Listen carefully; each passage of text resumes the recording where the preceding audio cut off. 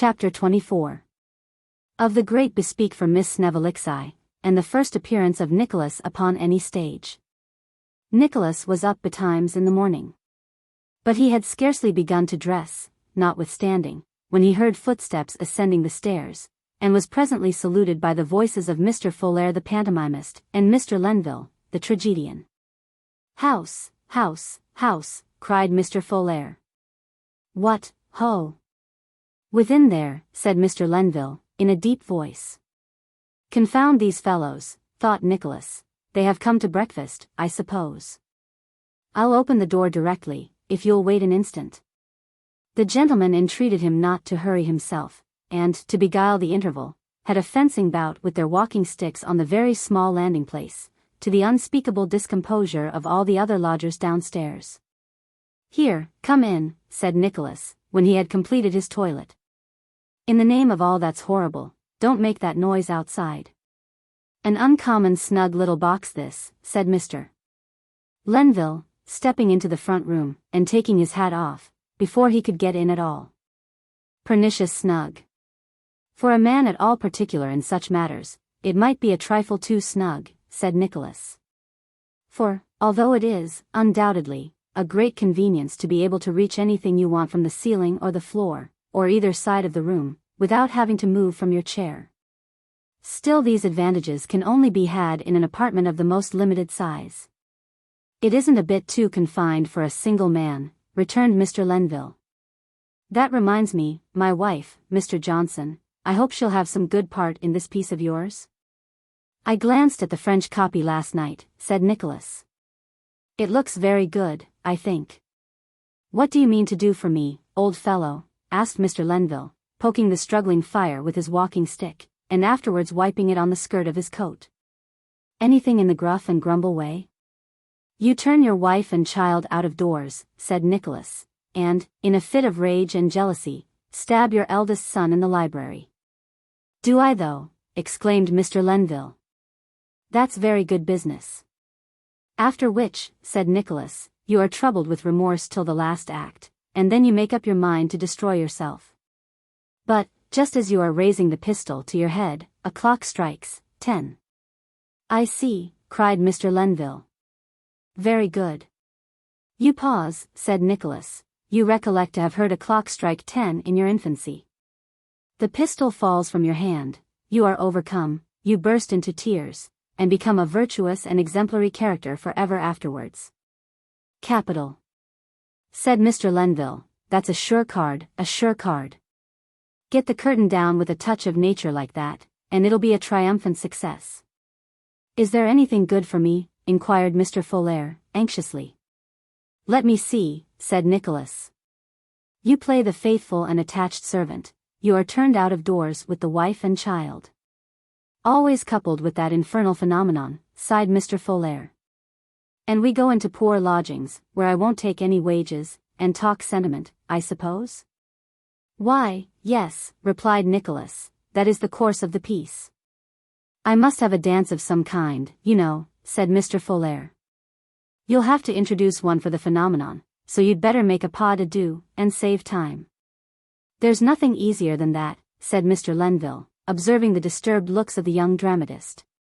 "Upon my word I don't see how it's to be done," rejoined Nicholas. "Why, isn't it obvious?" reasoned Mr. Lenville.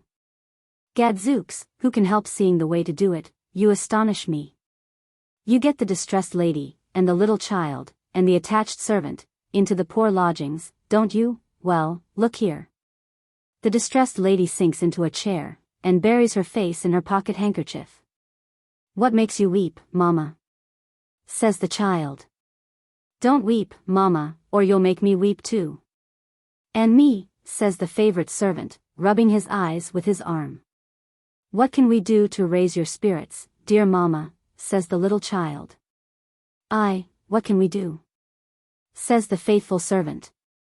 "Oh, Pierre," says the distressed lady, "would that I could shake off these painful thoughts." "Try, ma'am, try," says the faithful servant. "Rouse yourself, ma'am, be amused." "I will," says the lady, "I will learn to suffer with fortitude. Do you remember that dance, my honest friend, which, in happier days, you practiced with this sweet angel? It never failed to calm my spirits then. Oh! Let me see it once again before I die. There it is, cue for the band, before I die, and off they go. That's the regular thing, isn't it, Tommy? That's it, replied Mr. Folair. The distressed lady, overpowered by old recollections, faints at the end of the dance, and you close in with a picture. Profiting by these and other lessons, which were the result of the personal experience of the two actors, Nicholas willingly gave them the best breakfast he could, and, when he at length got rid of them, applied himself to his task, by no means displeased to find that it was so much easier than he had at first supposed. He worked very hard all day, and did not leave his room until the evening, when he went down to the theatre, whither Smike had repaired before him to go on with another gentleman as a general rebellion. Here all the people were so much changed, that he scarcely knew them. False hair, false color, false calves, false muscles, they had become different beings. Mr. Lenville was a blooming warrior of most exquisite proportions, Mr. Crummles, his large face shaded by a profusion of black hair, a Highland outlaw of most majestic bearing, one of the old gentlemen a jailer, and the other a venerable patriarch. The comic countryman, a fighting man of great valor, relieved by a touch of humor, each of the Master Crumlesses a prince in his own right, and the low-spirited lover, a desponding captive. There was a gorgeous banquet ready spread for the third act, consisting of 2 pasteboard vases, 1 plate of biscuits, a black bottle, and a vinegar cruet, and, in short, everything was on a scale of the utmost splendor and preparation. Nicholas was standing with his back to the curtain, now contemplating the first scene, which was a Gothic archway, about 2 feet shorter than Mr. Crummles, through which that gentleman was to make his first entrance. And now listening to a couple of people who were cracking nuts in the gallery, wondering whether they made the whole audience, when the manager himself walked familiarly up and accosted him. "Been in front tonight?" said Mr. Crummles. "No," replied Nicholas, "not yet. I am going to see the play." "We've had a pretty good let," said Mr. Crummles. "For front places in the center, and the whole of the stage box." "Oh, indeed," said Nicholas, "a family, I suppose?" "Yes," replied Mr. Crummles, "yes. It's an affecting thing. There are 6 children, and they never come unless the phenomenon plays. It would have been difficult for any party, family, or otherwise, to have visited the theatre on a night when the phenomenon did not play, inasmuch as she always sustained 1, and not uncommonly 2 or 3, characters, every night. But Nicholas, sympathizing with the feelings of a father, refrained from hinting at this trifling circumstance, and Mr. Crummles continued to talk, uninterrupted by him. 6, said that gentleman. Pa and Ma 8, Aunt 9, Governess 10, Grandfather and Grandmother 12. Then, there's the footman, who stands outside, with a bag of oranges and a jug of toast and water, and sees the play for nothing through the little pane of glass in the box door. It's cheap at a guinea, they gain by taking a box. I wonder you allow so many, observed Nicholas. There's no help for it, replied Mr. Crummles, it's always expected in the country. If there are 6 children, 6 people come to hold them in their laps. A family box carries double always. Ring in the orchestra, Grudden. That useful lady did as she was requested, and shortly afterwards the tuning of 3 fiddles was heard. Which process having been protracted as long as it was supposed that the patience of the audience could possibly bear it, was put a stop to by another jerk of the bell, which, being the signal to begin in earnest, set the orchestra playing a variety of popular airs, with involuntary variations. If Nicholas had been astonished at the alteration for the better which the gentleman displayed, the transformation of the ladies was still more extraordinary. When, from a snug corner of the manager's box, he beheld Miss Snevelixi in all the glories of white muslin with a golden hem, and Mrs. Crummles in all the dignity of the outlaw's wife, and Miss Bravassa in all the sweetness of Miss Snevelixi's confidential friend, and Miss Belvany in the white silks of a page doing duty everywhere and swearing to live and die in the service of everybody, he could scarcely contain his admiration, which testified itself in great applause, and the closest possible attention to the business of the scene. The plot was most interesting. It belonged to no particular age, people, or country, and was perhaps the more delightful on that account, as nobody's previous information could afford the remotest glimmering of what would ever come of it. An outlaw had been very successful in doing something somewhere, and came home, in triumph, to the sound of shouts and fiddles, to greet his wife, a lady of masculine mind, who talked a good deal about her father's bones, which it seemed were unburied, though whether from a peculiar taste on the part of the old gentleman himself, or the reprehensible neglect of his relations, did not appear. This outlaw's wife was, somehow or other, mixed up with a patriarch, living in a castle a long way off, and this patriarch was the father of several of the characters, but he didn't exactly know which, and was uncertain whether he had brought up the right ones in his castle, or the wrong ones. He rather inclined to the latter opinion, and, being uneasy, relieved his mind with a banquet, during which solemnity somebody in a cloak said, "Beware." Which somebody was known by nobody, except the audience, to be the outlaw himself, who had come there, for reasons unexplained, but possibly with an eye to the spoons. There was an agreeable little surprise in the way of certain love passages between the desponding captive and Miss Snevelixi, and the comic fighting man Miss Bravassa, besides which, Mr. Lenville had several very tragic scenes in the dark, while on throat-cutting expeditions, which were all baffled by the skill and bravery of the comic fighting man, who overheard whatever was said all through the piece, and the intrepidity of Miss Snevelixi, who adopted tights, and therein repaired to the prison of her captive lover, with a small basket of refreshments and a dark lantern. At last, it came out that the patriarch was the man who had treated the bones of the outlaw's father-in-law with so much disrespect, for which cause and reason the outlaw's wife repaired to his castle to kill him, and so got into a dark room, where, after a good deal of groping in the dark, everybody got hold of everybody else, and took them for somebody besides, which occasioned a vast quantity of confusion, with some pistoling, loss of life, and torchlight. After which, the patriarch came forward, and observing, with a knowing look, that he knew all about his children now, and would tell them when they got inside, said that there could not be a more appropriate occasion for marrying the young people than that. And therefore he joined their hands, with the full consent of the indefatigable page, being the only other person surviving, pointed with his cap into the clouds, and his right hand to the ground, thereby invoking a blessing and giving the cue for the curtain to come down, which it did, amidst general applause.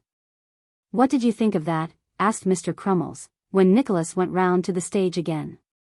Mr. Crummles was very red and hot, for your outlaws are desperate fellows to shout. "I think it was very capital indeed," replied Nicholas. "Miss Snevelixi in particular was uncommonly good." "She's a genius," said Mr. Crummles. "Quite a genius, that girl. By the by, I've been thinking of bringing out that piece of yours on her bespeak night." "When?" asked Nicholas. "The night of her bespeak. Her benefit night, when her friends and patrons bespeak the play," said Mr. Crummles. "Oh, I understand," replied Nicholas. "You see," said Mr. Crummles, "it's sure to go, on such an occasion, and even if it should not work up quite as well as we expect, why it will be her risk, you know, and not ours." "Yours, you mean," said Nicholas. "I said mine, didn't I?" returned Mr. Crummles. "Next Monday week. What do you say? You'll have done it, and are sure to be up in the lover's part, long before that time." "I don't know about long before," replied Nicholas, "but by that time I think I can undertake to be ready." "Very good," pursued Mr. Crummles, "then we'll call that settled. Now, I want to ask you something else. There's a little, what shall I call it, a little canvassing takes place on these occasions." "Among the patrons, I suppose," said Nicholas. "Among the patrons. And the fact is, that Snevelixi has had so many bespeaks in this place, that she wants an attraction. She had a bespeak when her mother-in-law died, and a bespeak when her uncle died. And Mrs. Crummles and myself have had bespeaks on the anniversary of the phenomenon's birthday, and our wedding day, and occasions of that description, so that, in fact, there's some difficulty in getting a good one." "Now, won't you help this poor girl, Mr. Johnson?" said Crummles, sitting himself down on a drum, and taking a great pinch of snuff, as he looked him steadily in the face. "How do you mean?" rejoined Nicholas. Don't you think you could spare half an hour tomorrow morning, to call with her at the houses of one or two of the principal people?" murmured the manager in a persuasive tone. "Oh dear me," said Nicholas, with an air of very strong objection, "I shouldn't like to do that." "The infant will accompany her," said Mr. Crummles. "The moment it was suggested to me, I gave permission for the infant to go. There will not be the smallest impropriety. Miss Snevilixi, sir, is the very soul of honor. It would be of material service. The gentleman from London, author of the new piece, actor in the new piece, first appearance on any boards, it would lead to a great bespeak, Mr. Johnson." "I am very sorry to throw a damp upon the prospects of anybody, and more especially a lady," replied Nicholas, "but really I must decidedly object to making one of the canvassing party." "What does Mr. Johnson say, Vincent?" inquired a voice close to his ear, and, looking round, he found Mrs. Crummles and Miss Snevilixi herself standing behind him. "He has some objection, my dear," replied Mr. Crummles, looking at Nicholas. "Objection!" exclaimed Mrs. Crummles. "Can it be possible?" "Oh, I hope not," cried Miss Snevilixi. "You surely are not so cruel. Oh, dear me, well, to think of that now, after all one's looking forward to it." "Mr. Johnson will not persist, my dear," said Mrs. Crummles. "Think better of him than to suppose it. Gallantry, humanity, all the best feelings of his nature, must be enlisted in this interesting cause." "Which moves even a manager," said Mr. Crummles, smiling. "And a manager's wife," added Mrs. Crummles, in her accustomed tragedy tones. "Come, come, you will relent, I know you will." "It is not in my nature," said Nicholas, moved by these appeals, "to resist any entreaty, unless it is to do something positively wrong. And, beyond a feeling of pride, I know nothing which should prevent my doing this. I know nobody here, and nobody knows me. So be it then. I yield." Miss Snevilixi was at once overwhelmed with blushes and expressions of gratitude, of which latter commodity neither Mr. nor Mrs. Crummles was by any means sparing. It was arranged that Nicholas should call upon her, at her lodgings, at 11 next morning. And soon after they parted, he to return home to his authorship, Miss Snevilixi to dress for the afterpiece, and the disinterested manager and his wife to discuss the probable gains of the forthcoming bespeak, of which they were to have 2/3 of the profits by solemn treaty of agreement. At the stipulated hour next morning, Nicholas repaired to the lodgings of Miss Snevilixi, which were in a place called Lombard Street, at the house of a tailor. A strong smell of ironing pervaded the little passage. And the tailor's daughter, who opened the door, appeared in that flutter of spirits which is so often attendant upon the periodical getting up of a family's linen. "Miss Snevilixi lives here, I believe," said Nicholas, when the door was opened. The tailor's daughter replied in the affirmative. "Will you have the goodness to let her know that Mr. Johnson is here?" said Nicholas. "Oh, if you please, you're to come upstairs," replied the tailor's daughter, with a smile. Nicholas followed the young lady, and was shown into a small apartment on the first floor, communicating with a back room, in which, as he judged from a certain half-subdued clinking sound, as of cups and saucers, Miss Snevilixi was then taking her breakfast in bed. "You're to wait, if you please," said the tailor's daughter, after a short period of absence, during which the clinking in the back room had ceased, and been succeeded by whispering, "She won't be long." As she spoke, she pulled up the window blind, and having by this means, as she thought, diverted Mr. Johnson's attention from the room to the street, caught up some articles which were airing on the fender, and had very much the appearance of stockings, and darted off. As there were not many objects of interest outside the window, Nicholas looked about the room with more curiosity than he might otherwise have bestowed upon it. On the sofa lay an old guitar, several thumbed pieces of music, and a scattered litter of curl papers, together with a confused heap of playbills, and a pair of soiled white satin shoes with large blue rosettes. Hanging over the back of a chair was a half-finished muslin apron with little pockets ornamented with red ribbons, such as waiting women wear on the stage, and, by consequence, are never seen with anywhere else. In one corner stood the diminutive pair of top boots in which Miss Snevilixi was accustomed to enact the little jockey, and, folded on a chair hard by, was a small parcel, which bore a very suspicious resemblance to the companion smalls. But the most interesting object of all was, perhaps, the open scrapbook, displayed in the midst of some theatrical duodecimos that were strewn upon the table. And pasted into which scrapbook were various critical notices of Miss Snevillixi's acting, extracted from different provincial journals, together with one poetic address in her honor, commencing, "Sing, God of love, and tell me in what dearth thrice gifted Snevellixi came on earth, to thrill us with her smile, her tear, her eye. Sing, God of love, and tell me quickly why." Besides this effusion, there were innumerable complimentary allusions, also extracted from newspapers, such as, "We observe from an advertisement in another part of our paper of today, that the charming and highly talented Miss Snevellixi takes her benefit on Wednesday, for which occasion she has put forth a bill of fare that might kindle exhilaration in the breast of a misanthrope. In the confidence that our fellow townsmen have not lost that high appreciation of public utility and private worth, for which they have long been so preeminently distinguished, we predict that this charming actress will be greeted with a bumper. To correspondence.js. Is misinformed when he supposes that the highly gifted and beautiful Miss Snevellixi, nightly captivating all hearts at our pretty and commodious little theatre, is not the same lady to whom the young gentleman of immense fortune, residing within 100 miles of the good city of York, lately made honourable proposals.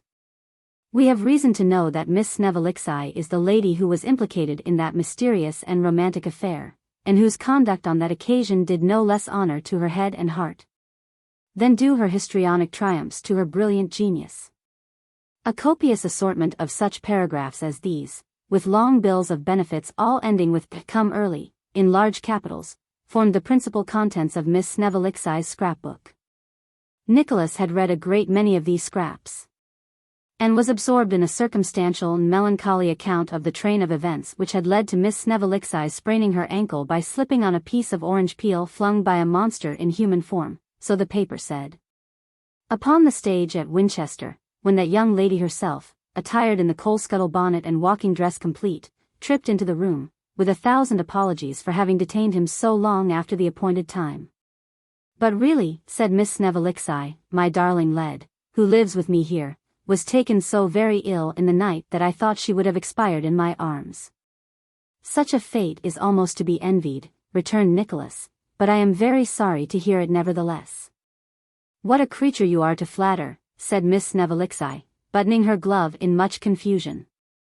"If it be flattery to admire your charms and accomplishments," rejoined Nicholas, laying his hand upon the scrapbook, "you have better specimens of it here." "Oh, you cruel creature, to read such things as those! I'm almost ashamed to look you in the face afterwards, positively I am," said Miss Snevellixi, seizing the book and putting it away in a closet. "How careless of lead! How could she be so naughty?" "I thought you had kindly left it here, on purpose for me to read," said Nicholas. "And really it did seem possible." "I wouldn't have had you see it for the world," rejoined Miss Snevellixi. "I never was so vexed, never. But she is such a careless thing, there's no trusting her." The conversation was here interrupted by the entrance of the phenomenon, who had discreetly remained in the bedroom up to this moment, and now presented herself, with much grace and lightness, bearing in her hand a very little green parasol with a broad fringe border, and no handle. After a few words of course, they sallied into the street. The phenomenon was rather a troublesome companion, for first the right sandal came down, and then the left, and these mischances being repaired, one leg of the little white trousers was discovered to be longer than the other. Besides these accidents, the green parasol was dropped down an iron grating, and only fished up again with great difficulty and by dint of much exertion. However, it was impossible to scold her, as she was the manager's daughter, so Nicholas took it all in perfect good humour, and walked on, with Miss Snevellixi, arm in arm on one side, and the offending infant on the other. The first house to which they bent their steps, was situated in a terrace of respectable appearance. Miss Snevellix's modest double knock was answered by a footboy, who, in reply to her inquiry whether Mrs. Curdle was at home, opened his eyes very wide, grinned very much, and said he didn't know, but he'd inquire. With this he showed them into a parlour where he kept them waiting, until the 2 women servants had repaired thither, under false pretences, to see the play actors. And having compared notes with them in the passage, and joined in a vast quantity of whispering and giggling, he at length went upstairs with Miss Snevillixi's name. Now, Mrs. Curdle was supposed, by those who were best informed on such points, to possess quite the London taste in matters relating to literature and the drama, and as to Mr. Curdle, he had written a pamphlet of 64 pages, post octavo, on the character of the nurse's deceased husband in Romeo and Juliet, with an inquiry whether he really had been a merry man in his lifetime, or whether it was merely his widow's affectionate partiality that induced her so to report him. He had likewise proved that by altering the received mode of punctuation, any one of Shakespeare's plays could be made quite different, and the sense completely changed. It is needless to say, therefore, that he was a great critic, and a very profound and most original thinker. "Well, Miss Snevilixi," said Mrs. Curdle, entering the parlor, "and how do you do?" Miss Snevilixi made a graceful obeisance, and hoped Mrs. Curdle was well, as also Mr. Curdle, who at the same time appeared. Mrs. Curdle was dressed in a morning wrapper, with a little cap stuck upon the top of her head. Mr. Curdle wore a loose robe on his back, and his right forefinger on his forehead after the portraits of Sterne, to whom somebody or other had once said he bore a striking resemblance. "I venture to call, for the purpose of asking whether you would put your name to my bespeak, ma'am," said Miss Snevilixi, producing documents. "Oh, I really don't know what to say," replied Mrs. Curdle. "It's not as if the theatre was in its high and palmy days. You needn't stand, Miss Snevilixi, the drama is gone, perfectly gone. As an exquisite embodiment of the poet's visions, and a realization of human intellectuality, gilding with refulgent light our dreamy moments, and laying open a new and magic world before the mental eye, the drama is gone, perfectly gone," said Mr. Curdle. "What man is there, now living, who can present before us all those changing and prismatic colors with which the character of Hamlet is invested?" exclaimed Mrs. Curdle. "What man indeed, upon the stage," said Mr. Curdle, with a small reservation in favor of himself. "Hamlet. Pooh! Ridiculous. Hamlet is gone, perfectly gone." Quite overcome by these dismal reflections, Mr. and Mrs. Curdle sighed, and sat for some short time without speaking. At length, the lady, turning to Miss Snevilixi, inquired what play she proposed to have. "Quite a new one," said Miss Snevilixi, "of which this gentleman is the author, and in which he plays, being his first appearance on any stage. Mr. Johnson is the gentleman's name." "I hope you have preserved the unities, sir," said Mr. Curdle. "The original piece is a French one," said Nicholas. "There is abundance of incident, sprightly dialogue, strongly marked characters. All unavailing without a strict observance of the unities, sir," returned Mr. Curdle. "The unities of the drama, before everything." "Might I ask you," said Nicholas, hesitating between the respect he ought to assume, and his love of the whimsical, "might I ask you what the unities are?" Mr. Curdle coughed and considered. "The unities, sir," he said, "are a completeness, a kind of universal dovetailedness with regard to place and time, a sort of a general oneness, if I may be allowed to use so strong an expression. I take those to be the dramatic unities, so far as I have been enabled to bestow attention upon them, and I have read much upon the subject, and thought much. I find, running through the performances of this child," said Mr. Curdle, turning to the phenomenon, "a unity of feeling, a breadth, a light and shade, a warmth of coloring, a tone, a harmony, a glow, an artistical development of original conceptions, which I look for, in vain, among older performers. I don't know whether I make myself understood?" "Perfectly," replied Nicholas. "Just so," said Mr. Curdle, pulling up his neckcloth. "That is my definition of the unities of the drama." Mrs. Curdle had sat listening to this lucid explanation with great complacency. It being finished, she inquired what Mr. Curdle thought about putting down their names. "I don't know, my dear, upon my word I don't know," said Mr. Curdle. "If we do, it must be distinctly understood that we do not pledge ourselves to the quality of the performances. Let it go forth to the world, that we do not give them the sanction of our names, but that we confer the distinction merely upon Miss Snevilixi. That being clearly stated, I take it to be, as it were, a duty, that we should extend our patronage to a degraded stage, even for the sake of the associations with which it is entwined. Have you got 2 and 6pence for half a crown, Miss Snevellicci? Said Mr. Curdle, turning over 4 of those pieces of money. Miss Snevellicci felt in all the corners of the pink reticule, but there was nothing in any of them. Nicholas murmured a jest about his being an author, and thought it best not to go through the form of feeling in his own pockets at all. Let me see, said Mr. Curdle. Twice 4's 8, 4 shillings a piece to the boxes, Miss Snevellicci, is exceedingly dear in the present state of the drama. 3 half-crowns is 7 and 6. We shall not differ about 6pence, I suppose? 6pence will not part us, Miss Snevellicci. Poor Miss Snevellicci took the 3 half-crowns, with many smiles and bends, and Mrs. Curdle, adding several supplementary directions relative to keeping the places for them, and dusting the seat, and sending 2 clean bills as soon as they came out, rang the bell, as a signal for breaking up the conference. Odd people those, said Nicholas, when they got clear of the house. I assure you, said Miss Snevellicci, taking his arm, that I think myself very lucky they did not owe all the money instead of being 6pence short. Now, if you were to succeed, they would give people to understand that they had always patronized you, and if you were to fail, they would have been quite certain of that from the very beginning. At the next house they visited, they were in great glory. For, there, resided the 6 children who were so enraptured with the public actions of the phenomenon, and who, being called down from the nursery to be treated with a private view of that young lady, proceeded to poke their fingers into her eyes, and tread upon her toes, and show her many other little attentions peculiar to their time of life. I shall certainly persuade Mr. Borum to take a private box, said the lady of the house, after a most gracious reception. I shall only take 2 of the children, and will make up the rest of the party, of gentlemen, your admirers, Miss Snevellicci. Augustus, you naughty boy, leave the little girl alone. This was addressed to a young gentleman who was pinching the phenomenon behind, apparently with a view of ascertaining whether she was real. I am sure you must be very tired, said the mamma, turning to Miss Snevellicci. I cannot think of allowing you to go, without first taking a glass of wine. Fie, Charlotte, I am ashamed of you. Mississippi Lane, my dear, pray see to the children.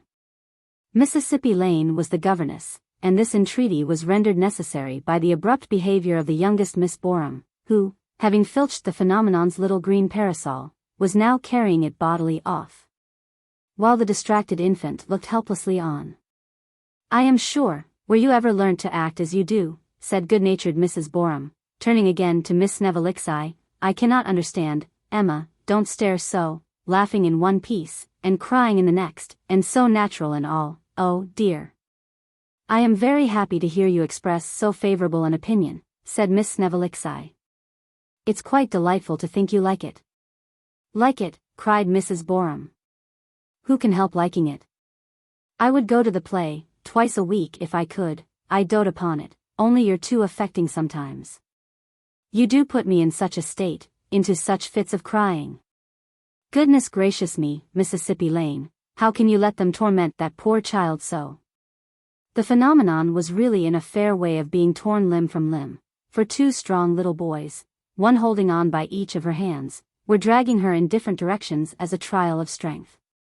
However, Mississippi Lane, who had herself been too much occupied in contemplating the grown-up actors, to pay the necessary attention to these proceedings, rescued the unhappy infant at this juncture, who, being recruited with a glass of wine, was shortly afterwards taken away by her friends, after sustaining no more serious damage than a flattening of the pink gauze bonnet, and a rather extensive creasing of the white frock and trousers.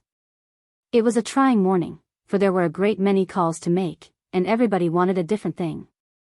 Some wanted tragedies, and others comedies, some objected to dancing, some wanted scarcely anything else. Some thought the comic singer decidedly low, and others hoped he would have more to do than he usually had. Some people wouldn't promise to go, because other people wouldn't promise to go. And other people wouldn't go at all, because other people went. At length, and by little and little, omitting something in this place, and adding something in that, Miss Snevellicci pledged herself to a bill of fare which was comprehensive enough. If it had no other merit, it included among other trifles 4 pieces, divers songs, a few combats, and several dances. And they returned home, pretty well exhausted with the business of the day. Nicholas worked away at the piece, which was speedily put into rehearsal, and then worked away at his own part, which he studied with great perseverance and acted, as the whole company said, to perfection. And at length the great day arrived. The crier was sent round, in the morning, to proclaim the entertainments with the sound of bell in all the thoroughfares. And extra bills of 3 feet long by 9 inches wide, were dispersed in all directions, flung down all the areas, thrust under all the knockers, and developed in all the shops. They were placarded on all the walls too, though not with complete success, for an illiterate person having undertaken this office during the indisposition of the regular bill sticker, a part were posted sideways, and the remainder upside down. At 5:30, there was a rush of 4 people to the gallery door. At 6:15, there were at least a dozen. At 6 o'clock the kicks were terrific. And when the elder Master Crummles opened the door, he was obliged to run behind it for his life.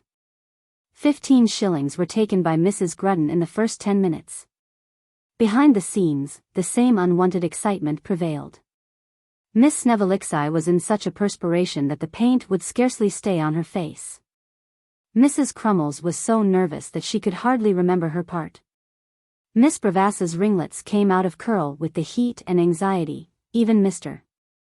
Crummles himself kept peeping through the hole in the curtain, and running back, every now and then, to announce that another man had come into the pit. At last, the orchestra left off, and the curtain rose upon the new piece.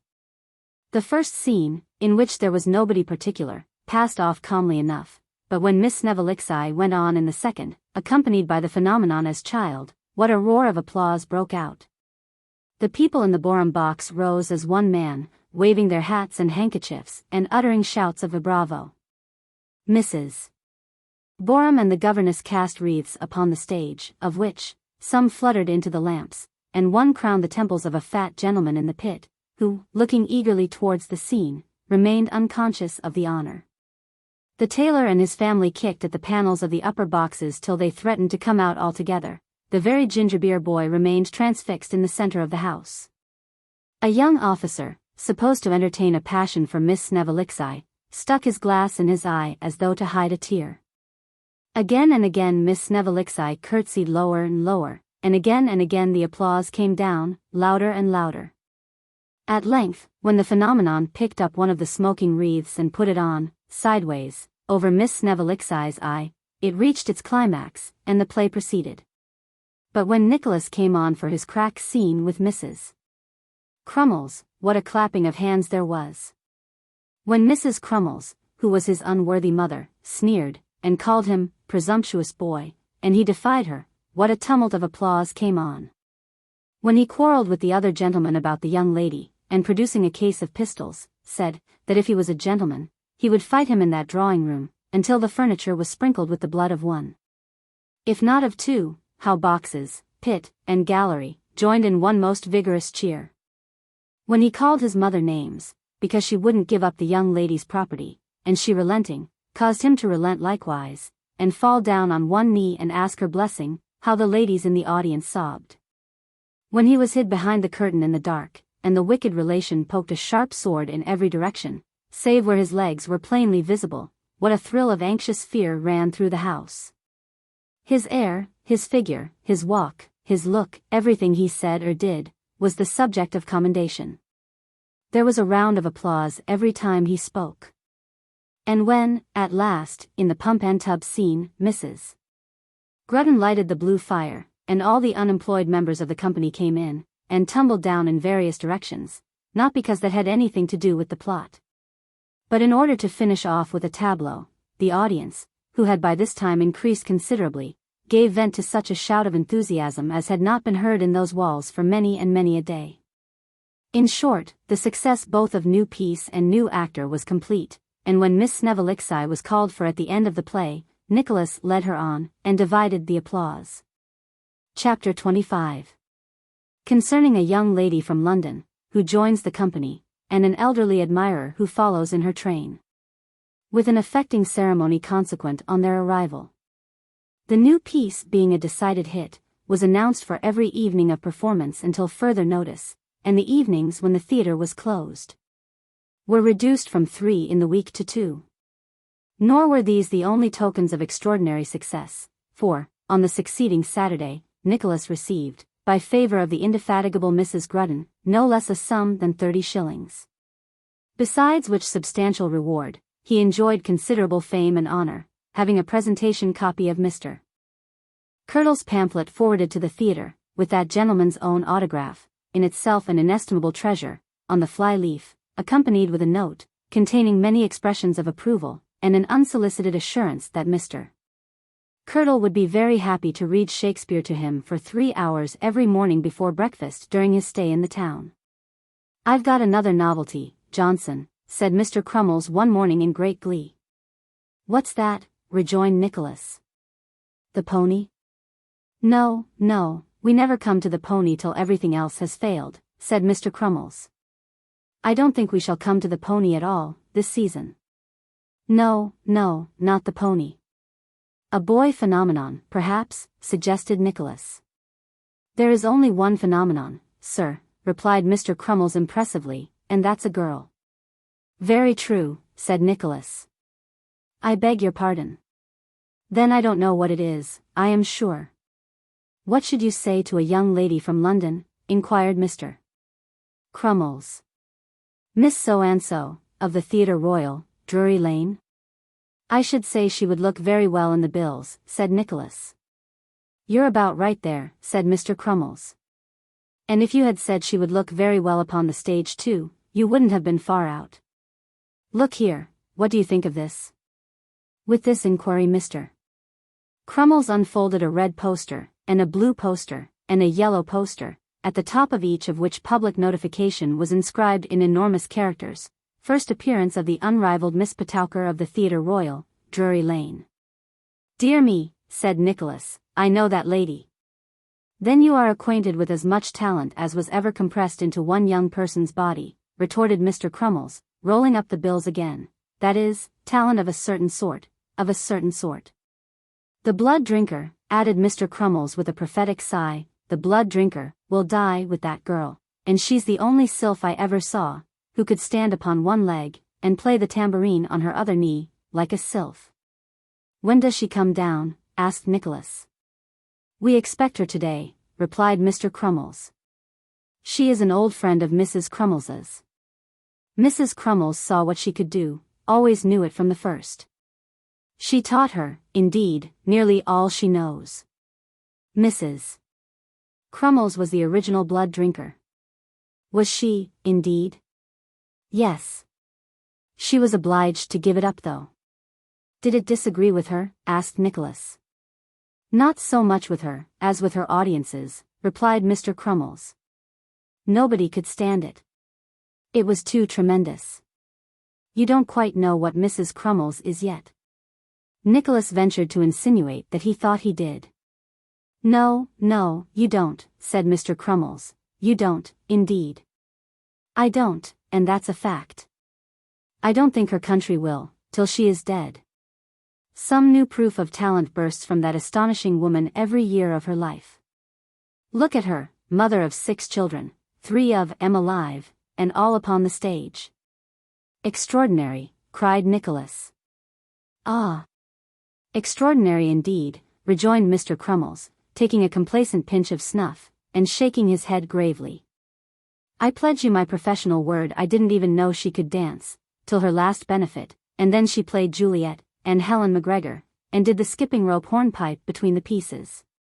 The very first time I saw that admirable woman, Johnson," said Mr. Crummles, drawing a little nearer, and speaking in the tone of confidential friendship, "she stood upon her head on the butt end of a spear, surrounded with blazing fireworks."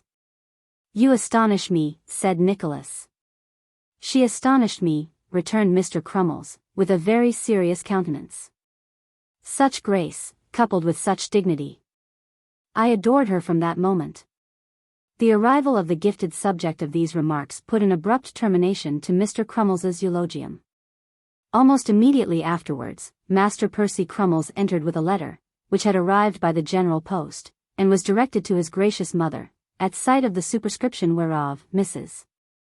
Crummles exclaimed, from Henrietta Petowker, I do declare, and instantly became absorbed in the contents. Is it? Inquired Mr. Crummles, hesitating. Oh, yes, it's all right, replied Mrs. Crummles, anticipating the question. What an excellent thing for her, to be sure. It's the best thing altogether, that I ever heard of, I think, said Mr. Crummles, and then Mr. Crummles, Mrs. Crummles, and Master Percy Crummles, all fell to laughing violently. Nicholas left them to enjoy their mirth together, and walked to his lodgings. Wondering very much what mystery connected with Miss Petowker could provoke such merriment. And pondering still more on the extreme surprise with which that lady would regard his sudden enlistment in a profession of which she was such a distinguished and brilliant ornament. But, in this latter respect he was mistaken, for, whether Mr. Vincent Crummles had paved the way, or Miss Petowker had some special reason for treating him with even more than her usual amiability, their meeting at the theatre next day was more like that of two dear friends who had been inseparable from infancy, than a recognition passing between a lady and gentleman who had only met some half-dozen times, and then by mere chance. Nay, Miss Petowker even whispered that she had wholly dropped the Kenwigses in her conversations with the manager's family, and had represented herself as having encountered Mr. Johnson in the very first and most fashionable circles. And on Nicholas receiving this intelligence with unfeigned surprise, she added, with a sweet glance, that she had a claim on his good nature now, and might tax it before long. Nicholas had the honor of playing in a slight piece with Miss Petowker that night, and could not but observe that the warmth of her reception was mainly attributable to a most persevering umbrella in the upper boxes. He saw, too, that the enchanting actress cast many sweet looks towards the quarter whence these sounds proceeded, and that every time she did so, the umbrella broke out afresh. Once, he thought that a peculiarly shaped hat in the same corner was not wholly unknown to him. But, being occupied with his share of the stage business, he bestowed no great attention upon this circumstance, and it had quite vanished from his memory by the time he reached home. He had just sat down to supper with Smike, when one of the people of the house came outside the door, and announced that a gentleman below stairs wished to speak to Mr. Johnson.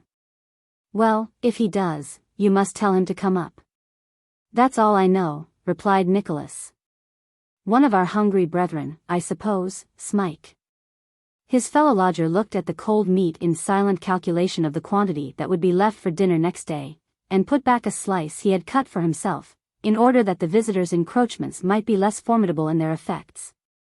It is not anybody who has been here before, said Nicholas, for he is tumbling up every stair. Come in, come in.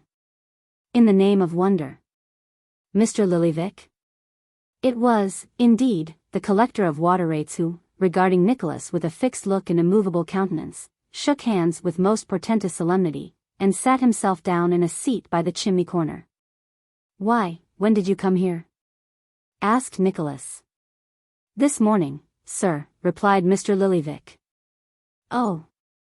I see, then you were at the theatre tonight, and it was your UMB. This umbrella, said Mr. Lillyvick, producing a fat green cotton one with a battered ferrule. What did you think of that performance? So far as I could judge, being on the stage, replied Nicholas, I thought it very agreeable. Agreeable, cried the collector. I mean to say, sir, that it was delicious. Mr. Lillyvick bent forward to pronounce the last word with greater emphasis, and having done so, drew himself up, and frowned and nodded a great many times. I say, delicious, repeated Mr. Lillyvick. Absorbing, fairy-like, tumultuous, and again Mr. Lillyvick drew himself up, and again he frowned and nodded. Ah, said Nicholas, a little surprised at these symptoms of ecstatic approbation. Yes, she is a clever girl. She is a divinity, returned Mr. Lillyvick, giving a collector's double knock on the ground with the umbrella before mentioned. I have known divine actresses before now, sir. I used to collect, at least I used to call for, and very often call for, the water rate at the house of a divine actress, who lived in my beat for upwards of 4 years, but never, no, never. Sir, of all divine creatures, actresses or no actresses, did I see a diviner one than is Henrietta Petowker. Nicholas had much ado to prevent himself from laughing, not trusting himself to speak, He merely nodded in accordance with Mr. Lillyvick's nods, and remained silent. "Let me speak a word with you in private," said Mr. Lillyvick. Nicholas looked good-humoredly at Smike, who, taking the hint, disappeared. "A bachelor is a miserable wretch, sir," said Mr. Lillyvick. "Is he?" asked Nicholas. "He is," rejoined the collector. "I have lived in the world for nigh 60 years, and I ought to know what it is." "You ought to know, certainly," thought Nicholas, "but whether you do or not, is another question." "If a bachelor happens to have saved a little matter of money," said Mr. Lillyvick, "his sisters and brothers, and nephews and nieces, look to that money, and not to him. Even if, by being a public character, he is the head of the family, or, as it may be, the main from which all the other little branches are turned on, they still wish him dead all the while. And get low-spirited every time they see him looking in good health, because they want to come into his little property. You see that?" "Oh yes," replied Nicholas, "it's very true, no doubt." "The great reason for not being married," resumed Mr. Lillyvick, "is the expense. That's what's kept me off, or else, Lord," said Mr. Lillyvick, snapping his fingers, "I might have had 50 women." "Fine women?" asked Nicholas. "Fine women, sir," replied the collector, "aye. Not so fine as Henrietta Petowker, for she is an uncommon specimen, but such women as don't fall into every man's way, I can tell you. Now suppose a man can get a fortune in a wife instead of with her, eh?" "Why, then, he's a lucky fellow," replied Nicholas. "That's what I say," retorted the collector, patting him benignantly on the side of the head with his umbrella, "just what I say. Henrietta Petowker, the talented Henrietta Petowker has a fortune in herself, and I am going to make her Mrs. Lillyvick," suggested Nicholas. "No, sir, not to make her Mrs. Lillyvick," replied the collector. "Actresses, sir, always keep their maiden names, that's the regular thing, but I'm going to marry her, and the day after tomorrow, too." "I congratulate you, sir," said Nicholas. "Thank you, sir," replied the collector, buttoning his waistcoat. "I shall draw her salary, of course, and I hope after all that it's nearly as cheap to keep two as it is to keep one. That's a consolation." "Surely you don't want any consolation at such a moment?" observed Nicholas. "No," replied Mr. Lillyvick, shaking his head nervously, "no, of course not." "But how come you both here, if you're going to be married, Mr. Lillyvick?" asked Nicholas. "Why, that's what I came to explain to you," replied the collector of water rate. "The fact is, we have thought it best to keep it secret from the family." "Family," said Nicholas. "What family?" "The Kenwigses, of course," rejoined Mr. Lillyvick. "If my niece and the children had known a word about it before I came away, they'd have gone into fits at my feet, and never have come out of them till I took an oath not to marry anybody, or they'd have got out a commission of lunacy. Or some dreadful thing," said the collector, quite trembling as he spoke. "To be sure," said Nicholas. "Yes, they would have been jealous, no doubt." "To prevent which," said Mr. Lillyvick, "Henrietta Petowker, it was settled between us, should come down here to her friends, the Crumlesses, under pretence of this engagement, and I should go down to Guildford the day before, and join her on the coach there, which I did. And we came down from Guildford yesterday together. Now, for fear you should be writing to Mr. Noggs, and might say anything about us, we have thought it best to let you into the secret. We shall be married from the Crumlesses' lodgings, and shall be delighted to see you, either before church or at breakfast time, which you like. It won't be expensive, you know," said the collector, highly anxious to prevent any misunderstanding on this point, "just muffins and coffee, with perhaps a shrimp or something of that sort for a relish, you know." Yes, I understand," replied Nicholas. "Oh, I shall be most happy to come, it will give me the greatest pleasure." "Where's the lady stopping, with Mrs. Crummles?" "Why, no," said the collector. "They couldn't very well dispose of her at night, and so she is staying with an acquaintance of hers, and another young lady, they both belong to the theatre." "Miss Snevelixi, I suppose," said Nicholas. "Yes, that's the name." "And they'll be bridesmaids, I presume," said Nicholas. "Why," said the collector, with a rueful face, they will have 4 bridesmaids. I'm afraid they'll make it rather theatrical." "Oh no, not at all," replied Nicholas, with an awkward attempt to convert a laugh into a cough. "Who may the 4 be?" "Miss Snevilixi, of course, Miss Ledrook." The phenomenon," groaned the collector. "Ha, ha," cried Nicholas.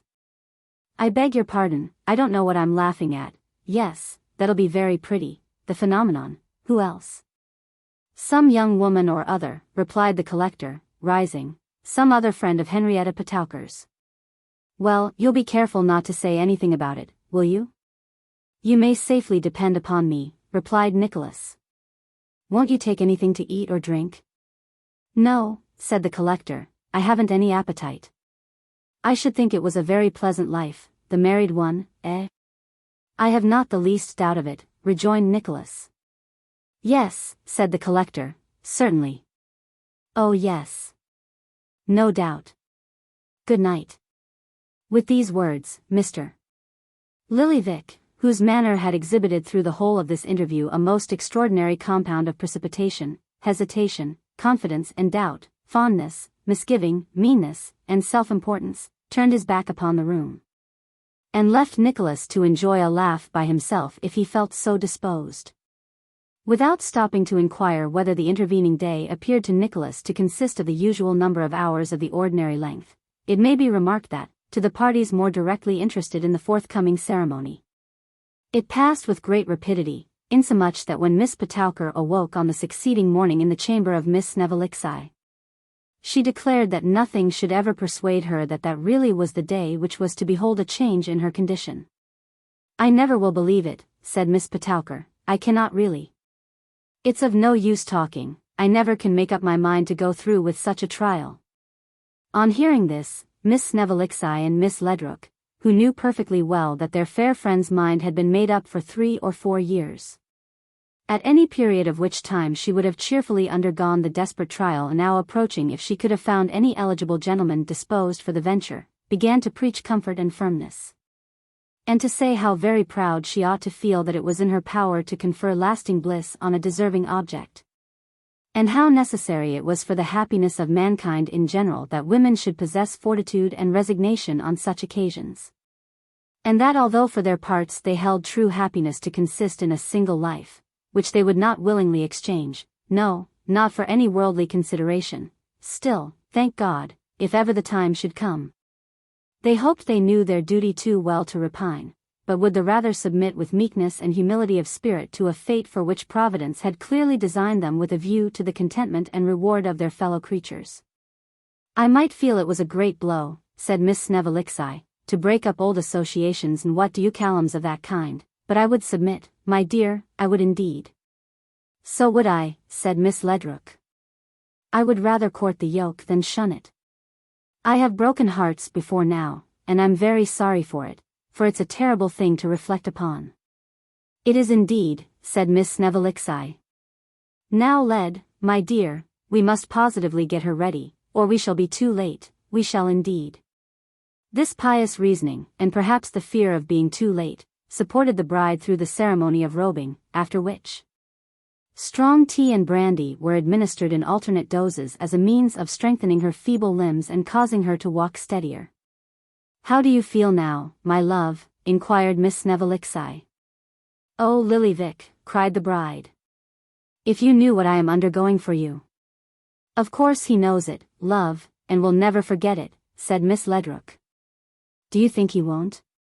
cried Miss Petowker, really showing great capability for the stage. "Oh, do you think he won't? Do you think Lillyvick will always remember it, always, always, always?" There is no knowing in what this burst of feeling might have ended, if Miss Snevilixi had not at that moment proclaimed the arrival of the fly, which so astounded the bride that she shook off divers alarming symptoms which were coming on very strong, and running to the glass adjusted her dress, and calmly declared that she was ready for the sacrifice. She was accordingly supported into the coach, and there kept up, as Miss Snevilixi said, with perpetual sniffs of sal volatile and sips of brandy and other gentle stimulants, until they reached the manager's door, which was already opened by the 2 master Crumlesses, who wore white cockades, and were decorated with the choicest and most resplendent waistcoats in the theatrical wardrobe. By the combined exertions of these young gentlemen and the bridesmaids, assisted by the coachman, Miss Petowker was at length supported in a condition of much exhaustion to the first floor, where she no sooner encountered the youthful bridegroom than she fainted with great decorum. "Henrietta Petowker," said the collector, "cheer up, my lovely one." Miss Petowker grasped the collector's hand, but emotion choked her utterance. "Is the sight of me so dreadful, Henrietta Petowker?" said the collector. "Oh no, no, no," rejoined the bride, "but all the friends, the darling friends, of my youthful days, to leave them all, it is such a shock." With such expressions of sorrow, Miss Petowker went on to enumerate the dear friends of her youthful days one by one, and to call upon such of them as were present to come and embrace her. This done, she remembered that Mrs. Crummles had been more than a mother to her, and after that, that Mr. Crummles had been more than a father to her, and after that, that the Master Crummleses and Miss Ninetta Crummles had been more than brothers and sisters to her. These various remembrances being each accompanied with a series of hugs, occupied a long time, and they were obliged to drive to church very fast, for fear they should be too late.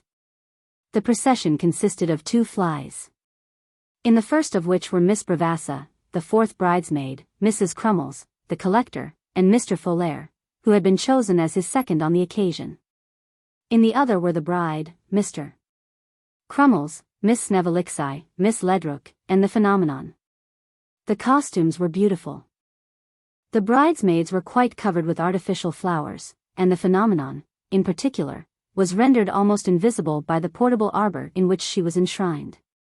Miss Ledrook, who was of a romantic turn, wore in her breast the miniature of some field officer unknown, which she had purchased, a great bargain, not very long before. The other ladies displayed several dazzling articles of imitative jewellery, almost equal to real, and Mrs. Crummles came out in a stern and gloomy majesty, which attracted the admiration of all beholders. But, perhaps the appearance of Mr. Crummles was more striking and appropriate than that of any member of the party. This gentleman, who personated the bride's father, had, in pursuance of a happy and original conception, made up for the part by arraying himself in a theatrical wig, of a style and pattern commonly known as a brown George, and moreover assuming a snuff-colored suit, of the previous century, with grey silk stockings, and buckles to his shoes.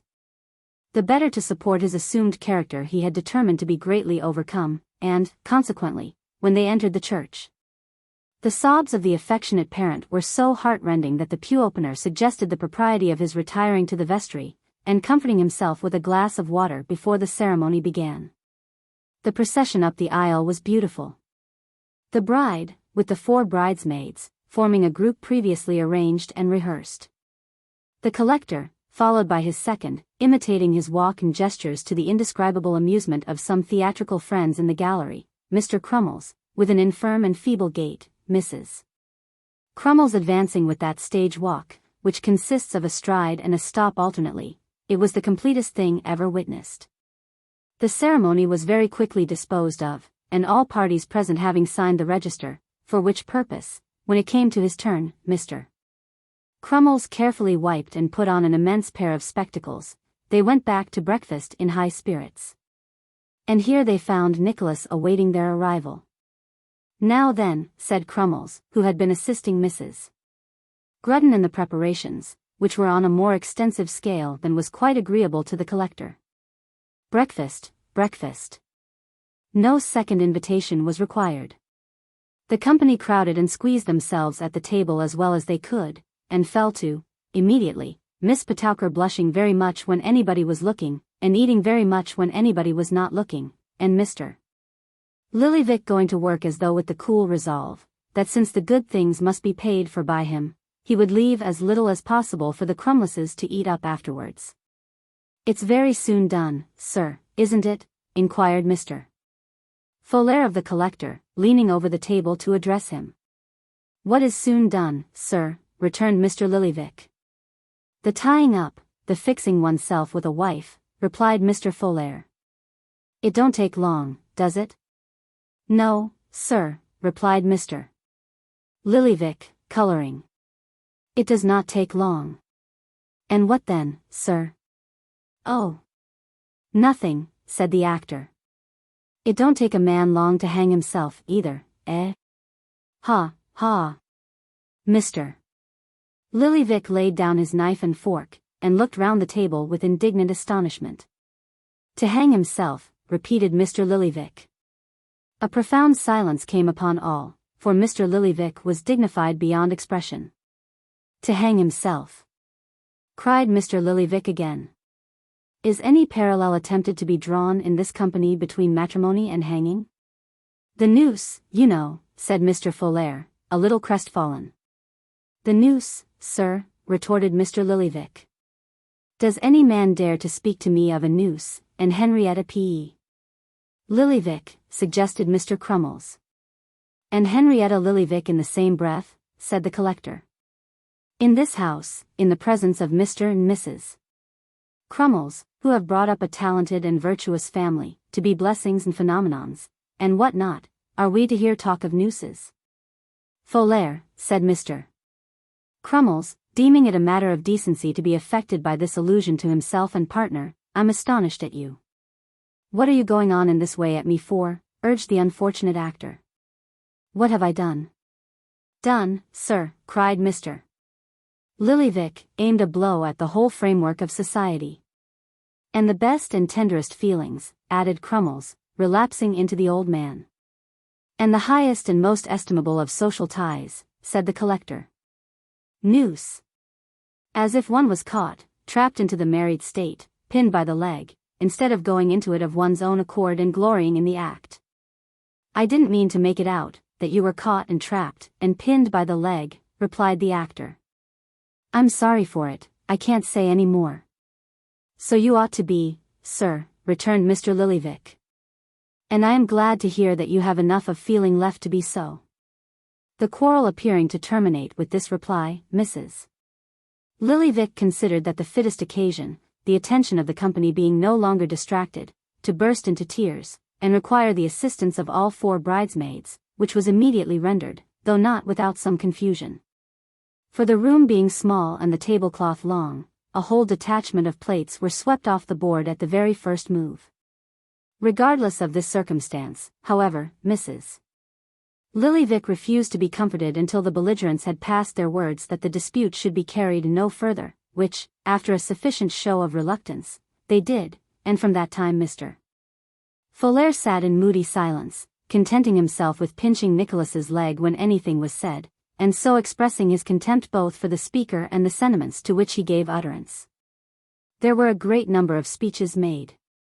Some by Nicholas, and some by Crummles, and some by the collector, 2 by the master Crummleses in returning thanks for themselves, and 1 by the phenomenon on behalf of the bridesmaids, at which Mrs. Crummles shed tears. There was some singing, too, from Miss Ledrook and Miss Bravassa, and very likely there might have been more, if the fly driver, who stopped to drive the happy pair to the spot where they proposed to take steamboat to ride, had not sent in a peremptory message intimating that if they didn't come directly he should infallibly demand 18 pence over and above his agreement. This desperate threat effectually broke up the party. After a most pathetic leave-taking, Mr. Lillyvick and his bride departed for Ryde, where they were to spend the next 2 days in profound retirement, and whither they were accompanied by the infant, who had been appointed traveling bridesmaid on Mr. Lillyvick's express stipulation, as the steamboat people, deceived by her size, would, he had previously ascertained, transport her at half price. As there was no performance that night, Mr. Crummles declared his intention of keeping it up till everything to drink was disposed of. But Nicholas, having to play Romeo for the first time on the ensuing evening, contrived to slip away in the midst of a temporary confusion, occasioned by the unexpected development of strong symptoms of inebriety in the conduct of Mrs. Grudden. To this act of desertion he was led, not only by his own inclinations, but by his anxiety on account of Smike, who, having to sustain the character of the apothecary, had been as yet wholly unable to get any more of the part into his head than the general idea that he was very hungry, which, perhaps from old recollections, he had acquired with great aptitude. I don't know what's to be done, Smike, said Nicholas, laying down the book. I am afraid you can't learn it, my poor fellow. I am afraid not, said Smike, shaking his head. I think if you, but that would give you so much trouble. What? Inquired Nicholas. Never mind me. I think, said Smike, if you were to keep saying it to me in little bits, over and over again, I should be able to recollect it from hearing you. Do you think so? Exclaimed Nicholas. Well said. Let us see who tires first. Not I, Smike, trust me. Now then. Who calls so loud? Who calls so loud? Said Smike. Who calls so loud? Repeated Nicholas. Who calls so loud? Cried Smike. Thus they continued to ask each other who called so loud, over and over again. And when Smike had that by heart, Nicholas went to another sentence, and then to 2 at a time, and then to 3, and so on, until at midnight poor Smike found to his unspeakable joy that he really began to remember something about the text. Early in the morning they went to it again, and Smike, rendered more confident by the progress he had already made, got on faster and with better heart. As soon as he began to acquire the words pretty freely, Nicholas showed him how he must come in with both hands spread out upon his stomach, and how he must occasionally rub it. In compliance with the established form by which people on the stage always denote that they want something to eat. After the morning's rehearsal they went to work again, nor did they stop, except for a hasty dinner, until it was time to repair to the theatre at night. Never had master a more anxious, humble, docile pupil. Never had pupil a more patient, unwearying, considerate, kind-hearted master. As soon as they were dressed, and at every interval when he was not upon the stage, Nicholas renewed his instructions. They prospered well. The Romeo was received with hearty plaudits and unbounded favor, and Smike was pronounced unanimously, alike by audience and actors, the very prince and prodigy of apothecaries. Chapter 26. Is fraught with some danger to Miss Nickleby's peace of mind. The place was a handsome suite of private apartments in Regent Street. The time was 3 o'clock in the afternoon to the dull and plodding, and the first hour of morning to the gay and spirited. The persons were Lord Frederick Verisopht, and his friend Sir Mulberry Hawk. These distinguished gentlemen were reclining listlessly on a couple of sofas, with a table between them, on which were scattered in rich confusion the materials of an untasted breakfast. Newspapers lay strewn about the room, but these, like the meal, were neglected and unnoticed. Not, however, because any flow of conversation prevented the attractions of the journals from being called into request, for not a word was exchanged between the two, nor was any sound uttered, save when one, in tossing about to find an easier resting place for his aching head, uttered an exclamation of impatience, and seemed for a moment to communicate a new restlessness to his companion. These appearances would in themselves have furnished a pretty strong clue to the extent of the debauch of the previous night, even if there had not been other indications of the amusements in which it had been passed. A couple of billiard balls, all mud and dirt, 2 battered hats, a champagne bottle with a soiled glove twisted round the neck, to allow of its being grasped more surely in its capacity of an offensive weapon, a broken cane. A card case without the top, an empty purse, a watch guard snapped asunder, a handful of silver, mingled with fragments of half-smoked cigars, and their stale and crumbled ashes. These, and many other tokens of riot and disorder, hinted very intelligibly at the nature of last night's gentlemanly frolics. Lord Frederick Verisopht was the first to speak. Dropping his slippered foot on the ground, and, yawning heavily, he struggled into a sitting posture, and turned his dull languid eyes towards his friend, to whom he called in a drowsy voice. "Hullo," replied Sir Mulberry, turning round. "Are we going to lie here all do awhile?" said the lord. "I don't know that we're fit for anything else," replied Sir Mulberry, "yet a while, at least. I haven't a grain of life in me this morning." "Life," cried Lord Verisopht. "I feel as if there would be nothing so snug and comfortable as to die at once." "Then why don't you die?" said Sir Mulberry. With which inquiry he turned his face away, and seemed to occupy himself in an attempt to fall asleep. His hopeful friend and pupil drew a chair to the breakfast table, and essayed to eat. But, finding that impossible, lounged to the window, then loitered up and down the room with his hand to his fevered head, and finally threw himself again on his sofa, and roused his friend once more. "What the devil's the matter?" groaned Sir Mulberry, sitting upright on the couch. Although Sir Mulberry said this with sufficient ill humor, he did not seem to feel himself quite at liberty to remain silent.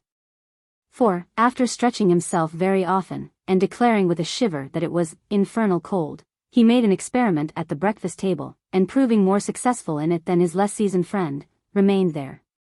"Suppose," said Sir Mulberry, pausing with a morsel on the point of his fork, "suppose we go back to the subject of little Nickleby, eh?" "Which little Nickleby, the moneylender or the Gal?" asked Lord Verisopht. "You take me, I see," replied Sir Mulberry. "The girl, of course." "You promised me you'd find her out," said Lord Verisopht. "So I did," rejoined his friend, "but I have thought further of the matter since then." "You distrust me in the business, you shall find her out yourself."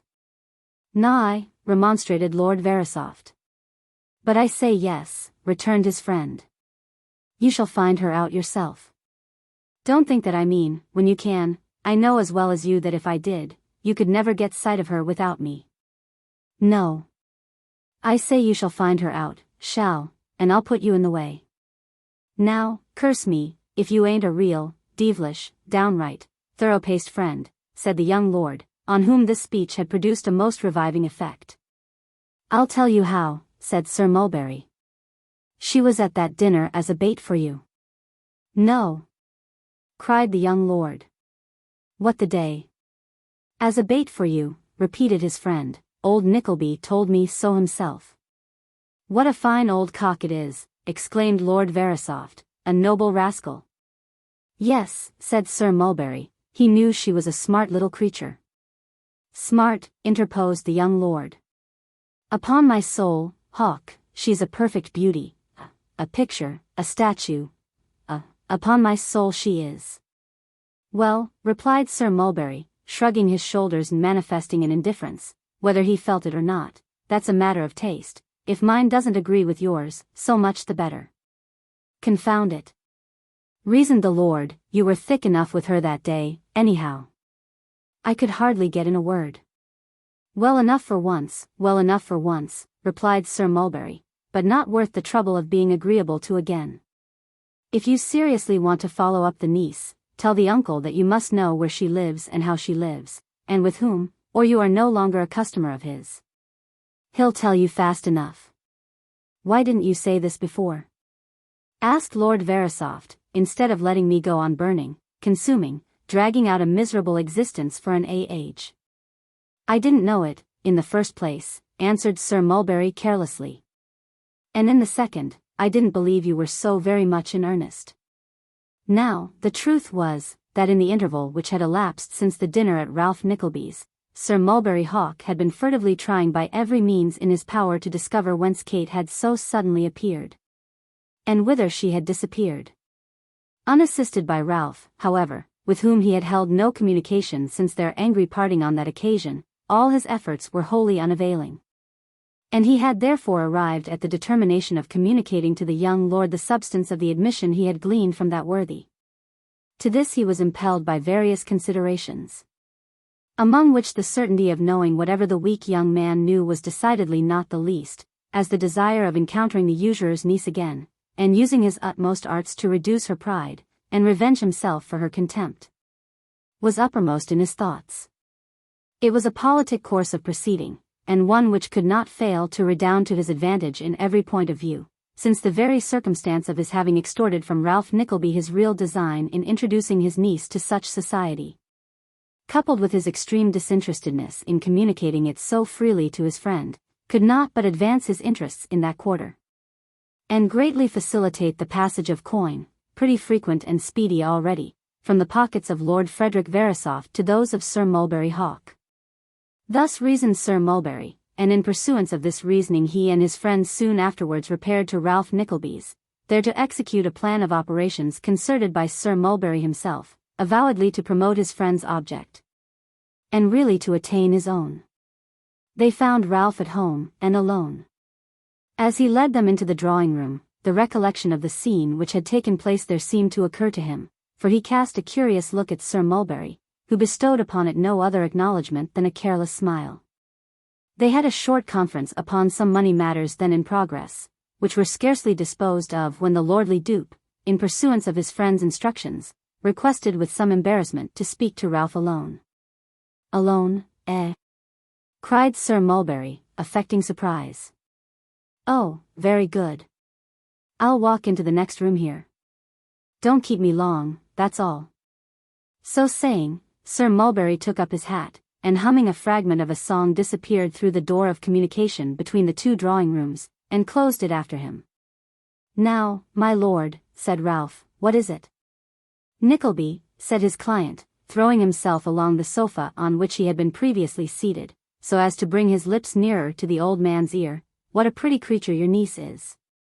Is she, my lord? Replied Ralph. Maybe, I don't trouble my head with such matters. You know she's a devilish fine girl, said the client. You must know that, Nickleby. Come, don't deny that. Yes, I believe she is considered so, replied Ralph. Indeed, I know she is. If I did not, you are an authority on such points, and your taste, my lord, on all points, indeed, is undeniable. Nobody but the young man to whom these words were addressed could have been deaf to the sneering tone in which they were spoken, or blind to the look of contempt by which they were accompanied. But Lord Frederick Verisopht was both, and took them to be complimentary. Well, he said, p'raps you're a little right, and p'raps you're a little wrong, a little of both, Nickleby. I want to know where this beauty lives, that I may have another peep at her, Nickleby. Really, Ralph began in his usual tones. Don't talk so loud, cried the other, achieving the great point of his lesson to a miracle. I don't want Hawk to hear. You know he is your rival, do you? Said Ralph, looking sharply at him. He always is, damn him, replied the client, and I want to steal a march upon him. Ha, ha, ha. He'll cut up so rough, Nickleby, at our talking together without him. Where does she live, Nickleby, that's all. Only tell me where she lives, Nickleby. He bites, thought Ralph. He bites. Nickleby, pursued the client. Where does she live? Really, my lord, said Ralph, rubbing his hands slowly over each other, I must think before I tell you. No, not a bit of it, Nickleby, you mustn't think at all, replied Verisopht. Where is it? No good can come of your knowing, replied Ralph. She has been virtuously and well brought up, to be sure she is handsome, poor, unprotected. Poor girl, poor girl. Ralph ran over this brief summary of Kate's condition as if it were merely passing through his own mind, and he had no intention to speak aloud. But the shrewd sly look which he directed at his companion as he delivered it, gave this poor assumption the lie. I tell you I only want to see her, cried his client. A man may look at a pretty woman without harm, mayn't he? Now, where does she live? You know you're making a fortune out of me, Nickleby, and upon my soul nobody shall ever take me to anybody else, if you only tell me this. As you promise that, my lord, said Ralph, with feigned reluctance, and as I am most anxious to oblige you, and as there's no harm in it, no harm, I'll tell you. But you had better keep it to yourself, my lord, strictly to yourself. Ralph pointed to the adjoining room as he spoke, and nodded expressively. The young lord, feigning to be equally impressed with the necessity of this precaution, Ralph disclosed the present address and occupation of his niece. Observing that from what he heard of the family they appeared very ambitious to have distinguished acquaintances, and that a lord could, doubtless, introduce himself with great ease, if he felt disposed. Your object being only to see her again, said Ralph, you could effect it at any time you chose by that means. Lord Verisopht acknowledged the hint with a great many squeezes of Ralph's hard, horny hand, and whispering that they would now do well to close the conversation, called to Sir Mulberry Hawk that he might come back. I thought you had gone to sleep, said Sir Mulberry, reappearing with an ill-tempered air. Sorry to detain you, replied the gull, but Nickleby has been so amazingly funny that I couldn't tear myself away. No, said Ralph. It was all his lordship. You know what a witty, humorous, elegant, accomplished man Lord Frederick is. Mind the step, my lord, Sir Mulberry, pray give way. With such courtesies as these, and many low bows, and the same cold sneer upon his face all the while, Ralph busied himself in showing his visitors downstairs, and otherwise than by the slightest possible motion about the corners of his mouth. Returned no show of answer to the look of admiration with which Sir Mulberry Hawk seemed to compliment him on being such an accomplished and most consummate scoundrel. There had been a ring at the bell a few minutes before, which was answered by Newman Noggs just as they reached the hall. In the ordinary course of business Newman would have either admitted the newcomer in silence, or have requested him or her to stand aside while the gentleman passed out. But he no sooner saw who it was, than as if for some private reason of his own, he boldly departed from the established custom of Ralph's mansion in business hours, and looking towards the respectable trio who were approaching, cried in a loud and sonorous voice, "Mrs. Nickleby." "Mrs. Nickleby," cried Sir Mulberry Hawk, as his friend looked back, and stared him in the face. It was, indeed, that well-intentioned lady, who, having received an offer for the empty house in the city directed to the landlord, had brought it post-haste to Mr. Nickleby without delay. "Nobody you know," said Ralph. "Step into the office, my dear. I'll be with you directly."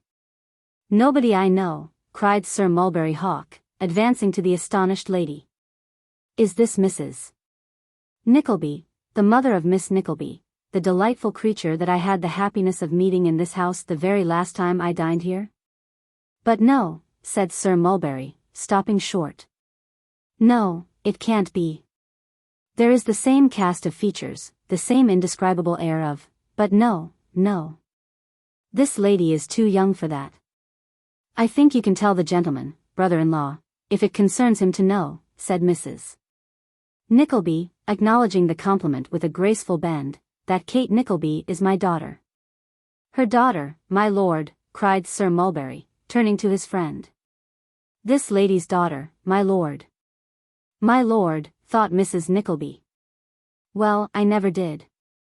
"This, then, my lord," said Sir Mulberry, "is the lady to whose obliging marriage we owe so much happiness. This lady is the mother of sweet Miss Nickleby. Do you observe the extraordinary likeness, my lord? Nickleby, introduce us." Ralph did so, in a kind of desperation. "Upon my soul, it's a most delightful thing," said Lord Frederick, pressing forward. "How to do?" Mrs. Nickleby was too much flurried by these uncommonly kind salutations, and her regrets at not having on her other bonnet, to make any immediate reply, so she merely continued to bend and smile, and betray great agitation. And how is Miss Nickleby?" said Lord Frederick. "Well, I hope." "She is quite well, I'm obliged to you, my lord," returned Mrs. Nickleby, recovering. "Quite well. She wasn't well for some days after that day she dined here, and I can't help thinking that she caught cold in that hackney coach coming home.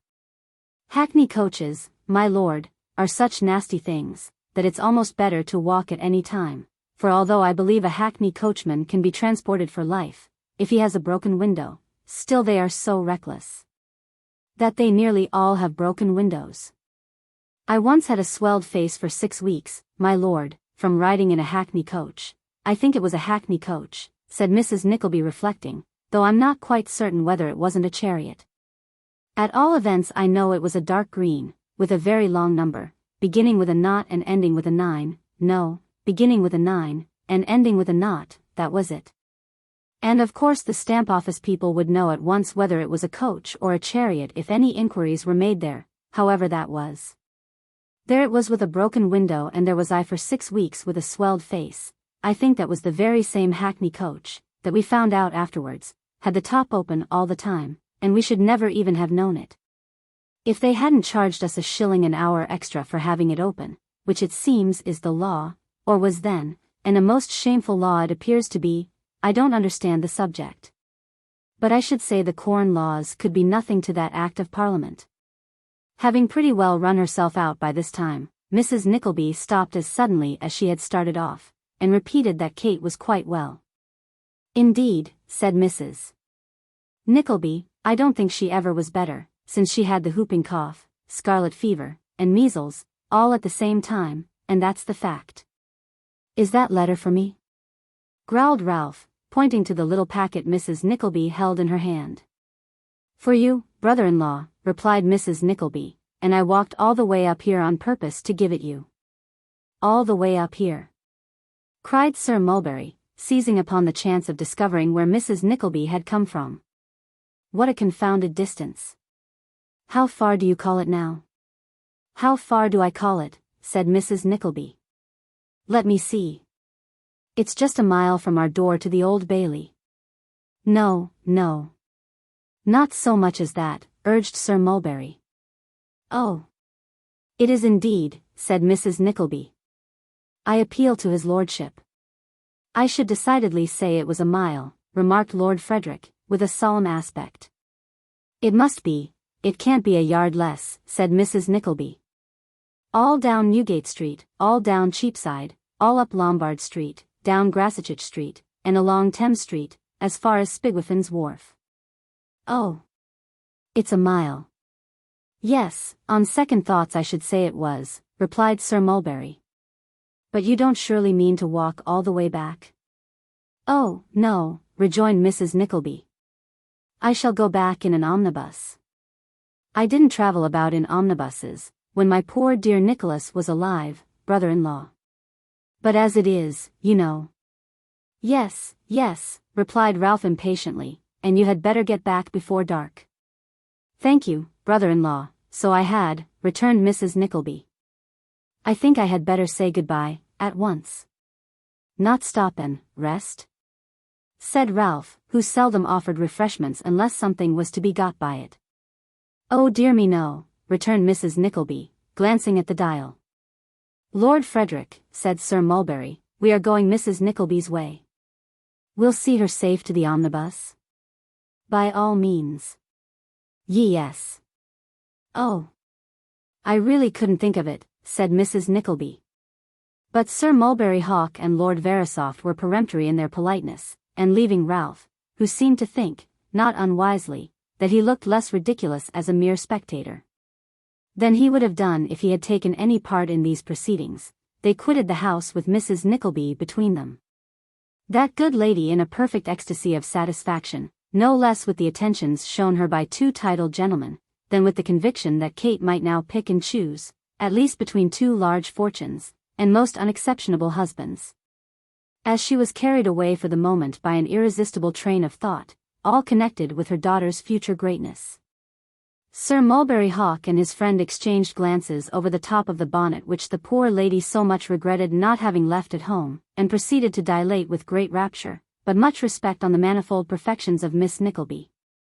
What a delight, what a comfort, what a happiness, this amiable creature must be to you, said Sir Mulberry, throwing into his voice an indication of the warmest feeling.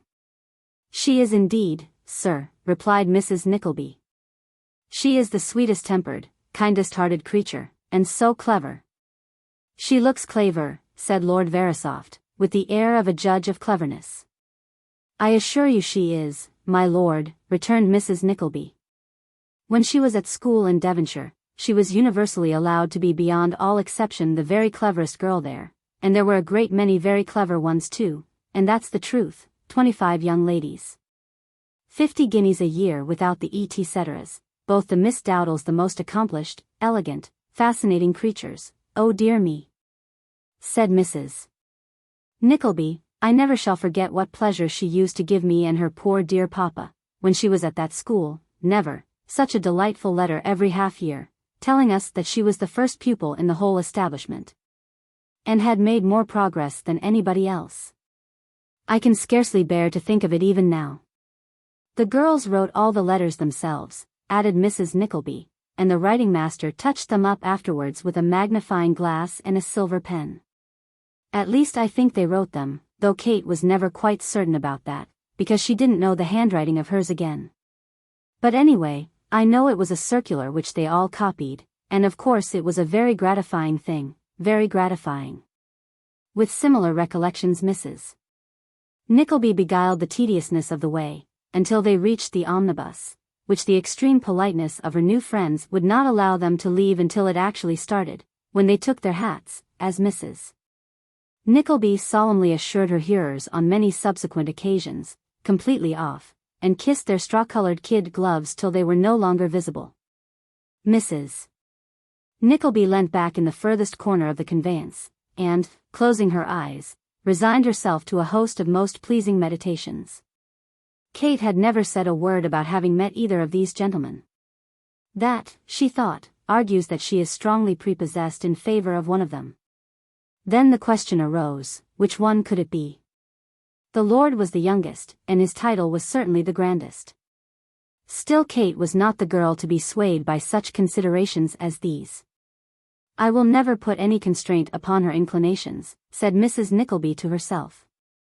"But upon my word I think there's no comparison between his lordship and Sir Mulberry. Sir Mulberry is such an attentive gentlemanly creature, so much manner, such a fine man, and has so much to say for himself. I hope it's Sir Mulberry, I think it must be Sir Mulberry." And then her thoughts flew back to her old predictions, and the number of times she had said that Kate with no fortune would marry better than other people's daughters with thousands. And, as she pictured with the brightness of a mother's fancy all the beauty and grace of the poor girl who had struggled so cheerfully with her new life of hardship and trial, her heart grew too full, and the tears trickled down her face. Meanwhile, Ralph walked to and fro in his little back office, troubled in mind by what had just occurred. To say that Ralph loved or cared for, in the most ordinary acceptation of those terms, any one of God's creatures, would be the wildest fiction. Still, there had somehow stolen upon him from time to time a thought of his niece which was tinged with compassion and pity. Breaking through the dull cloud of dislike or indifference which darkened men and women in his eyes, there was, in her case, the faintest gleam of light, a most feeble and sickly ray at the best of times, but there it was. And it showed the poor girl in a better and purer aspect than any in which he had looked on human nature yet. "I wish," thought Ralph, "I had never done this. And yet it will keep this boy to me, while there is money to be made. Selling a girl, throwing her in the way of temptation, and insult, and coarse speech. Nearly £2,000 profit from him already though. Pshaw! Matchmaking mothers do the same thing every day." He sat down, and told the chances, for and against, on his fingers. "If I had not put them in the right track today," thought Ralph, "this foolish woman would have done so. Well, if her daughter is as true to herself as she should be from what I have seen, what harm ensues? A little teasing, a little humbling, a few tears." "Yes," said Ralph, aloud, as he locked his iron safe. "She must take her chance. She must take her chance." Chapter 27. Mrs. Nickleby becomes acquainted with Messrs. Pike and Pluck, whose affection and interest are beyond all bounds. Mrs. Nickleby had not felt so proud and important for many a day, as when, on reaching home, she gave herself wholly up to the pleasant visions which had accompanied her on her way thither. Lady Mulberry Hawk, that was the prevalent idea. Lady Mulberry Hawk, on Tuesday last, at St. George's, Hanover Square, by the Right Reverend the Bishop of Llandaff, Sir Mulberry Hawk, of Mulberry Castle, North Wales, to Catherine, only daughter of the late Nicholas Nickleby, Esquire, of Devonshire.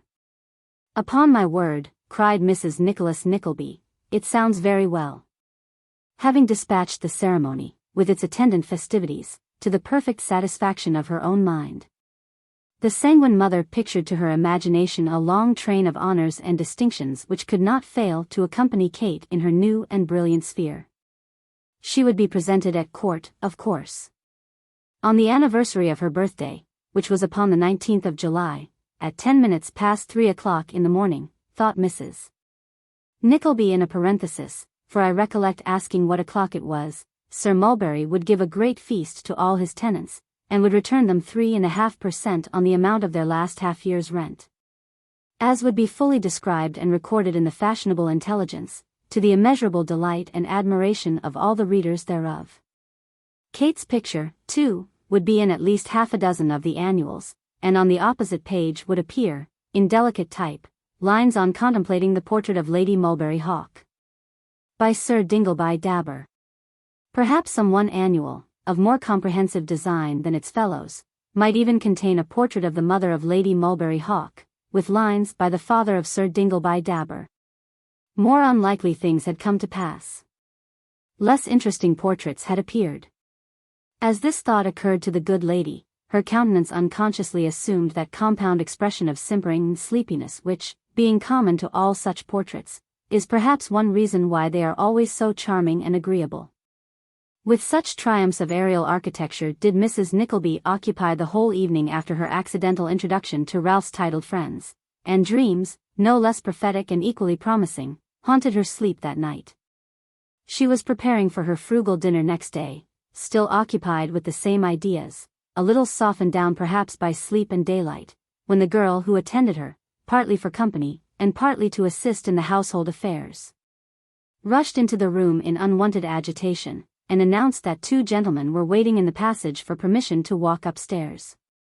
"Bless my heart," cried Mrs. Nickleby, hastily arranging her cap and front, "if it should be, dear me, standing in the passage all this time, why don't you go and ask them to walk up, you stupid thing?"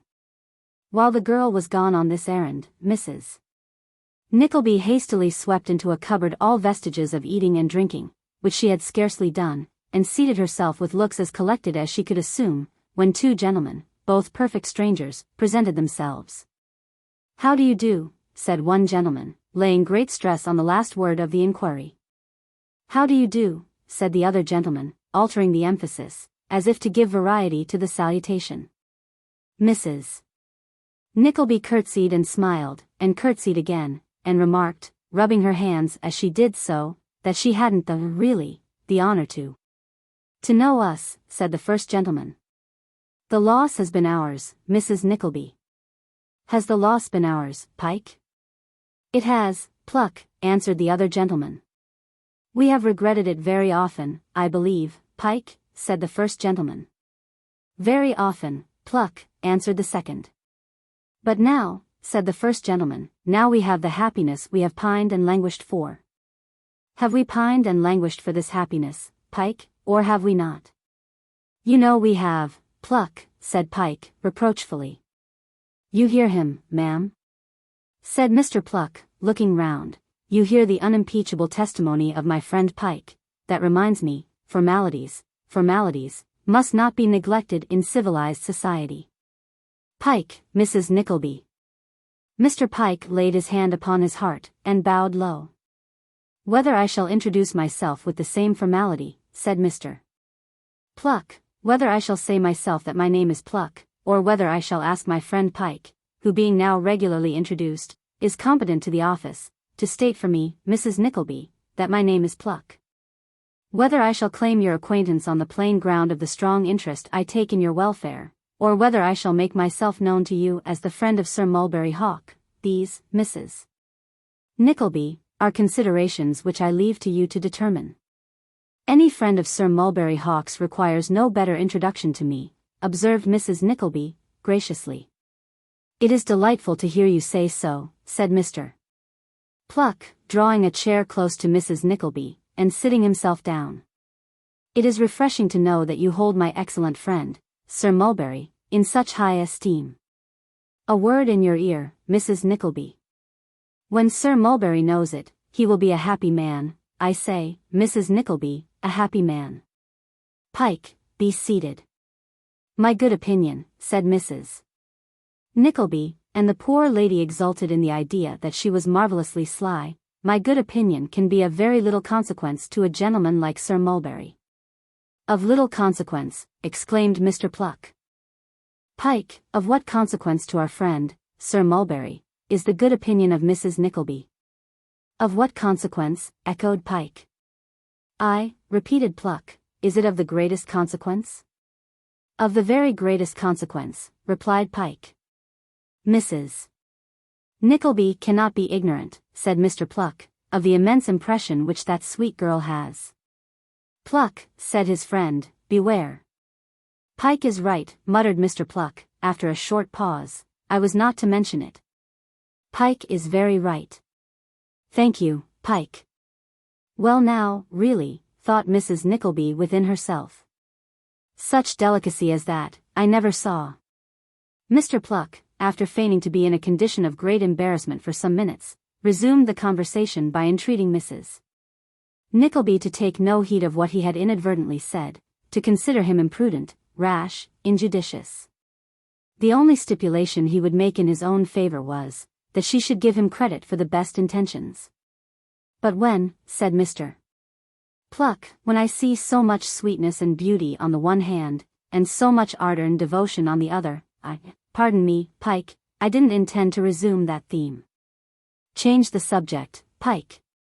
"We promised Sir Mulberry and Lord Frederick," said Pike, "that we'd call this morning and inquire whether you took any cold last night." "Not the least in the world last night, sir," replied Mrs. Nickleby, "with many thanks to his lordship and Sir Mulberry for doing me the honour to inquire, not the least, which is the more singular, as I really am very subject to colds, indeed, very subject."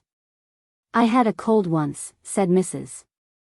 Nickleby, "I think it was in the year 1817, let me see, 4 and 5 are 9, and, yes, 1817, that I thought I never should get rid of. Actually and seriously, that I thought I never should get rid of. I was only cured at last by a remedy that I don't know whether you ever happened to hear of, Mr. Pluck. You have a gallon of water as hot as you can possibly bear it, with a pound of salt, and 6 of the finest bran, and sit with your head in it for 20 minutes every night just before going to bed. At least, I don't mean your head, your feet. It's a most extraordinary cure, a most extraordinary cure. I used it for the first time, I recollect, the day after Christmas Day, and by the middle of April following the cold was gone. It seems quite a miracle when you come to think of it, for I had it ever since the beginning of September." "What an afflicting calamity," said Mr. Pike. "Perfectly horrid," exclaimed Mr. Pluck. "But it's worth the pain of hearing, only to know that Mrs. Nickleby recovered it, isn't it, Pluck?" cried Mr. Pike. "That is the circumstance which gives it such a thrilling interest," replied Mr. Pluck. "But come," said Pike, as if suddenly recollecting himself, "we must not forget our mission and the pleasure of this interview." "We come on a mission, Mrs. Nickleby." "On a mission," exclaimed that good lady, to whose mind a definite proposal of marriage for Kate at once presented itself in lively colors. "From Sir Mulberry," replied Pike.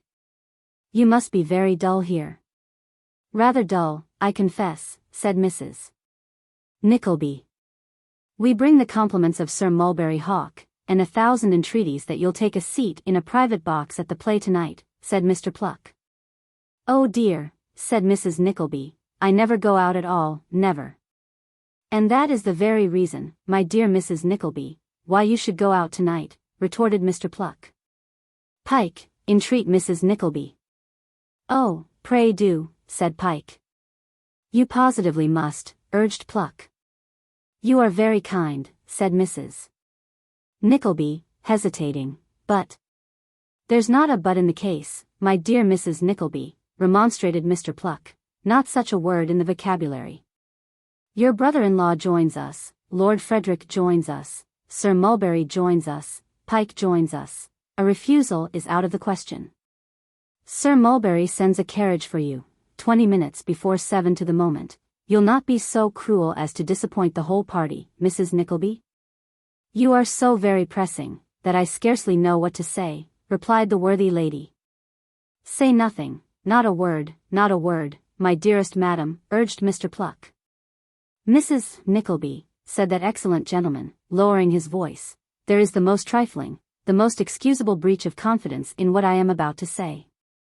And yet if my friend Pike there overheard it, such is that man's delicate sense of honor, Mrs. Nickleby, he'd have me out before dinner time." Mrs. Nickleby cast an apprehensive glance at the warlike Pike, who had walked to the window, and Mr. Pluck, squeezing her hand, went on. "Your daughter has made a conquest on which I may congratulate you. Sir Mulberry, my dear ma'am, Sir Mulberry is her devoted slave." "Hem!" "Ha!" cried Mr. Pike at this juncture, snatching something from the chimney-piece with a theatrical air. "What is this? What do I behold?" "What do you behold, my dear fellow?" asked Mr. Pluck. "It is the face, the countenance, the expression," cried Mr. Pike, falling into his chair with a miniature in his hand, feebly portrayed, imperfectly caught, but still the face, the countenance, the expression. "I recognize it at this distance," exclaimed Mr. Pluck in a fit of enthusiasm. "Is it not, my dear madam, the faint similitude of—" "It is my daughter's portrait," said Mrs. Nickleby, with great pride. And so it was. And little Miss La Creevy had brought it home for inspection only 2 nights before. Mr. Pike no sooner ascertained that he was quite right in his conjecture, than he launched into the most extravagant encomiums of the divine original, and in the warmth of his enthusiasm kissed the picture 1,000 times, while Mr. Pluck pressed Mrs. Nickleby's hand to his heart, and congratulated her on the possession of such a daughter, with so much earnestness and affection, that the tears stood, or seemed to stand, in his eyes. Poor Mrs. Nickleby, who had listened in a state of enviable complacency at first, became at length quite overpowered by these tokens of regard for, and attachment to, the family. And even the servant girl, who had peeped in at the door, remained rooted to the spot in astonishment at the ecstasies of the 2 friendly visitors. By degrees these raptures subsided, and Mrs. Nickleby went on to entertain her guests with a lament over her fallen fortunes, and a picturesque account of her old house in the country, comprising a full description of the different apartments, not forgetting the little storeroom.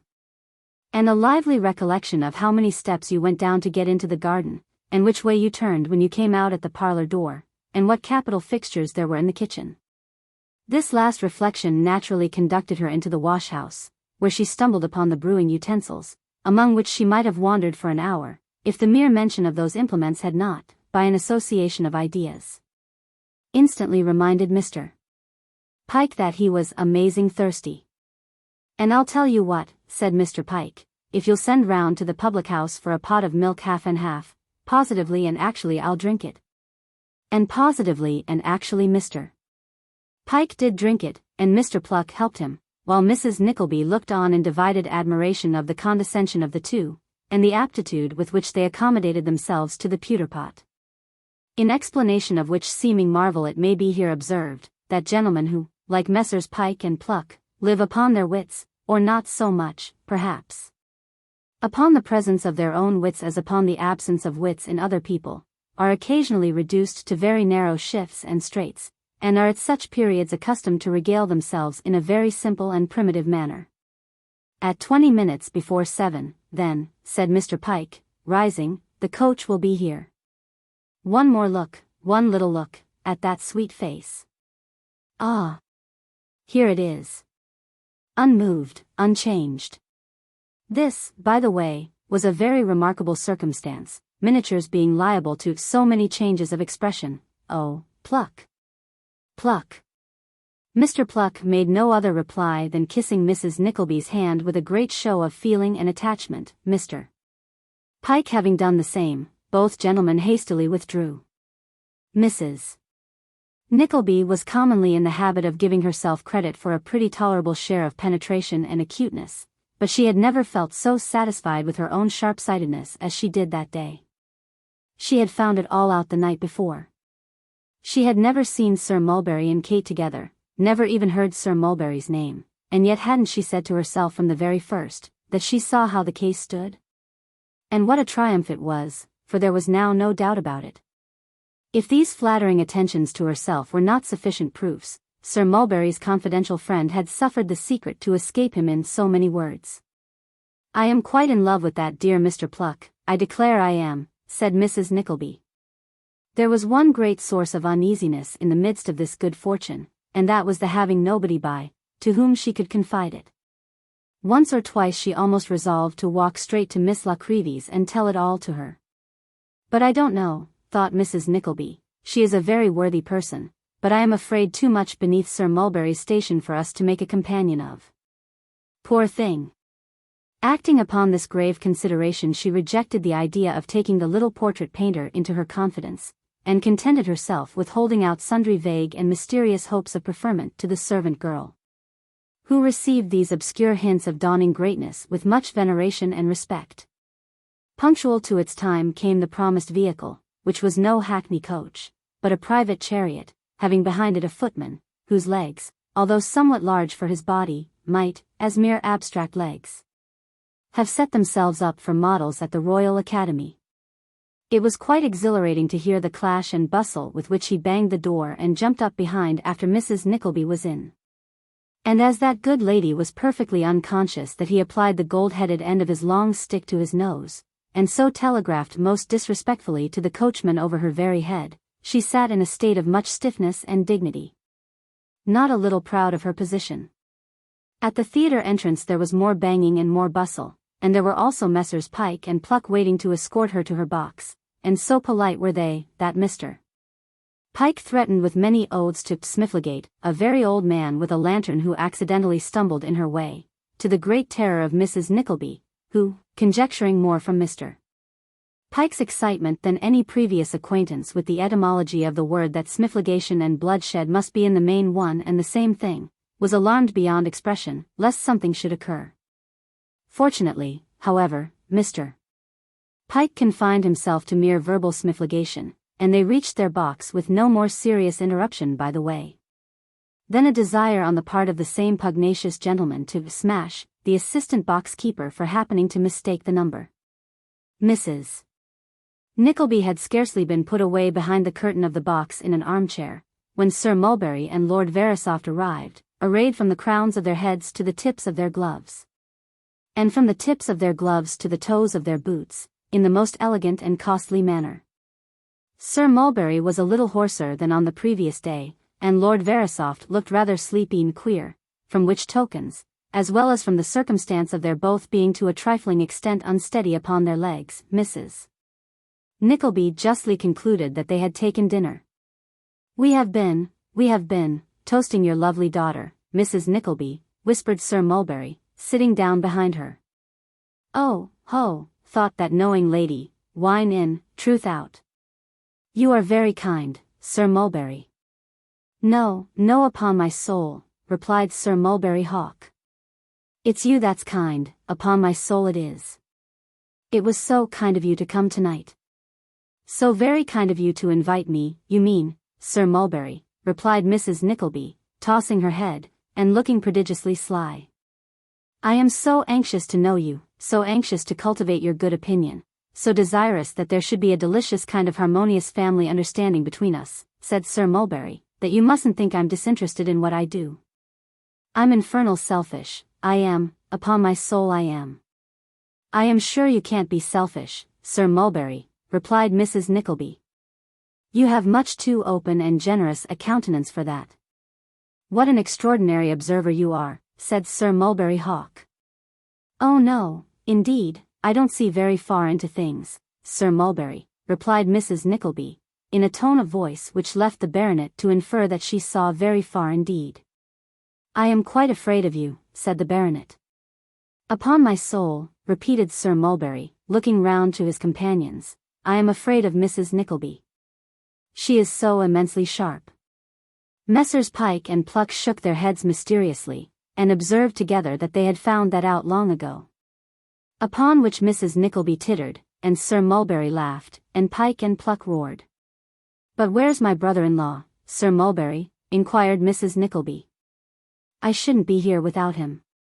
I hope he's coming." "Pike," said Sir Mulberry, taking out his toothpick and lolling back in his chair, as if he were too lazy to invent a reply to this question.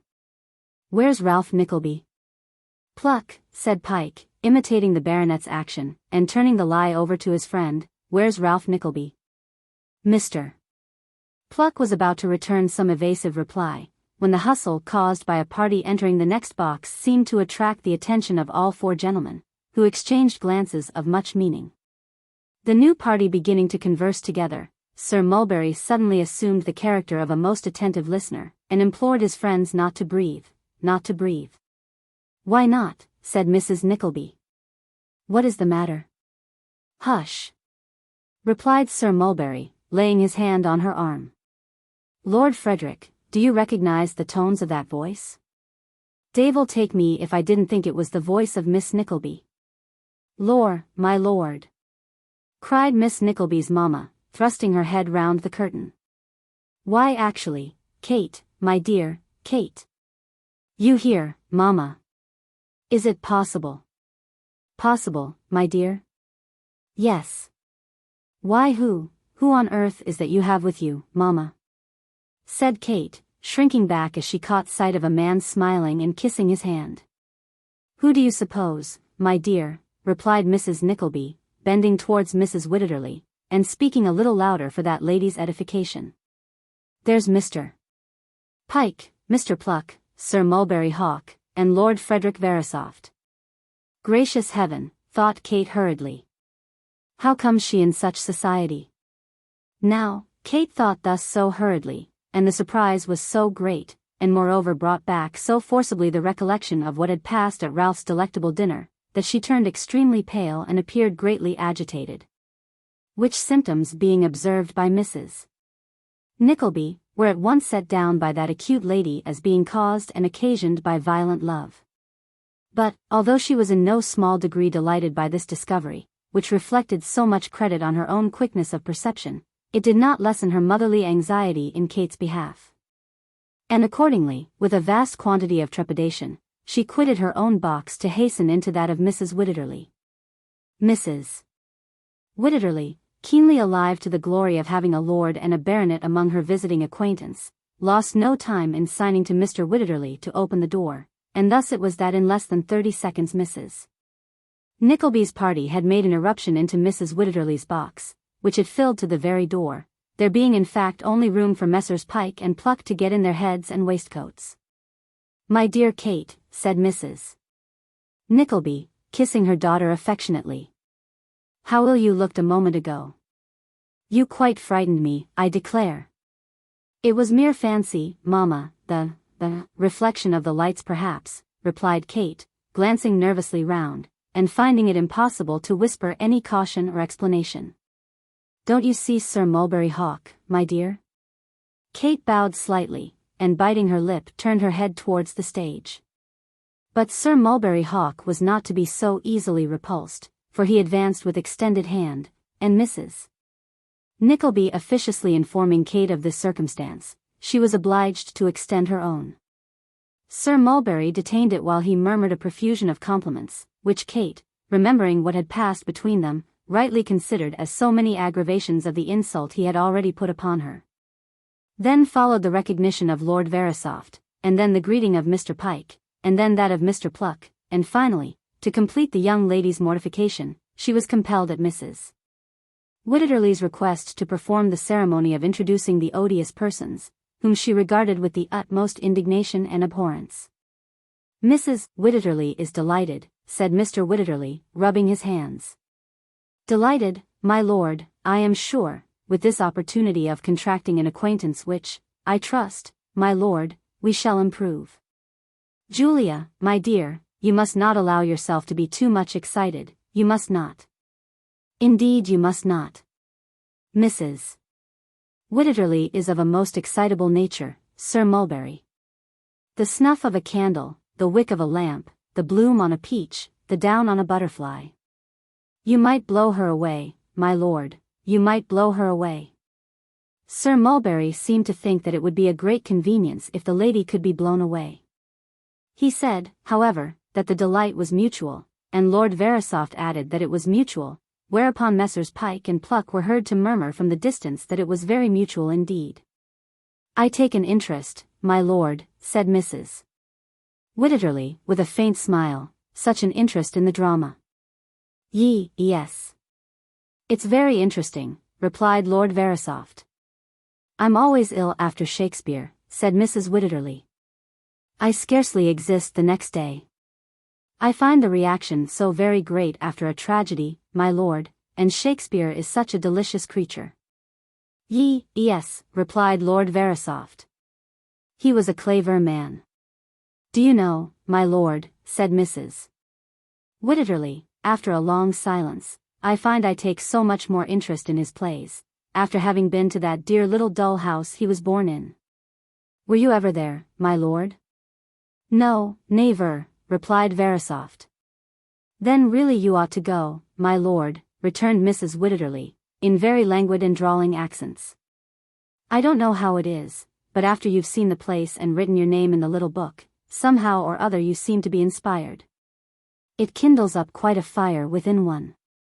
Yes, replied Lord Verisopht, I shall certainly go there. Julia, my life, interposed Mr. Whitterly, you are deceiving his lordship, unintentionally, my lord, she is deceiving you. It is your poetical temperament, my dear, your ethereal soul, your fervid imagination, which throws you into a glow of genius and excitement. There is nothing in the place, my dear, nothing. I think there must be something in the place, said Mrs. Nickleby, who had been listening in silence, for, soon after I was married, I went to Stratford with my poor dear Mr. Nickleby, in a post-chaise from Birmingham. Was it a post-chaise though? Said Mrs. Nickleby, considering. Yes, it must have been a post-chaise, because I recollect remarking at the time that the driver had a green shade over his left eye. In a post-chaise from Birmingham, and after we had seen Shakespeare's tomb and birthplace, we went back to the inn there, where we slept that night, and I recollect that all night long I dreamt of nothing but a black gentleman, at full length, in plaster of Paris, with a lay-down collar tied with 2 tassels, leaning against a post and thinking. And when I woke in the morning and described him to Mr. Nickleby, he said it was Shakespeare just as he had been when he was alive, which was very curious indeed. Stratford, continued Mrs. Nickleby, considering. Yes, I am positive about that, because I recollect I was in the family way with my son Nicholas at the time, and I had been very much frightened by an Italian image boy that very morning. In fact, it was quite a mercy, ma'am, added Mrs. Nickleby, in a whisper to Mrs. Whitterly, that my son didn't turn out to be a Shakespeare, and what a dreadful thing that would have been. When Mrs. Nickleby had brought this interesting anecdote to a close, Pike and Pluck, ever zealous in their patron's cause, proposed the adjournment of a detachment of the party into the next box. And with so much skill were the preliminaries adjusted, that Kate, despite all she could say or do to the contrary, had no alternative but to suffer herself to be led away by Sir Mulberry Hawk. Her mother and Mr. Pluck accompanied them, but the worthy lady, pluming herself upon her discretion, took particular care not so much as to look at her daughter during the whole evening, and to seem wholly absorbed in the jokes and conversation of Mr. Pluck, who, having been appointed sentry over Mrs. Nickleby for that especial purpose, neglected, on his side, no possible opportunity of engrossing her attention. Lord Frederick Verisopht remained in the next box to be talked to by Mrs. Whitterly, and Mr. Pike was in attendance to throw in a word or two when necessary. As to Mr. Whitterly, he was sufficiently busy in the body of the house, informing such of his friends and acquaintance as happened to be there, that those 2 gentlemen upstairs, whom they had seen in conversation with Mrs. W., were the distinguished Lord Frederick Verisopht and his most intimate friend, the gay Sir Mulberry Hawk, a communication which inflamed several respectable housekeepers with the utmost jealousy and rage, and reduced 16 unmarried daughters to the very brink of despair. The evening came to an end at last, but Kate had yet to be handed downstairs by the detested Sir Mulberry. And so skilfully were the manoeuvres of Messrs. Pike and Pluck conducted, that she and the baronet were the last of the party, and were even, without an appearance of effort or design, left at some little distance behind. Don't hurry, said Sir Mulberry, as Kate hastened on, and attempted to release her arm. She made no reply, but still pressed forward. Nay, then, coolly observed Sir Mulberry, stopping her outright. You had best not seek to detain me, sir, said Kate, angrily. And why not? Retorted Sir Mulberry. My dear creature, now why do you keep up this show of displeasure? Show, repeated Kate, indignantly. How dare you presume to speak to me, sir, to address me, to come into my presence?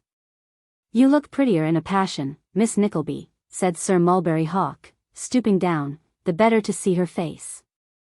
I hold you in the bitterest detestation and contempt, sir, said Kate. If you find any attraction in looks of disgust and aversion, let me rejoin my friends, sir, instantly.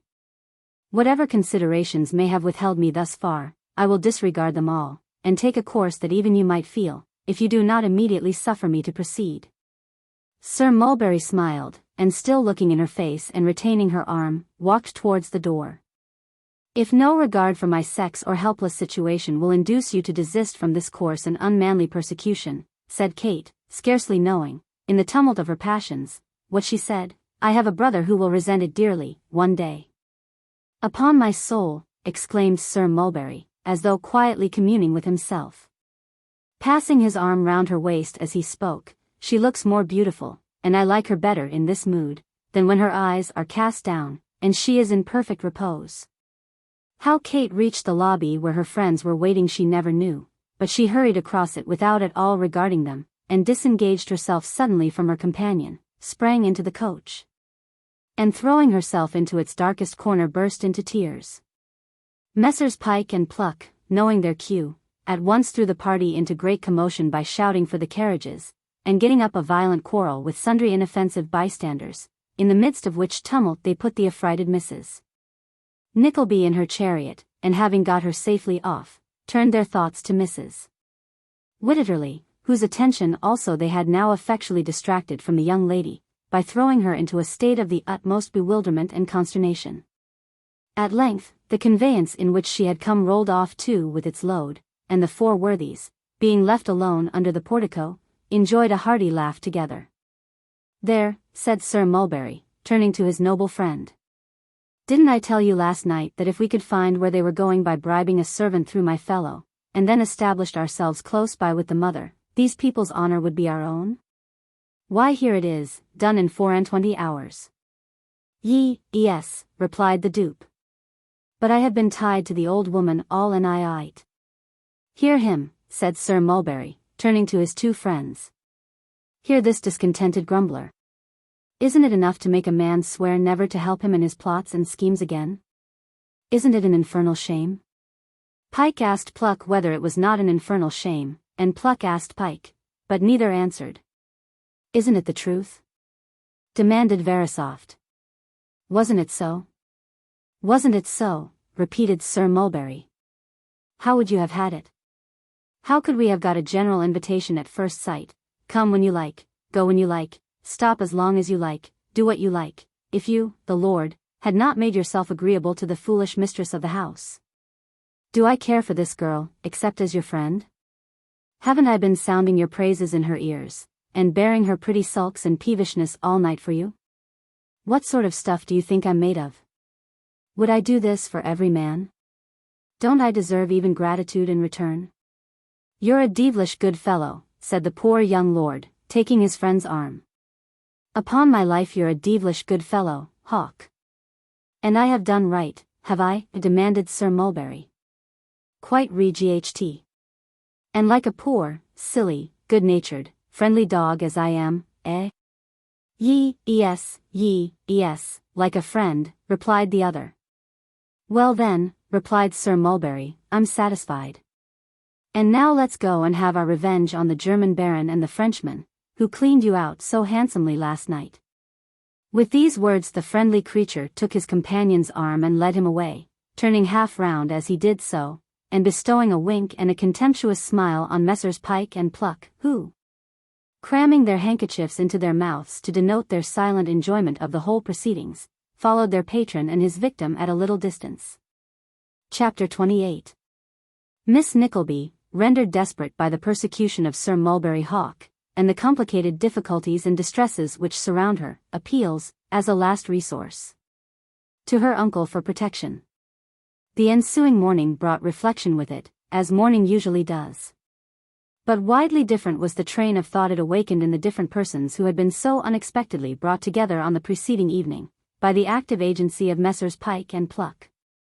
The reflections of Sir Mulberry Hawk, if such a term can be applied to the thoughts of the systematic and calculating man of dissipation, whose joys, regrets, pains, and pleasures, are all of self, and who would seem to retain nothing of the intellectual faculty but the power to debase himself, and to degrade the very nature whose outward semblance he wears, the reflections of Sir Mulberry Hawk turned upon Kate Nickleby, and were, in brief, that she was undoubtedly handsome, that her coyness must be easily conquerable by a man of his address and experience, and that the pursuit was one which could not fail to redound to his credit, and greatly to enhance his reputation with the world. And lest this last consideration, no mean or secondary one with Sir Mulberry, should sound strangely in the ears of some, let it be remembered that most men live in a world of their own, and that in that limited circle alone are they ambitious for distinction and applause. Sir Mulberry's world was peopled with profligates, and he acted accordingly.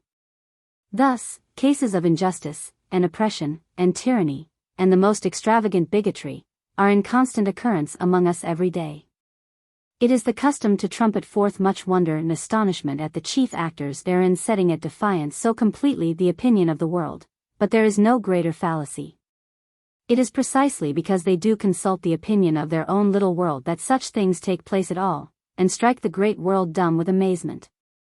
The reflections of Mrs. Nickleby were of the proudest and most complacent kind. And under the influence of her very agreeable delusion she straightway sat down and indited a long letter to Kate, in which she expressed her entire approval of the admirable choice she had made, and extolled Sir Mulberry to the skies. Asserting, for the more complete satisfaction of her daughter's feelings, that he was precisely the individual whom she, Mrs. Nickleby, would have chosen for her son-in-law, if she had had the picking and choosing from all mankind. The good lady then, with the preliminary observation that she might be fairly supposed not to have lived in the world so long without knowing its ways, communicated a great many subtle precepts applicable to the state of courtship, and confirmed in their wisdom by her own personal experience. Above all things she commended a strict maidenly reserve, as being not only a very laudable thing in itself, but as tending materially to strengthen and increase a lover's ardor. And I never, added Mrs. Nickleby, was more delighted in my life than to observe last night, my dear, that your good sense had already told you this. With which sentiment, and various hints of the pleasure she derived from the knowledge that her daughter inherited so large an installment of her own excellent sense and discretion, to nearly the full measure of which she might hope, with care, to succeed in time, Mrs. Nickleby concluded a very long and rather illegible letter. Poor Kate was well-nigh distracted on the receipt of 4 closely written and closely crossed sides of congratulation on the very subject which had prevented her closing her eyes all night, and kept her weeping and watching in her chamber. Still worse and more trying was the necessity of rendering herself agreeable to Mrs. Wititterly, who, being in low spirits after the fatigue of the preceding night, of course expected her companion, else wherefore had she board and salary? To be in the best spirits possible. As to Mr. Wititterly, he went about all day in a tremor of delight at having shaken hands with a lord, and having actually asked him to come and see him in his own house. The lord himself, not being troubled to any inconvenient extent with the power of thinking, regaled himself with the conversation of Messrs. Pike and Pluck, who sharpened their wit by a plentiful indulgence in various costly stimulants at his expense. It was 4 in the afternoon, that is, the vulgar afternoon of the sun and the clock, and Mrs. Wititterly reclined, according to custom, on the drawing-room sofa, while Kate read aloud a new novel in 3 volumes, entitled The Lady Flabella, which Alphonse the Doubtful had procured from the library that very morning. And it was a production admirably suited to a lady laboring under Mrs. Wititterly's complaint, seeing that there was not a line in it, from beginning to end, which could, by the most remote contingency, awaken the smallest excitement in any person breathing. Kate read on. Cherisette, said the Lady Flabella, inserting her mouse-like feet in the blue satin slippers, which had unwittingly occasioned the half-playful half-angry altercation between herself and the youthful Colonel Beffelaire, in the Duke of Mincefenel's salon de danse on the previous night. Cherisette, ma chère, donnez-moi de l'eau de Cologne, s'il vous plaît, mon enfant. Mercy, thank you, said the Lady Flabella, as the lively but devoted Cherisette plentifully besprinkled with the fragrant compound the Lady Flabella's mouchoir of finest cambric, edged with richest lace, and emblazoned at the 4 corners with the Flabella crest, and gorgeous heraldic bearings of that noble family. Mercy, that will do. At this instant, while the Lady Flabella yet inhaled that delicious fragrance by holding the mouchoir to her exquisite, but thoughtfully chiseled nose, the door of the boudoir, artfully concealed by rich hangings of silk and damask, the hue of Italy's firmament, was thrown open, and with noiseless tread 2 valets de chamber, clad in sumptuous liveries of peach blossom and gold, advanced into the room followed by a page in bas de soie, silk stockings, who, while they remained at some distance making the most graceful obeisances, advanced to the feet of his lovely mistress, and dropping on one knee presented, on a golden salver gorgeously chased, a scented billet. The Lady Flabella, with an agitation she could not repress, hastily tore off the envelope and broke the scented seal. It was from Befillaire, the young, the slim, the low-voiced, her own Befillaire. "Oh, charming," interrupted Kate's patroness, who was sometimes taken literary. "Poetic, really. Read that description again, Miss Nickleby." Kate complied. "Sweet, indeed," said Mrs. Wititterly, with a sigh. "So voluptuous, is it not, so soft?" "Yes, I think it is," replied Kate, gently, "very soft." "Close the book, Miss Nickleby," said Mrs. Wititterly. "I can hear nothing more today. I should be sorry to disturb the impression of that sweet description." "Close the book." Kate complied, not unwillingly, and, as she did so, Mrs. Wititterly, raising her glass with a languid hand, remarked that she looked pale. "It was the fright of that noise and confusion last night," said Kate. "How very odd," exclaimed Mrs. Wititterly, with a look of surprise. "And certainly, when one comes to think of it, it was very odd that anything should have disturbed a companion. A steam engine, or other ingenious piece of mechanism out of order, would have been nothing to it. How did you come to know Lord Frederick, and those other delightful creatures, child?" asked Mrs. Wititterly, still eyeing Kate through her glass. "I met them at my uncle's," said Kate, vexed to feel that she was coloring deeply, but unable to keep down the blood which rushed to her face whenever she thought of that man. "Have you known them long?" "No," rejoined Kate. "Not long.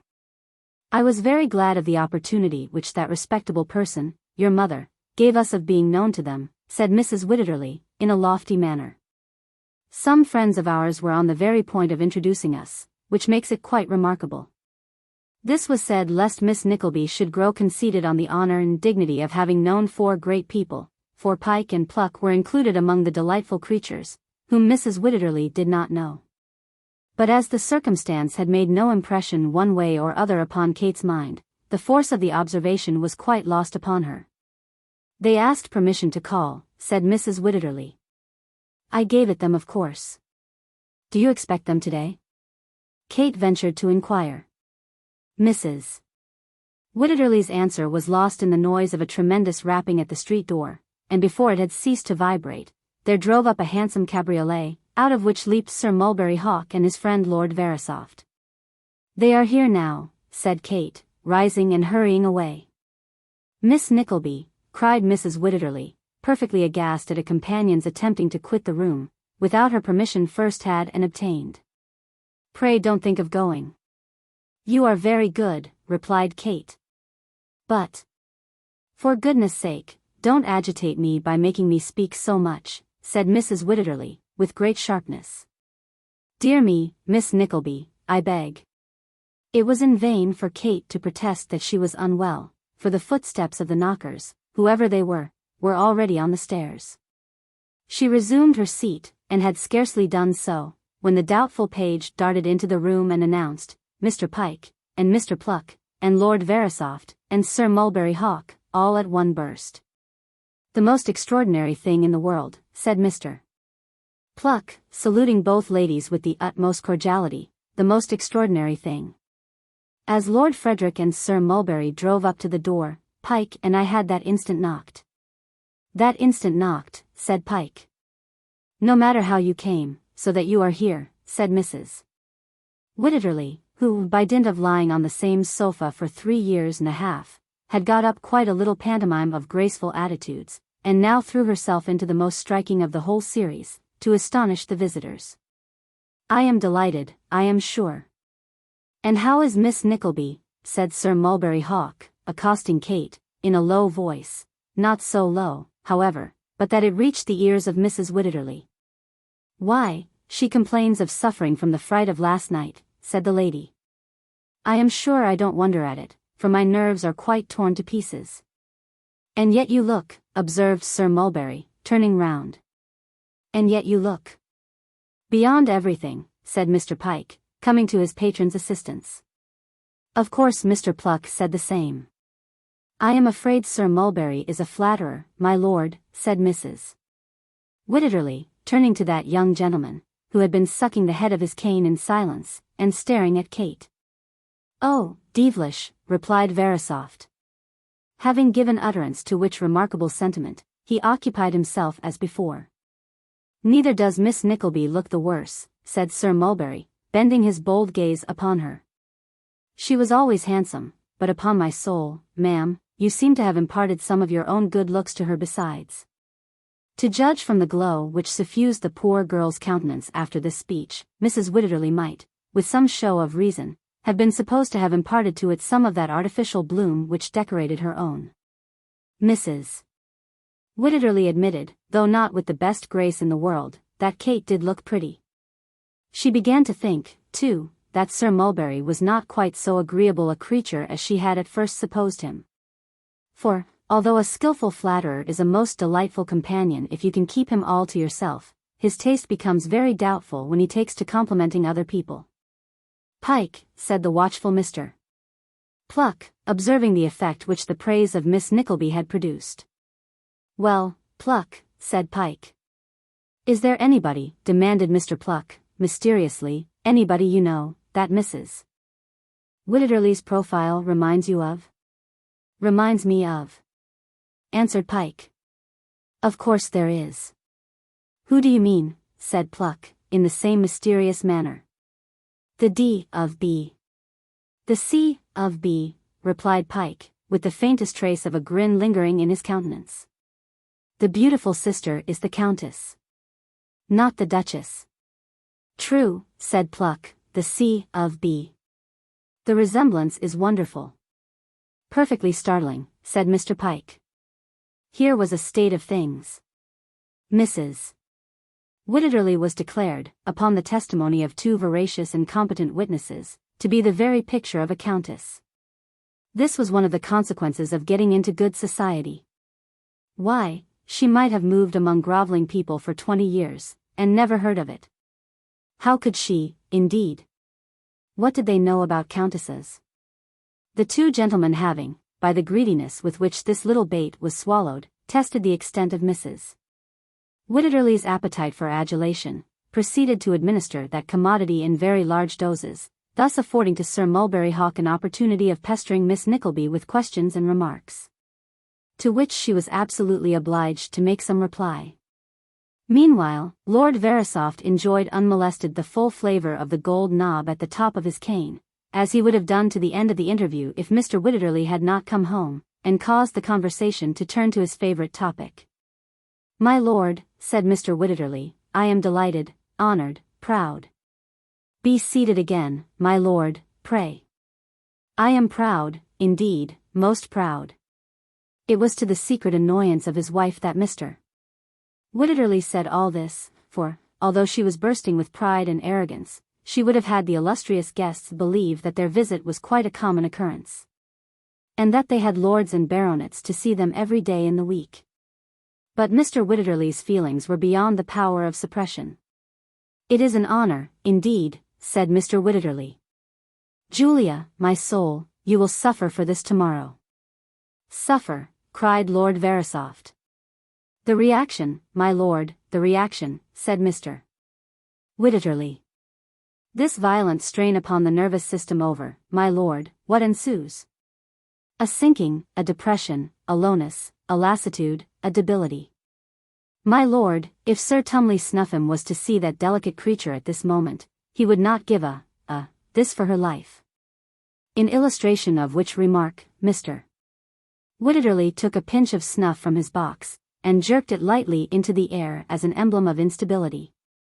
"Not that," said Mr. Widderly, looking about him with a serious countenance. "Sir Tumley Snuffim would not give that for Mrs. Widderly's existence." Mr. Widderly told this with a kind of sober exultation, as if it were no trifling distinction for a man to have a wife in such a desperate state, and Mrs. Widderly sighed and looked on, as if she felt the honour, but had determined to bear it as meekly as might be. "Mrs. Widderly," said her husband, "is Sir Tumley Snuffim's favourite patient. I believe I may venture to say, that Mrs. Widderly is the first person who took the new medicine which is supposed to have destroyed a family at Kensington gravel pits. I believe she was. If I am wrong, Julia, my dear, you will correct me." "I believe I was," said Mrs. Widderly, in a faint voice. As there appeared to be some doubt in the mind of his patron how he could best join in this conversation, the indefatigable Mr. Pike threw himself into the breach, and, by way of saying something to the point, inquired, with reference to the aforesaid medicine, whether it was nice. No, sir, it was not. It had not even that recommendation, said Mr. W. Mrs. Whitterly is quite a martyr, observed Pike, with a complimentary bow. I think I am, said Mrs. Whitterly, smiling. I think you are, my dear Julia, replied her husband, in a tone which seemed to say that he was not vain, but still must insist upon their privileges. If anybody, my lord, added Mr. Whitterly, wheeling round to the nobleman, will produce to me a greater martyr than Mrs. Whitterly, all I can say is, that I shall be glad to see that martyr, whether male or female, that's all, my lord. Pike and Pluck promptly remarked that certainly nothing could be fairer than that, and the call having been by this time protracted to a very great length, they obeyed Sir Mulberry's look, and rose to go. This brought Sir Mulberry himself and Lord Verisopht on their legs also. Many protestations of friendship, and expressions anticipative of the pleasure which must inevitably flow from so happy an acquaintance, were exchanged, and the visitors departed, with renewed assurances that at all times and seasons the mansion of the Whitterlys would be honored by receiving them beneath its roof. That they came at all times and seasons, that they dined there one day, supped the next, dined again on the next, and were constantly to and fro on all, that they made parties to visit public places, and met by accident at lounges, that upon all these occasions Miss Nickleby was exposed to the constant and unremitting persecution of Sir Mulberry Hawk, who now began to feel his character, even in the estimation of his two dependents, involved in the successful reduction of her pride, that she had no intervals of peace or rest, except at those hours when she could sit in her solitary room and weep over the trials of the day. All these were consequences naturally flowing from the well-laid plans of Sir Mulberry, and their able execution by the auxiliaries, Pike and Pluck. And thus for a fortnight matters went on. That any but the weakest and silliest of people could have seen in one interview that Lord Verisopht, though he was a lord, and Sir Mulberry Hawk, though he was a baronet, were not persons accustomed to be the best possible companions, and were certainly not calculated by habits, manners, tastes, or conversation, to shine with any very great lustre in the society of ladies, need scarcely be remarked. But with Mrs. Whitterly the two titles were all sufficient. Coarseness became humor, vulgarity softened itself down into the most charming eccentricity. Insolence took the guise of an easy absence of reserve, attainable only by those who had had the good fortune to mix with high folks. If the mistress put such a construction upon the behavior of her new friends, what could the companion urge against them? If they accustomed themselves to very little restraint before the lady of the house, with how much more freedom could they address her paid dependent? Nor was even this the worst. As the odious Sir Mulberry Hawk attached himself to Kate with less and less of disguise, Mrs. Whitterly began to grow jealous of the superior attractions of Miss Nickleby. If this feeling had led to her banishment from the drawing-room when such company was there, Kate would have been only too happy and willing that it should have existed. But unfortunately for her she possessed that native grace and true gentility of manner, and those thousand nameless accomplishments which give to female society its greatest charm. If these be valuable anywhere, they were especially so where the lady of the house was a mere animated doll. The consequence was, that Kate had the double mortification of being an indispensable part of the circle when Sir Mulberry and his friends were there, and of being exposed, on that very account, to all Mrs. Whitterly's ill humors and caprices when they were gone. She became utterly and completely miserable. Mrs. Whitterly had never thrown off the mask with regard to Sir Mulberry, but when she was more than usually out of temper, attributed the circumstance, as ladies sometimes do, to nervous indisposition. However, as the dreadful idea that Lord Verisopht also was somewhat taken with Kate, and that she, Mrs. Whitterly, was quite a secondary person, dawned upon that lady's mind and gradually developed itself, she became possessed with a large quantity of highly proper and most virtuous indignation, and felt it her duty, as a married lady and a moral member of society, to mention the circumstance to the young person without delay. Accordingly Mrs. Whitterly broke ground next morning, during a pause in the novel reading. "Miss Nickleby," said Mrs. Wititterly, "I wish to speak to you very gravely. I am sorry to have to do it, upon my word I am very sorry, but you leave me no alternative, Miss Nickleby." Here Mrs. Wititterly tossed her head, not passionately, only virtuously, and remarked, with some appearance of excitement, that she feared that palpitation of the heart was coming on again. "Your behavior, Miss Nickleby," resumed the lady, "is very far from pleasing me, very far. I am very anxious indeed that you should do well, but you may depend upon it, Miss Nickleby, you will not, if you go on as you do." "Ma'am!" exclaimed Kate, proudly. "Don't agitate me by speaking in that way, Miss Nickleby, don't," said Mrs. Wititterly, with some violence, "or you'll compel me to ring the bell." Kate looked at her, but said nothing. "You needn't suppose," resumed Mrs. Wititterly, "that you're looking at me in that way, Miss Nickleby, will prevent my saying what I am going to say, which I feel to be a religious duty." "You needn't direct your glances towards me," said Mrs. Wititterly, with a sudden burst of spite. "I am not Sir Mulberry, no, nor Lord Frederick Verisopht, Miss Nickleby, nor am I Mr. Pike, nor Mr. Pluck either." Kate looked at her again, but less steadily than before, and resting her elbow on the table, covered her eyes with her hand. "If such things had been done when I was a young girl," said Mrs. Wititterly, "this, by the way, must have been some little time before, I don't suppose anybody would have believed it." "I don't think they would," murmured Kate. "I do not think anybody would believe, without actually knowing it, what I seem doomed to undergo." "Don't talk to me of being doomed to undergo, Miss Nickleby, if you please," said Mrs. Wititterly, with a shrillness of tone quite surprising in so great an invalid. "I will not be answered, Miss Nickleby. I am not accustomed to be answered, nor will I permit it for an instant. Do you hear?" she added, waiting with some apparent inconsistency for an answer. "I do hear you, ma'am," replied Kate, with surprise, with greater surprise than I can express. "I have always considered you a particularly well-behaved young person for your station in life," said Mrs. Wititterly. "And as you are a person of healthy appearance, and neat in your dress and so forth, I have taken an interest in you, as I do still, considering that I owe a sort of duty to that respectable old female, your mother. For these reasons, Miss Nickleby, I must tell you once for all, and begging you to mind what I say, that I must insist upon your immediately altering your very forward behavior to the gentlemen who visit at this house. It really is not becoming," said Mrs. Wititterly, closing her chaste eyes as she spoke. "It is improper, quite improper." "Oh," cried Kate, looking upwards and clasping her hands, is not this, too cruel, too hard to bear? Is it not enough that I should have suffered as I have, night and day, that I should almost have sunk in my own estimation from very shame of having been brought into contact with such people? But must I also be exposed to this unjust and most unfounded charge?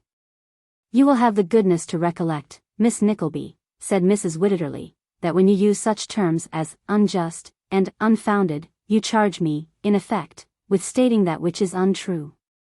"I do," said Kate with honest indignation. "Whether you make this accusation of yourself, or at the prompting of others, is alike to me. I say it is vilely, grossly, wilfully untrue." "Is it possible," cried Kate, "that anyone of my own sex can have sat by, and not have seen the misery these men have caused me? Is it possible that you, ma'am, can have been present, and failed to mark the insulting freedom that their every look bespoke?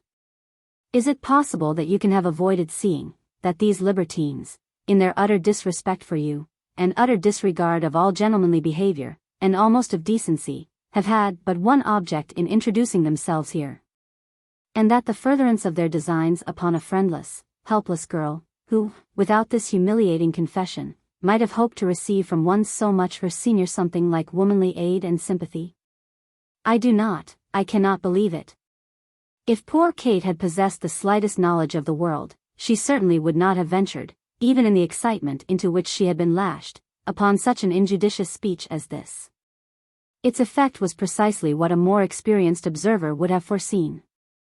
Mrs. Wititterly received the attack upon her veracity with exemplary calmness, and listened with the most heroic fortitude to Kate's account of her own sufferings.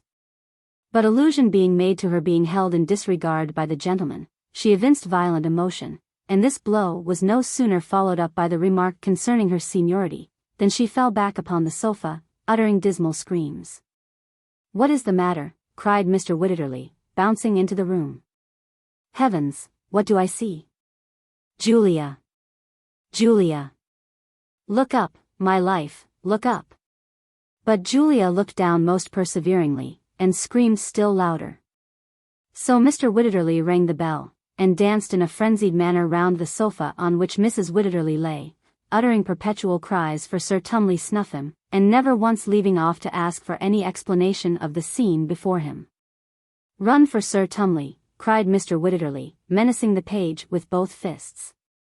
"I knew it, Miss Nickleby," he said, looking round with an air of melancholy triumph, "that society has been too much for her. This is all soul, you know, every bit of it."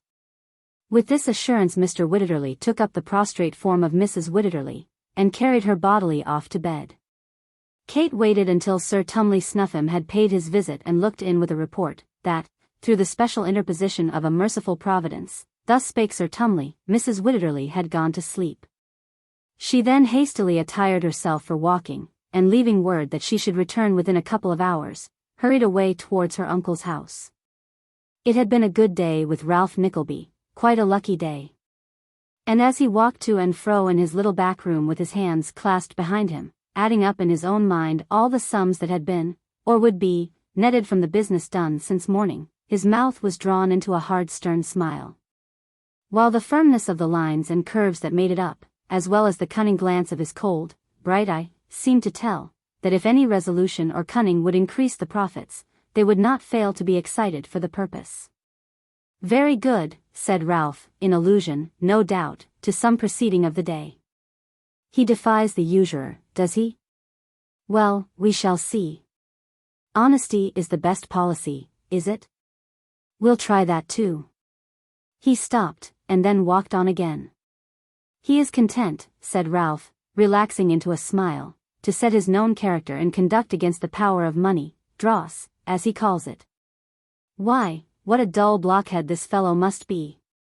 Dross to dross. Who's that?" "Me," said Newman Noggs, looking in. "Your niece." "What of her?" asked Ralph sharply. "She's here." "Here?" Newman jerked his head towards his little room, to signify that she was waiting there. "What does she want?" asked Ralph.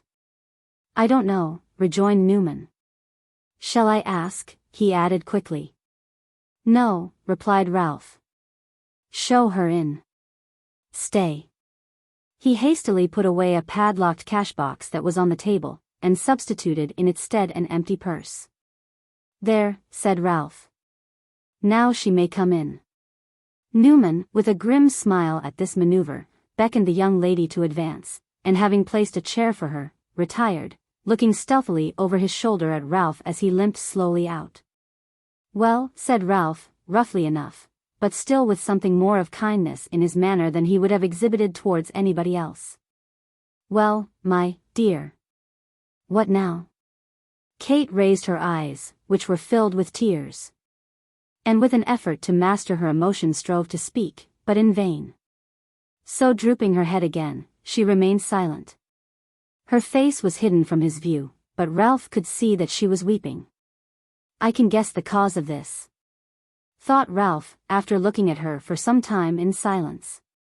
I can, guess the cause."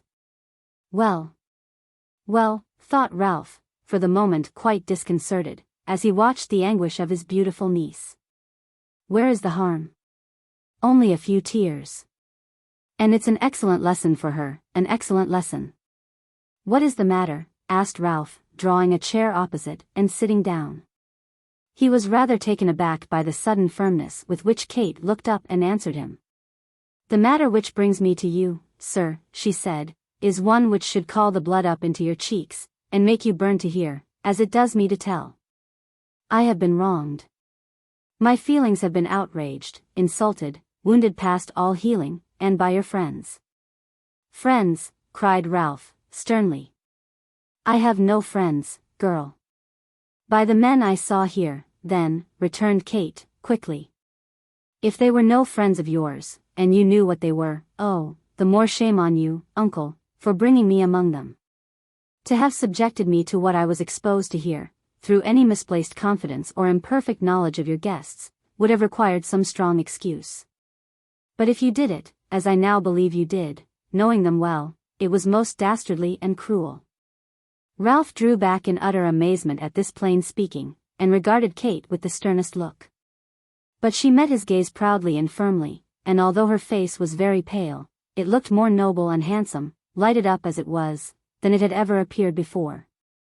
There is some of that boy's blood in you, I see, said Ralph, speaking in his harshest tones, as something in the flashing eye reminded him of Nicholas at their last meeting. I hope there is, replied Kate. I should be proud to know it. I am young, uncle, and all the difficulties and miseries of my situation have kept it down, but I have been roused today beyond all endurance, and come what may, I will not, as I am your brother's child, bear these insults longer. What insults, girl? Demanded Ralph, sharply. Remember what took place here, and ask yourself, replied Kate, coloring deeply. Uncle, you must, I am sure you will, release me from such vile and degrading companionship as I am exposed to now. I do not mean, said Kate, hurrying to the old man, and laying her arm upon his shoulder, I do not mean to be angry and violent. I beg your pardon if I have seemed so, dear uncle, but you do not know what I have suffered, you do not indeed. You cannot tell what the heart of a young girl is. I have no right to expect you should, but when I tell you that I am wretched, and that my heart is breaking, I am sure you will help me. I am sure you will. Ralph looked at her for an instant, then turned away his head, and beat his foot nervously upon the ground. I have gone on day after day, said Kate, bending over him, and timidly placing her little hand in his, in the hope that this persecution would cease. I have gone on day after day, compelled to assume the appearance of cheerfulness, when I was most unhappy. I have had no counselor, no adviser, no one to protect me. Mamma supposes that these are honorable men, rich and distinguished, and how can I undeceive her, when she is so happy in these little delusions, which are the only happiness she has? The lady with whom you placed me, is not the person to whom I could confide matters of so much delicacy, and I have come at last to you, the only friend I have at hand, almost the only friend I have at all, to entreat and implore you to assist me. How can I assist you, child? Said Ralph, rising from his chair, and pacing up and down the room in his old attitude. You have influence with one of these men, I know, rejoined Kate, emphatically. Would not a word from you induce them to desist from this unmanly course? No, said Ralph, suddenly turning, at least, that, I can't say it, if it would. Can't say it? No, said Ralph, coming to a dead stop, and clasping his hands more tightly behind him. I can't say it. Kate fell back a step or two, and looked at him, as if in doubt whether she had heard aright. We are connected in business, said Ralph, poising himself alternately on his toes and heels, and looking coolly in his niece's face, in business, and I can't afford to offend them. What is it after all? We have all our trials, and this is one of yours. Some girls would be proud to have such gallants at their feet. Proud, cried Kate. I don't say, rejoined Ralph, raising his forefinger, but that you do right to despise them. No, you show your good sense in that, as indeed I knew from the first you would. Well, in all other respects you are comfortably bestowed. It's not much to bear. If this young lord does dog your footsteps, and whisper his drivelling inanities in your ears, what of it? It's a dishonorable passion. So be it, it won't last long. Some other novelty will spring up one day, and you will be released. In the meantime, interrupted Kate, with becoming pride and indignation, I am to be the scorn of my own sex, and the toy of the other. Justly condemned by all women of right feeling, and despised by all honest and honorable men, sunken in my own esteem, and degraded in every eye that looks upon me. No, not if I work my fingers to the bone, not if I am driven to the roughest and hardest labor. Do not mistake me. I will not disgrace your recommendation. I will remain in the house in which it placed me, until I am entitled to leave it by the terms of my engagement, though, mind, I see these men no more. When I quit it, I will hide myself from them and you, and, striving to support my mother by hard service, I will live, at least, in peace, and trust in God to help me." With these words, she waved her hand, and quitted the room, leaving Ralph Nickleby motionless as a statue. The surprise with which Kate, as she closed the room door, beheld, close beside it, Newman Noggs standing bolt upright in a little niche in the wall like some scarecrow or Guy Faux laid up in winter quarters, almost occasioned her to call aloud. But, Newman laying his finger upon his lips, she had the presence of mind to refrain. "Don't," said Newman, gliding out of his recess, and accompanying her across the hall. "Don't cry, don't cry." 2 very large tears, by the by, were running down Newman's face as he spoke. "I see how it is," said poor Noggs, drawing from his pocket what seemed to be a very old duster, and wiping Kate's eyes with it, as gently as if she were an infant. "You're giving way now." "Yes, yes, very good, that's right, I like that." It was right not to give way before him. "Yes, yes." "Ha, ha, ha." "Oh, yes." "Poor thing." With these disjointed exclamations, Newman wiped his own eyes with the aforementioned duster, and, limping to the street door, opened it to let her out. "Don't cry any more," whispered Newman. "I shall see you soon." "Ha. Ha. Ha. And so shall somebody else too." "Yes, yes." "Ho. Ho." "God bless you," answered Kate, hurrying out, "God bless you." "Same to you," rejoined Newman, opening the door again a little way to say so. "Ha, ha, ha. Ho. Ho. Ho." And Newman Noggs opened the door once again to nod cheerfully, and laugh, and shut it, to shake his head mournfully, and cry. Ralph remained in the same attitude till he heard the noise of the closing door, when he shrugged his shoulders, and after a few turns about the room, hasty at first, but gradually becoming slower, as he relapsed into himself, sat down before his desk.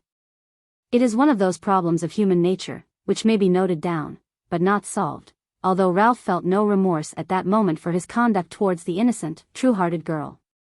Although his libertine clients had done precisely what he had expected, precisely what he most wished, and precisely what would tend most to his advantage, still he hated them for doing it, from the very bottom of his soul. "Ugh!" said Ralph, scowling round, and shaking his clenched hand as the faces of the 2 profligates rose up before his mind. "You shall pay for this. Oh! You shall pay for this." As the usurer turned for consolation to his books and papers, a performance was going on outside his office door, which would have occasioned him no small surprise, if he could by any means have become acquainted with it. Newman Noggs was the sole actor. He stood at a little distance from the door, with his face towards it, and with the sleeves of his coat turned back at the wrists, was occupied in bestowing the most vigorous, scientific, and straightforward blows upon the empty air. At first sight, this would have appeared merely a wise precaution in a man of sedentary habits, with the view of opening the chest and strengthening the muscles of the arms. But the intense eagerness and joy depicted in the face of Newman Noggs, which was suffused with perspiration, the surprising energy with which he directed a constant succession of blows towards a particular panel about 5 feet 8 from the ground, and still worked away in the most untiring and persevering manner, would have sufficiently explained to the attentive observer that his imagination was thrashing, to within an inch of his life, his body's most active employer, Mr. Ralph Nickleby. Chapter 29. Of the proceedings of Nicholas, and certain internal divisions in the company of Mr. Vincent Crummles. The unexpected success and favour with which his experiment at Portsmouth had been received, induced Mr. Crummles to prolong his stay in that town for a fortnight beyond the period he had originally assigned for the duration of his visit, during which time Nicholas personated a vast variety of characters with undiminished success, and attracted so many people to the theatre who had never been seen there before, that a benefit was considered by the manager a very promising speculation. Nicholas assenting to the terms proposed, the benefit was had, and by it he realized no less a sum than £20. Possessed of this unexpected wealth, his first act was to enclose to honest John Browdie the amount of his friendly loan, which he accompanied with many expressions of gratitude and esteem, and many cordial wishes for his matrimonial happiness. To Newman Noggs he forwarded one half of the sum he had realized, entreating him to take an opportunity of handing it to Kate in secret, and conveying to her the warmest assurances of his love and affection. He made no mention of the way in which he had employed himself, merely informing Newman that a letter addressed to him under his assumed name at the post office, Portsmouth, would readily find him, and entreating that worthy friend to write full particulars of the situation of his mother and sister, and an account of all the grand things that Ralph Nickleby had done for them since his departure from London. "You are out of spirits," said Smike, on the night after the letter had been dispatched. "Not I," rejoined Nicholas, with assumed gaiety, for the confession would have made the boy miserable all night. "I was thinking about my sister, Smike." "Sister? Aye. Is she like you?" inquired Smike. "Why, so they say," replied Nicholas, laughing, "only a great deal handsomer." "She must be very beautiful," said Smike, after thinking a little while with his hands folded together, and his eyes bent upon his friend. "Anybody who didn't know you as well as I do, my dear fellow, would say you were an accomplished courtier," said Nicholas. "I don't even know what that is," replied Smike, shaking his head. "Shall I ever see your sister?" "To be sure," cried Nicholas, "we shall all be together one of these days, when we are rich, Smike." "How is it that you, who are so kind and good to me, have nobody to be kind to you?" asked Smike. "I cannot make that out." "Why, it is a long story," replied Nicholas, "and one you would have some difficulty in comprehending, I fear. I have an enemy, you understand what that is?" "Oh, yes, I understand that," said Smike. "Well, it is owing to him," returned Nicholas. "He is rich, and not so easily punished as your old enemy, Mr. Squeers. He is my uncle, but he is a villain, and has done me wrong." "Has he though?" asked Smike, bending eagerly forward. "What is his name? Tell me his name." Ralph Nickleby." "Ralph Nickleby," repeated Smike. "Ralph. I'll get that name by heart."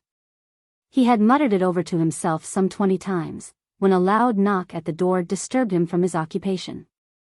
Before he could open it, Mr. Folair, the pantomimist, thrust in his head.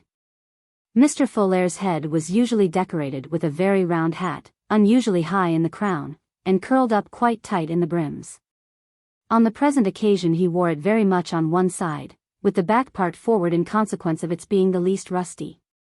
Round his neck he wore a flaming red worsted comforter, whereof the straggling ends peeped out beneath his threadbare Newmarket coat, which was very tight and buttoned all the way up. He carried in his hand one very dirty glove, and a cheap dress cane with a glass handle. In short, his whole appearance was unusually dashing, and demonstrated a far more scrupulous attention to his toilet than he was in the habit of bestowing upon it. "Good evening, sir," said Mr. Folair, taking off the tall hat, and running his fingers through his hair. "I bring a communication." "Hem. From whom and what about?" inquired Nicholas. "You are unusually mysterious tonight." "Cold, perhaps," returned Mr. Folair, "cold, perhaps. That is the fault of my position, not of myself, Mr. Johnson. My position as a mutual friend requires it, sir." Mr. Folair paused with a most impressive look, and diving into the hat before noticed, drew from thence a small piece of whitey brown paper curiously folded, whence he brought forth a note which it had served to keep clean. And handing it over to Nicholas, said, "Have the goodness to read that, sir." Nicholas, in a state of much amazement, took the note and broke the seal, glancing at Mr. Folair as he did so, who, knitting his brow and pursing up his mouth with great dignity, was sitting with his eyes steadily fixed upon the ceiling. It was directed to Johnson, Esq., by favor of Augustus Folair, Esq., and the astonishment of Nicholas was in no degree lessened, when he found it to be couched in the following laconic terms. "Mr. Lenville presents his kind regards to Mr. Johnson, and will feel obliged if you will inform him at what hour tomorrow morning it will be most convenient to him to meet Mr. L. at the theatre, for the purpose of having his nose pulled in the presence of the company. Mr. Lenville requests Mr. Johnson not to neglect making an appointment, as he has invited 2 or 3 professional friends to witness the ceremony, and cannot disappoint them upon any account whatever. Portsmouth, Tuesday night. Indignant as he was at this impertinence, there was something so exquisitely absurd in such a cartel of defiance, that Nicholas was obliged to bite his lip and read the note over 2 or 3 times before he could muster sufficient gravity and sternness to address the hostile messenger, who had not taken his eyes from the ceiling, nor altered the expression of his face in the slightest degree. "Do you know the contents of this note, sir?" he asked, at length. "Yes," rejoined Mr. Folair, looking round for an instant, and immediately carrying his eyes back again to the ceiling. "And how dare you bring it here, sir?" asked Nicholas, tearing it into very little pieces, and jerking it in a shower towards the messenger. "Had you no fear of being kicked downstairs, sir?" Mr. Folair turned his head, now ornamented with several fragments of the note, towards Nicholas, and with the same imperturbable dignity, briefly replied no. "Then," said Nicholas, taking up the tall hat and tossing it towards the door, "you had better follow that article of your dress, sir, or you may find yourself very disagreeably deceived, and that within a dozen seconds." "I say, Johnson," remonstrated Mr. Folair, suddenly losing all his dignity, "none of that, you know. No tricks with a gentleman's wardrobe." "Leave the room," returned Nicholas. "How could you presume to come here on such an errand, you scoundrel?" "Pooh! Pooh!" said Mr. Folair, unwinding his comforter, and gradually getting himself out of it. "There, that's enough." "Enough," cried Nicholas, advancing towards him. "Take yourself off, sir." "Pooh! Pooh! I tell you," returned Mr. Folair, waving his hand in deprecation of any further wrath, "I wasn't in earnest. I only brought it in joke." "You had better be careful how you indulge in such jokes again," said Nicholas, "or you may find an allusion to pulling noses rather a dangerous reminder for the subject of your facetiousness." "Was it written in joke, too, pray?" "No, no, that's the best of it," returned the actor, "right down earnest, honor bright." Nicholas could not repress a smile at the odd figure before him, which, at all times more calculated to provoke mirth than anger, was especially so at that moment, when with one knee upon the ground, Mr. Folair twirled his old hat round upon his hand, and affected the extremest agony lest any of the nap should have been knocked off, an ornament which it is almost superfluous to say it had not boasted for many months. "Come, sir," said Nicholas, laughing in spite of himself. "Have the goodness to explain." "Why, I'll tell you how it is," said Mr. Folair, sitting himself down in a chair with great coolness. "Since you came here Lenville has done nothing but second business, and, instead of having a reception every night as he used to have, they have let him come on as if he was nobody." "What do you mean by a reception?" asked Nicholas. "Jupiter!" exclaimed Mr. Folair, "what an unsophisticated shepherd you are, Johnson. Why, applause from the house when you first come on. So he has gone on night after night, never getting a hand, and you getting a couple of rounds at least, and sometimes 3, till at length he got quite desperate, and had half a mind last night to play Tybalt with a real sword. And pink you, not dangerously, but just enough to lay you up for a month or 2. "Very considerate," remarked Nicholas. "Yes, I think it was under the circumstances, his professional reputation being at stake," said Mr. Folair, quite seriously. "But his heart failed him, and he cast about for some other way of annoying you, and making himself popular at the same time, for that's the point. Notoriety, notoriety, is the thing." "Bless you, if he had pinked you," said Mr. Folair, stopping to make a calculation in his mind, it would have been worth 8 or 10 shillings a week to him. All the town would have come to see the actor who nearly killed a man by mistake. I shouldn't wonder if it had got him an engagement in London. However, he was obliged to try some other mode of getting popular, and this one occurred to him. It's a clever idea, really. If you had shown the white feather, and let him pull your nose, he'd have got it into the paper. If you had sworn the peace against him, it would have been in the paper too, and he'd have been just as much talked about as you, don't you see? Oh, certainly, rejoined Nicholas, but suppose I were to turn the tables, and pull his nose, what then? Would that make his fortune? Why, I don't think it would, replied Mr. Folair, scratching his head, because there wouldn't be any romance about it, and he wouldn't be favorably known. To tell you the truth though, he didn't calculate much upon that, for you're always so mild-spoken, and are so popular among the women, that we didn't suspect you of showing fight. If you did, however, he has a way of getting out of it easily, depend upon that. Has he? Rejoined Nicholas. We will try, tomorrow morning. In the meantime, you can give whatever account of our interview you like best. Good night. As Mr. Folair was pretty well known among his fellow actors for a man who delighted in mischief, and was by no means scrupulous, Nicholas had not much doubt but that he had secretly prompted the tragedian in the course he had taken, and, moreover, that he would have carried his mission with a very high hand if he had not been disconcerted by the very unexpected demonstrations with which it had been received. It was not worth his while to be serious with him, however, so he dismissed the pantomimist, with a gentle hint that if he offended again it would be under the penalty of a broken head, and Mr. Folair, taking the caution in exceedingly good part, walked away to confer with his principal, and give such an account of his proceedings as he might think best calculated to carry on the joke. He had no doubt reported that Nicholas was in a state of extreme bodily fear. For when that young gentleman walked with much deliberation down to the theatre next morning at the usual hour, he found all the company assembled in evident expectation, and Mr. Lenville, with his severest stage face, sitting majestically on a table, whistling defiance.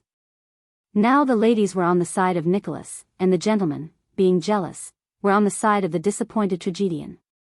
So that the latter formed a little group about the redoubtable Mr. Lenville, and the former looked on at a little distance in some trepidation and anxiety. On Nicholas stopping to salute them, Mr. Lenville laughed a scornful laugh, and made some general remark touching the natural history of puppies. "Oh," said Nicholas, looking quietly round, "are you there?" "Slave," returned Mr. Lenville, flourishing his right arm, and approaching Nicholas with a theatrical stride. But somehow he appeared just at that moment a little startled, as if Nicholas did not look quite so frightened as he had expected, and came all at once to an awkward halt, at which the assembled ladies burst into a shrill laugh. "Object of my scorn and hatred," said Mr. Lenville, "I hold ye in contempt." Nicholas laughed in very unexpected enjoyment of this performance, and the ladies, by way of encouragement, laughed louder than before. Whereat Mr. Lenville assumed his bitterest smile, and expressed his opinion that they were minions.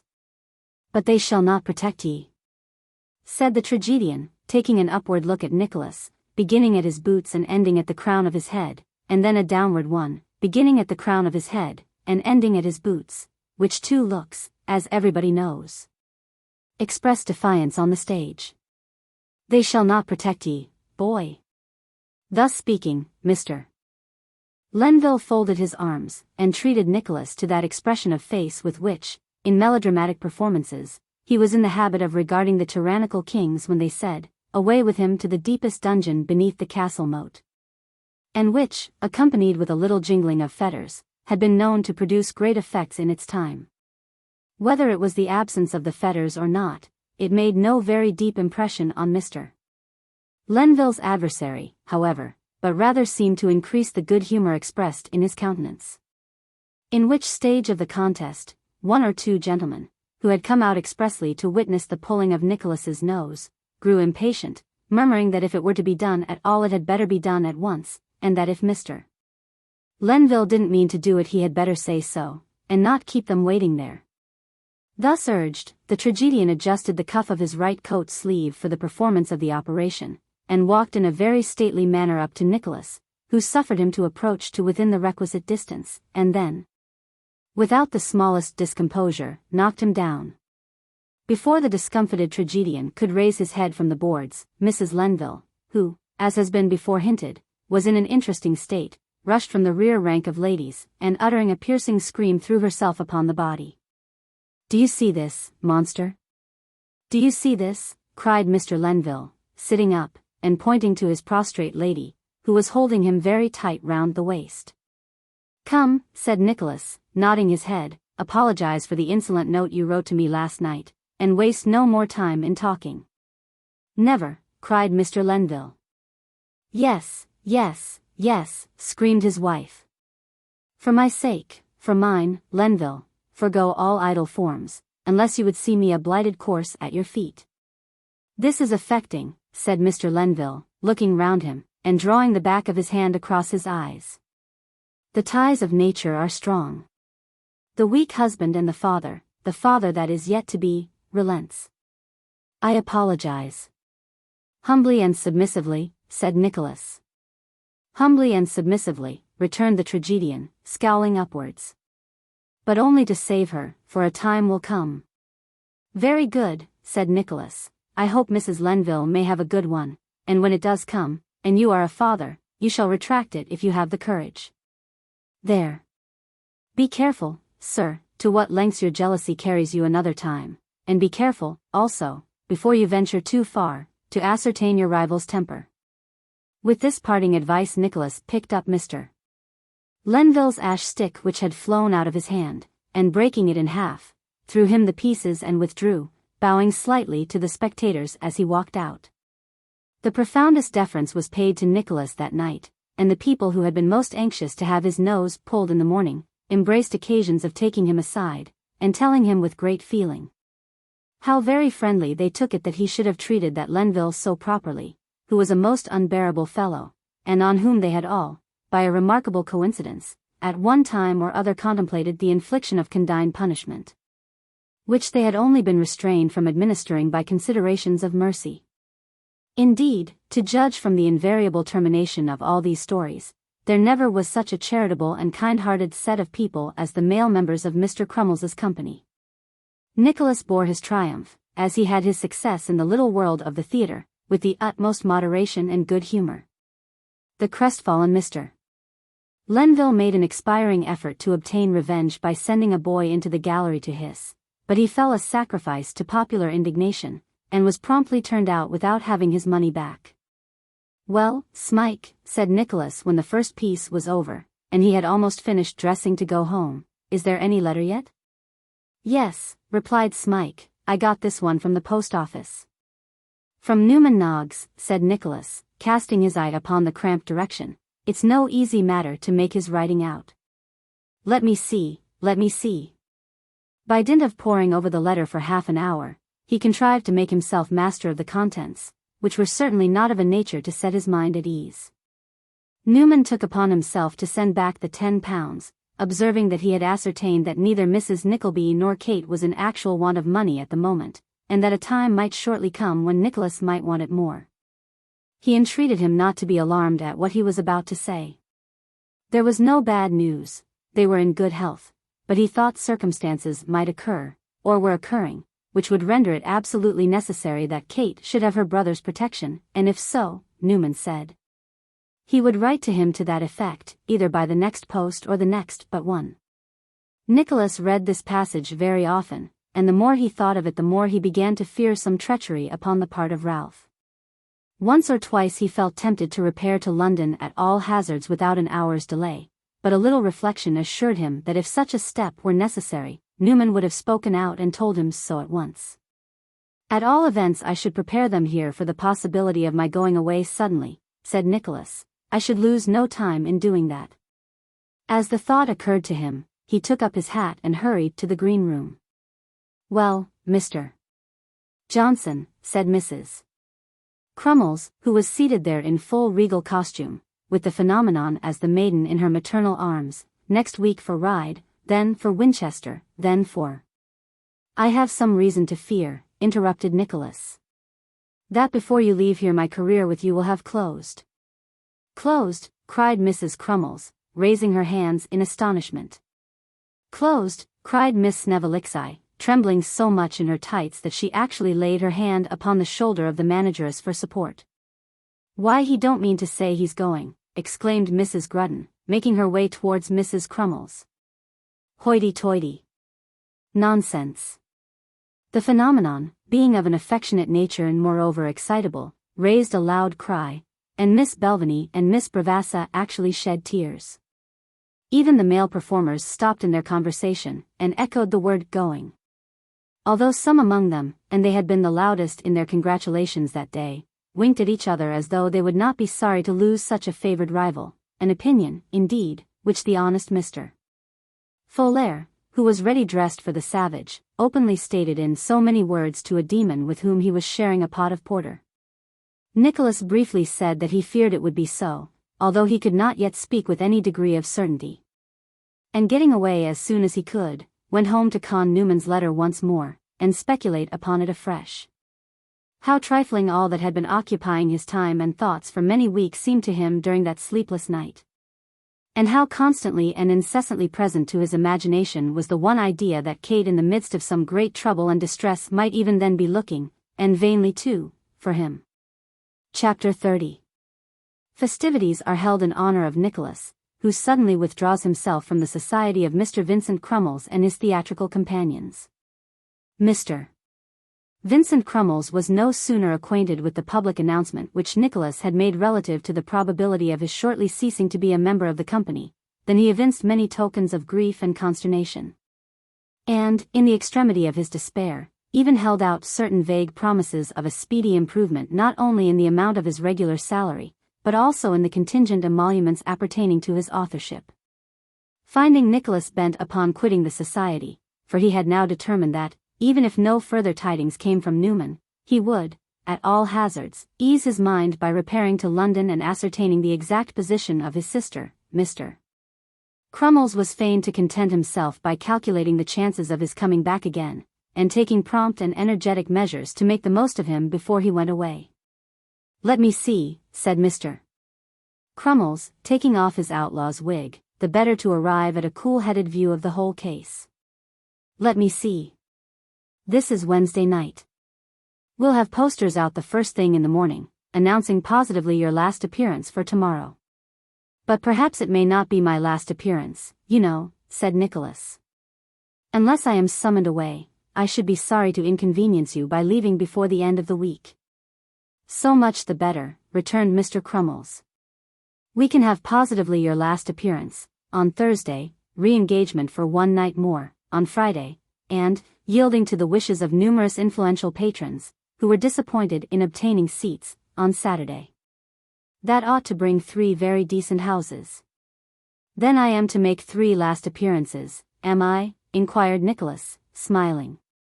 "Yes," rejoined the manager, scratching his head with an air of some vexation. 3 is not enough, and it's very bungling and irregular not to have more, but if we can't help it we can't, so there's no use in talking. A novelty would be very desirable. You couldn't sing a comic song on the pony's back, could you?" "No," replied Nicholas, "I couldn't indeed." "It has drawn money before now," said Mr. Crummles, with a look of disappointment.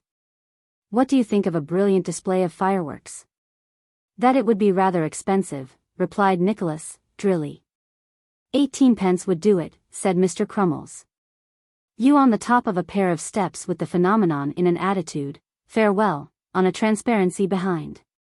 And 9 people at the wings with a squib in each hand, all the dozen and a half going off at once. It would be very grand, awful from the front, quite awful." As Nicholas appeared by no means impressed with the solemnity of the proposed effect, but, on the contrary, received the proposition in a most irreverent manner, and laughed at it very heartily, Mr. Crummles abandoned the project in its birth, and gloomily observed that they must make up the best bill they could with combats and hornpipes, and so stick to the legitimate drama. For the purpose of carrying this object into instant execution, the manager at once repaired to a small dressing-room, adjacent, where Mrs. Crummles was then occupied in exchanging the habiliments of a melodramatic empress for the ordinary attire of matrons in the 19th century. And with the assistance of this lady, and the accomplished Mrs. Grudden, who had quite a genius for making out bills, being a great hand at throwing in the notes of admiration, and knowing from long experience exactly where the largest capitals ought to go, he seriously applied himself to the composition of the poster. "Hey go!" sighed Nicholas, as he threw himself back in the prompter's chair, after telegraphing the needful directions to Smike, who had been playing a meager tailor in the interlude, with one skirt to his coat, and a little pocket handkerchief with a large hole in it, and a woolen nightcap, and a red nose, and other distinctive marks peculiar to tailors on the stage. Hey go! I wish all this were over. Over, Mr. Johnson, repeated a female voice behind him, in a kind of plaintive surprise. It was an ungallant speech, certainly, said Nicholas, looking up to see who the speaker was, and recognizing Miss Snevilixi. I would not have made it if I had known you had been within hearing.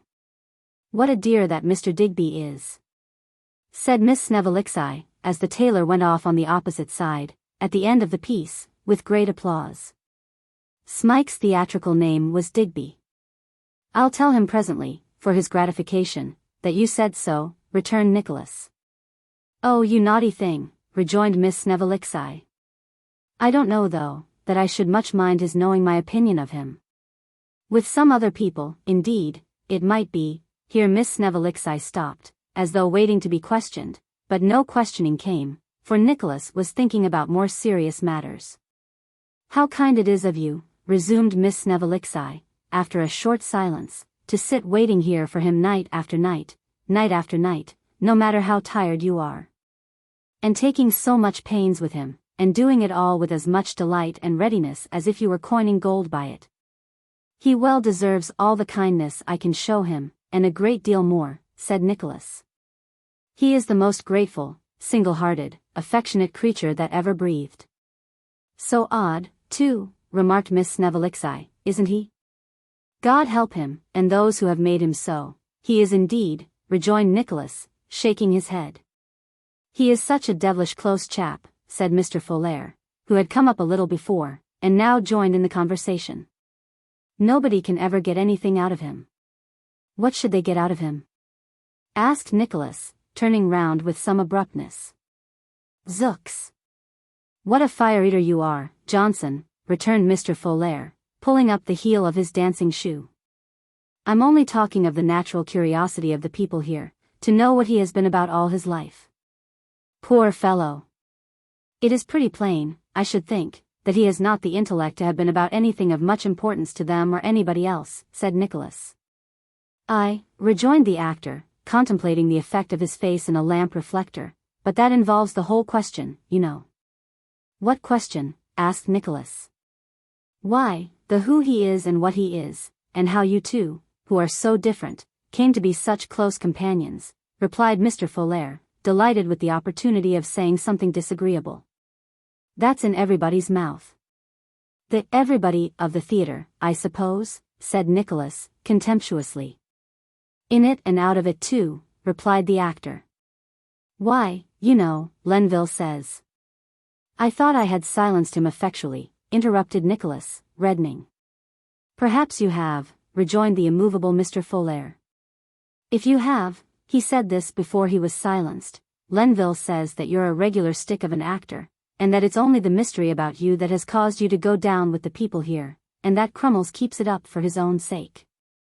Though Lenville says he don't believe there's anything at all in it, except your having got into a scrape and run away from somewhere, for doing something or other. Oh, said Nicholas, forcing a smile. That's a part of what he says, added Mr. Folair. I mention it as the friend of both parties, and in strict confidence. I don't agree with him, you know. He says he takes Digby to be more knave than fool. And old Fluggers, who does the heavy business, you know, he says that when he delivered messages at Covent Garden the season before last, there used to be a pickpocket hovering about the coach stand who had exactly the face of Digby. Though, as he very properly says, Digby may not be the same, but only his brother, or some near relation. Oh, cried Nicholas again. Yes, said Mr. Folair, with undisturbed calmness, that's what they say. I thought I'd tell you, because really you ought to know. Oh. Here's this blessed phenomenon at last. Ugh, you little imposition, I should like to, quite ready, my darling, humbug, ring up, Mrs. G, and let the favourite wake M. Uttering in a loud voice such of the latter allusions as were complimentary to the unconscious phenomenon, and giving the rest in a confidential aside to Nicholas, Mr. Folair followed the ascent of the curtain with his eyes, regarded with a sneer the reception of Miss Crummles as the maiden, and, falling back a step or two to advance with the better effect, uttered a preliminary howl. And went on chattering his teeth and brandishing his tin tomahawk as the Indian savage. So these are some of the stories they invent about us, and bandy from mouth to mouth, thought Nicholas. If a man would commit an inexpiable offense against any society, large or small, let him be successful. They will forgive him any crime but that. You surely don't mind what that malicious creature says, Mr. Johnson, observed Miss Snevellicci in her most winning tones. Not I, replied Nicholas. If I were going to remain here, I might think it worth my while to embroil myself. As it is, let them talk till they are hoarse. But here, added Nicholas, as Smike approached, here comes the subject of a portion of their good nature, so let he and I say good night together. No, I will not let either of you say anything of the kind, returned Miss Snevellicci. You must come home and see Mamma, who only came to Portsmouth today, and is dying to behold you. Led, my dear, persuade Mr. Johnson. Oh, I'm sure, returned Miss Ledrook, with considerable vivacity, if you can't persuade him. Miss Ledrook said no more, but intimated, by a dexterous playfulness, that if Miss Snevellicci couldn't persuade him, nobody could. Mr. and Mrs. Lillyvick have taken lodgings in our house, and share our sitting room for the present, said Miss Snevellicci. Won't that induce you? Surely, returned Nicholas, I can require no possible inducement beyond your invitation. Oh no. I dare say, rejoined Miss Snevellicci. And Miss Ledrook said, upon my word. Upon which Miss Snevellicci said that Miss Ledrook was a giddy thing, and Miss Ledrook said that Miss Snevellicci needn't colour up quite so much. And Miss Snevellicci beat Miss Ledrook, and Miss Ledrook beat Miss Snevellicci. Come, said Miss Ledrook, it's high time we were there, or we shall have poor Mrs. Snevellicci thinking that you have run away with her daughter, Mr. Johnson. And then we should have a pretty to-do. My dear Led, remonstrated Miss Snevellicci, how you do talk. Miss Ledrook made no answer, but taking Smike's arm in hers, left her friend and Nicholas to follow at their pleasure. Which it pleased them, or rather pleased Nicholas, who had no great fancy for a tete-a-tete under the circumstances, to do at once. There were not wanting matters of conversation when they reached the street, for it turned out that Miss Snevellicci had a small basket to carry home, and Miss Ledrook a small bandbox, both containing such minor articles of theatrical costume as the lady performers usually carried to and fro every evening. Nicholas would insist upon carrying the basket, and Miss Snevellicci would insist upon carrying it herself, which gave rise to a struggle, in which Nicholas captured the basket and the bandbox likewise. Then Nicholas said that he wondered what could possibly be inside the basket, and attempted to peep in, whereat Miss Snevellicci screamed, and declared that if she thought he had seen, she was sure she should faint away. This declaration was followed by a similar attempt on the bandbox, and similar demonstrations on the part of Miss Ledrook. And then both ladies vowed that they wouldn't move a step further until Nicholas had promised that he wouldn't offer to peep again. At last Nicholas pledged himself to betray no further curiosity, and they walked on, both ladies giggling very much, and declaring that they never had seen such a wicked creature in all their born days, never. Lightening the way with such pleasantry as this, they arrived at the tailor's house in no time, and here they made quite a little party, there being present besides Mr. Lillyvick and Mrs. Lillyvick, not only Miss Snevellicci's mamma, but her papa also. And an uncommonly fine man Miss Snevellicci's papa was, with a hook nose, and a white forehead, and curly black hair, and high cheekbones, and altogether quite a handsome face, only a little pimply as though with drinking. He had a very broad chest had Miss Snevellicci's papa, and he wore a threadbare blue dress coat buttoned with gilt buttons tied across it. And he no sooner saw Nicholas come into the room, than he whipped the two forefingers of his right hand in between the two center buttons, and sticking his other arm gracefully akimbo seemed to say, "Now, here I am, my buck. And what have you got to say to me?" Such was, and in such an attitude sat Miss Snevellicci's papa, who had been in the profession ever since he had first played the 10-year-old imps in the Christmas pantomimes. Who could sing a little, dance a little, fence a little, act a little, and do everything a little, but not much, who had been sometimes in the ballet, and sometimes in the chorus, at every theatre in London. Who was always selected in virtue of his figure to play the military visitors and the speechless nobleman. Who always wore a smart dress, and came on arm in arm with a smart lady in short petticoats, and always did it too with such an air that people in the pit had been several times known to cry out "Bravo," under the impression that he was somebody. Such was Miss Snevillixi's papa, upon whom some envious persons cast the imputation that he occasionally beat Miss Snevillixi's mamma, who was still a dancer, with a neat little figure and some remains of good looks. And who now sat, as she danced, being rather too old for the full glare of the footlights, in the background. To these good people Nicholas was presented with much formality. The introduction being completed, Miss Snevillixi's papa, who was scented with rum and water, said that he was delighted to make the acquaintance of a gentleman so highly talented. And furthermore remarked, that there hadn't been such a hit made, no, not since the first appearance of his friend Mr. Glavermully, at the Coburg. "You have seen him, sir," said Miss Snevillixi's papa. "No, really I never did," replied Nicholas.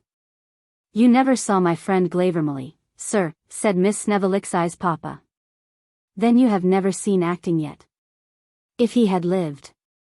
"Oh, he is dead, is he?" interrupted Nicholas. "He is," said Mr. Snevillixi, "but he isn't in Westminster Abbey, more's the shame. He was well, no matter. He is gone to that bourne from whence no traveller returns. I hope he is appreciated there."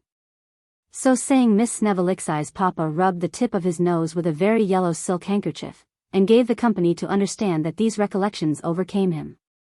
"Well, Mr. Lillyvick," said Nicholas, "and how are you?" "Quite well, sir," replied the collector. "There is nothing like the married state, sir, depend upon it." "Indeed," said Nicholas, laughing. "Ah! Nothing like it, sir," replied Mr. Lillyvick solemnly. "How do you think," whispered the collector, drawing him aside, "how do you think she looks tonight?" "As handsome as ever," replied Nicholas, glancing at the late Miss Petowker. "Why, there's air about her, sir," whispered the collector, "that I never saw in anybody. Look at her now, she moves to put the kettle on. There. Isn't it fascination, sir?" "You're a lucky man," said Nicholas.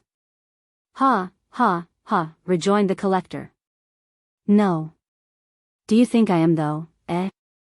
Perhaps I may be, perhaps I may be.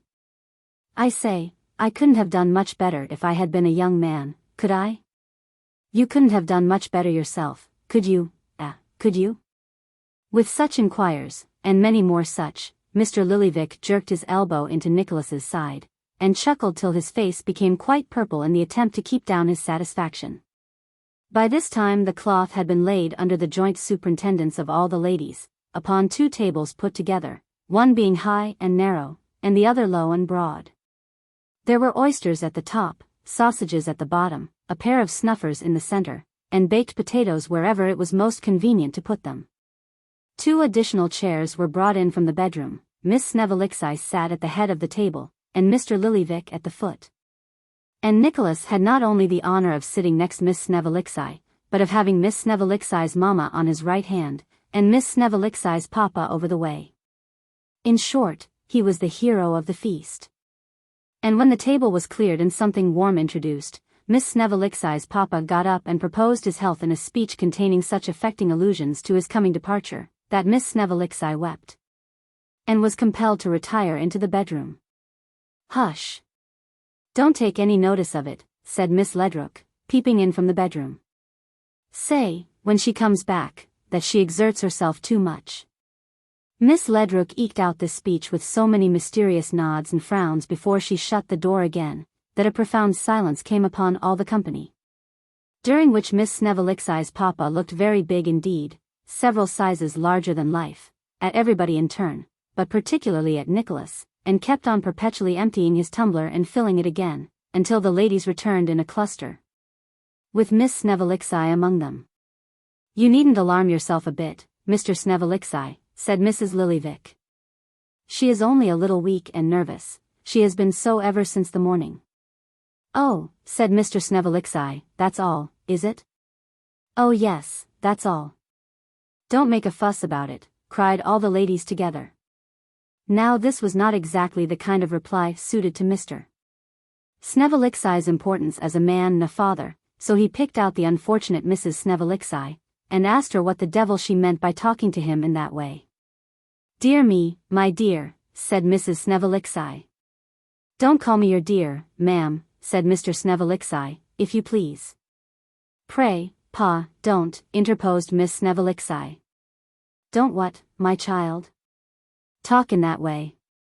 "Why not?" said Mr. Snevilixi. "I hope you don't suppose there's anybody here who is to prevent my talking as I like?" "Nobody wants to, pa," rejoined his daughter. "Nobody would if they did want to," said Mr. Snevilixi. "I am not ashamed of myself, Snevilixi is my name. I'm to be found in Broad Court, Bow Street, when I'm in town. If I'm not at home, let any man ask for me at the stage door. Damn, they know me at the stage door, I suppose. Most men have seen my portrait at the cigar shop round the corner. I've been mentioned in the newspapers before now, haven't I? Talk. I'll tell you what, if I found out that any man had been tampering with the affections of my daughter, I wouldn't talk. I'd astonish him without talking, that's my way." So saying, Mr. Snevilixi struck the palm of his left hand 3 smart blows with his clenched fist, pulled a phantom nose with his right thumb and forefinger, and swallowed another glassful at a draught. "That's my way," repeated Mr. Snevilixi. "Most public characters have their failings, and the truth is that Mr. Snevilixi was a little addicted to drinking, or, if the whole truth must be told, that he was scarcely ever sober. He knew in his cups 3 distinct stages of intoxication, the dignified, the quarrelsome, the amorous. When professionally engaged he never got beyond the dignified. In private circles he went through all 3, passing from one to another with a rapidity of transition often rather perplexing to those who had not the honor of his acquaintance. Thus Mr. Snevilixi had no sooner swallowed another glassful than he smiled upon all present in happy forgetfulness of having exhibited symptoms of pugnacity, and proposed, the ladies, bless their hearts, in a most vivacious manner. "I love said Mr. Snevilixi, looking round the table, "I love every one." "Not every one," reasoned Mr. Lillyvick, mildly. "Yes, every one," repeated Mr. Snevilixi. "That would include the married ladies, you know," said Mr. Lillyvick. "I love them too, sir," said Mr. Snevilixi. The collector looked into the surrounding faces with an aspect of grave astonishment, seeming to say, "This is a nice man," and appeared a little surprised that Mrs. Lillyvick's manner yielded no evidences of horror and indignation. "One good turn deserves another," said Mr. Snevilixi. "I love them and they love me." And as if this avowal were not made in sufficient disregard and defiance of all moral obligations, what did Mr. Snevilixi do? He winked openly and undisguisedly, winked with his right eye, upon Henrietta Lillyvick. The collector fell back in his chair in the intensity of his astonishment. If anybody had winked at her as Henrietta Petowker, it would have been indecorous in the last degree, but as Mrs. Lillyvick. While he thought of it in a cold perspiration, and wondered whether it was possible that he could be dreaming, Mr. Snevilixi repeated the wink, and drinking to Mrs. Lillyvick in dumb show, actually blew her a kiss. Mr. Lillyvick left his chair, walked straight up to the other end of the table, and fell upon him, literally fell upon him, instantaneously. Mr. Lillyvick was no light weight, and consequently when he fell upon Mr. Snevilixi, Mr. Snevilixi fell under the table. Mr. Lillyvick followed him, and the ladies screamed. "What is the matter with the men? Are they mad?" cried Nicholas, diving under the table, dragging up the collector by main force, and thrusting him, all doubled up, into a chair, as if he had been a stuffed figure. "What do you mean to do? What do you want to do? What is the matter with you?" While Nicholas raised up the collector, Smike had performed the same office for Mr. Snevilixi, who now regarded his late adversary in tipsy amazement. "Look here, sir," replied Mr. Lillyvick, pointing to his astonished wife, "here is purity and elegance combined, whose feelings have been outraged, violated, sir." "Lor, what nonsense he talks," exclaimed Mrs. Lillyvick in answer to the inquiring look of Nicholas. "Nobody has said anything to me." "Said, Henrietta," cried the collector. "Didn't I see him?" Mr. Lillyvick couldn't bring himself to utter the word, but he counterfeited the motion of the eye. "Well," cried Mrs. Lillyvick. "Do you suppose nobody is ever to look at me? A pretty thing to be married indeed, if that was law." "You didn't mind it?" cried the collector. "Mind it," repeated Mrs. Lillyvick contemptuously. "You ought to go down on your knees and beg everybody's pardon, that you ought." "Pardon, my dear," said the dismayed collector. "Yes, and mine first," replied Mrs. Lillyvick. "Do you suppose I ain't the best judge of what's proper and what's improper?" "To be sure," cried all the ladies. "Do you suppose we shouldn't be the first to speak, if there was anything that ought to be taken notice of?" "Do you suppose they don't know, sir," said Miss Snevellixi's papa, pulling up his collar, and muttering something about a punching of heads, and being only withheld by considerations of age. With which Miss Snevellixi's papa looked steadily and sternly at Mr. Lillyvick for some seconds, and then rising deliberately from his chair, kissed the ladies all round, beginning with Mrs. Lillyvick. The unhappy collector looked piteously at his wife, as if to see whether there was any one trait of Miss Petowker left in Mrs. Lillyvick, and finding too surely that there was not, begged pardon of all the company with great humility, and sat down such a crestfallen, dispirited, disenchanted man, that despite all his selfishness and dotage, he was quite an object of compassion.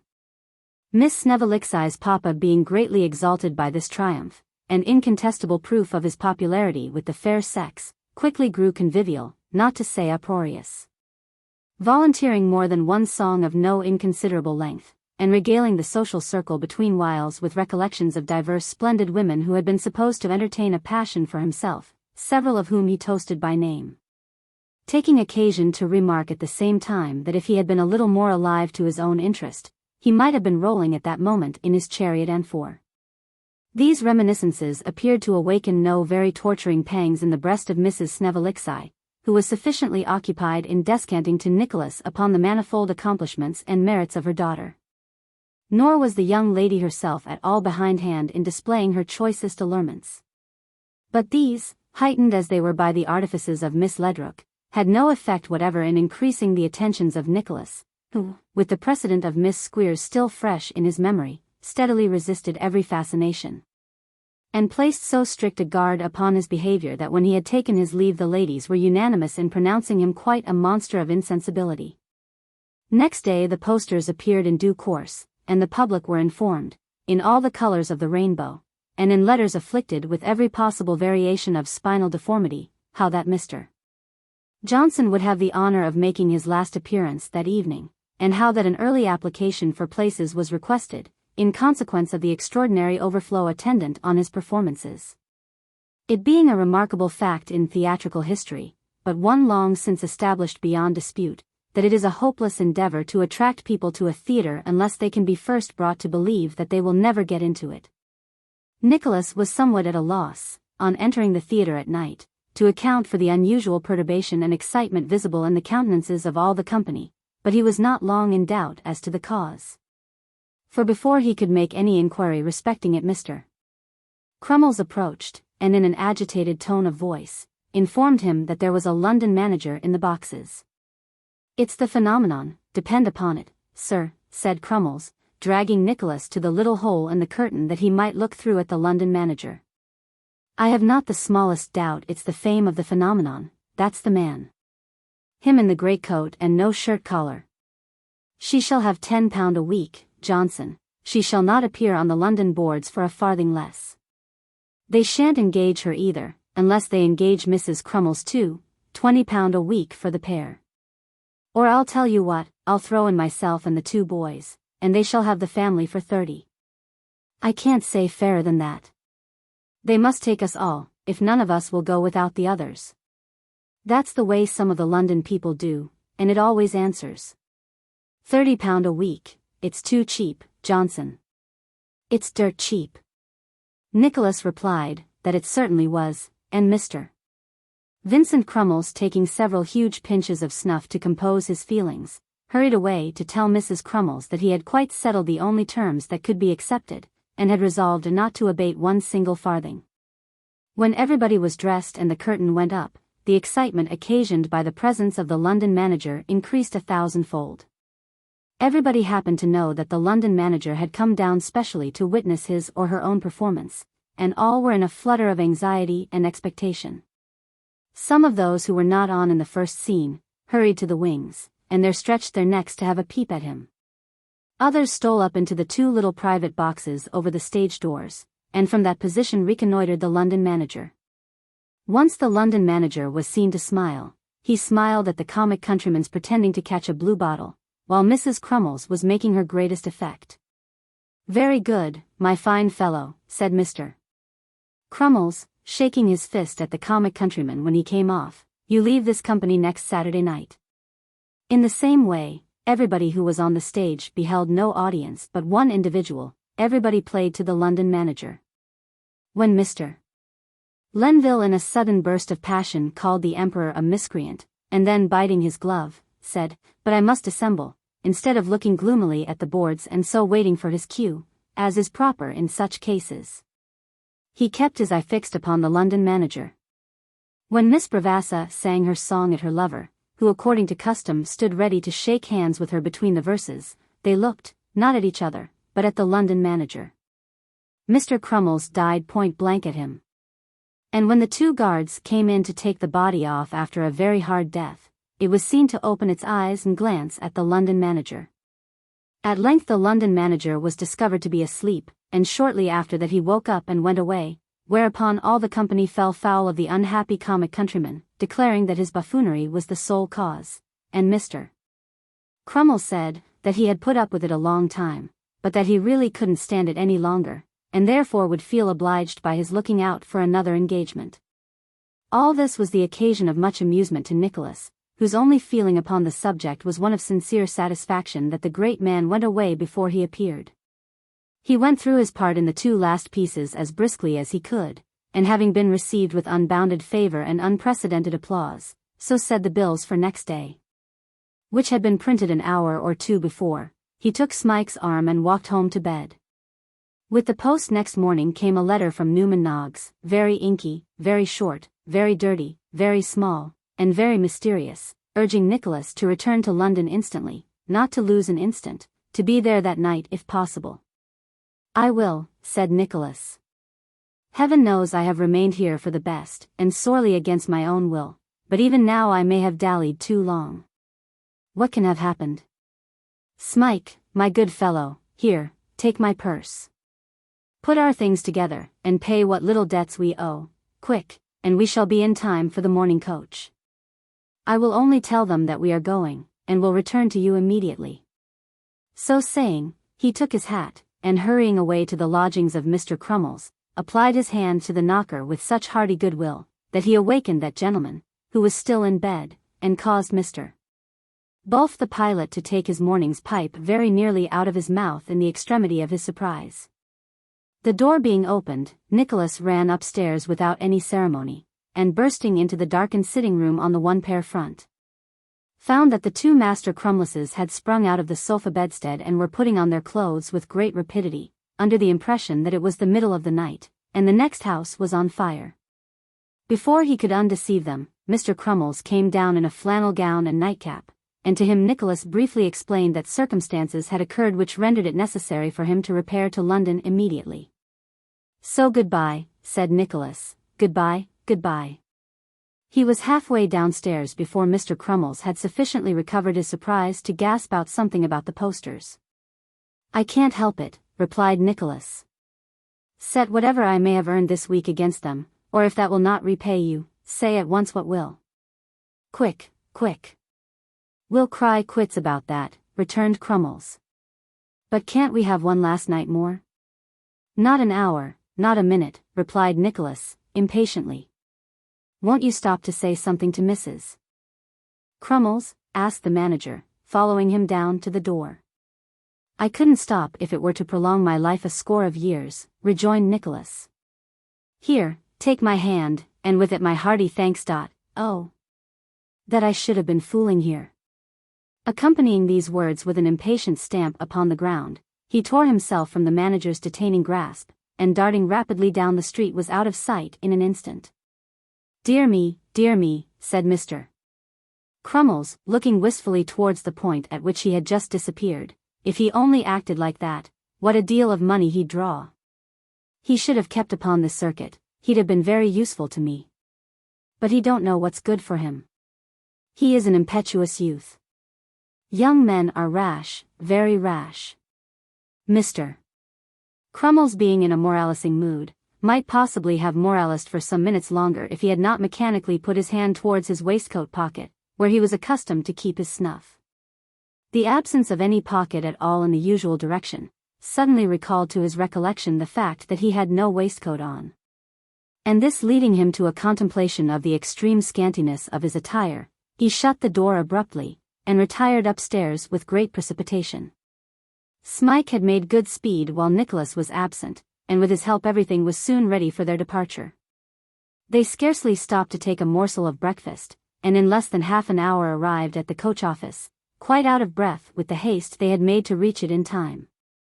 There were yet a few minutes to spare, so, having secured the places, Nicholas hurried into a slopseller's hard by, and bought Smike a greatcoat. It would have been rather large for a substantial yeoman, but the shopman averring, and with considerable truth, that it was a most uncommon fit, Nicholas would have purchased it in his impatience if it had been twice the size. As they hurried up to the coach, which was now in the open street and all ready for starting, Nicholas was not a little astonished to find himself suddenly clutched in a close and violent embrace, which nearly took him off his legs. Nor was his amazement at all lessened by hearing the voice of Mr. Crummles exclaim, "It is he, my friend, my friend." "Bless my heart," cried Nicholas, struggling in the manager's arms, "what are you about?" The manager made no reply, but strained him to his breast again, exclaiming as he did so, "Farewell, my noble, my lion-hearted boy." In fact, Mr. Crummles, who could never lose any opportunity for professional display, had turned out for the express purpose of taking a public farewell of Nicholas.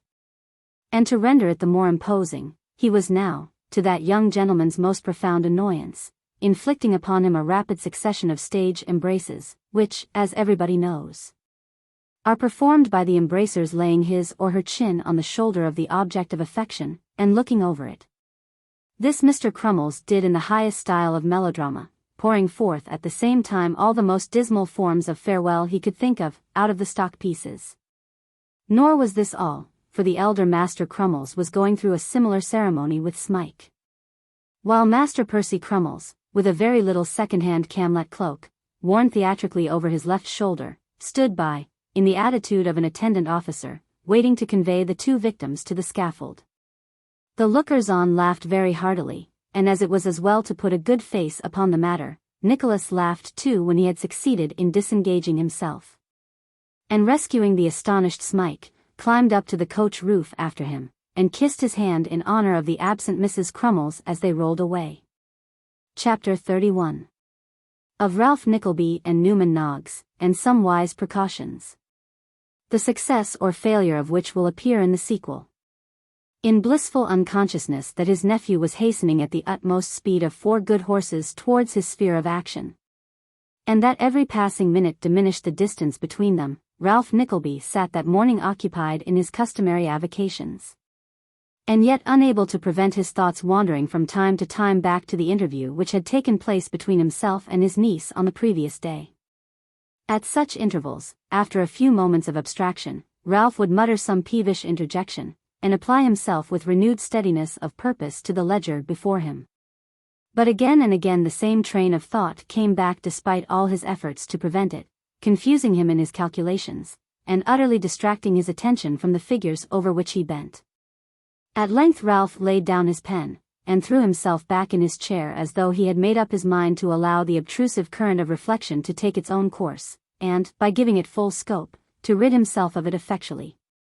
"I am not a man to be moved by a pretty face," muttered Ralph sternly. "There is a grinning skull beneath it, and men like me who look and work below the surface see that, and not its delicate covering. And yet I almost like the girl, or should if she had been less proudly and squeamishly brought up. If the boy were drowned or hanged, and the mother dead, this house should be her home. I wish they were, with all my soul. Notwithstanding the deadly hatred which Ralph felt towards Nicholas, and the bitter contempt with which he sneered at poor Mrs. Nickleby, notwithstanding the baseness with which he had behaved, and was then behaving, and would behave again if his interest prompted him, towards Kate herself, still there was, strange though it may seem, something humanizing and even gentle in his thoughts at that moment. He thought of what his home might be if Kate were there. He placed her in the empty chair, looked upon her, heard her speak. He felt again upon his arm the gentle pressure of the trembling hand. He strewed his costly rooms with the 100 silent tokens of feminine presence and occupation. He came back again to the cold fireside and the silent dreary splendor.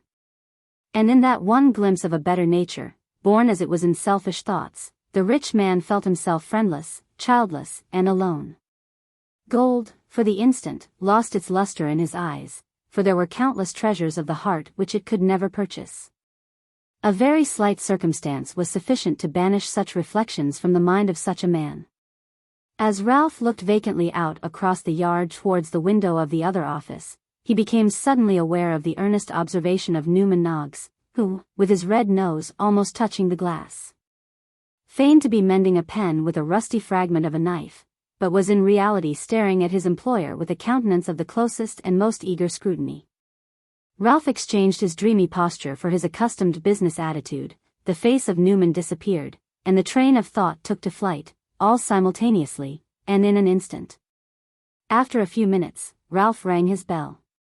Newman answered the summons, and Ralph raised his eyes stealthily to his face, as if he almost feared to read there a knowledge of his recent thoughts. There was not the smallest speculation, however, in the countenance of Newman Noggs. If it be possible to imagine a man, with two eyes in his head, and both wide open, looking in no direction whatever, and seeing nothing, Newman appeared to be that man while Ralph Nickleby regarded him. "How now?" growled Ralph. "Oh," said Newman, throwing some intelligence into his eyes all at once, and dropping them on his master, "I thought you rang." With which laconic remark Newman turned round and hobbled away. "Stop," said Ralph. Newman stopped, not at all disconcerted. "I did ring." "I knew you did." "Then why do you offer to go if you know that?" "I thought you rang to say you didn't ring," replied Newman. "You often do." "How dare you pry, and peer, and stare at me, sirrah?" demanded Ralph. "Stare!" cried Newman, "at you." "Ha, ha," which was all the explanation Newman deigned to offer. "Be careful, sir," said Ralph, looking steadily at him. "Let me have no drunken fooling here. Do you see this parcel?" "It's big enough," rejoined Newman. "Carry it into the city, to Cross, in Broad Street, and leave it there, quick. Do you hear?" Newman gave a dogged kind of nod to express an affirmative reply, and, leaving the room for a few seconds, returned with his hat. Having made various ineffective attempts to fit the parcel, which was some 2 feet square, into the crown thereof, Newman took it under his arm, and after putting on his fingerless gloves with great precision and nicety, keeping his eyes fixed upon Mr. Ralph Nickleby all the time, he adjusted his hat upon his head with as much care, real or pretended, as if it were a brand new one of the most expensive quality, and at last departed on his errand. He executed his commission with great promptitude and dispatch, only calling at one public house for half a minute, and even that might be said to be in his way, for he went in at one door and came out at the other. But as he returned and had got so far homewards as the Strand, Newman began to loiter with the uncertain air of a man who has not quite made up his mind whether to halt or go straight forwards. After a very short consideration, the former inclination prevailed, and making towards the point he had had in his mind, Newman knocked a modest double knock, or rather a nervous single one, at Miss La Creevy's door.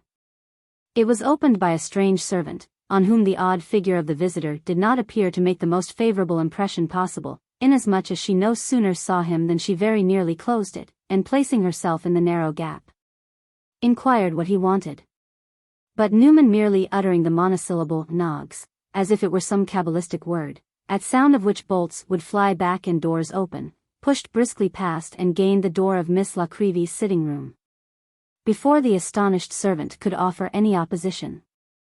"Walk in if you please," said Miss La Creevy in reply to the sound of Newman's knuckles, and in he walked accordingly. "Bless us," cried Miss La Creevy, starting as Newman bolted in. "What did you want, sir?" "You have forgotten me," said Newman, with an inclination of the head. "I wonder at that. That nobody should remember me who knew me in other days, is natural enough, but there are few people who, seeing me once, forget me now." He glanced, as he spoke, at his shabby clothes and paralytic limb, and slightly shook his head. "I did forget you, I declare," said Miss La Creevy, rising to receive Newman, who met her halfway, "and I am ashamed of myself for doing so. For you are a kind, good creature, Mr. Noggs.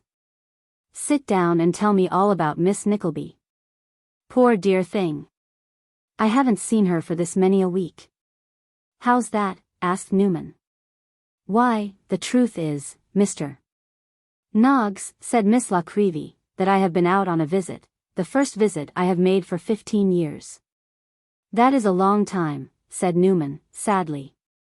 "So it is a very long time to look back upon in years, though, somehow or other, thank heaven, the solitary days roll away peacefully and happily enough," replied the miniature painter. "I have a brother, Mr.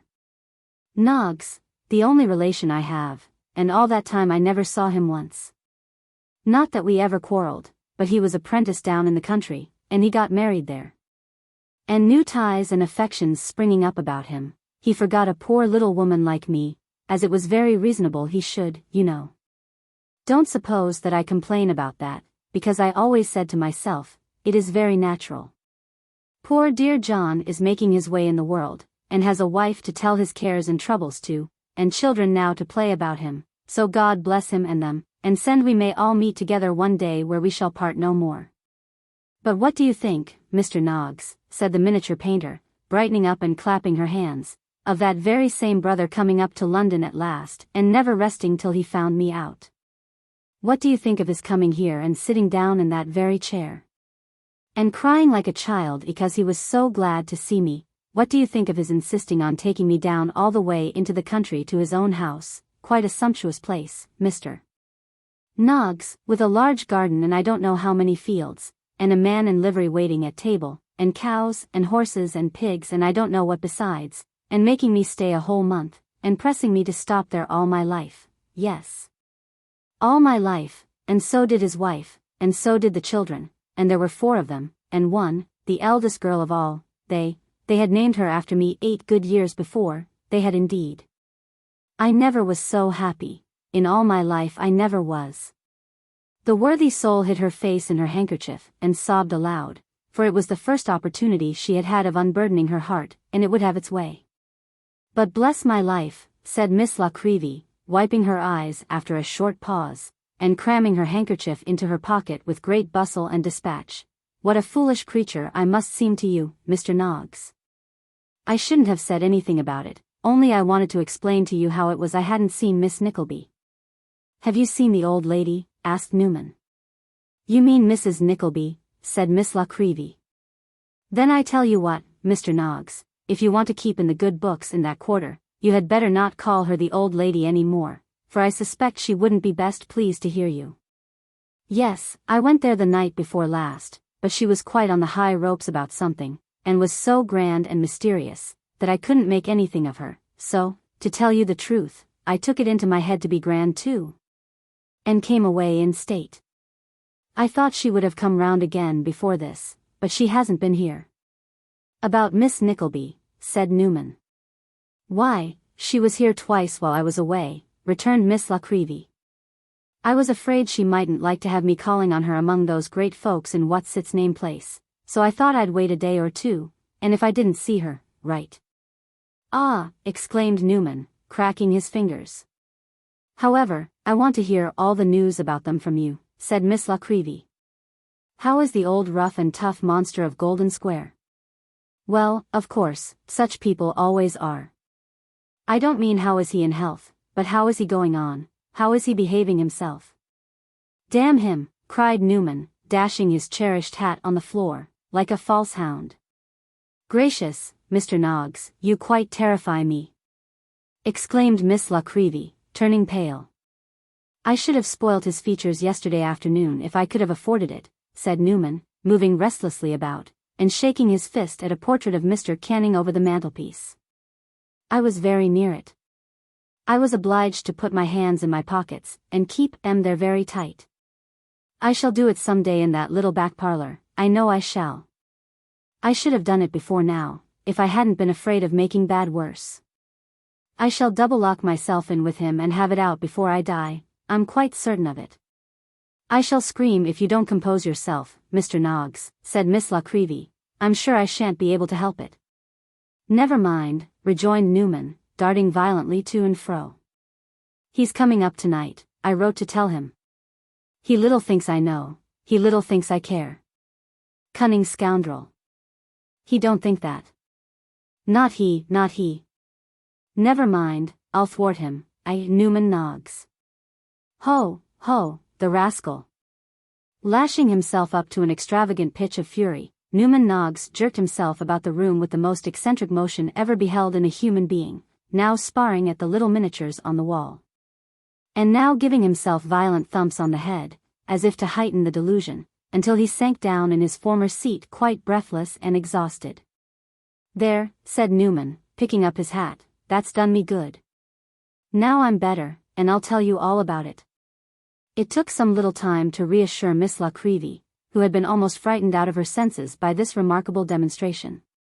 But that done, Newman faithfully related all that had passed in the interview between Kate and her uncle, prefacing his narrative with a statement of his previous suspicions on the subject and his reasons for forming them, and concluding with a communication of the step he had taken in secretly writing to Nicholas. Though little Miss La Creevy's indignation was not so singularly displayed as Newman's, it was scarcely inferior in violence and intensity.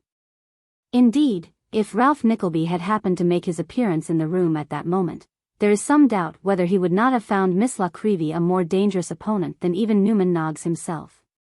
"God forgive me for saying so," said Miss La Creevy, as a wind-up to all her expressions of anger, "but I really feel as if I could stick this into him with pleasure." It was not a very awful weapon that Miss La Creevy held, it being in fact nothing more nor less than a black lead pencil. But discovering her mistake, the little portrait painter exchanged it for a mother-of-pearl fruit knife, wherewith, in proof of her desperate thoughts, she made a lunge as she spoke, which would have scarcely disturbed the crumb of a half-quartern loaf. "She won't stop where she is after tonight," said Newman. "That's a comfort." "Stop," cried Miss La Creevy, "she should have left there, weeks ago." "If we had known of this," rejoined Newman. "But we didn't. Nobody could properly interfere but her mother or brother. The mother's weak, poor thing, weak. The dear young man will be here tonight." "Heart alive," cried Miss La Creevy. "He will do something desperate, Mr. Noggs, if you tell him all at once."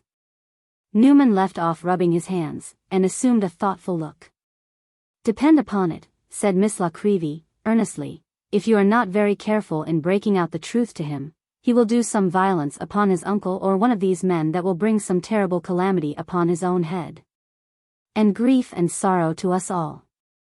"I never thought of that," rejoined Newman, his countenance falling more and more. "I came to ask you to receive his sister in case he brought her here, but this is a matter of much greater importance," interrupted Miss La Creevy, "that you might have been sure of before you came, but the end of this, nobody can foresee, unless you are very guarded and careful." "What can I do?" cried Newman, scratching his head with an air of great vexation and perplexity. "If he was to talk of pistoling 'em all, I should be obliged to say, certainly, serve 'em right."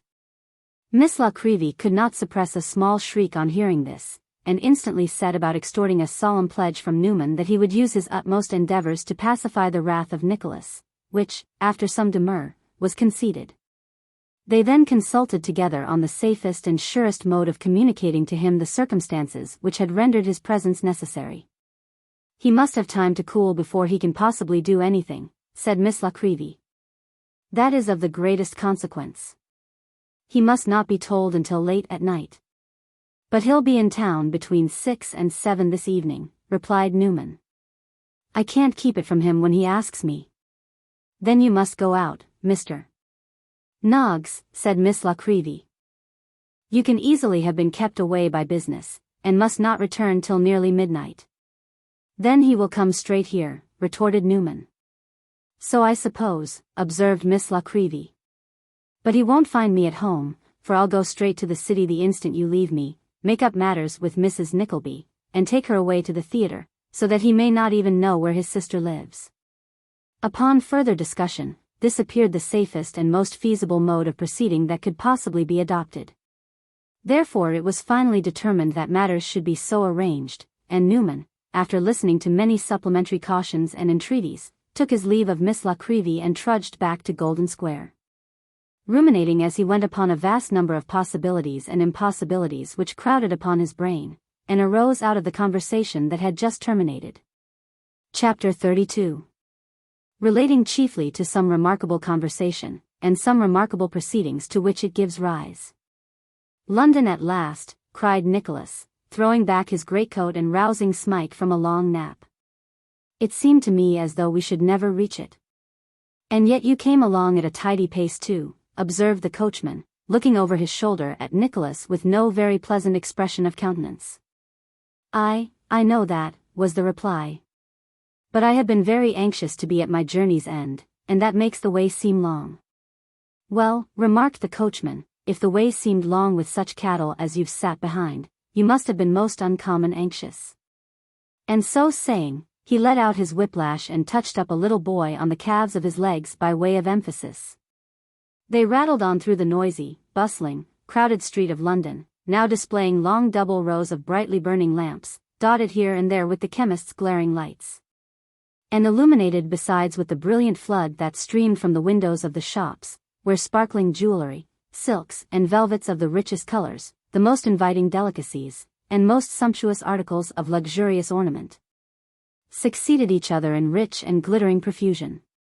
Streams of people apparently without end poured on, jostling each other in the crowd and hurrying forward, scarcely seeming to notice the riches that surrounded them on every side. While vehicles of all shapes and makes, mingled up together in one moving mass, like running water, lent their ceaseless roar to swell the noise and tumult.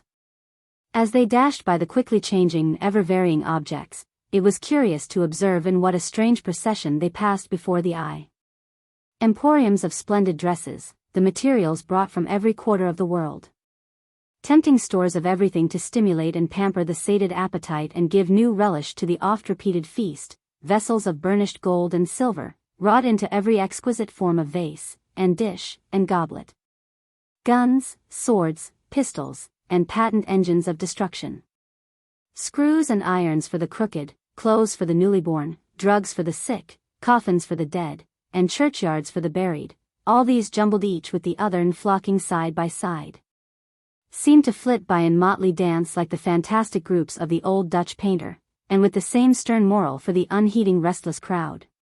Nor were there wanting objects in the crowd itself to give new point and purpose to the shifting scene.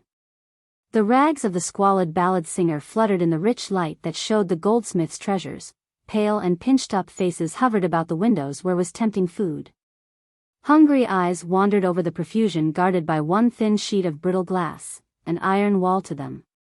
Half-naked shivering figures stopped to gaze at Chinese shawls and golden stuffs of India. There was a christening party at the largest coffin makers and a funeral hatchment had stopped some great improvements in the bravest mansion. Life and death went hand in hand, wealth and poverty stood side by side, repletion and starvation laid them down together. But it was London. And the old country lady inside, who had put her head out of the coach window a mile or two this side Kingston, and cried out to the driver that she was sure he must have passed it and forgotten to set her down, was satisfied at last. Nicholas engaged beds for himself and Smike at the inn where the coach stopped, and repaired, without the delay of another moment, to the lodgings of Newman Noggs. For his anxiety and impatience had increased with every succeeding minute, and were almost beyond control. There was a fire in Newman's garret, and a candle had been left burning. The floor was cleanly swept, the room was as comfortably arranged as such a room could be, and meat and drink were placed in order upon the table. Everything bespoke the affectionate care and attention of Newman Noggs, but Newman himself was not there. "Do you know what time he will be home?" inquired Nicholas, tapping at the door of Newman's front neighbor. "Ah, Mr. Johnson," said Crowell, presenting himself. "Welcome, sir. How well you're looking. I never could have believed." "Pardon me," interposed Nicholas. "My question, I am extremely anxious to know." "Why, he has a troublesome affair of business," replied Crowell, "and will not be home before 12 o'clock. He was very unwilling to go, I can tell you, but there was no help for it. However, he left word that you were to make yourself comfortable till he came back, and that I was to entertain you, which I shall be very glad to do." In proof of his extreme readiness to exert himself for the general entertainment, Mr. Crowell drew a chair to the table as he spoke, and helping himself plentifully to the cold meat, invited Nicholas and Smike to follow his example. Disappointed and uneasy, Nicholas could touch no food, so, after he had seen Smike comfortably established at the table, he walked out, despite a great many dissuasions uttered by Mr. Crowell with his mouth full, and left Smike to detain Newman in case he returned first. As Miss La Creevy had anticipated, Nicholas betook himself straight to her house. Finding her from home, he debated within himself for some time whether he should go to his mother's residence, and so compromise her with Ralph Nickleby. Fully persuaded, however, that Newman would not have solicited him to return unless there was some strong reason which required his presence at home, he resolved to go there, and hastened eastwards with all speed. Mrs. Nickleby would not be at home, the girl said, until past 12, or later. She believed Miss Nickleby was well, but she didn't live at home now, nor did she come home except very seldom. She couldn't say where she was stopping, but it was not at Madame Mantalini's. She was sure of that. With his heart beating violently, and apprehending he knew not what disaster, Nicholas returned to where he had left Smike. Newman had not been home. He wouldn't be, till 12 o'clock, there was no chance of it. Was there no possibility of sending to fetch him if it were only for an instant, or forwarding to him one line of writing to which he might return a verbal reply? That was quite impracticable. He was not at Golden Square, and probably had been sent to execute some commission at a distance. Nicholas tried to remain quietly where he was, but he felt so nervous and excited that he could not sit still. He seemed to be losing time unless he was moving. It was an absurd fancy, he knew, but he was wholly unable to resist it. So, he took up his hat and rambled out again. He strolled westward this time, pacing the long streets with hurried footsteps, and agitated by 1,000 misgivings and apprehensions which he could not overcome. He passed into Hyde Park, now silent and deserted, and increased his rate of walking as if in the hope of leaving his thoughts behind. They crowded upon him more thickly, however, now there were no passing objects to attract his attention. And the one idea was always uppermost, that some stroke of ill fortune must have occurred so calamitous in its nature that all were fearful of disclosing it to him. The old question arose again and again, what could it be? Nicholas walked till he was weary, but was not one bit the wiser, and indeed he came out of the park at last a great deal more confused and perplexed than when he went in. He had taken scarcely anything to eat or drink since early in the morning, and felt quite worn out and exhausted. As he returned languidly towards the point from which he had started, along one of the thoroughfares which lie between Park Lane and Bond Street, he passed a handsome hotel, before which he stopped mechanically. An expensive place, I dare say, thought Nicholas, but a pint of wine and a biscuit are no great debauch wherever they are had. And yet I don't know. He walked on a few steps, but looking wistfully down the long vista of gas lamps before him, and thinking how long it would take to reach the end of it, and being besides in that kind of mood in which a man is most disposed to yield to his first impulse, and being, besides, strongly attracted to the hotel, in part by curiosity, and in part by some odd mixture of feelings which he would have been troubled to define, Nicholas turned back again, and walked into the coffee-room. It was very handsomely furnished. The walls were ornamented with the choicest specimens of French paper, enriched with a gilded cornice of elegant design.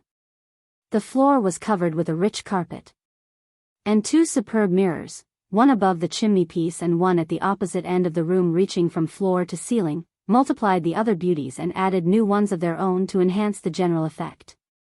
There was a rather noisy party of 4 gentlemen in a box by the fireplace, and only 2 other persons present, both elderly gentlemen, and both alone.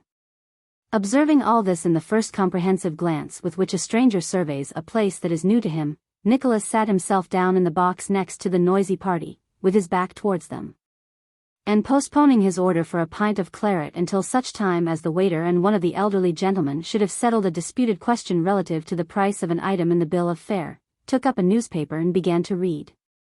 He had not read 20 lines, and was in truth himself dozing, when he was startled by the mention of his sister's name. Little Kate Nickleby were the words that caught his ear. He raised his head in amazement, and as he did so, saw by the reflection in the opposite glass, that 2 of the party behind him had risen and were standing before the fire.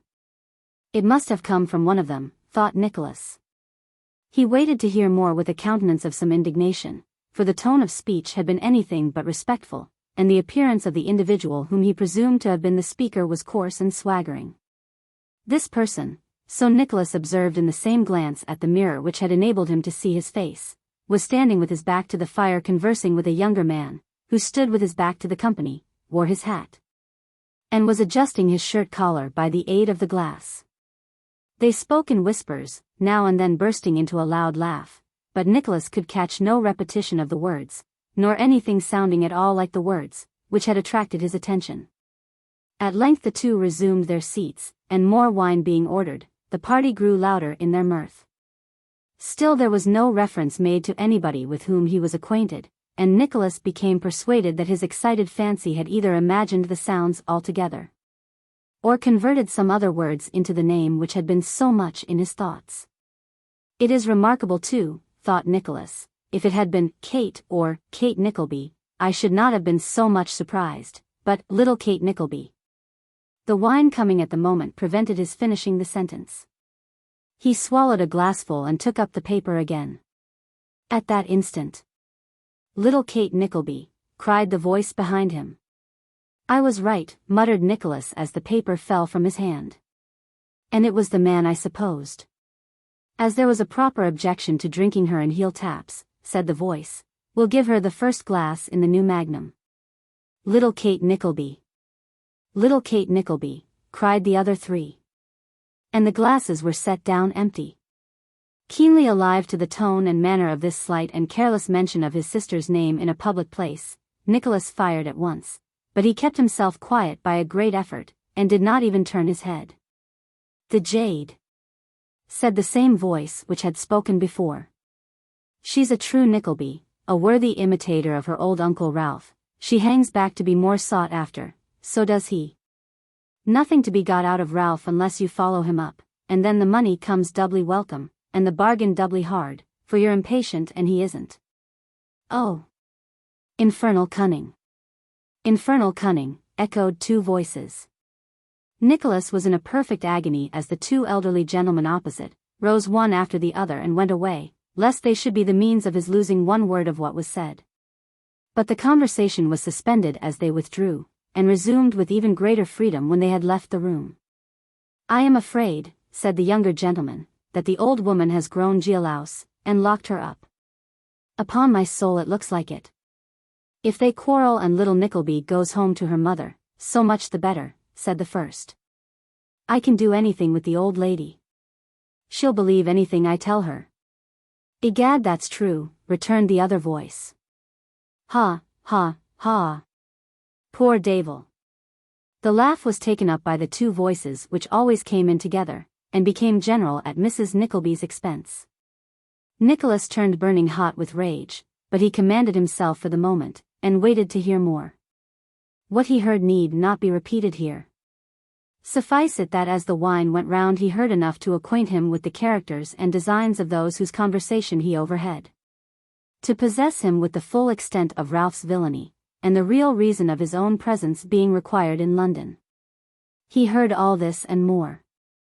He heard his sister's sufferings derided, and her virtuous conduct jeered at and brutally misconstrued. He heard her name bandied from mouth to mouth, and herself made the subject of coarse and insolent wagers, free speech, and licentious jesting. The man who had spoken first, led the conversation, and indeed almost engrossed it, being only stimulated from time to time by some slight observation from one or other of his companions.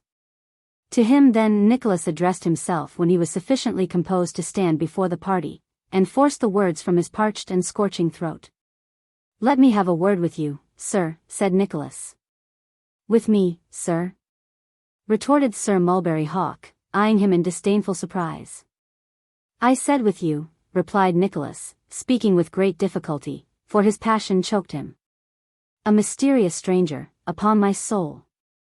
exclaimed Sir Mulberry, raising his wineglass to his lips, and looking round upon his friends. "Will you step apart with me for a few minutes, or do you refuse?" said Nicholas sternly. Sir Mulberry merely paused in the act of drinking, and bade him either name his business or leave the table. Nicholas drew a card from his pocket, and threw it before him. "There, sir," said Nicholas, "my business you will guess." A momentary expression of astonishment, not unmixed with some confusion, appeared in the face of Sir Mulberry as he read the name. But he subdued it in an instant, and tossing the card to Lord Verisopht, who sat opposite, drew a toothpick from a glass before him, and very leisurely applied it to his mouth. "Your name and address?" said Nicholas, turning paler as his passion kindled. "I shall give you neither," replied Sir Mulberry. "If there is a gentleman in this party," said Nicholas, looking round and scarcely able to make his white lips form the words, "he will acquaint me with the name and residence of this man." There was a dead silence. "I am the brother of the young lady who has been the subject of conversation here," said Nicholas. "I denounce this person as a liar, and impeach him as a coward. If he has a friend here, he will save him the disgrace of the paltry attempt to conceal his name, an utterly useless one, for I will find it out, nor leave him until I have." Sir Mulberry looked at him contemptuously, and, addressing his companions, said, "Let the fellow talk. I have nothing serious to say to boys of his station, and his pretty sister shall save him a broken head, if he talks till midnight." "You are a base and spiritless scoundrel," said Nicholas, "and shall be proclaimed so to the world. I will know you, I will follow you home if you walk the streets till morning." Sir Mulberry's hand involuntarily closed upon the decanter, and he seemed for an instant about to launch it at the head of his challenger. But he only filled his glass, and laughed in derision. Nicholas sat himself down, directly opposite to the party, and, summoning the waiter, paid his bill. "Do you know that person's name?" he inquired of the man in an audible voice, pointing out Sir Mulberry as he put the question. Sir Mulberry laughed again, and the two voices which had always spoken together echoed the laugh, but rather feebly.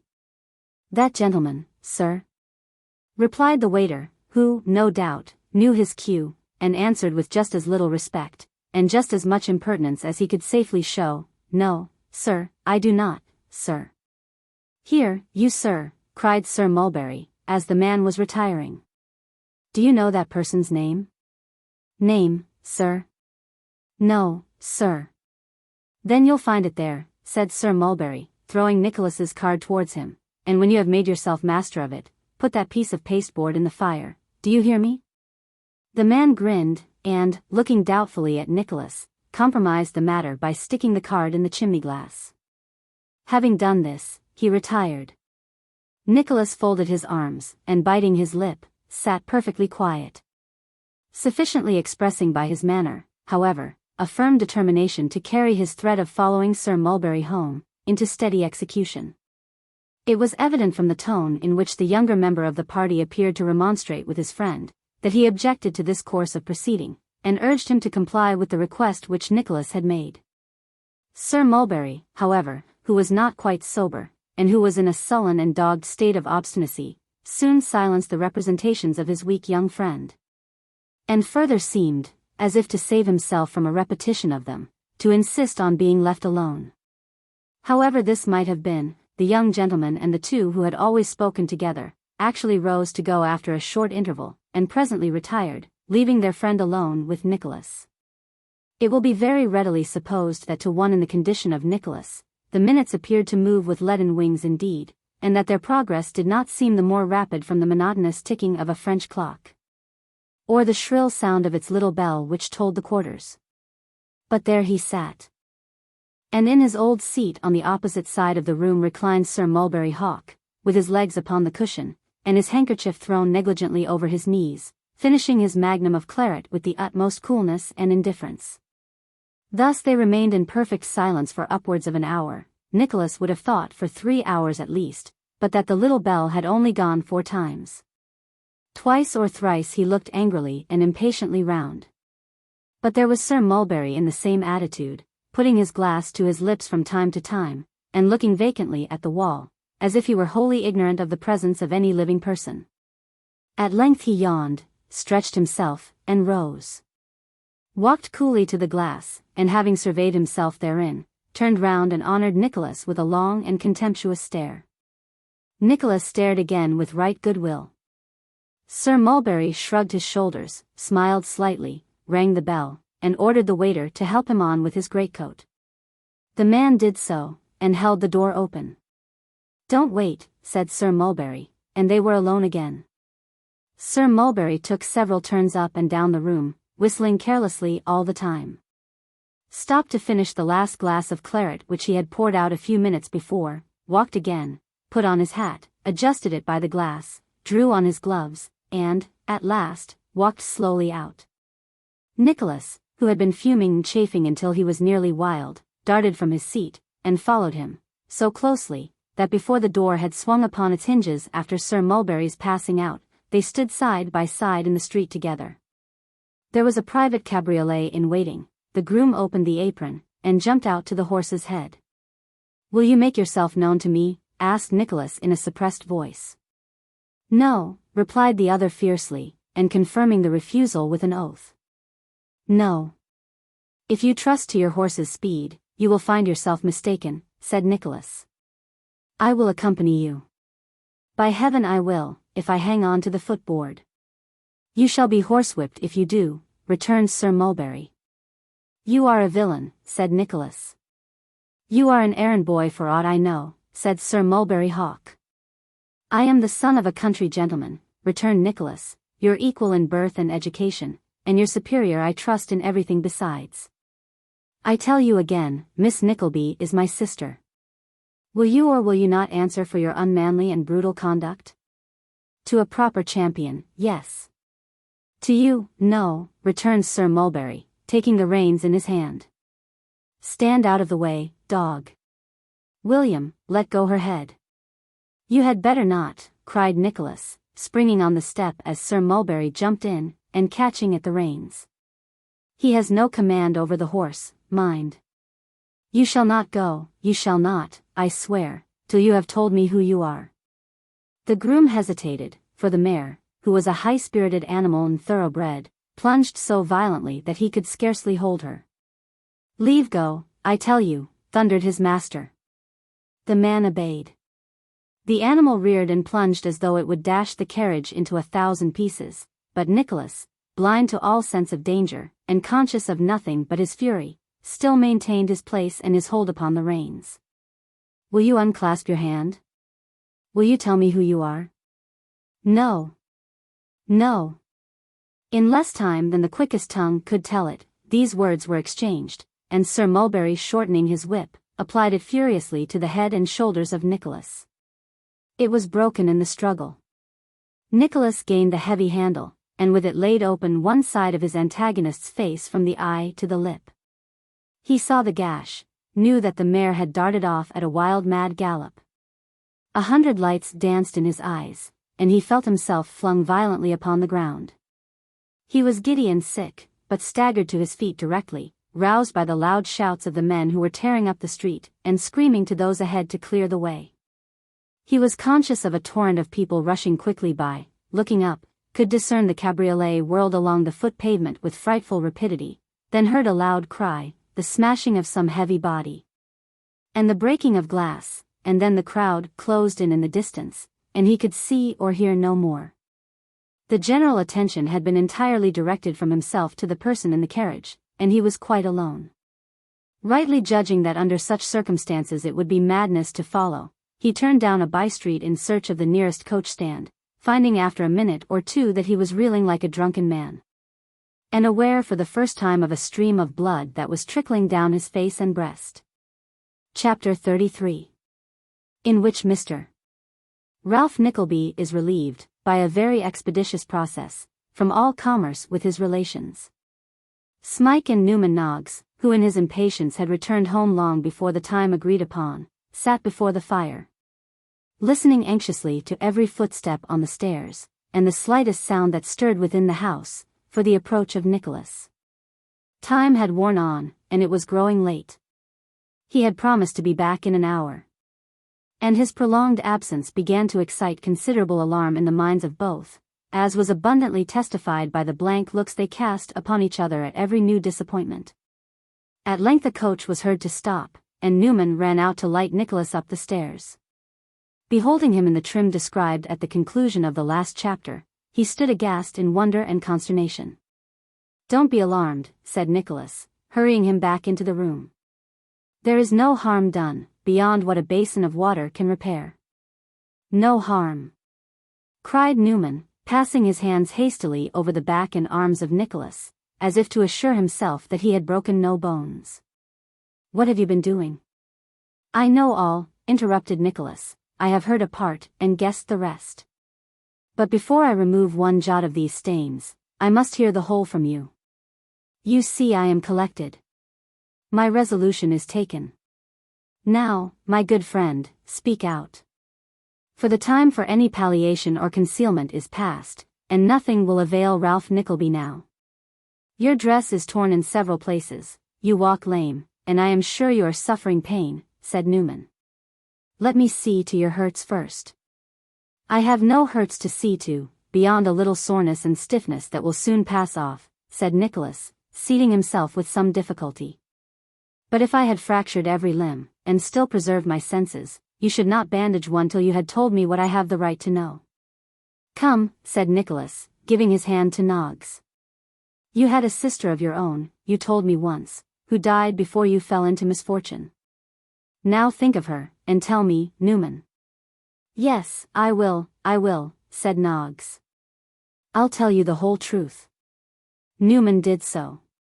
Nicholas nodded his head from time to time, as it corroborated the particulars he had already gleaned, but he fixed his eyes upon the fire, and did not look round once.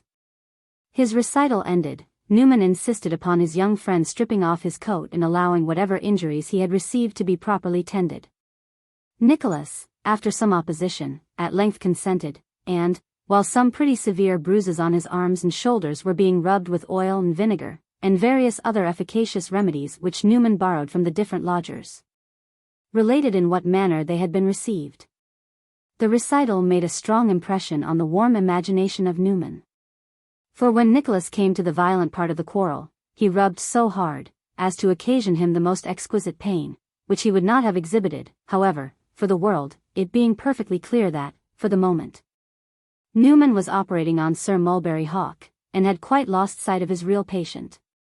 This martyrdom over, Nicholas arranged with Newman that while he was otherwise occupied next morning, arrangements should be made for his mother's immediately quitting her present residence, and also for dispatching Miss La Creevy to break the intelligence to her. He then wrapped himself in Smike's greatcoat, and repaired to the inn where they were to pass the night, and where, after writing a few lines to Ralph, the delivery of which was to be entrusted to Newman next day, he endeavored to obtain the repose of which he stood so much in need. Drunken men, they say, may roll down precipices, and be quite unconscious of any serious personal inconvenience when their reason returns. The remark may possibly apply to injuries received in other kinds of violent excitement. Certain it is, that although Nicholas experienced some pain on first awakening next morning, he sprung out of bed as the clock struck 7. With very little difficulty, and was soon as much on the alert as if nothing had occurred. Merely looking into Smike's room, and telling him that Newman Noggs would call for him very shortly, Nicholas descended into the street, and calling a hackney coach, bade the man drive to Mrs. Whitterly's, according to the direction which Newman had given him on the previous night. It wanted 7:45 when they reached Cadogan Place. Nicholas began to fear that no one might be stirring at that early hour, when he was relieved by the sight of a female servant, employed in cleaning the doorsteps. By this functionary he was referred to the doubtful page, who appeared with dishevelled hair and a very warm and glossy face, as of a page who had just got out of bed. By this young gentleman he was informed that Miss Nickleby was then taking her morning's walk in the gardens before the house. On the question being propounded whether he could go and find her, the page desponded and thought not. But being stimulated with a shilling, the page grew sanguine and thought he could. "Say to Miss Nickleby that her brother is here, and in great haste to see her," said Nicholas. The plated buttons disappeared with an alacrity most unusual to them, and Nicholas paced the room in a state of feverish agitation which made the delay even of a minute insupportable. He soon heard a light footstep which he well knew, and before he could advance to meet her, Kate had fallen on his neck and burst into tears. "My darling girl," said Nicholas as he embraced her. "How pale you are." "I have been so unhappy here, dear brother," sobbed poor Kate, "so very, very miserable. Do not leave me here, dear Nicholas, or I shall die of a broken heart." "I will leave you nowhere," answered Nicholas. "Never again, Kate," he cried, moved in spite of himself as he folded her to his heart. "Tell me that I acted for the best. Tell me that we parted because I feared to bring misfortune on your head. That it was a trial to me no less than to yourself, and that if I did wrong it was in ignorance of the world and unknowingly." "Why should I tell you what we know so well?" returned Kate soothingly. "Nicholas, dear Nicholas, how can you give way thus? It is such bitter reproach to me to know what you have undergone," returned her brother, "to see you so much altered, and yet so kind and patient. God!" cried Nicholas, clenching his fist and suddenly changing his tone and manner, "it sets my whole blood on fire again. You must leave here with me directly. You should not have slept here last night, but that I knew all this too late. To whom can I speak, before we drive away?" This question was most opportunely put, for at that instant Mr. Whitterly walked in, and to him Kate introduced her brother, who at once announced his purpose, and the impossibility of deferring it. "The quarter's notice," said Mr. Whitterly, with the gravity of a man on the right side, "is not yet half expired. Therefore," interposed Nicholas, "the quarter's salary must be lost, sir. You will excuse this extreme haste, but circumstances require that I should immediately remove my sister, and I have not a moment's time to lose. Whatever she brought here I will send for, if you will allow me, in the course of the day." Mr. Whitterly bowed, but offered no opposition to Kate's immediate departure, with which, indeed, he was rather gratified than otherwise, Sir Tumley Snuffim having given it as his opinion, that she rather disagreed with Mrs. Whitterly's constitution. "With regard to the trifle of salary that is due," said Mr. Whitterly, "I will," here he was interrupted by a violent fit of coughing, "I will owe it to Miss Nickleby." Mr. Whitterly, it should be observed, was accustomed to owe small accounts, and to leave them owing. All men have some little pleasant way of their own, and this was Mr. Whitterly's. "If you please," said Nicholas. And once more offering a hurried apology for so sudden a departure, he hurried Kate into the vehicle, and bade the man drive with all speed into the city. To the city they went accordingly, with all the speed the hackney coach could make. And as the horses happened to live at Whitechapel and to be in the habit of taking their breakfast there, when they breakfasted at all, they performed the journey with greater expedition than could reasonably have been expected. Nicholas sent Kate upstairs a few minutes before him, that his unlooked-for appearance might not alarm his mother, and when the way had been paved, presented himself with much duty and affection.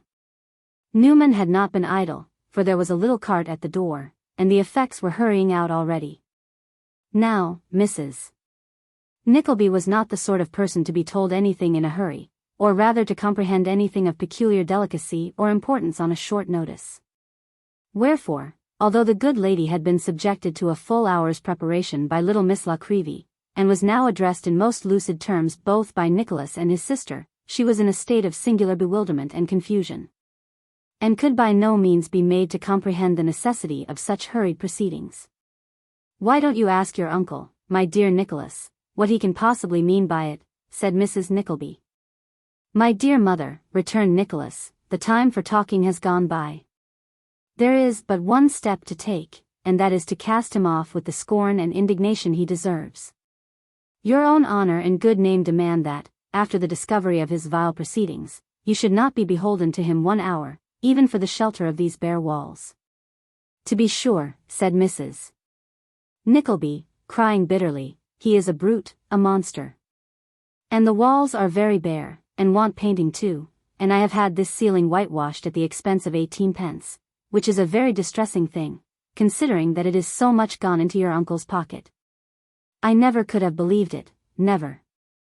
Nor I, nor anybody else, said Nicholas. Lord bless my life, exclaimed Mrs. Nickleby. To think that Sir Mulberry Hawk should be such an abandoned wretch as Miss Nickleby says he is, Nicholas, my dear. When I was congratulating myself every day on his being an admirer of our dear Kate's, and thinking what a thing it would be for the family if he was to become connected with us, and use his interest to get you some profitable government place. There are very good places to be got about the court, I know. For a friend of ours, Miss Cropley, at Exeter, my dear Kate, you recollect, he had one, and I know that it was the chief part of his duty to wear silk stockings, and a bag wig like a black watch pocket. And to think that it should come to this after all, oh, dear, dear, it's enough to kill one, that it is. With which expressions of sorrow, Mrs. Nickleby gave fresh vent to her grief, and wept piteously. As Nicholas and his sister were by this time compelled to superintend the removal of the few articles of furniture, Miss Nickleby devoted herself to the consolation of the matron, and observed with great kindness of manner that she must really make an effort, and cheer up. Oh, I dare say, Miss Nickleby, returned Mrs. Nickleby, with a petulance not unnatural in her unhappy circumstances, it's very easy to say cheer up, but if you had as many occasions to cheer up as I have had, and there, said Mrs. Nickleby, stopping short. Think of Mr. Pike and Mr. Pluck, two of the most perfect gentlemen that ever lived. What am I to say to them? What can I say to them? Why, if I was to say to them, I'm told your friend Sir Mulberry is a base wretch, they'd laugh at me. They will laugh no more at us, I take it, said Nicholas, advancing.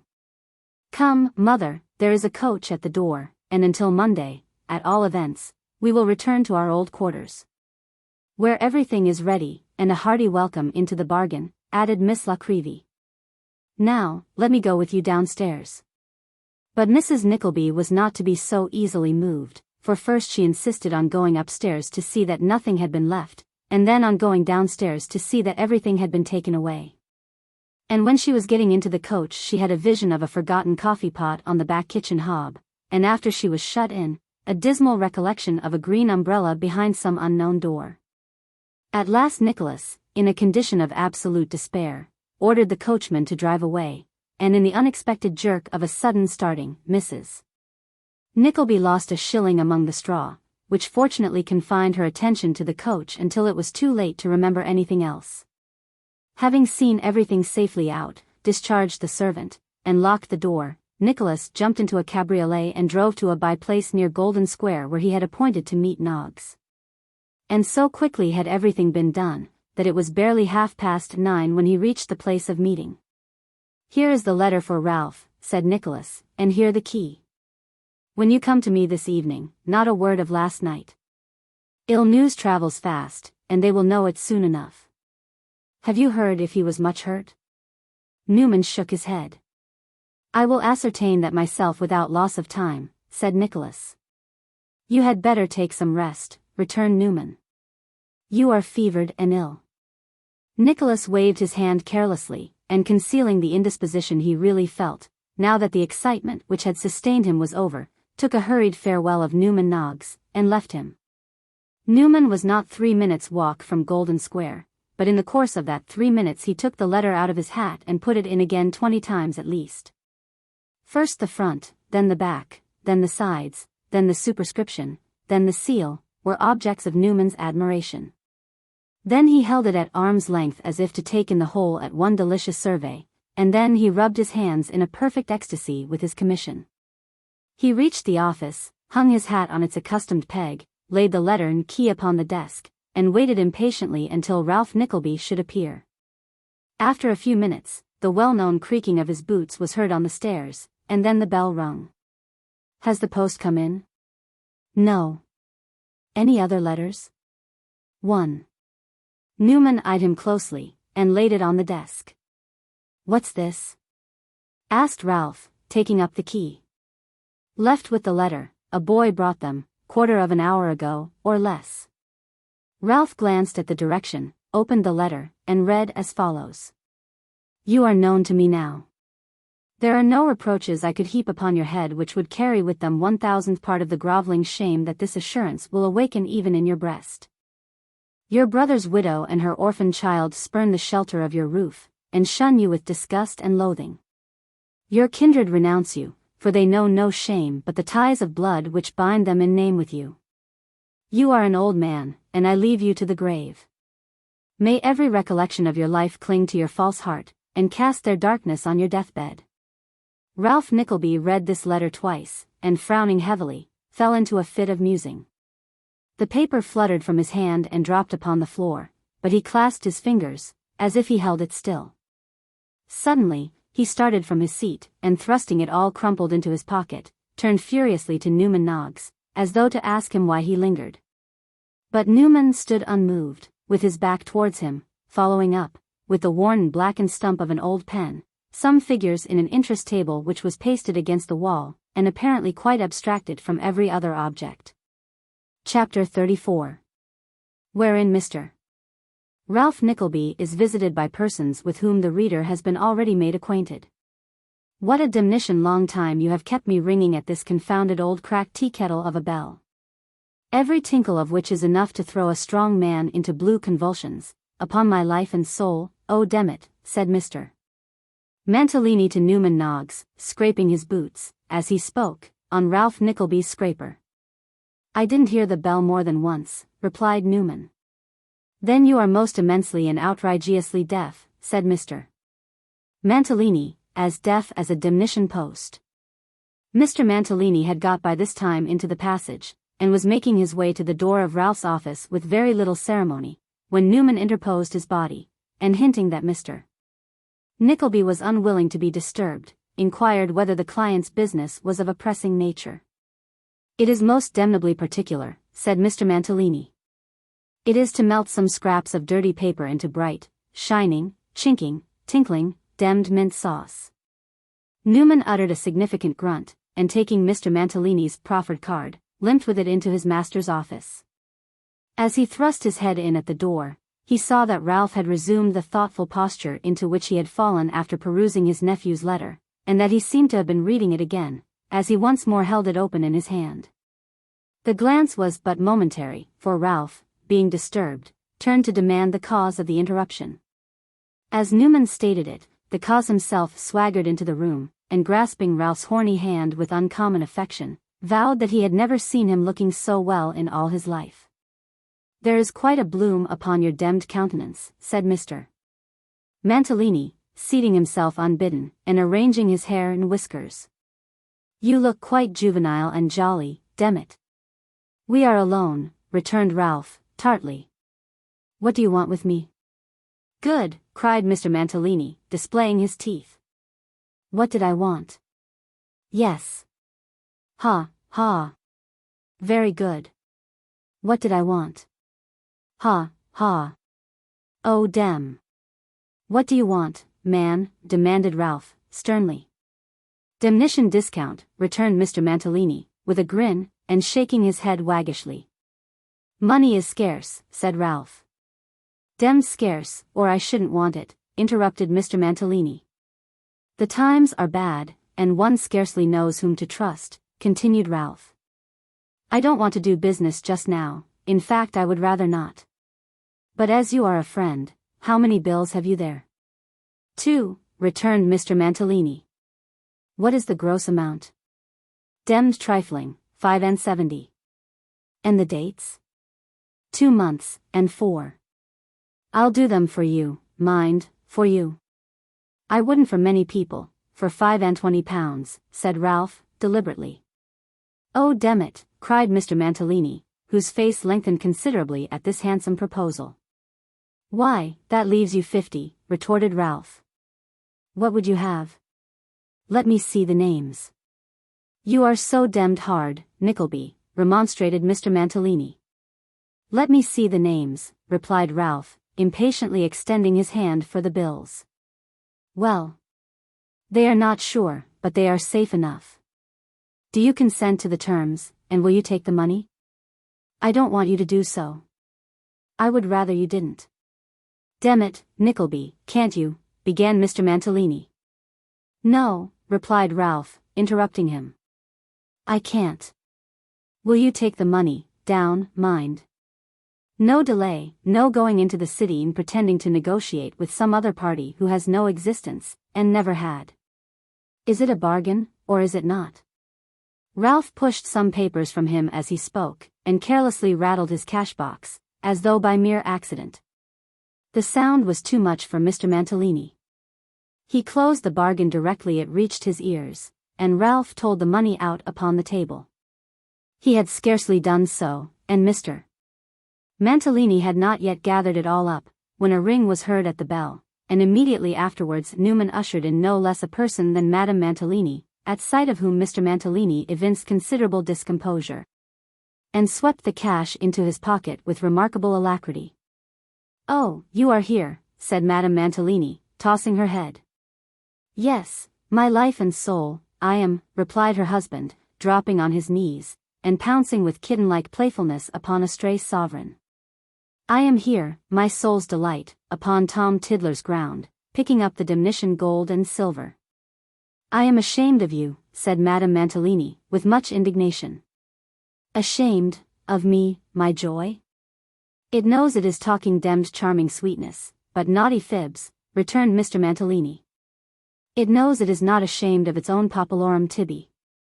Whatever were the circumstances which had led to such a result, it certainly appeared as though the populorum tibi had rather miscalculated, for the nonce, the extent of his lady's affection. Madame Mantalini only looked scornful in reply, and, turning to Ralph, begged him to excuse her intrusion. Which is entirely attributable, said Madame, to the gross misconduct and most improper behavior of Mr. Mantalini. Of me, my essential juice of pineapple. Of you, returned his wife. But I will not allow it. I will not submit to be ruined by the extravagance and profligacy of any man. I call Mr. Nickleby to witness the course I intend to pursue with you. Pray don't call me to witness anything, ma'am, said Ralph. Settle it between yourselves, settle it between yourselves. No, but I must beg you as a favor, said Madame Mantalini, to hear me give him notice of what it is my fixed intention to do. My fixed intention, sir, repeated Madame Mantalini, darting an angry look at her husband. Will she call me, sir? Cried Mantalini. Me who dote upon her with the demdest ardor. She, who coils her fascinations round me like a pure angelic rattlesnake. It will be all up with my feelings, she will throw me into a demmed state. Don't talk of feelings, sir, rejoined Madame Mantalini, seating herself, and turning her back upon him. You don't consider mine. I do not consider yours, my soul, exclaimed Mr. Mantalini. No, replied his wife. And notwithstanding various blandishments on the part of Mr. Mantalini, Madame Mantalini still said no, and said it too with such determined and resolute ill temper, that Mr. Mantalini was clearly taken aback. His extravagance, Mr. Nickleby, said Madame Mantalini, addressing herself to Ralph, who leaned against his easy chair with his hands behind him, and regarded the amiable couple with a smile of the supremest and most unmitigated contempt. His extravagance is beyond all bounds. I should scarcely have supposed it, answered Ralph, sarcastically. I assure you, Mr. Nickleby, however, that it is, returned Madame Mantalini. It makes me miserable. I am under constant apprehensions, and in constant difficulty. And even this, said Madame Mantalini, wiping her eyes, is not the worst. He took some papers of value out of my desk this morning without asking my permission. Mr. Mantalini groaned slightly, and buttoned his trousers pocket. I am obliged, continued Madame Mantalini, since our late misfortunes, to pay Miss Nagg a great deal of money for having her name in the business, and I really cannot afford to encourage him in all his wastefulness. As I have no doubt that he came straight here, Mr. Nickleby, to convert the papers I have spoken of, into money, and as you have assisted us very often before, and are very much connected with us in this kind of matters, I wish you to know the determination at which his conduct has compelled me to arrive. Mr. Mantalini groaned once more from behind his wife's bonnet, and fitting a sovereign into one of his eyes, winked with the other at Ralph. Having achieved this performance with great dexterity, he whipped the coin into his pocket, and groaned again with increased penitence. "I have made up my mind," said Madame Mantalini, as tokens of impatience manifested themselves in Ralph's countenance, "to allowance him." "To do that, my joy?" inquired Mr. Mantalini, who did not seem to have caught the words. "To put him," said Madame Mantalini, looking at Ralph, and prudently abstaining from the slightest glance at her husband, lest his many graces should induce her to falter in her resolution, "to put him upon a fixed allowance.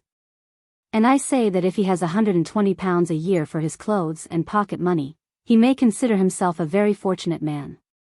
Mr. Mantalini waited, with much decorum, to hear the amount of the proposed stipend, but when it reached his ears, he cast his hat and cane upon the floor, and drawing out his pocket handkerchief, gave vent to his feelings in a dismal moan. "Damnation!" cried Mr. Mantalini, suddenly skipping out of his chair, and as suddenly skipping into it again, to the great discomposure of his lady's nerves. "But no. It is a damned horrid dream. It is not reality. No." Comforting himself with this assurance, Mr. Mantalini closed his eyes and waited patiently till such time as he should wake up. "A very judicious arrangement," observed Ralph with a sneer, "if your husband will keep within it, ma'am, as no doubt he will." "Damn it!" exclaimed Mr. Mantalini, opening his eyes at the sound of Ralph's voice, "it is a horrid reality. She is sitting there before me. There is the graceful outline of her form, it cannot be mistaken, there is nothing like it. The two countesses had no outlines at all, and the dowager's was a demmed outline. Why is she so excruciatingly beautiful that I cannot be angry with her, even now?"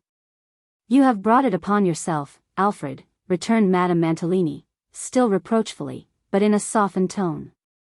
"I am a demmed villain," cried Mr. Mantalini, smiting himself on the head.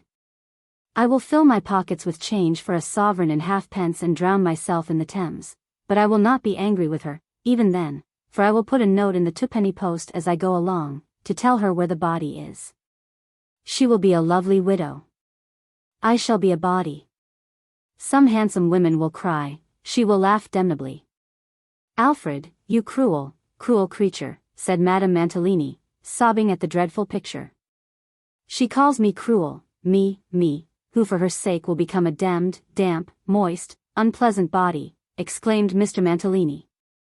"You know it almost breaks my heart, even to hear you talk of such a thing," replied Madame Mantalini. "Can I live to be mistrusted?" cried her husband.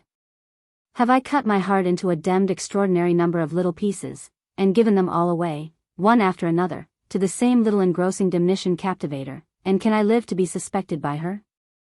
Damn it, no, I can't. Ask Mr. Nickleby whether the sum I have mentioned is not a proper one," reasoned Madame Mantalini. "I don't want any sum," replied her disconsolate husband, "I shall require no demmed allowance. I will be a body." On this repetition of Mr. Mantalini's fatal threat, Madame Mantalini wrung her hands, and implored the interference of Ralph Nickleby, and after a great quantity of tears and talking, and several attempts on the part of Mr. Mantalini to reach the door, preparatory to straightway committing violence upon himself, that gentleman was prevailed upon, with difficulty, to promise that he wouldn't be a body. This great point attained, Madame Mantalini argued the question of the allowance, and Mr. Mantalini did the same, taking occasion to show that he could live with uncommon satisfaction upon bread and water, and go clad in rags. But that he could not support existence with the additional burden of being mistrusted by the object of his most devoted and disinterested affection. This brought fresh tears into Madame Mantalini's eyes, which having just begun to open to some few of the demerits of Mr. Mantalini, were only open a very little way, and could be easily closed again. The result was, that without quite giving up the allowance question, Madame Mantalini postponed its further consideration, and Ralph saw, clearly enough, that Mr. Mantalini had gained a fresh lease of his easy life, and that, for some time longer at all events, his degradation and downfall were postponed. "But it will come soon enough," thought Ralph, "all love, bah! That I should use the cant of boys and girls, is fleeting enough. Though that which has its sole root in the admiration of a whiskered face like that of yonder baboon, perhaps lasts the longest, as it originates in the greater blindness and is fed by vanity. Meantime the fools bring grist to my mill, so let them live out their day, and the longer it is, the better. These agreeable reflections occurred to Ralph Nickleby, as sundry small caresses and endearments, supposed to be unseen, were exchanged between the objects of his thoughts. If you have nothing more to say, my dear, to Mr. Nickleby, said Madame Mantalini, we will take our leaves. I am sure we have detained him much too long already. Mr. Mantalini answered, in the first instance, by tapping Madame Mantalini several times on the nose, and then, by remarking in words that he had nothing more to say. Damn it. I have, though, he added almost immediately, drawing Ralph into a corner. Here's an affair about your friend Sir Mulberry. Such a demmed extraordinary out-of-the-way kind of thing as never was, eh? What do you mean? Asked Ralph. Don't you know, damn it? Asked Mr. Mantalini. I see by the paper that he was thrown from his cabriolet last night, and severely injured, and that his life is in some danger, answered Ralph with great composure. But I see nothing extraordinary in that. Accidents are not miraculous events, when men live hard, and drive after dinner. Phew, cried Mr. Mantalini in a long shrill whistle. Then don't you know how it was? Not unless it was as I have just supposed, replied Ralph, shrugging his shoulders carelessly, as if to give his questioner to understand that he had no curiosity upon the subject. Damn it, you amaze me, cried Mantalini. Ralph shrugged his shoulders again, as if it were no great feat to amaze Mr. Mantalini, and cast a wistful glance at the face of Newman Noggs, which had several times appeared behind a couple of panes of glass in the room door. It being a part of Newman's duty, when unimportant people called, to make various feints of supposing that the bell had rung for him to show them out, by way of a gentle hint to such visitors that it was time to go. Don't you know, said Mr. Mantalini, taking Ralph by the button, that it wasn't an accident at all, but a demmed, furious, manslaughtering attack made upon him by your nephew? What? Snarled Ralph, clenching his fists and turning a livid white. Damn it, Nickleby, you're as great a tiger as he is, said Mantalini, alarmed at these demonstrations. Go on, cried Ralph. Tell me what you mean. What is this story? Who told you? Speak, growled Ralph. Do you hear me?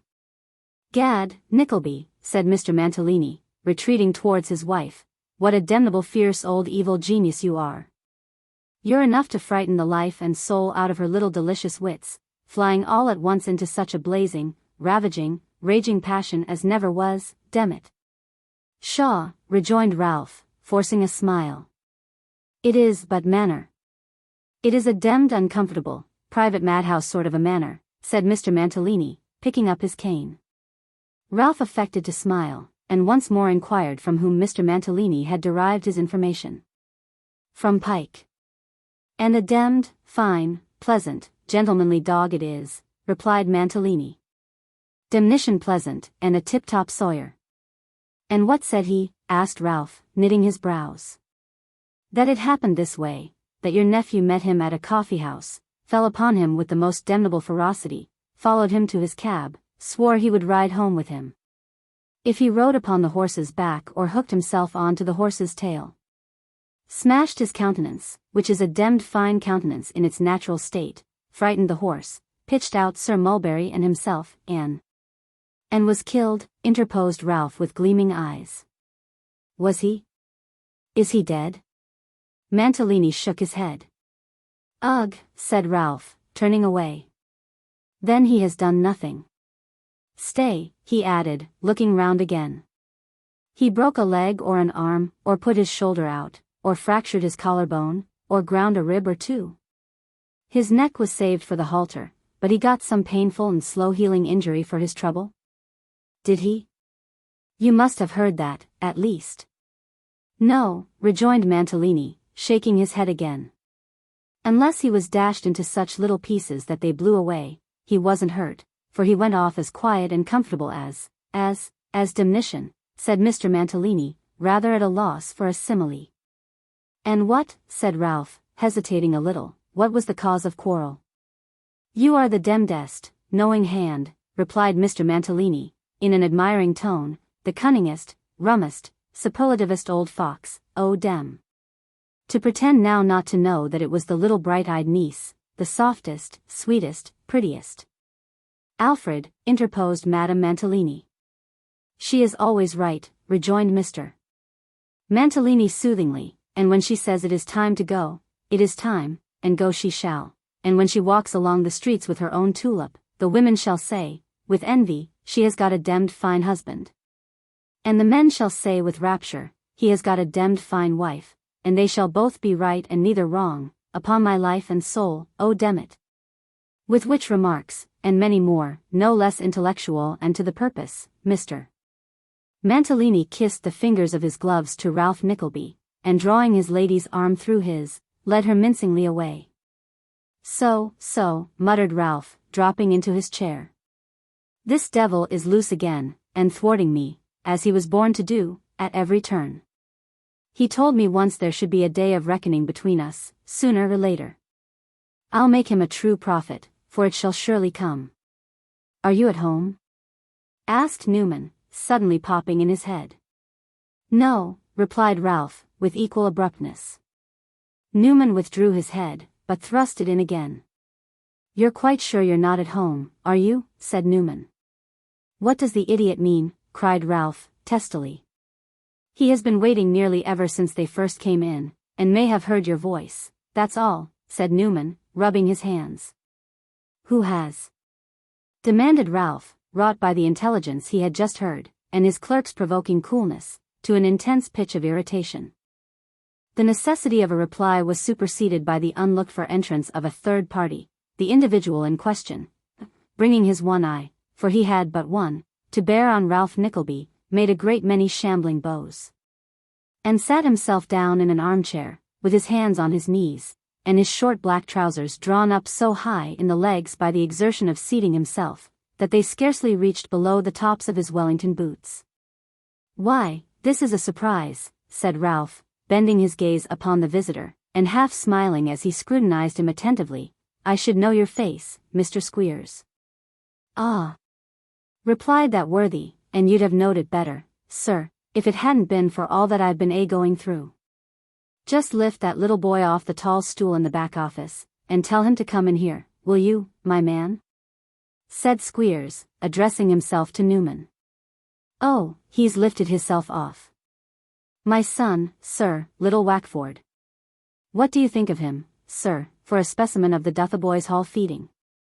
Ain't he fit to bust out of his clothes, and start the seams, and make the very buttons fly off with his fatness? Here's flesh! Cried Squeers, turning the boy about, and indenting the plumpest parts of his figure with divers pokes and punches, to the great discomposure of his son and heir. Here's firmness, here's solidness. Why, you can hardly get up enough of him between your finger and thumb to pinch him anywheres. In however good condition Master Squeers might have been, he certainly did not present this remarkable compactness of person, for on his father's closing his finger and thumb in illustration of his remark, he uttered a sharp cry, and rubbed the place in the most natural manner possible. Well, remarked Squeers, a little disconcerted, I had him there, but that's because we breakfasted early this morning, and he hasn't had his lunch yet. Why, you couldn't shut a bit of him in a door, when he's had his dinner. Look at them tears, sir, said Squeers, with a triumphant air, as Master Wackford wiped his eyes with the cuff of his jacket, there's oiliness. He looks well, indeed, returned Ralph, who, for some purposes of his own, seemed desirous to conciliate the schoolmaster. But how is Mrs. Squeers, and how are you? Mrs. Squeers, sir, replied the proprietor of Dotheboys, is as she always is, a mother to them lads, and a blessing, and a comfort, and a joy to all them as knows her. One of our boys, gorging hisself with victuals, and then turning in. That's their way, got a abscess on him last week. To see how she operated upon him with a penknife. Oh lor, said Squeers, heaving a sigh, and nodding his head a great many times, what a member of society that woman is. Mr.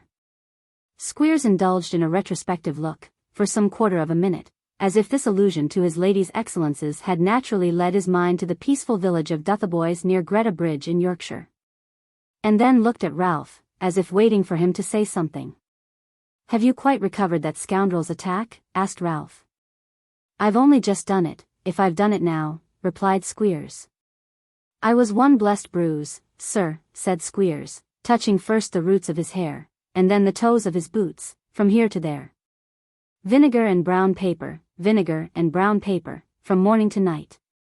I suppose there was a matter of half a ream of brown paper stuck upon me, from first to last. As I laid all of a heap in our kitchen, plastered all over, you might have thought I was a large brown paper parcel, chock full of nothing but groans. "Did I groan loud, Wackford, or did I groan soft?" asked Mr. Squeers, appealing to his son. "Loud," replied Wackford. "Was the boys sorry to see me in such a dreadful condition, Wackford, or was they glad?" asked Mr. Squeers, in a sentimental manner. "Gl. Cried Squeers, turning sharp round. "Sorry," rejoined his son. "Oh," said Squeers, catching him a smart box on the ear. "Then take your hands out of your pockets, and don't stammer when you're asked a question. Hold your noise, sir, in a gentleman's office, or I'll run away from my family and never come back any more. And then what would become of all them precious and forlorn lads as would be let loose on the world, without their best friend at their elbows?" "Were you obliged to have medical attendance?" inquired Ralph. Was I," rejoined Squeers, "and a precious bill the medical attendant brought in too, but I paid it though." Ralph elevated his eyebrows in a manner which might be expressive of either sympathy or astonishment, just as the beholder was pleased to take it. "Yes, I paid it, every farthing," replied Squeers, who seemed to know the man he had to deal with too well to suppose that any blinking of the question would induce him to subscribe towards the expenses. "I wasn't out of pocket by it after all, either." "No," said Ralph. "Not a halfpenny," replied Squeers. "The fact is, we have only one extra with our boys, and that is for doctors when required, and not then, unless we're sure of our customers. Do you see?" "I understand," said Ralph. "Very good," rejoined Squeers. "Then, after my bill was run up, we picked out 5 little boys, sons of small tradesmen, as was sure pay, that had never had the scarlet fever, and we sent one to a cottage where they'd got it, and he took it. And then we put the 4 others to sleep with him, and they took it, and then the doctor came and attended 'em once all round, and we divided my total among 'em, and added it on to their little bills, and the parents paid it." "Ha! Ha! Ha! And a good plan too," said Ralph, eyeing the schoolmaster stealthily. "I believe you," rejoined Squeers. "We always do it." "Why, when Mrs. Squeers was brought to bed with little Wackford here, we ran the whooping cough through half a dozen boys, and charged her expenses among 'em, monthly nurse included." "Ha! Ha! Ha!" Ralph never laughed, but on this occasion he produced the nearest approach to it that he could, and waiting until Mr. Squeers had enjoyed the professional joke to his heart's content, inquired what had brought him to town. "Some bothering law business," replied Squeers, scratching his head, "connected with an action, for what they call neglect of a boy. I don't know what they would have. He had as good grazing, that boy had, as there is about us." Ralph looked as if he did not quite understand the observation. "Grazing," said Squeers, raising his voice, under the impression that as Ralph failed to comprehend him, he must be deaf. "When a boy gets weak and ill and don't relish his meals, we give him a change of diet, turn him out, for an hour or so every day, into a neighbor's turnip field, or sometimes, if it's a delicate case, a turnip field and a piece of carrots alternately, and let him eat as many as he likes. There ain't better land in the country than this perwerse lad grazed on, and yet he goes and catches cold and indigestion and what not, and then his friends brings a lawsuit against me. Now, you'd hardly suppose," added Squeers, moving in his chair with the impatience of an ill-used man, "that people's ingratitude would carry them quite as far as that, would you?" "A hard case, indeed," observed Ralph. "You don't say more than the truth when you say that," replied Squeers. "I don't suppose there's a man going, as possesses the fondness for youth that I do. There's youth to the amount of £800 a year at Dotheboys Hall at this present time. I'd take £1,600 worth if I could get and be as fond of every individual £20 among as nothing should equal it. Are you stopping at your old quarters? Asked Ralph. Yes, we are at the Saracen, replied Squeers, and as it don't want very long to the end of the half-year, we shall continue to stop there till I've collected the money, and some new boys too, I hope. I've brought little Wackford up, on purpose to show to parents and guardians. I shall put him in the advertisement, this time. Look at that boy, himself a pupil. Why, he's a miracle of high feeding, that boy is. I should like to have a word with you, said Ralph, who had both spoken and listened mechanically for some time, and seemed to have been thinking. As many words as you like, sir, rejoined Squeers. Wackford, you go and play in the back office, and don't move about too much or you'll get thin, and that won't do. You haven't got such a thing as tuppence, Mr. Nickleby, have you? Said Squeers, rattling a bunch of keys in his coat pocket, and muttering something about its being all silver. I think I have, said Ralph, very slowly, and producing, after much rummaging in an old drawer, a penny, a halfpenny, and 2 farthings. Thank'ee, said Squeers, bestowing it upon his son. Here. You go and buy a tart, Mr. Nickleby's man will show you where, and mind you buy a rich one. Pastry, added Squeers, closing the door on Master Wackford, makes his flesh shine a good deal, and parents thinks that a healthy sign. With this explanation, and a peculiarly knowing look to eke it out, Mr. Squeers moved his chair so as to bring himself opposite to Ralph Nickleby at no great distance off, and having planted it to his entire satisfaction, sat down. Attend to me, said Ralph, bending forward a little. Squeers nodded. I am not to suppose, said Ralph, that you are dolt enough to forgive or forget, very readily, the violence that was committed upon you, or the exposure which accompanied it? Devil a bit, replied Squeers, tartly.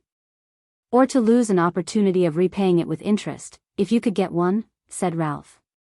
Show me one, and try, rejoined Squeers. Some such object it was, that induced you to call on me?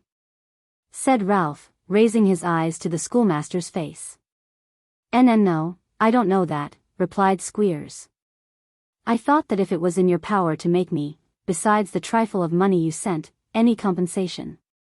Ah, cried Ralph, interrupting him. You needn't go on. After a long pause, during which Ralph appeared absorbed in contemplation, he again broke silence by asking. Who is this boy that he took with him? Squeers stated his name. Was he young or old, healthy or sickly, tractable or rebellious? Speak out, man, retorted Ralph. Why, he wasn't young, answered Squeers. That is, not young for a boy, you know. That is, he was not a boy at all, I suppose, interrupted Ralph. Well, returned Squeers, briskly, as if he felt relieved by the suggestion, he might have been nigh 20. He wouldn't seem so old, though, to them as didn't know him, for he was a little wanting here, touching his forehead. Nobody at home, you know, if you knocked ever so often. And you did knock pretty often, I dare say, muttered Ralph. Pretty well, returned Squeers with a grin. When you wrote to acknowledge the receipt of this trifle of money as you call it, said Ralph, you told me his friends had deserted him long ago, and that you had not the faintest clue or trace to tell you who he was. Is that the truth? It is, worse luck, replied Squeers, becoming more and more easy and familiar in his manner, as Ralph pursued his inquiries with the less reserve. It's 14 years ago, by the entry in my book, since a strange man brought him to my place, one autumn night, and left him there, paying £5 for his first quarter in advance. He might have been 5 or 6 years old at that time, not more. What more do you know about him? Demanded Ralph. Devilish little, I'm sorry to say, replied Squeers. The money was paid for some 6 or 8 years, and then it stopped. He had given an address in London, had this chap, but when it came to the point, of course nobody knowed anything about him.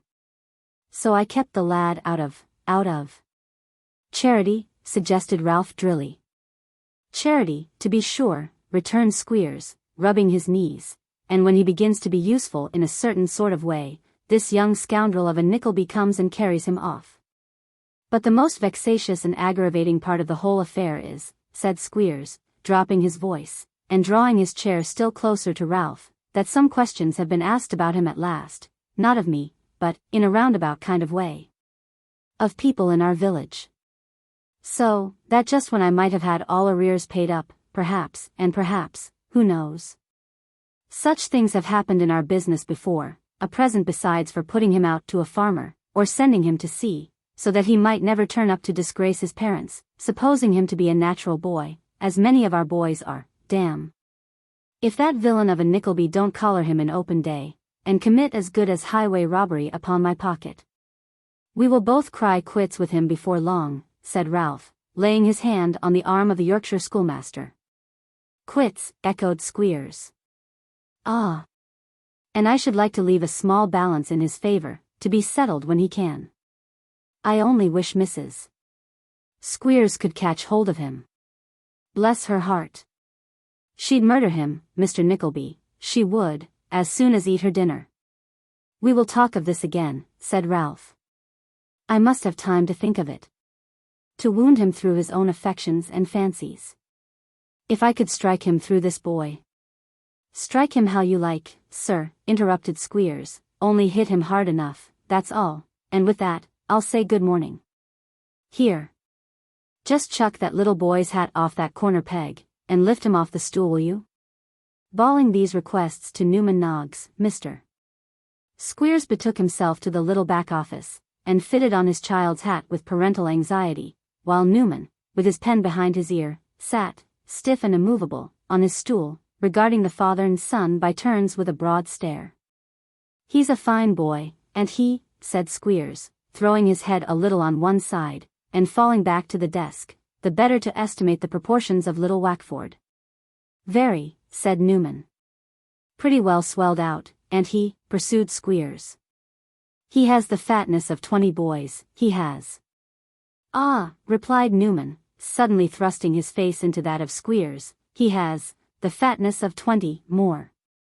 He's got it all. God help that others. Ha! Ha! Oh Lord! Having uttered these fragmentary observations, Newman dropped upon his desk and began to write with most marvelous rapidity. Why, what does the man mean? Cried Squeers, coloring. Is he drunk? Newman made no reply. Is he mad? Said Squeers. But, still Newman betrayed no consciousness of any presence save his own, so, Mr. Squeers comforted himself by saying that he was both drunk and mad, and, with this parting observation, he led his hopeful son away. In exact proportion as Ralph Nickleby became conscious of a struggling and lingering regard for Kate, had his detestation of Nicholas augmented. It might be, that to atone for the weakness of inclining to any one person, he held it necessary to hate some other more intensely than before, but such had been the course of his feelings. And now, to be defied and spurned, to be held up to her in the worst and most repulsive colors, to know that she was taught to hate and despise him, to feel that there was infection in his touch, and taint in his companionship, to know all this. And to know that the mover of it all was that same boyish poor relation who had twigged him in their very first interview, and openly bearded and braved him since, wrought his quiet and stealthy malignity to such a pitch, that there was scarcely anything he would not have hazarded to gratify it, if he could have seen his way to some immediate retaliation. But, fortunately for Nicholas, Ralph Nickleby did not. And although he cast about all that day, and kept a corner of his brain working on the one anxious subject through all the round of schemes and business that came with it, night found him at last, still harping on the same theme, and still pursuing the same unprofitable reflections. When my brother was such as he, said Ralph, the first comparisons were drawn between us, always in my disfavor. He was open, liberal, gallant, gay. I ate crafty hunks of cold and stagnant blood, with no passion but love of saving, and no spirit beyond a thirst for gain. I recollected it well when I first saw this whipster, but I remember it better now. He had been occupied in tearing Nicholas's letter into atoms, and as he spoke, he scattered it in a tiny shower about him. Recollections like these, pursued Ralph, with a bitter smile, flock upon me, when I resign myself to them, in crowds, and from countless quarters. As a portion of the world affect to despise the power of money, I must try and show them what it is. And being, by this time, in a pleasant frame of mind for slumber, Ralph Nickleby went to bed. Chapter 35. Smike becomes known to Mrs. Nickleby and Kate. Nicholas also meets with new acquaintances. Brighter days seem to dawn upon the family. Having established his mother and sister in the apartments of the kind-hearted miniature painter, and ascertained that Sir Mulberry Hawk was in no danger of losing his life, Nicholas turned his thoughts to poor Smike, who, after breakfasting with Newman Noggs, had remained, in a disconsolate state, at that worthy creature's lodgings, waiting, with much anxiety, for further intelligence of his protector. As he will be one of our own little household, wherever we live, or whatever fortune is in reserve for us, thought Nicholas, I must present the poor fellow in due form. They will be kind to him for his own sake, and if not, on that account solely, to the full extent I could wish, they will stretch a point, I am sure, for mine. Nicholas said they, but his misgivings were confined to one person. He was sure of Kate, but he knew his mother's peculiarities, and was not quite so certain that Smike would find favor in the eyes of Mrs. Nickleby. However, thought Nicholas as he departed on his benevolent errand, she cannot fail to become attached to him, when she knows what a devoted creature he is, and as she must quickly make the discovery, his probation will be a short one. I was afraid, said Smike, overjoyed to see his friend again, that you had fallen into some fresh trouble. The time seemed so long, at last, that I almost feared you were lost. Lost, replied Nicholas gaily. You will not be rid of me so easily, I promise you.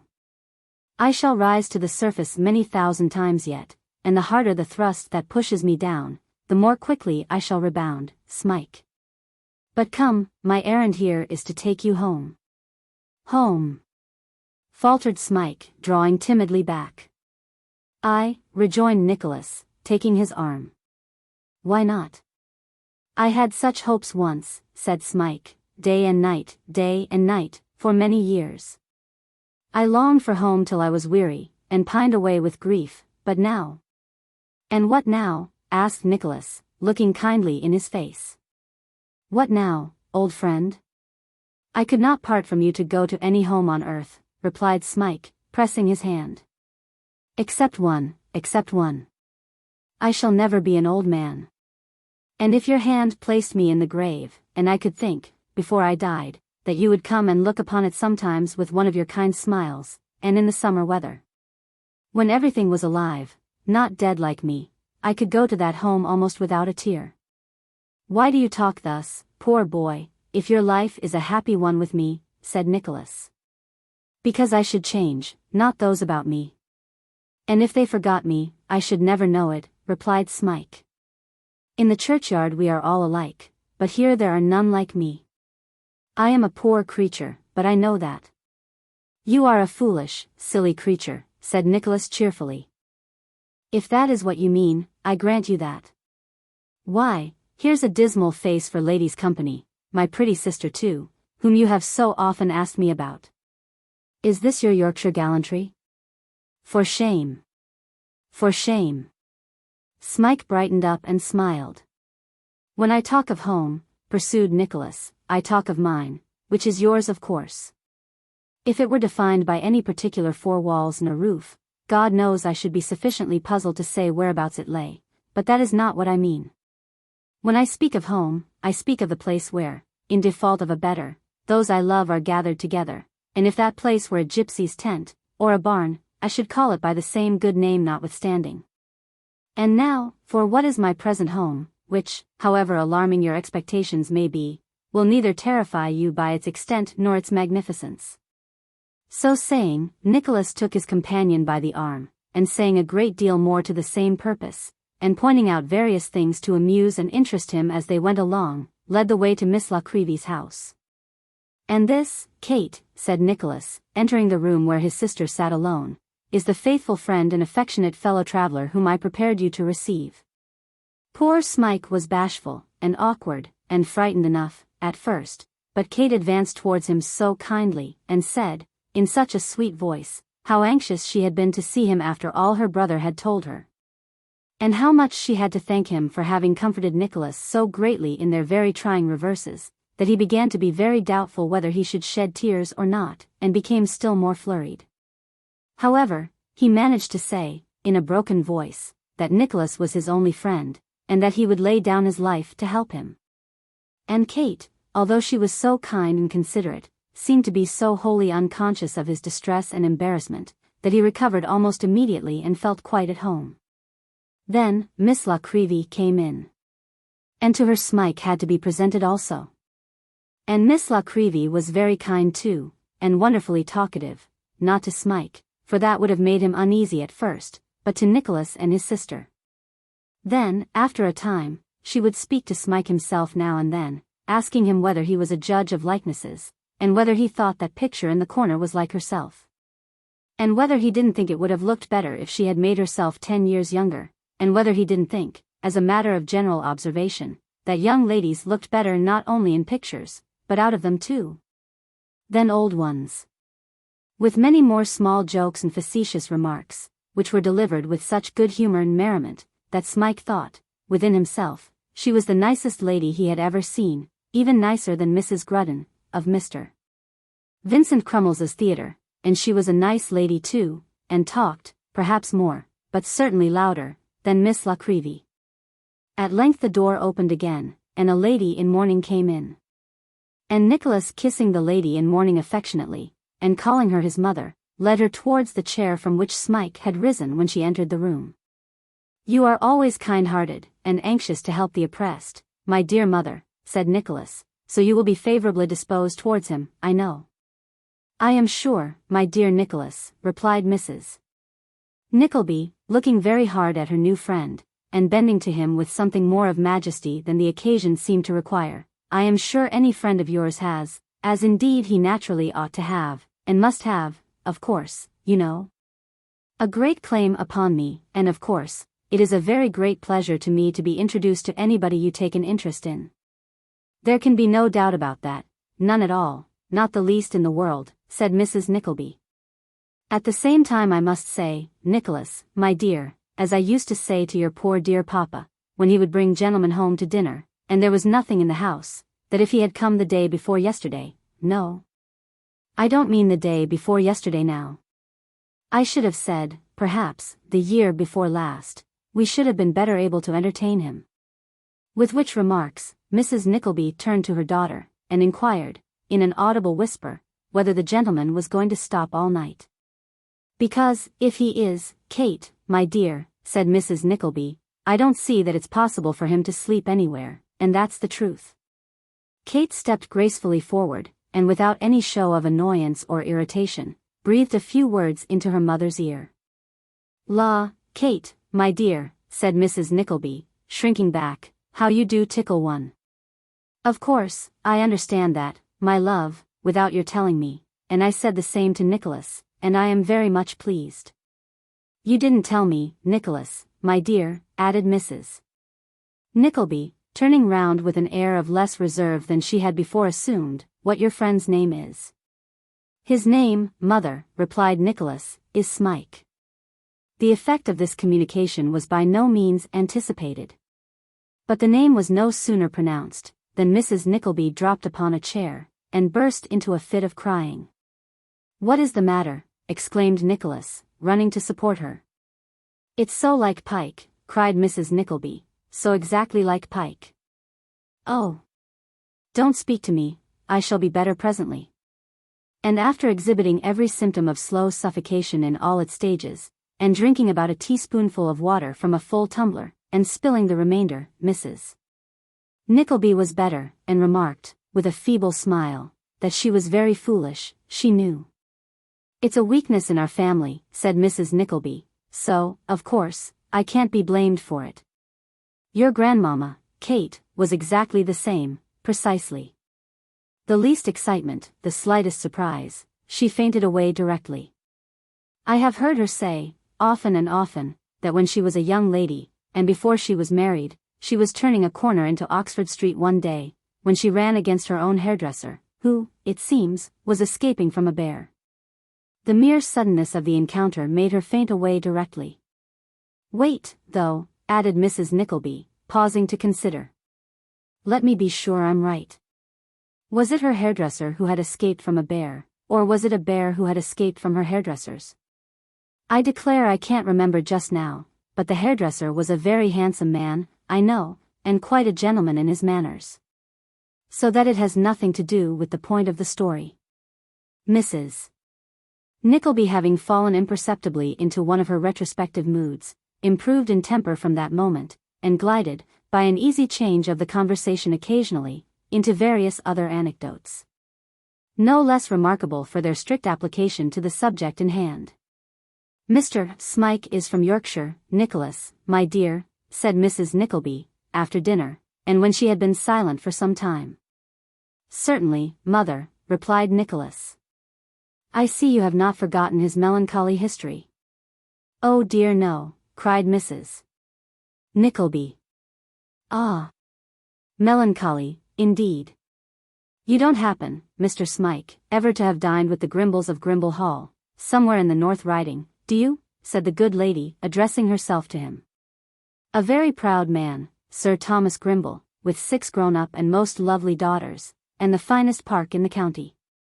My dear mother, reasoned Nicholas, do you suppose that the unfortunate outcast of a Yorkshire school was likely to receive many cards of invitation from the nobility and gentry in the neighbourhood?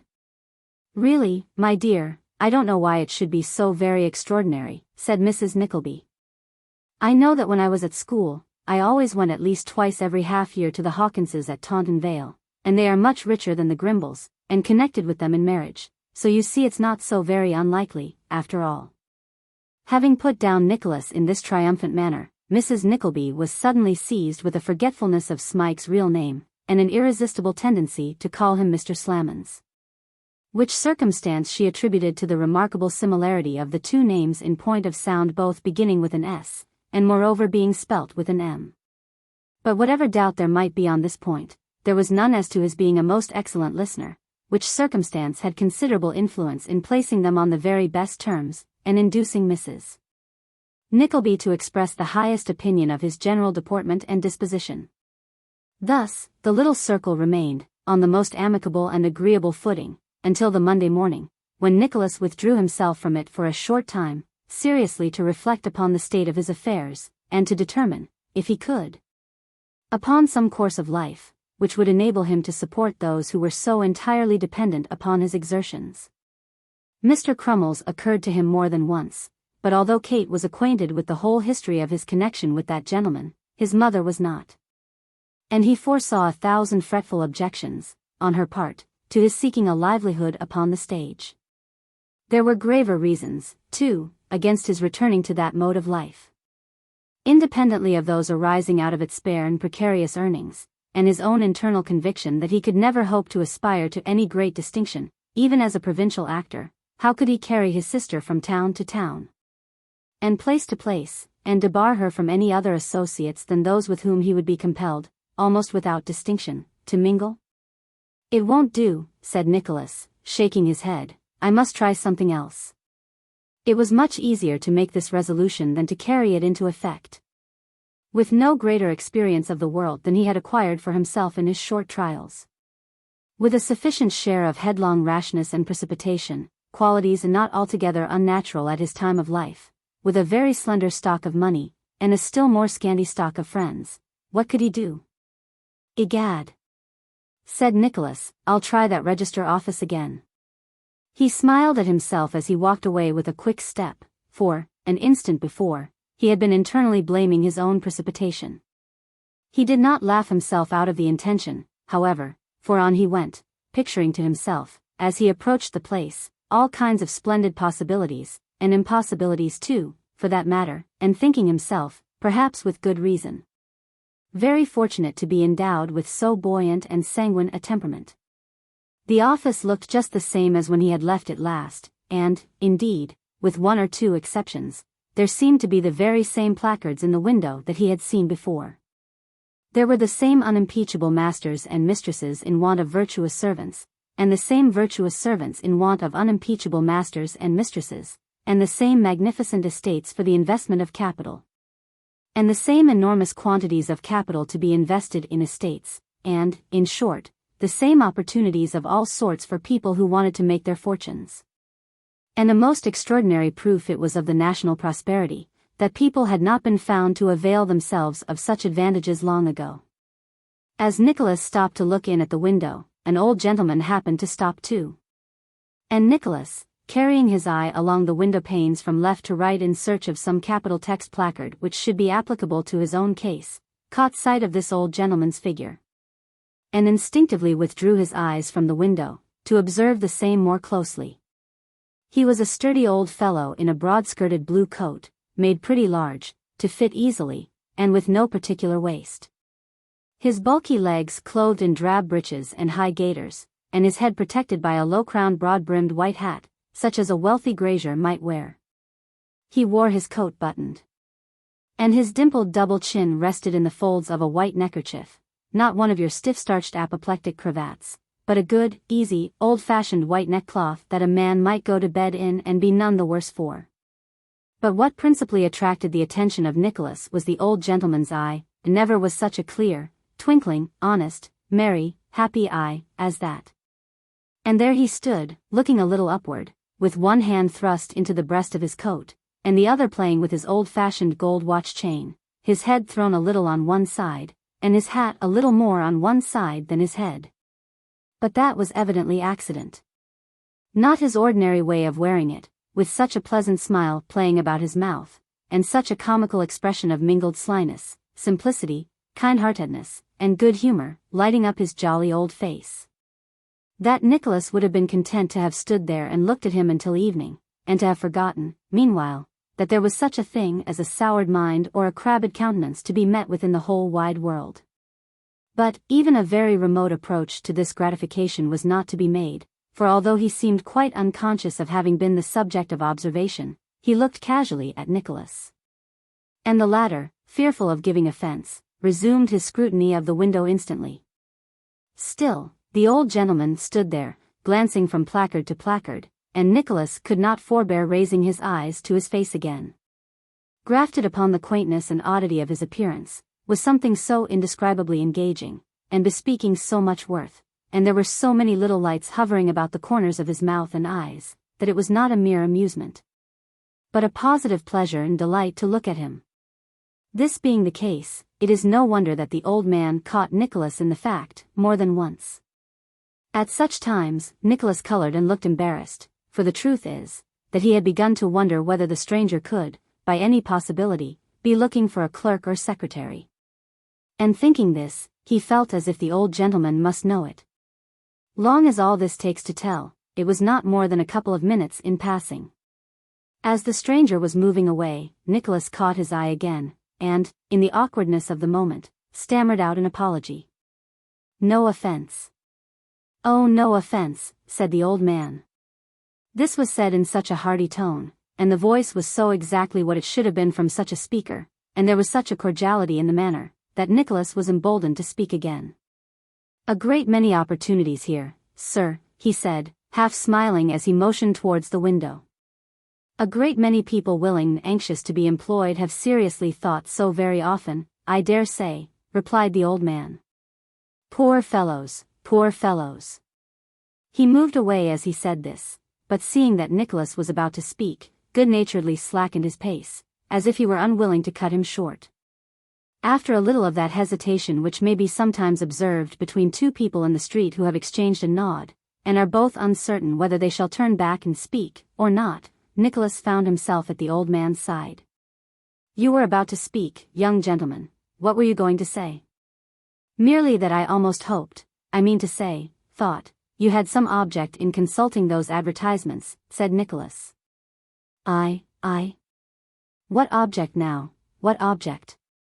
returned the old man, looking slyly at Nicholas. "Did you think I wanted a situation now, eh? Did you think I did?" Nicholas shook his head. "Ha! Ha!" laughed the old gentleman, rubbing his hands and wrists as if he were washing them. "A very natural thought, at all events, after seeing me gazing at those bills. I thought the same of you, at first, upon my word I did. If you had thought so at last, too, sir, you would not have been far from the truth," rejoined Nicholas.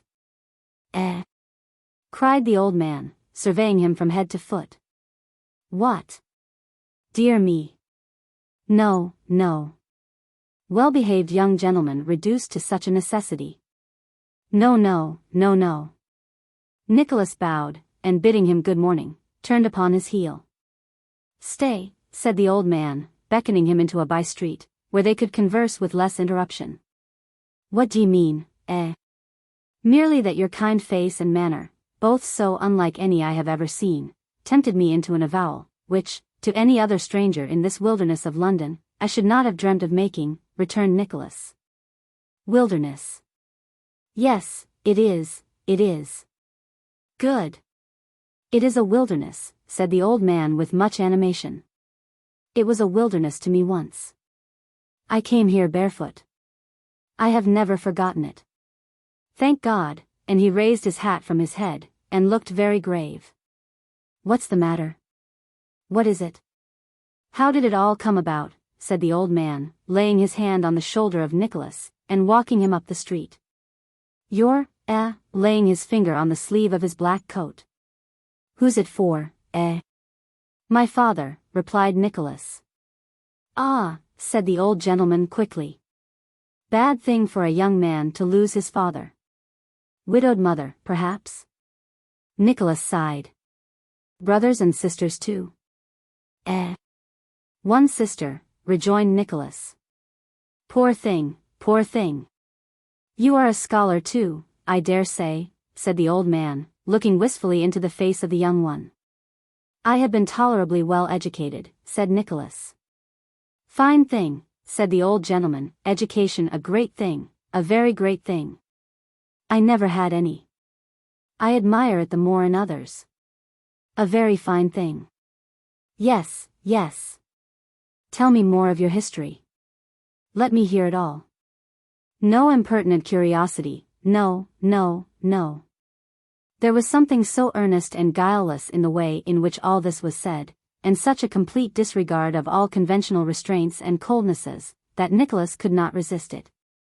Among men who have any sound and sterling qualities, there is nothing so contagious as pure openness of heart.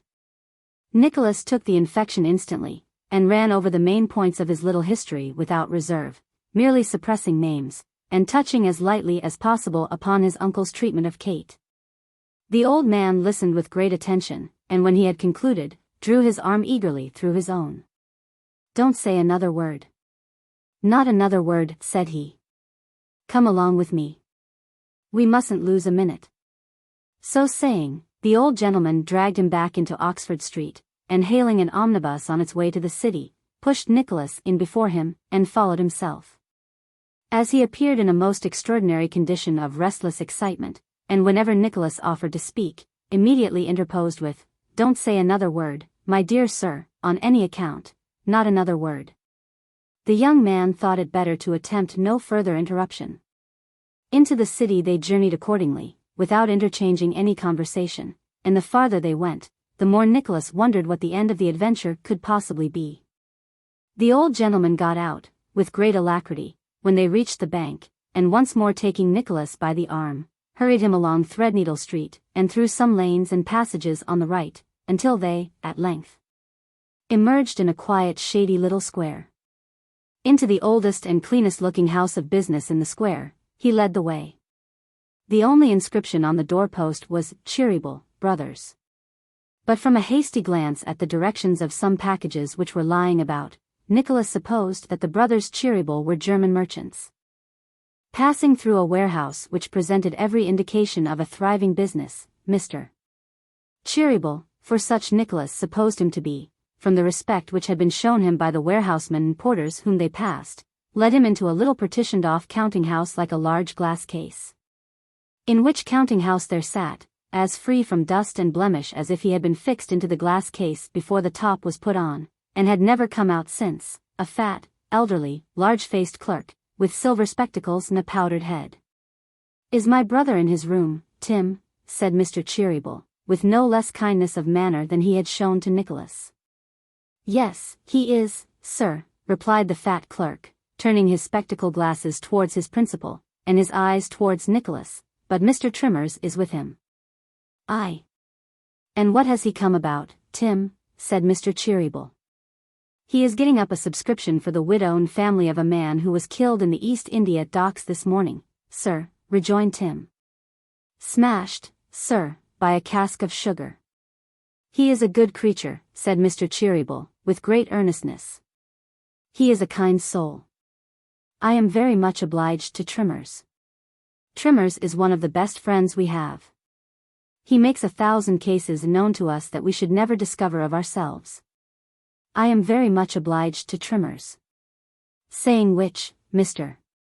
Cheeryble rubbed his hands with infinite delight, and Mr. Trimmers happening to pass the door that instant, on his way out, shot out after him and caught him by the hand. "I owe you 1,000 thanks, Trimmers, 10,000 thanks. I take it very friendly of you, very friendly indeed," said Mr. Cheeryble, dragging him into a corner to get out of hearing. "How many children are there, and what has my brother Ned given, Trimmers?" "There are 6 children," replied the gentleman, "and your brother has given us 20 pounds. My brother Ned is a good fellow, and you're a good fellow too, Trimmers," said the old man, shaking him by both hands with trembling eagerness. "Put me down for another 20, or, stop a minute. We mustn't look ostentatious, put me down £10, and Tim Linkinwater £10. A cheque for £20 for Mr. Trimmers, Tim. God bless you, Trimmers, and come and dine with us some day this week. You'll always find a knife and fork, and we shall be delighted. Now, my dear sir, cheque from Mr. Linkinwater, Tim. Smashed by a cask of sugar, and 6 poor children, oh dear, dear, dear." Talking on in this strain, as fast as he could, to prevent any friendly remonstrances from the collector of the subscription on the large amount of his donation, Mr. Cheeryble led Nicholas, equally astonished and affected by what he had seen and heard in this short space, to the half-open door of another room. "Brother Ned," said Mr. Cheeryble, tapping with his knuckles, and stooping to listen, "are you busy, my dear brother, or can you spare time for a word or two with me?" "Brother Charles, my dear fellow," replied a voice from the inside, so like in its tones to that which had just spoken, that Nicholas started, and almost thought it was the same. "Don't ask me such a question, but come in directly." They went in, without further parley. What was the amazement of Nicholas when his conductor advanced, and exchanged a warm greeting with another old gentleman, the very type and model of himself, the same face, the same figure, the same coat, waistcoat, and neckcloth. The same breeches and gaiters, nay, there was the very same white hat hanging against the wall. As they shook each other by the hand, the face of each lighted up by beaming looks of affection, which would have been most delightful to behold in infants, and which, in men so old, was inexpressibly touching. Nicholas could observe that the last old gentleman was something stouter than his brother. This, and a slight additional shade of clumsiness in his gait and stature, formed the only perceptible difference between them. Nobody could have doubted their being twin brothers. "Brother Ned," said Nicholas's friend, closing the room door, "here is a young friend of mine whom we must assist. We must make proper inquiries into his statements, in justice to him as well as to ourselves, and if they are confirmed, as I feel assured they will be, we must assist him, brother Ned." "It is enough, my dear brother, that you say we should," returned the other. "When you say that, no further inquiries are needed. He shall be assisted. What are his necessities, and what does he require? Where is Tim Linkinwater? Let us have him here." Both the brothers, it may be here remarked, had a very emphatic and earnest delivery. Both had lost nearly the same teeth, which imparted the same peculiarity to their speech. And both spoke as if, besides possessing the utmost serenity of mind that the kindliest and most unsuspecting nature could bestow, they had, in collecting the plums from Fortune's choicest pudding, retained a few for present use, and kept them in their mouths. "Where is Tim Linkinwater?" said brother Ned. "Stop, said brother Charles, taking the other aside. "I've a plan, my dear brother, I've a plan. Tim is getting old, and Tim has been a faithful servant, brother Ned. And I don't think pensioning Tim's mother and sister, and buying a little tomb for the family when his poor brother died, was a sufficient recompense for his faithful services. No, no, no, replied the other. Certainly not. Not half enough, not half. If we could lighten Tim's duties, said the old gentleman, and prevail upon him to go into the country, now and then, and sleep in the fresh air, besides, 2 or 3 times a week, which he could. If he began business an hour later in the morning, old Tim Linkinwater would grow young again in time. And he's 3 good years our senior now. Old Tim Linkinwater young again. Brother Ned, eh? Why, I recollect old Tim Linkinwater quite a little boy, don't you? Ha, ha, ha. Poor Tim, poor Tim. And the fine old fellows laughed pleasantly together, each with a tear of regard for old Tim Linkinwater standing in his eye. But hear this first, Brother Ned, said the old man, hastily, placing 2 chairs, one on each side of Nicholas. I'll tell it you myself, Brother Ned, because the young gentleman is modest, and is a scholar, Ned. And I shouldn't feel it right that he should tell us his story over and over again as if he was a beggar, or as if we doubted him. No, no, no. No, no, no, returned the other, nodding his head gravely. Very right, my dear brother, very right. He will tell me I'm wrong, if I make a mistake, said Nicholas's friend. But whether I do or not, you'll be very much affected, Brother Ned, remembering the time when we were 2 friendless lads, and earned our first shilling in this great city. The twins pressed each other's hands in silence. And in his own homely manner, Brother Charles related the particulars he had heard from Nicholas. The conversation which ensued was a long one, and when it was over, a secret conference of almost equal duration took place between Brother Ned and Tim Linkinwater in another room.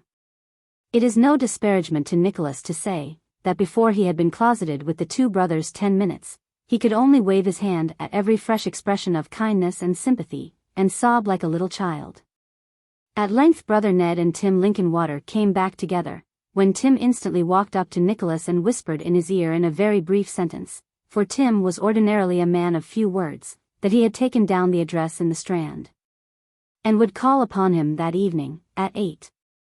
Having done which, Tim wiped his spectacles and put them on, preparatory to hearing what more the brothers Cheeryble had got to say. Tim, said Brother Charles, you understand that we have an intention of taking this young gentleman into the counting-house? Brother Ned remarked that Tim was aware of that intention, and quite approved of it. And Tim having nodded, and said he did, drew himself up and looked particularly fat, and very important. After which, there was a profound silence. I'm not coming an hour later in the morning, you know, said Tim, breaking out all at once, and looking very resolute. I'm not going to sleep in the fresh air, no, nor I'm not going into the country either. A pretty thing at this time of day, certainly. Foh.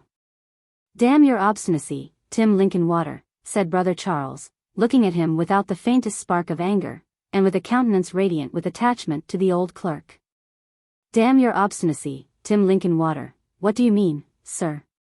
It's 44 year, said Tim, making a calculation in the air with his pen, and drawing an imaginary line before he cast it up, 44 year, next May, since I first kept the books of Cheeryble, brothers.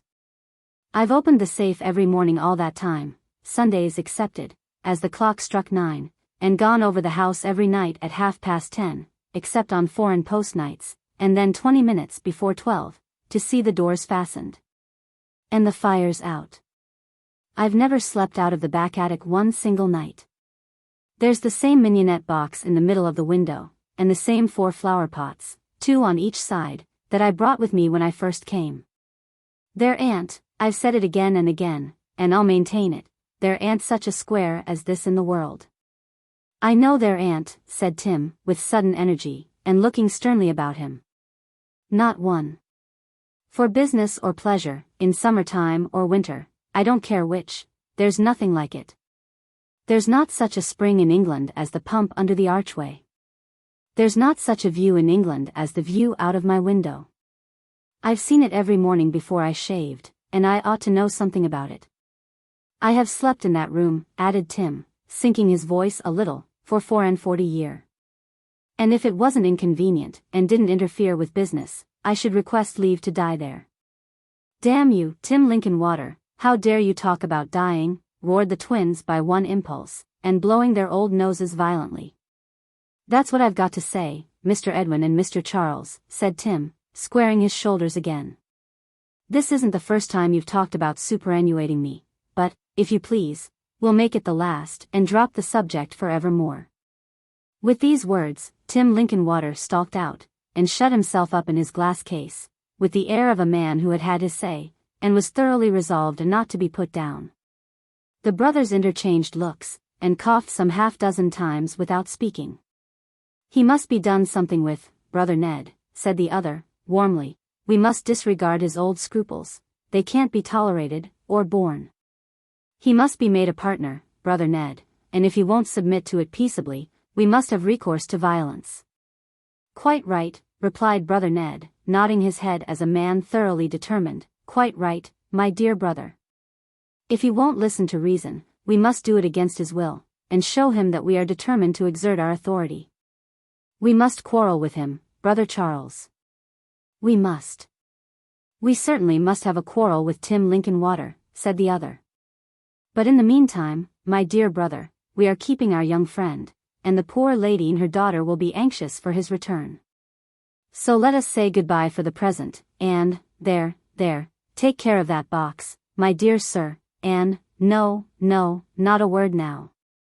But be careful of the crossings and with any disjointed and unconnected words which would prevent Nicholas from pouring forth his thanks, the brothers hurried him out, shaking hands with him all the way. And affecting very unsuccessfully, they were poor hands at deception. To be wholly unconscious of the feelings that completely mastered him. Nicholas's heart was too full to allow of his turning into the street until he had recovered some composure.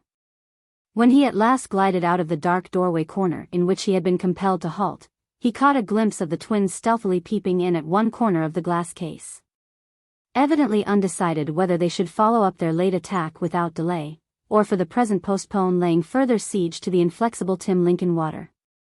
To recount all the delight and wonder which the circumstances just detailed awakened at Miss La Creevy's, and all the things that were done, said, thought, expected, hoped, and prophesied in consequence, is beside the present course and purpose of these adventures. It is sufficient to state, in brief, that Mr. Timothy Linkinwater arrived, punctual to his appointment. That, oddity as he was, and jealous, as he was bound to be, of the proper exercise of his employer's most comprehensive liberality, he reported strongly and warmly in favor of Nicholas. And that, next day, he was appointed to the vacant stool in the counting-house of Cheeryble, Brothers, with a present salary of £120 a year. "And I think, my dear brother," said Nicholas's first friend, "that if we were to let them that little cottage at Bow which is empty, at something under the usual rent, now?" Brother Ned?" "For nothing at all," said Brother Ned. "We are rich, and should be ashamed to touch the rent under such circumstances as these. Where is Tim Linkinwater? For nothing at all, my dear brother, for nothing at all." "Perhaps it would be better to say something, Brother Ned," suggested the other, mildly. "It would help to preserve habits of frugality, you know, and remove any painful sense of overwhelming obligations. We might say £15, or £20, and if it was punctually paid, make it up to them in some other way. And I might secretly advance a small loan towards a little furniture, and you might secretly advance another small loan, Brother Ned. And if we find them doing well, as we shall, there's no fear, we can change the loans into gifts. Carefully, Brother Ned, and by degrees, and without pressing upon them too much. What do you say now, brother?" Brother Ned gave his hand upon it, and not only said it should be done, but had it done too, and, in one short week, Nicholas took possession of the stool, and Mrs. Nickleby and Kate took possession of the house, and all was hope, bustle, and lightheartedness.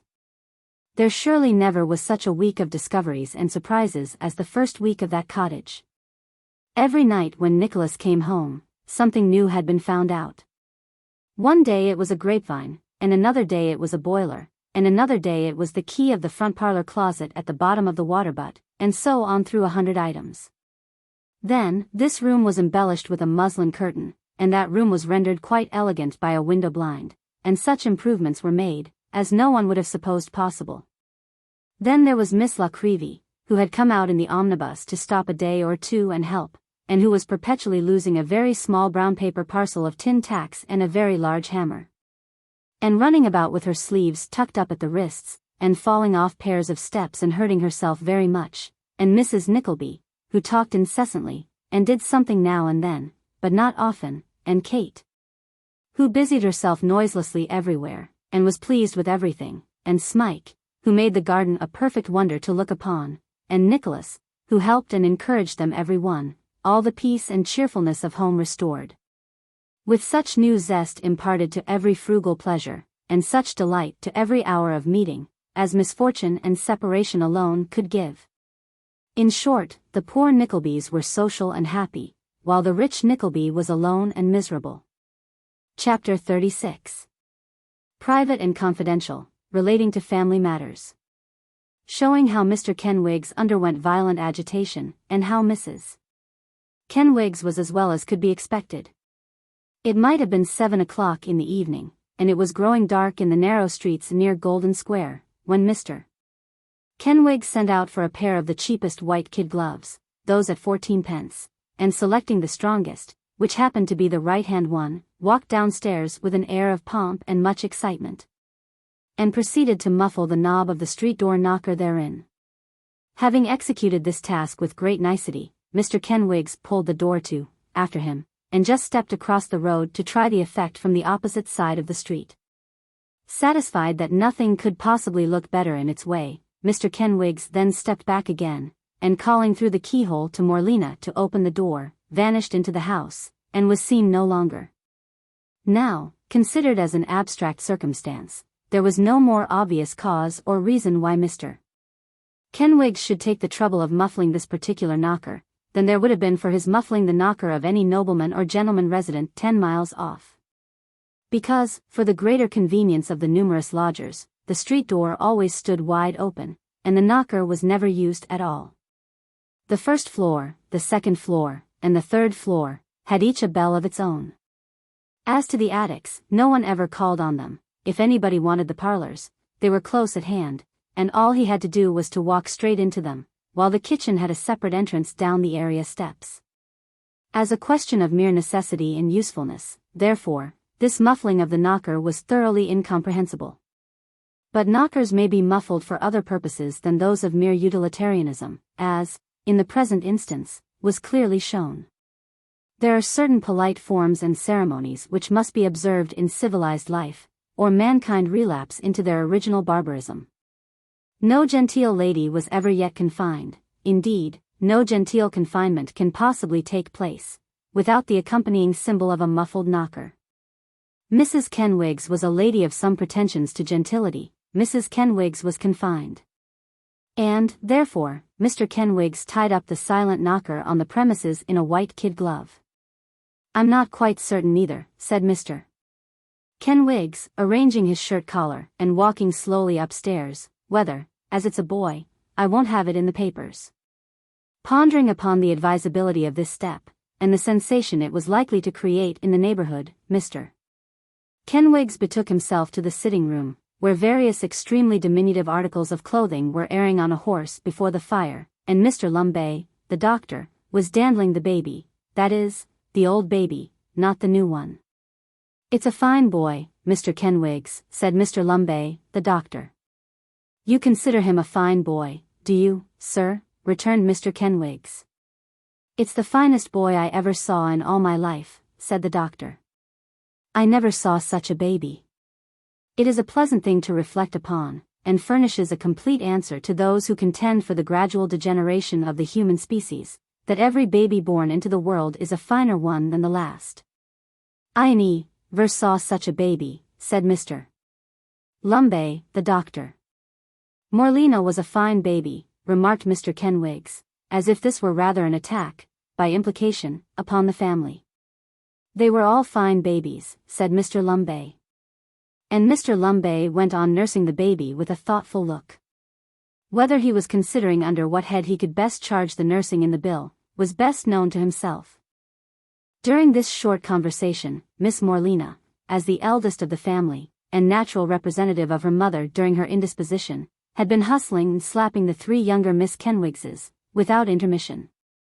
Which considerate and affectionate conduct brought tears into the eyes of Mr. Kenwigs, and caused him to declare that, in understanding and behavior, that child was a woman.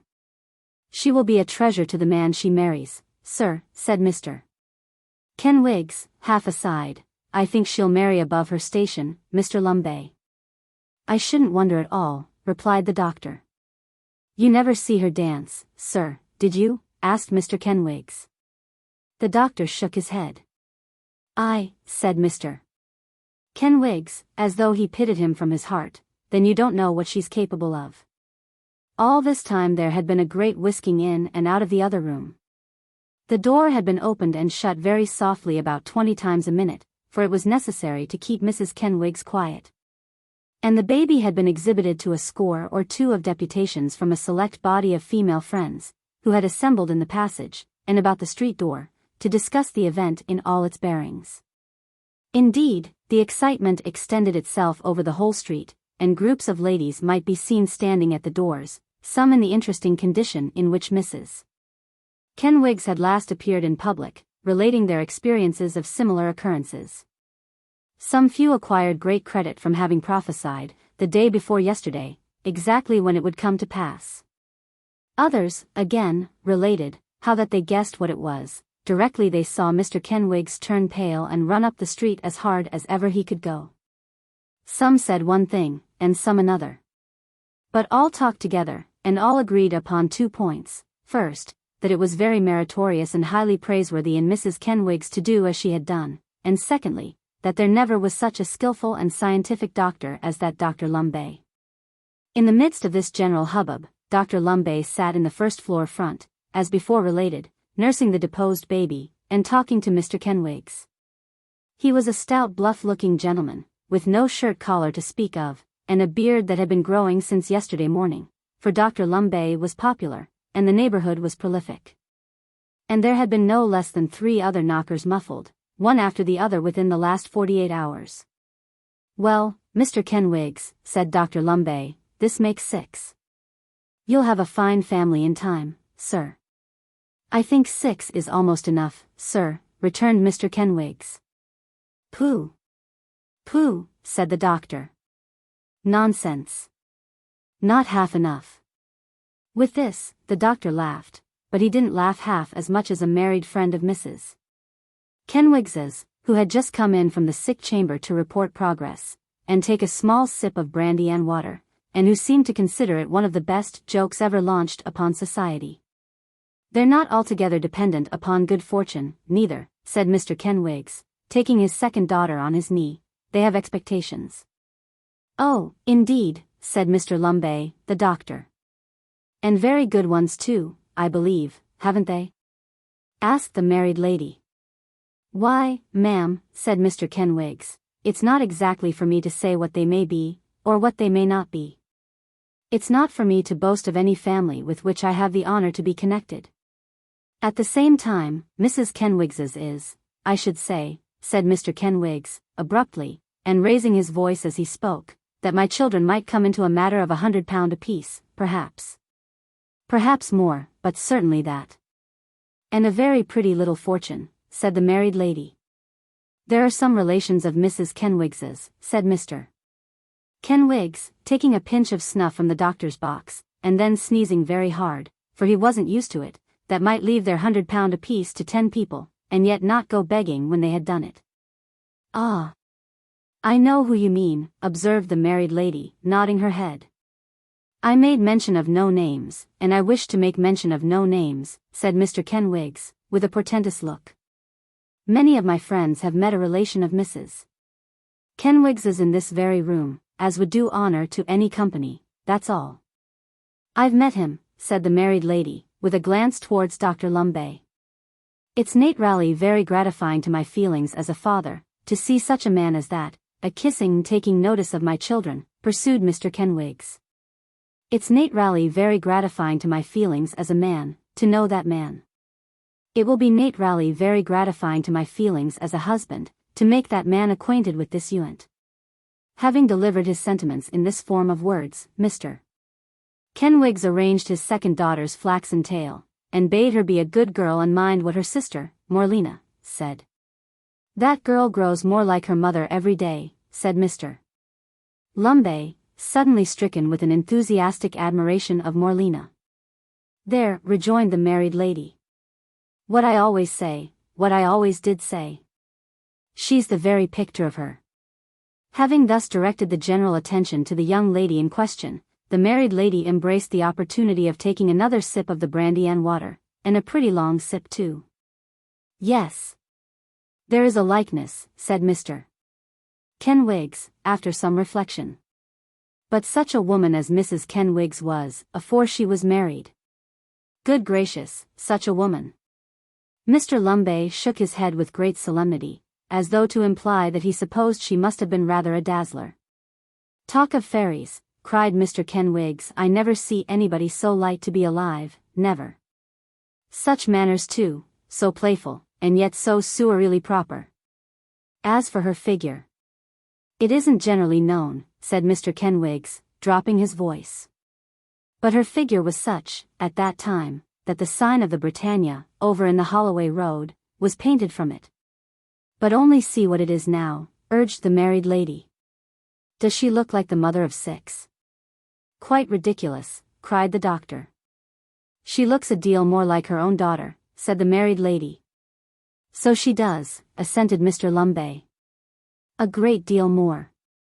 Mr.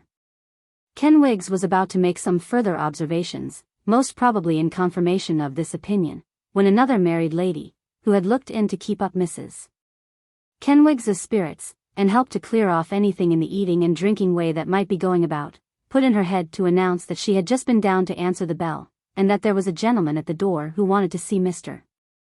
Kenwigs most particular.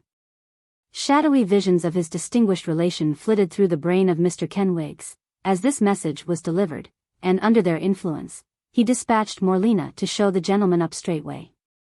Why, I do declare, said Mr. Kenwigs, standing opposite the door so as to get the earliest glimpse of the visitor, as he came upstairs, it's Mr. Johnson.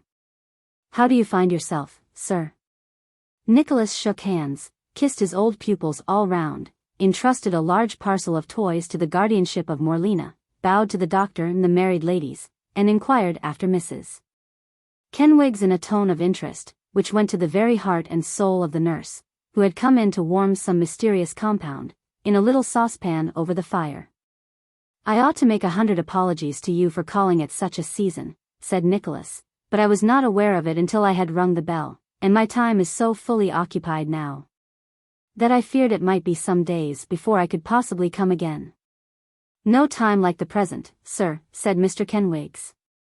The situation of Mrs. Kenwigs, sir, is no obstacle to a little conversation between you and me, I hope.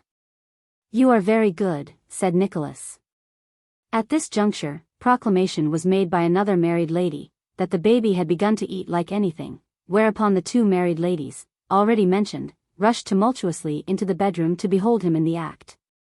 The fact is, resumed Nicholas, that before I left the country, where I have been for some time past, I undertook to deliver a message to you. I, said Mr. Kenwigs. And I have been, added Nicholas, already in town for some days, without having had an opportunity of doing so. It's no matter, sir, said Mr. Kenwigs. I dare say it's none the worse for keeping cold. Message from the country, said Mr. Kenwigs, ruminating, that's curious. I don't know anybody in the country. Miss Petowker, suggested Nicholas. Oh. From her, is it?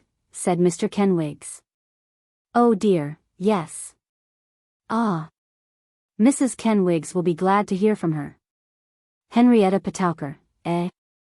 How odd things come about, now. That you should have met her in the country. Well. Hearing this mention of their old friend's name, the four Miss Kenwigses gathered round Nicholas, open-eyed and mouthed, to hear more. Mr. Kenwigs looked a little curious too, but quite comfortable and unsuspecting. The message relates to family matters, said Nicholas, hesitating. Oh, never mind, said Kenwigs, glancing at Mr.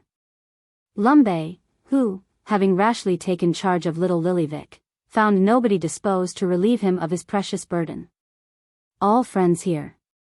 Nicholas hemmed once or twice, and seemed to have some difficulty in proceeding.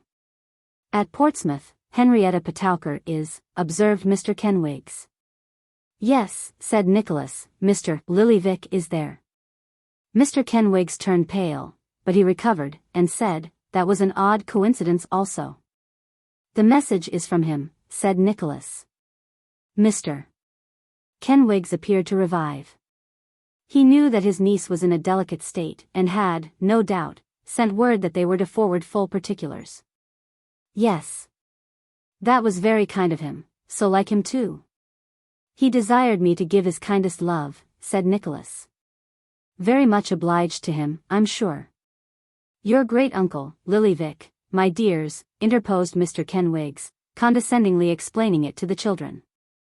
His kindest love, resumed Nicholas.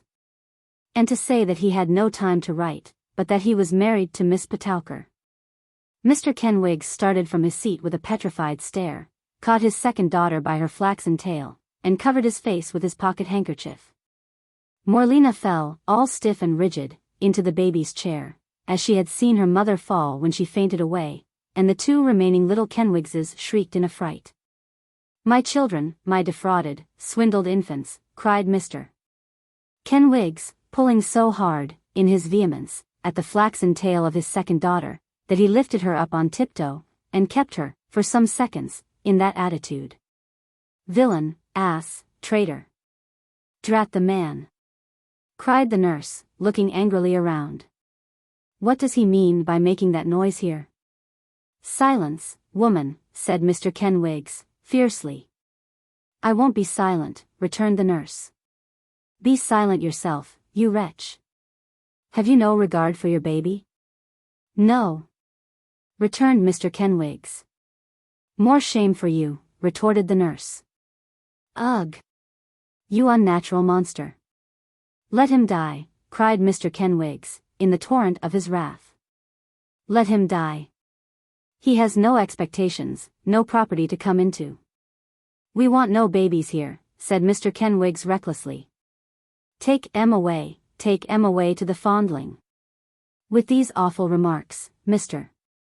Kenwigs sat himself down in a chair, and defied the nurse, who made the best of her way into the adjoining room, and returned with a stream of matrons, declaring that Mr. Kenwigs had spoken blasphemy against his family, and must be raving mad.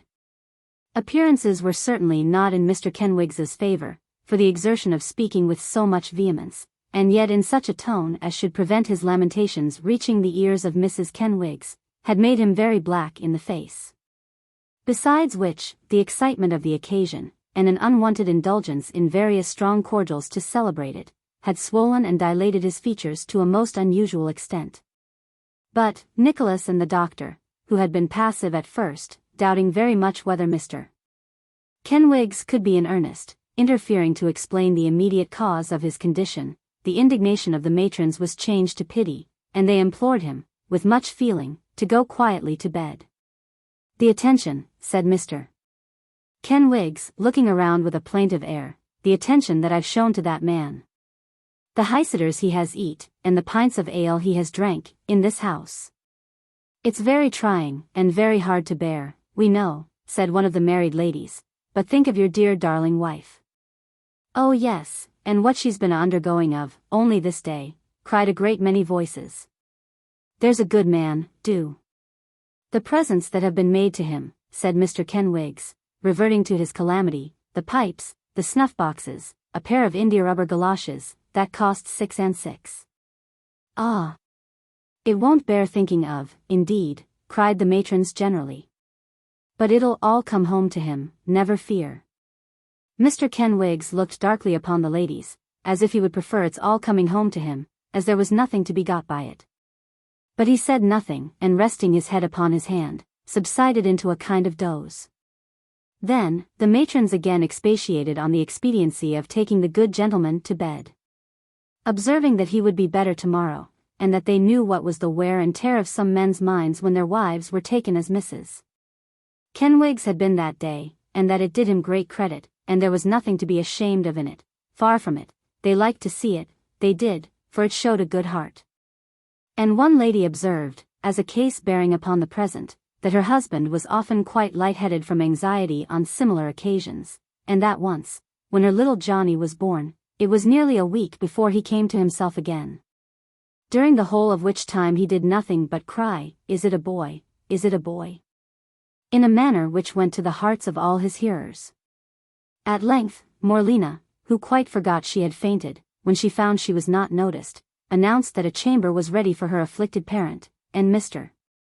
Kenwigs, having partially smothered his 4 daughters in the closeness of his embrace, accepted the doctor's arm on one side, and the support of Nicholas on the other, and was conducted upstairs to a bedroom which been secured for the occasion. Having seen him sound asleep, and heard him snore most satisfactorily, and having further presided over the distribution of the toys, to the perfect contentment of all the little Kenwigses, Nicholas took his leave. The matrons dropped off one by one, with the exception of 6 or 8 particular friends, who had determined to stop all night. The lights in the houses gradually disappeared. The last bulletin was issued that Mrs. Kenwigs was as well as could be expected, and the whole family were left to their repose.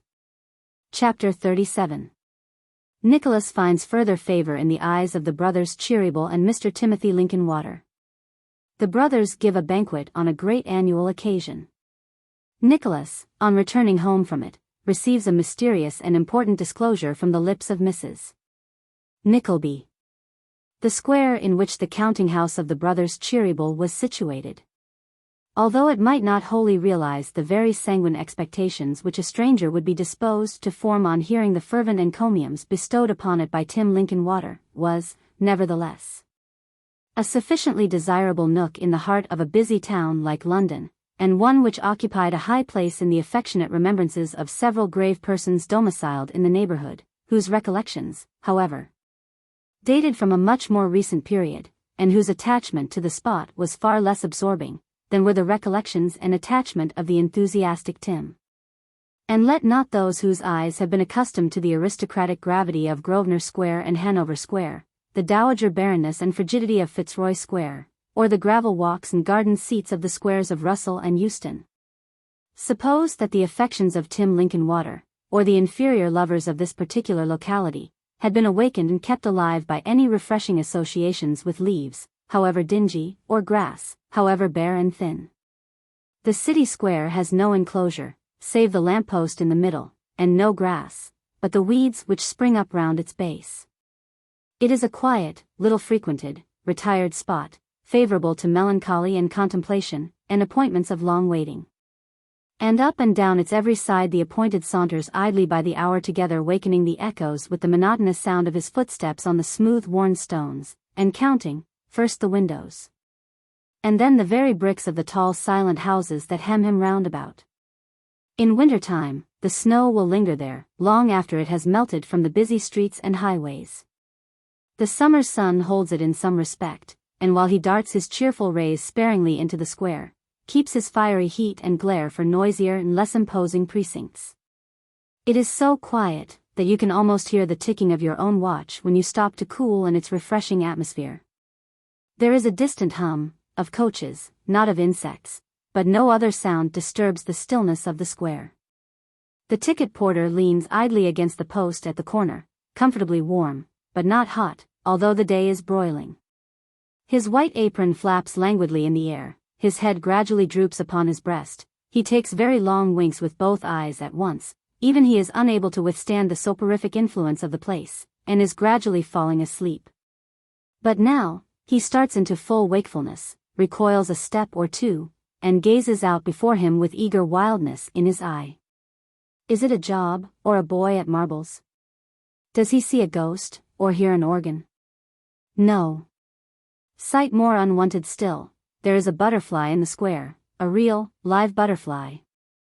Astray from flowers and sweets, and fluttering among the iron heads of the dusty area railings. But if there were not many matters immediately without the doors of Cheeryble Brothers, to engage the attention or distract the thoughts of the young clerk, there were not a few within, to interest and amuse him. There was scarcely an object in the place, animate or inanimate, which did not partake in some degree of the scrupulous method and punctuality of Mr. Timothy Linkinwater. Punctual as the counting-house dial, which he maintained to be the best timekeeper in London next after the clock of some old, hidden, unknown church hard by, for Tim held the fabled goodness of that at the Horse Guards to be a pleasant fiction. Invented by jealous West Enders, the old clerk performed the minutest actions of the day, and arranged the minutest articles in the little room, in a precise and regular order, which could not have been exceeded if it had actually been a real glass case, fitted with the choicest curiosities. Paper, pens, ink, ruler, sealing wax, wafers, pounce-box, string-box, fire-box, Tim's hat, Tim's scrupulously folded gloves. Tim's other coat, looking precisely like a back view of himself as it hung against the wall, all had their accustomed inches of space. Except the clock, there was not such an accurate and unimpeachable instrument in existence as the little thermometer which hung behind the door.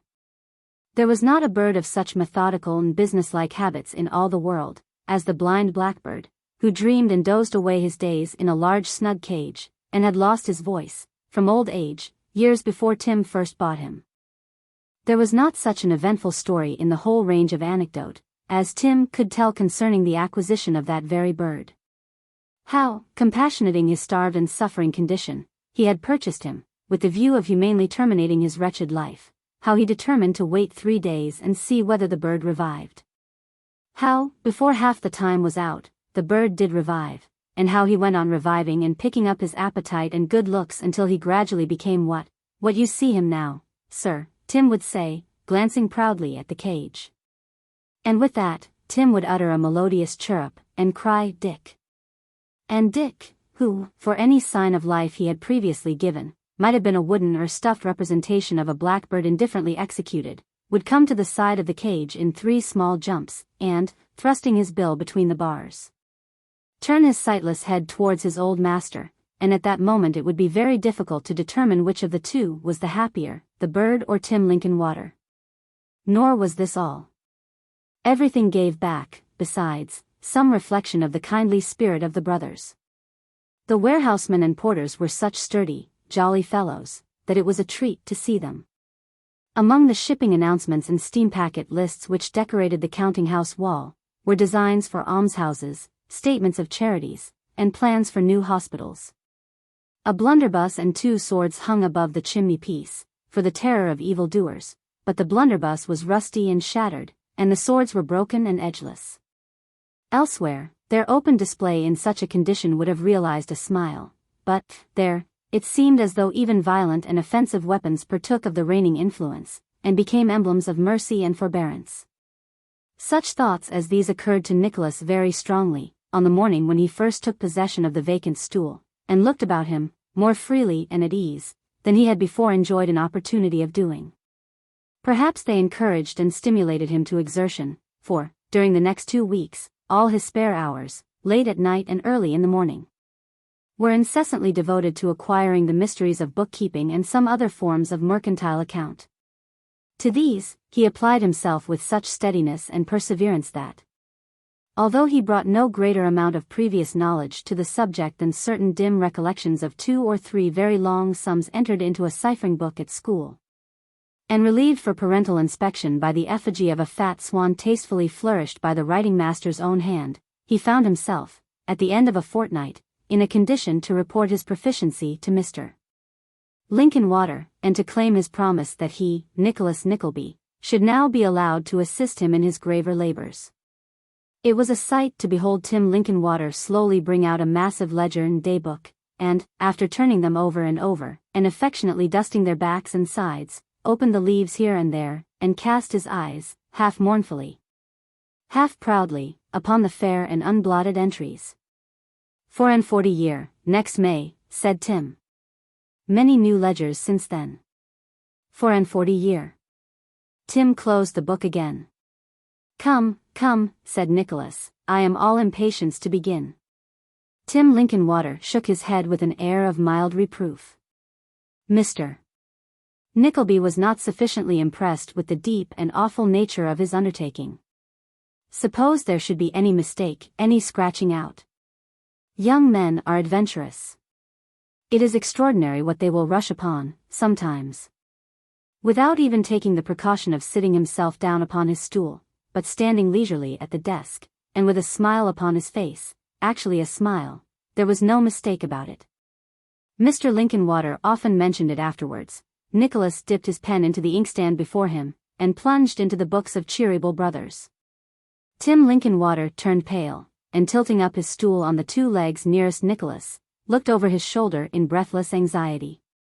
Brother Charles and Brother Ned entered the counting-house together.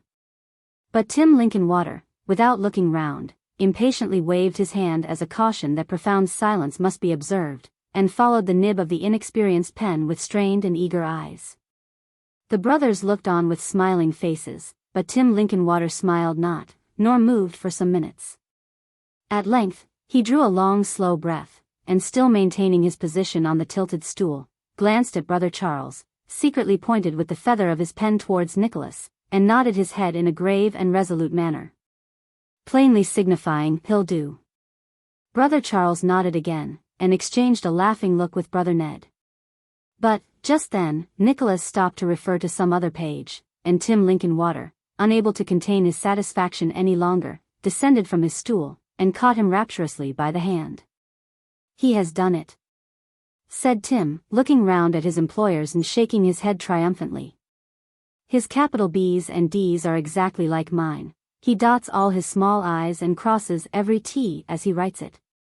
There ain't such a young man as this in all London," said Tim, clapping Nicholas on the back, "not one. Don't tell me. The city can't produce his equal. I challenge the city to do it." With this casting down of his gauntlet, Tim Lincolnwater struck the desk such a blow with his clenched fist, that the old blackbird tumbled off his perch with the start it gave him, and actually uttered a feeble croak, in the extremity of his astonishment. "Well said, Tim, well said, Tim Lincolnwater," cried Brother Charles, scarcely less pleased than Tim himself, and clapping his hands gently as he spoke. "I knew our young friend would take great pains, and I was quite certain he would succeed, in no time. Didn't I say so, Brother Ned?" "You did, my dear brother, certainly, my dear brother, you said so, and you were quite right," replied Ned. "Quite right. Tim Lincolnwater is excited, but he is justly excited, properly excited. Tim is a fine fellow. Tim Lincolnwater, sir, you're a fine fellow. Here's a pleasant thing to think of," said Tim, wholly regardless of this address to himself, and raising his spectacles from the ledger to the brothers. "Here's a pleasant thing. Do you suppose I haven't often thought of what would become of these books when I was gone? Do you suppose I haven't often thought that things might go on irregular and untidy here, after I was taken away? But now," said Tim, extending his forefinger towards Nicholas, "now, when I've shown him a little more, I'm satisfied. The business will go on, when I'm dead, as well as it did when I was alive, just the same, and I shall have the satisfaction of knowing that there never were such books, never were such books. No, nor never will be such books, as the books of Cheeryble Brothers." Having thus expressed his sentiments, Mr. Lincolnwater gave vent to a short laugh, indicative of defiance to the cities of London and Westminster, and, turning again to his desk, quietly carried 76 from the last column he had added up, and went on with his work. "Tim Lincolnwater, sir," said Brother Charles, "give me your hand, sir. This is your birthday. How dare you talk about anything else till you have been wished many happy returns of the day, Tim Lincolnwater. God bless you, Tim. God bless you." "My dear brother," said the other, seizing Tim's disengaged fist, "Tim Lincolnwater looks 10 years younger than he did on his last birthday." "Brother Ned, my dear boy," returned the other old fellow, "I believe that Tim Lincolnwater was born 150 years old, and is gradually coming down to 25, for he's younger every birthday than he was the year before." "So he is, Brother Charles, so he is," replied Brother Ned. "There's not a doubt about it. Remember, Tim," said Brother Charles, "that we dine at 5:30 today instead of 2 o'clock. We always depart from our usual custom on this anniversary, as you very well know, Tim Lincolnwater. Mr. Nickleby, my dear sir, you will make one. Tim Lincolnwater, give me your snuff-box as a remembrance to Brother Charles and myself of an attached and faithful rascal, and take that, in exchange, as a feeble mark of our respect and esteem, and don't open it until you go to bed. And never say another word upon the subject, or I'll kill the blackbird. A dog. He should have had a golden cage half a dozen years ago, if it would have made him or his master a bit the happier. Now, Brother Ned, my dear fellow, I'm ready. At 5:30, remember, Mr. Nickleby. Tim Linkinwater, sir, take care of Mr. Nickleby at 5:30. Now, Brother Ned. Chattering away thus, according to custom, to prevent the possibility of any thanks or acknowledgement being expressed on the other side, the twins trotted off, arm in arm.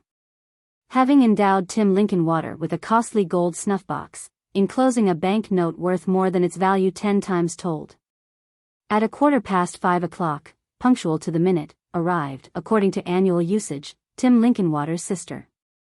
And a great to-do there was, between Tim Linkinwater's sister and the old housekeeper, respecting Tim Linkinwater's sister's cap, which had been dispatched, per boy, from the house of the family where Tim Linkinwater's sister boarded, and had not yet come to hand, notwithstanding that it had been packed up in a bandbox, and the bandbox in a handkerchief, and the handkerchief tied on to the boy's arm. And notwithstanding, too, that the place of its consignment had been duly set forth, at full length, on the back of an old letter, and the boy enjoined, under pain of divers horrible penalties, the full extent of which the eye of man could not foresee, to deliver the same with all possible speed, and not to loiter by the way. Tim Linkinwater's sister lamented, the housekeeper condoled. And both kept thrusting their heads out of the second-floor window to see if the boy was coming, which would have been highly satisfactory, and, upon the whole, tantamount to his being come. As the distance to the corner was not quite 5 yards, when, all of a sudden, and when he was least expected, the messenger, carrying the bandbox with elaborate caution, appeared in an exactly opposite direction, puffing and panting for breath, and flushed with recent exercise. As well he might be, for he had taken the air, in the first instance, behind a hackney coach that went to Camberwell, and had followed 2 punches afterwards and had seen the Stilts home to their own door. The cap was all safe, however, that was one comfort, and it was no use scolding him, that was another. So the boy went upon his way rejoicing, and Tim Linkinwater's sister presented herself to the company below stairs, just 5 minutes after the half-hour had struck by Tim Linkinwater's own infallible clock. The company consisted of the brothers Cheeryble, Tim Linkinwater, a ruddy-faced white-headed friend of Tim's, who was a superannuated bank clerk, and Nicholas, who was presented to Tim Linkinwater's sister with much gravity and solemnity. The party being now completed, Brother Ned rang for dinner, and, dinner being shortly afterwards announced, led Tim Linkinwater's sister into the next room, where it was set forth with great preparation. Then, Brother Ned took the head of the table, and Brother Charles the foot. And Tim Linkinwater's sister sat on the left hand of Brother Ned, and Tim Linkinwater himself on his right, and an ancient butler of apoplectic appearance, and with very short legs, took up his position at the back of Brother Ned's armchair, and, waving his right arm preparatory to taking off the covers with a flourish, stood bolt upright and motionless. For these and all other blessings, Brother Charles, said Ned. Lord, make us truly thankful, Brother Ned, said Charles. Whereupon the apoplectic butler whisked off the top of the soup tureen, and shot, all at once, into a state of violent activity. There was abundance of conversation, and little fear of its ever flagging, for the good humor of the glorious old twins drew everybody out, and Tim Linkinwater's sister went off into a long and circumstantial account of Tim Linkinwater's infancy. Immediately after the very first glass of champagne, taking care to premise that she was very much Tim's junior, and had only become acquainted with the facts from their being preserved and handed down in the family. This history concluded, Brother Ned related how that, exactly 35 years ago, Tim Linkinwater was suspected to have received a love letter, and how that vague information had been brought to the counting-house of his having been seen walking down Cheapside with an uncommonly handsome spinster. At which there was a roar of laughter, and Tim Linkinwater, being charged with blushing, and called upon to explain, denied that the accusation was true, and further, that there would have been any harm in it if it had been. Which last position occasioned the superannuated bank clerk to laugh tremendously, and to declare that it was the very best thing he had ever heard in his life. And that Tim Linkinwater might say a great many things before he said anything which would beat that. There was one little ceremony peculiar to the day, both the matter and manner of which made a very strong impression upon Nicholas. The cloth having been removed and the decanters sent round for the first time, a profound silence succeeded, and in the cheerful faces of the brothers there appeared an expression, not of absolute melancholy, but of quiet thoughtfulness very unusual at a festive table.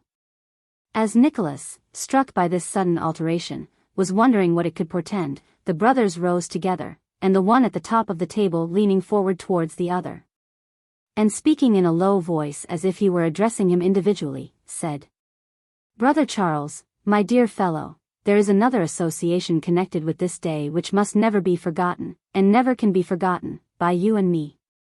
This day, which brought into the world a most faithful and excellent and exemplary fellow, took from it the kindest and very best of parents, the very best of parents to us both.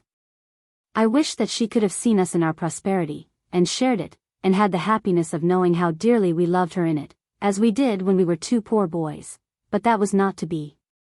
My dear brother, the memory of our mother." Good Lord, thought Nicholas, and there are scores of people of their own station, knowing all this, and 20,000 times more, who wouldn't ask these men to dinner because they eat with their knives and never went to school. But there was no time to moralize, for the joviality again became very brisk, and the decanter of port being nearly out, Brother Ned pulled the bell, which was instantly answered by the apoplectic butler. "David," said Brother Ned. "Sir," replied the butler. "A magnum of the double diamond, David, to drink the health of Mr. Linkinwater." Instantly, by a feat of dexterity, which was the admiration of all the company, and had been, annually, for some years past, the apoplectic butler, bringing his left hand from behind the small of his back, produced the bottle with the corkscrew already inserted, uncorked it at a jerk, and placed the magnum and the cork before his master with the dignity of conscious cleverness. "Ha!" said Brother Ned, first examining the cork and afterwards filling his glass, while the old butler looked complacently and amiably on, as if it were all his own property, but the company were quite welcome to make free with it. "This looks well, David." "It ought to, sir," replied David. "You'd be troubled to find such a glass of wine as is our double diamond, and that Mr. Linkinwater knows very well. That was laid down when Mr. Linkinwater first come, that wine was, gentlemen." "Nay, David, nay," interposed Brother Charles. "I wrote the entry in the cellar book myself, sir, if you please," said David, in the tone of a man, quite confident in the strength of his facts. "Mr. Linkinwater had only been here 20 year, sir, when that pipe of double diamond was laid down." "David is quite right, Brother Charles," said Ned. "Are the people here, David?" "Outside the door, sir," replied the butler.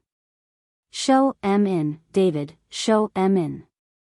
At this bidding, the older butler placed before his master a small tray of clean glasses, and opening the door admitted the jolly porters and warehousemen whom Nicholas had seen below. They were 4 in all, and as they came in, bowing, and grinning, and blushing, the housekeeper, and cook, and housemaid, brought up the rear. 7, said Brother Ned, filling a corresponding number of glasses with the double diamond, and David, 8. "There. Now, you're all of you to drink the health of your best friend Mr. Timothy Linkinwater, and wish him health and long life and many happy returns of this day, both for his own sake and that of your old masters, who consider him an inestimable treasure. Tim Linkinwater, sir, your health." "Devil take you, Tim Linkinwater, sir, God bless you." With this singular contradiction of terms, Brother Ned gave Tim Linkinwater a slap on the back, which made him look, for the moment, almost as apoplectic as the butler, and tossed off the contents of his glass in a twinkling. The toast was scarcely drunk with all honor to Tim Linkinwater, when the sturdiest and jolliest subordinate elbowed himself a little in advance of his fellows, and exhibiting a very hot and flushed countenance, pulled a single lock of grey hair in the middle of his forehead as a respectful salute to the company, and delivered himself as follows, rubbing the palms of his hands very hard on a blue cotton handkerchief as he did so. "We're allowed to take a liberty once a year, Jen Lemon, and if you please we'll take it now. There being no time like the present, and no two birds in the hand worth one in the bush, as is well known, leastways in a contrary sense, which the meaning is the same. A pause, the butler unconvinced. What we mean to say is, that there never was, looking at the butler, such, looking at the cook, noble, excellent, looking everywhere and seeing nobody, free, generous-spirited masters as them as has treated us so handsome this day. And here's thanking of 'em for all their goodness as is so constancy a diffusing of itself over everywhere, and wishing they may live long and die happy. When the foregoing speech was over, and it might have been much more elegant and much less to the purpose, the whole body of subordinates under command of the apoplectic butler gave 3 soft cheers, which, to that gentleman's great indignation, were not very regular, inasmuch as the women persisted in giving an immense number of little shrill hurrahs among themselves, in utter disregard of the time. This done, they withdrew. Shortly afterwards, Tim Linkinwater's sister withdrew. In reasonable time after that, the sitting was broken up for tea and coffee, and a round game of cards. At 10:30, late hours for the square, there appeared a little tray of sandwiches and a bowl of Bishop, which Bishop, coming on the top of the double diamond, and other excitements, had such an effect upon Tim Linkinwater, that he drew Nicholas aside, and gave him to understand, confidentially, that it was quite true about the uncommonly handsome spinster, and that she was to the full as good-looking as she had been described, more so, indeed, but that she was in too much of a hurry to change her condition, and consequently, while Tim was courting her and thinking of changing his, got married to somebody else. After all, I dare say it was my fault, said Tim. I'll show you a print I have got upstairs, one of these days. It cost me 25 shillings. I bought it soon after we were cool to each other. Don't mention it, but it's the most extraordinary accidental likeness you ever saw, her very portrait, sir. By this time it was past 11 o'clock.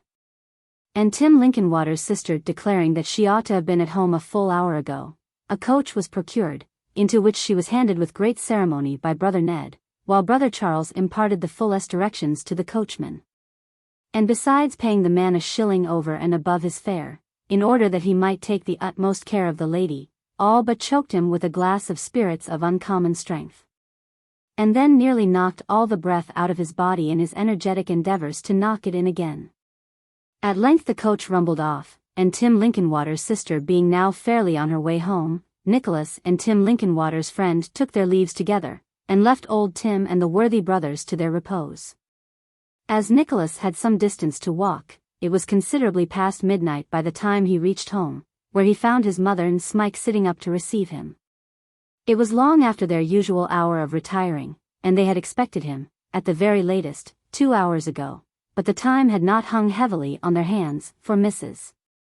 Nickleby had entertained Smike with a genealogical account of her family by the mother's side, comprising biographical sketches of the principal members, and Smike had sat wondering what it was all about, and whether it was learnt from a book, or said out of Mrs.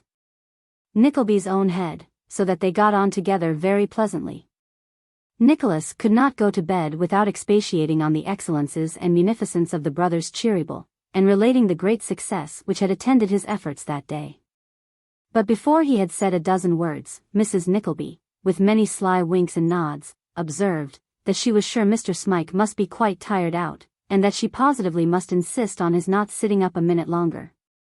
A most biddable creature he is, to be sure, said Mrs. Nickleby, when Smike had wished them good night and left the room.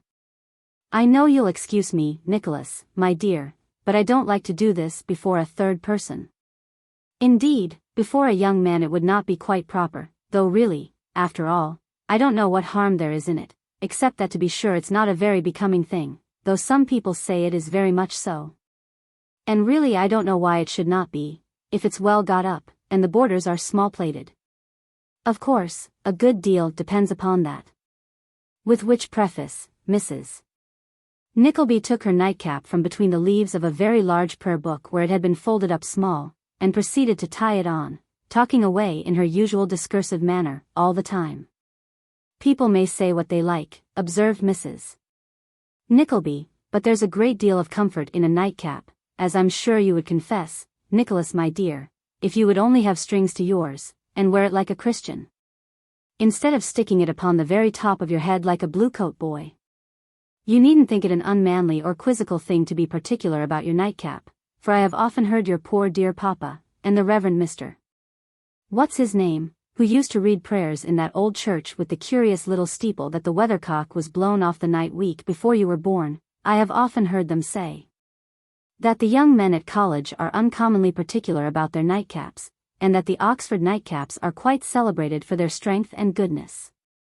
So much so, indeed, that the young men never dream of going to bed without and I believe it's admitted on all hands that they know what's good, and don't coddle themselves. Nicholas laughed, and entering no further into the subject of this lengthened harangue, reverted to the pleasant tone of the little birthday party. And as Mrs.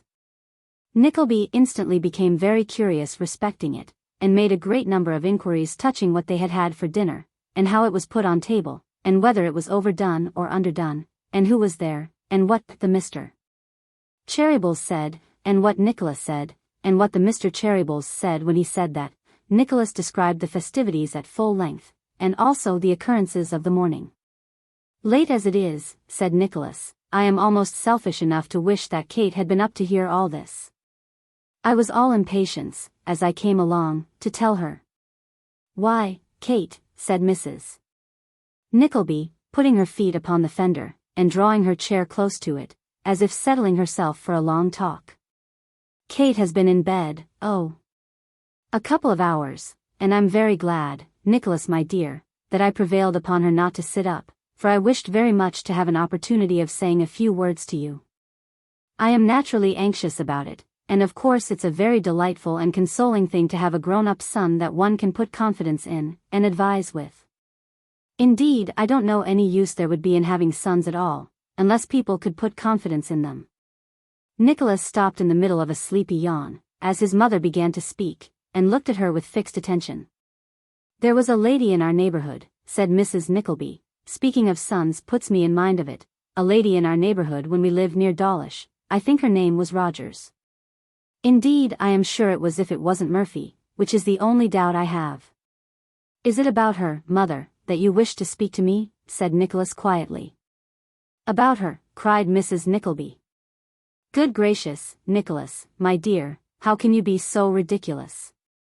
But that was always the way with your poor dear papa, just his way, always wandering, never able to fix his thoughts on any one subject for 2 minutes together. I think I see him now, said Mrs. Nickleby, wiping her eyes, looking at me while I was talking to him about his affairs, just as if his ideas were in a state of perfect conglomeration. Anybody who had come in upon us suddenly, would have supposed I was confusing and distracting him instead of making things plainer, upon my word they would.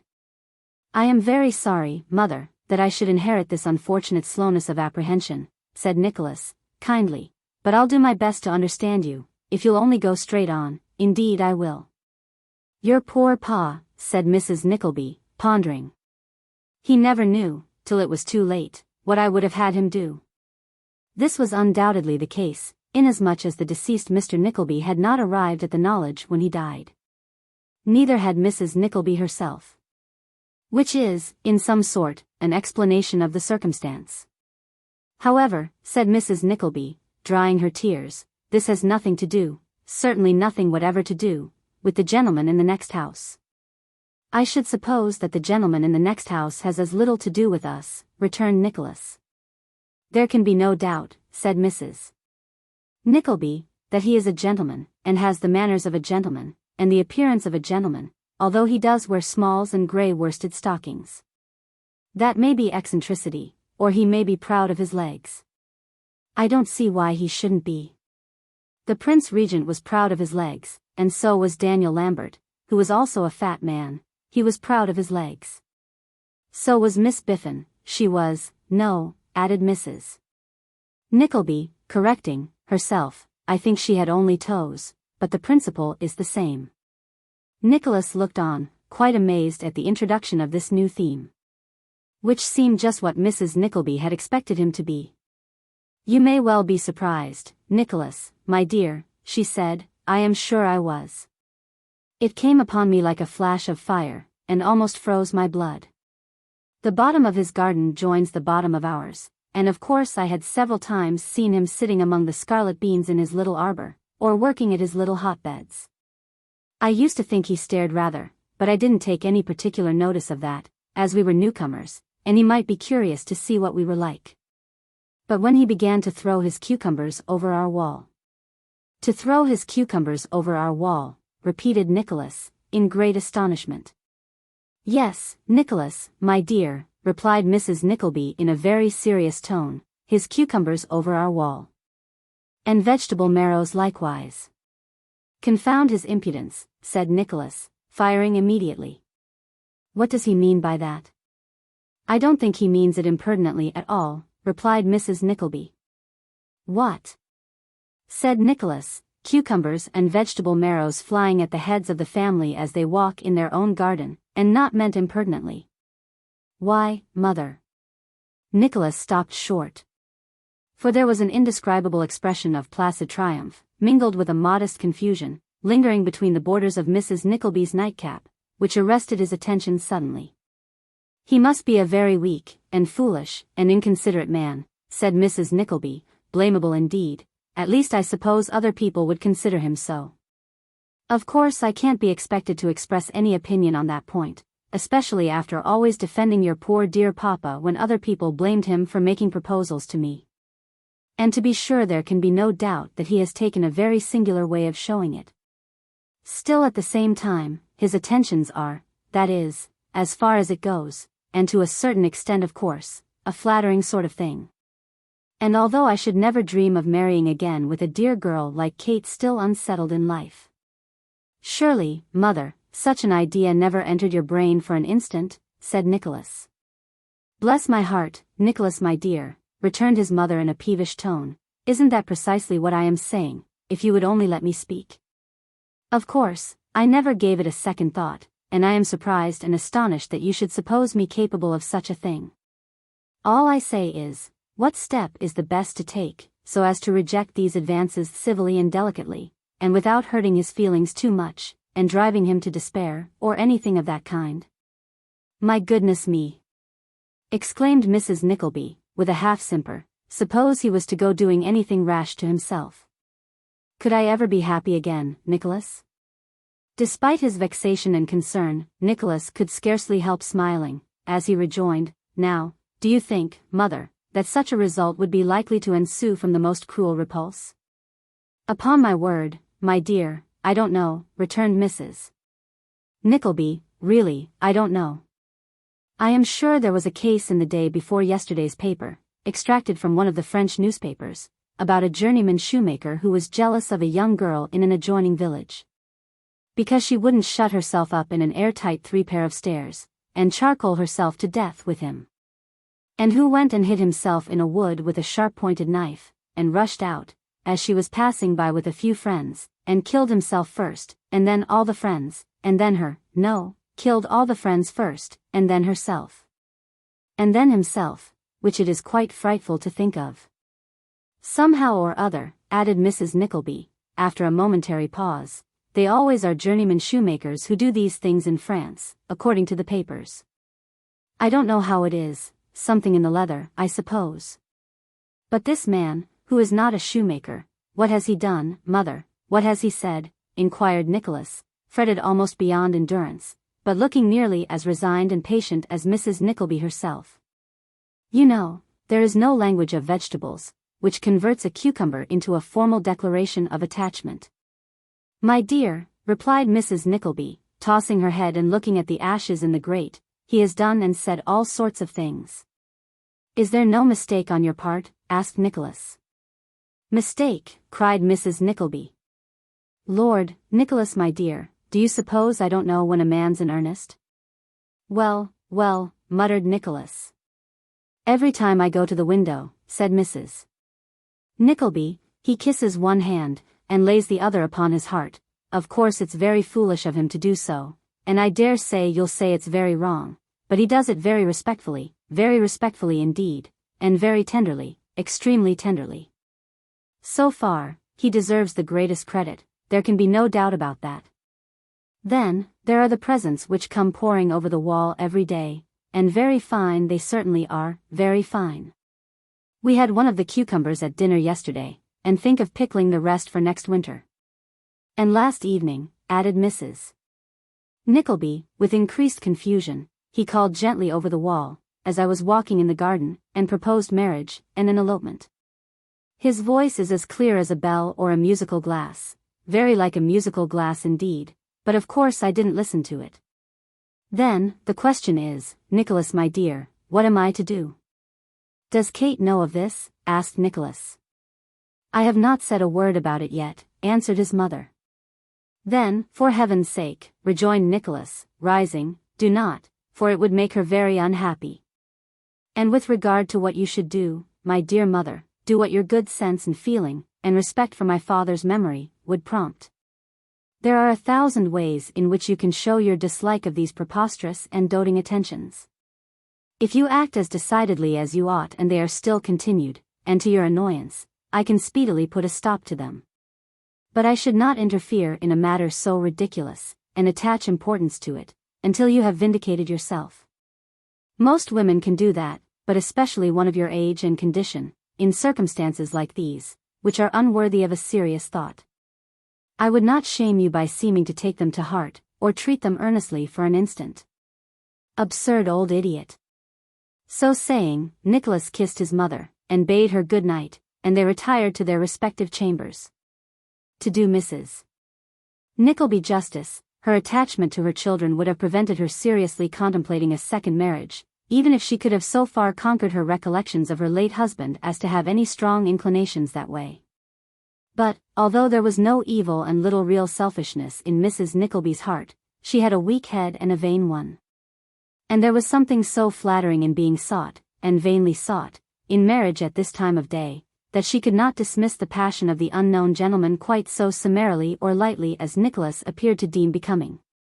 As to its being preposterous, and doting, and ridiculous, thought Mrs. Nickleby, communing with herself in her own room, I don't see that, at all. It's hopeless on his part, certainly.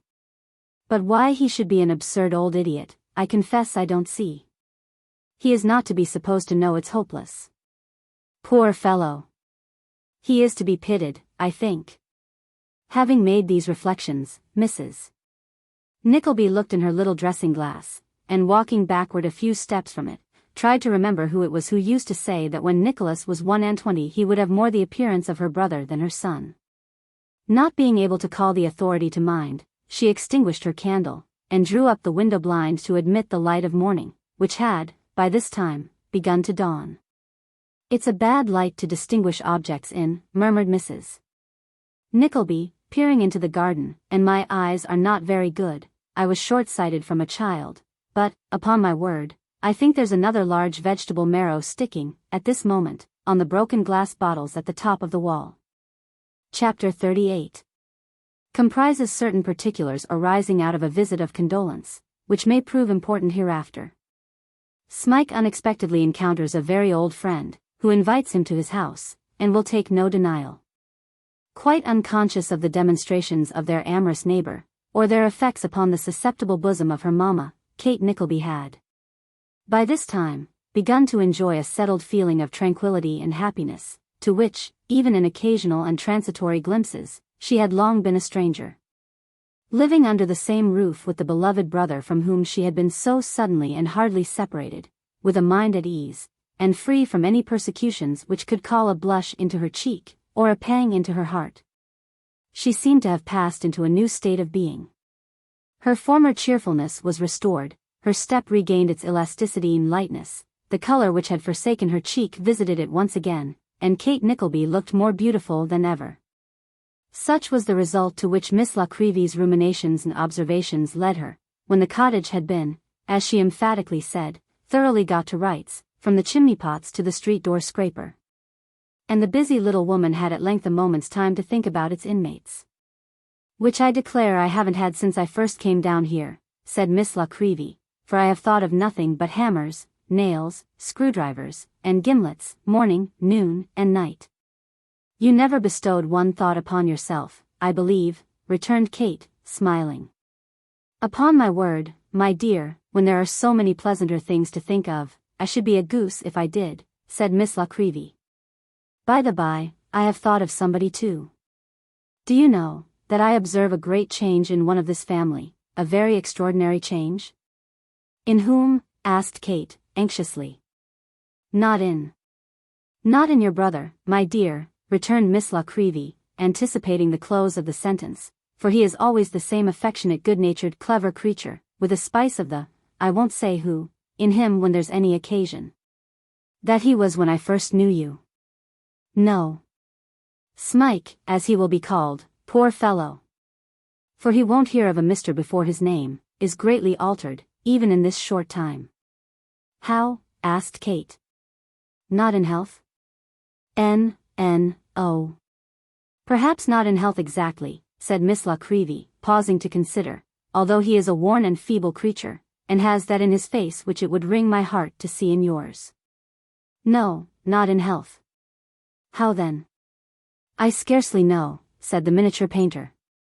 "But I have watched him, and he has brought the tears into my eyes many times. It is not a very difficult matter to do that, certainly, for I am easily melted. Still I think these came with good cause and reason. I am sure that since he has been here, he has grown, from some strong cause, more conscious of his weak intellect. He feels it more. It gives him greater pain to know that he wanders sometimes, and cannot understand very simple things. I have watched him when you have not been by, my dear, sit brooding by himself, with such a look of pain as I could scarcely bear to see, and then get up and leave the room, so sorrowfully, and in such dejection, that I cannot tell you how it has hurt me. Not 3 weeks ago, he was a light-hearted busy creature, overjoyed to be in a bustle, and as happy as the day was long. Now, he is another being, the same willing, harmless, faithful, loving creature, but the same in nothing else." "Surely this will all pass off," said Kate. "Poor fellow!" "I hope," returned her little friend, with a gravity very unusual in her, "it may. I hope, for the sake of that poor lad, it may."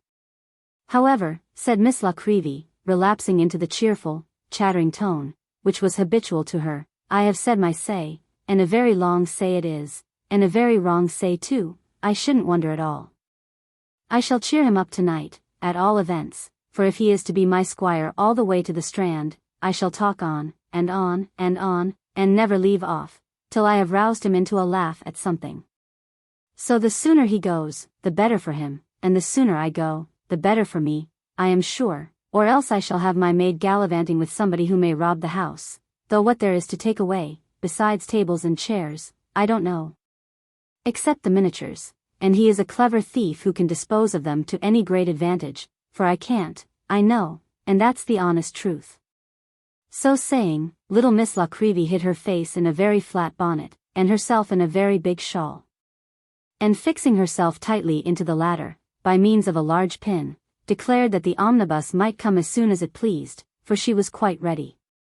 But there was still Mrs. Nickleby to take leave of. And long before that good lady had concluded some reminiscences bearing upon, and appropriate to, the occasion, the omnibus arrived.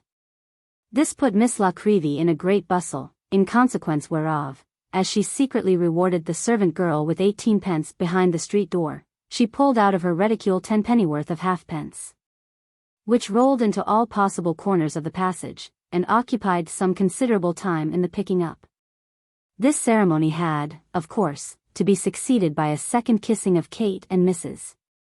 Nickleby, and a gathering together of the little basket and the brown paper parcel, during which proceedings, the omnibus, as Miss La Creevy protested, swore so dreadfully, that it was quite awful to hear it.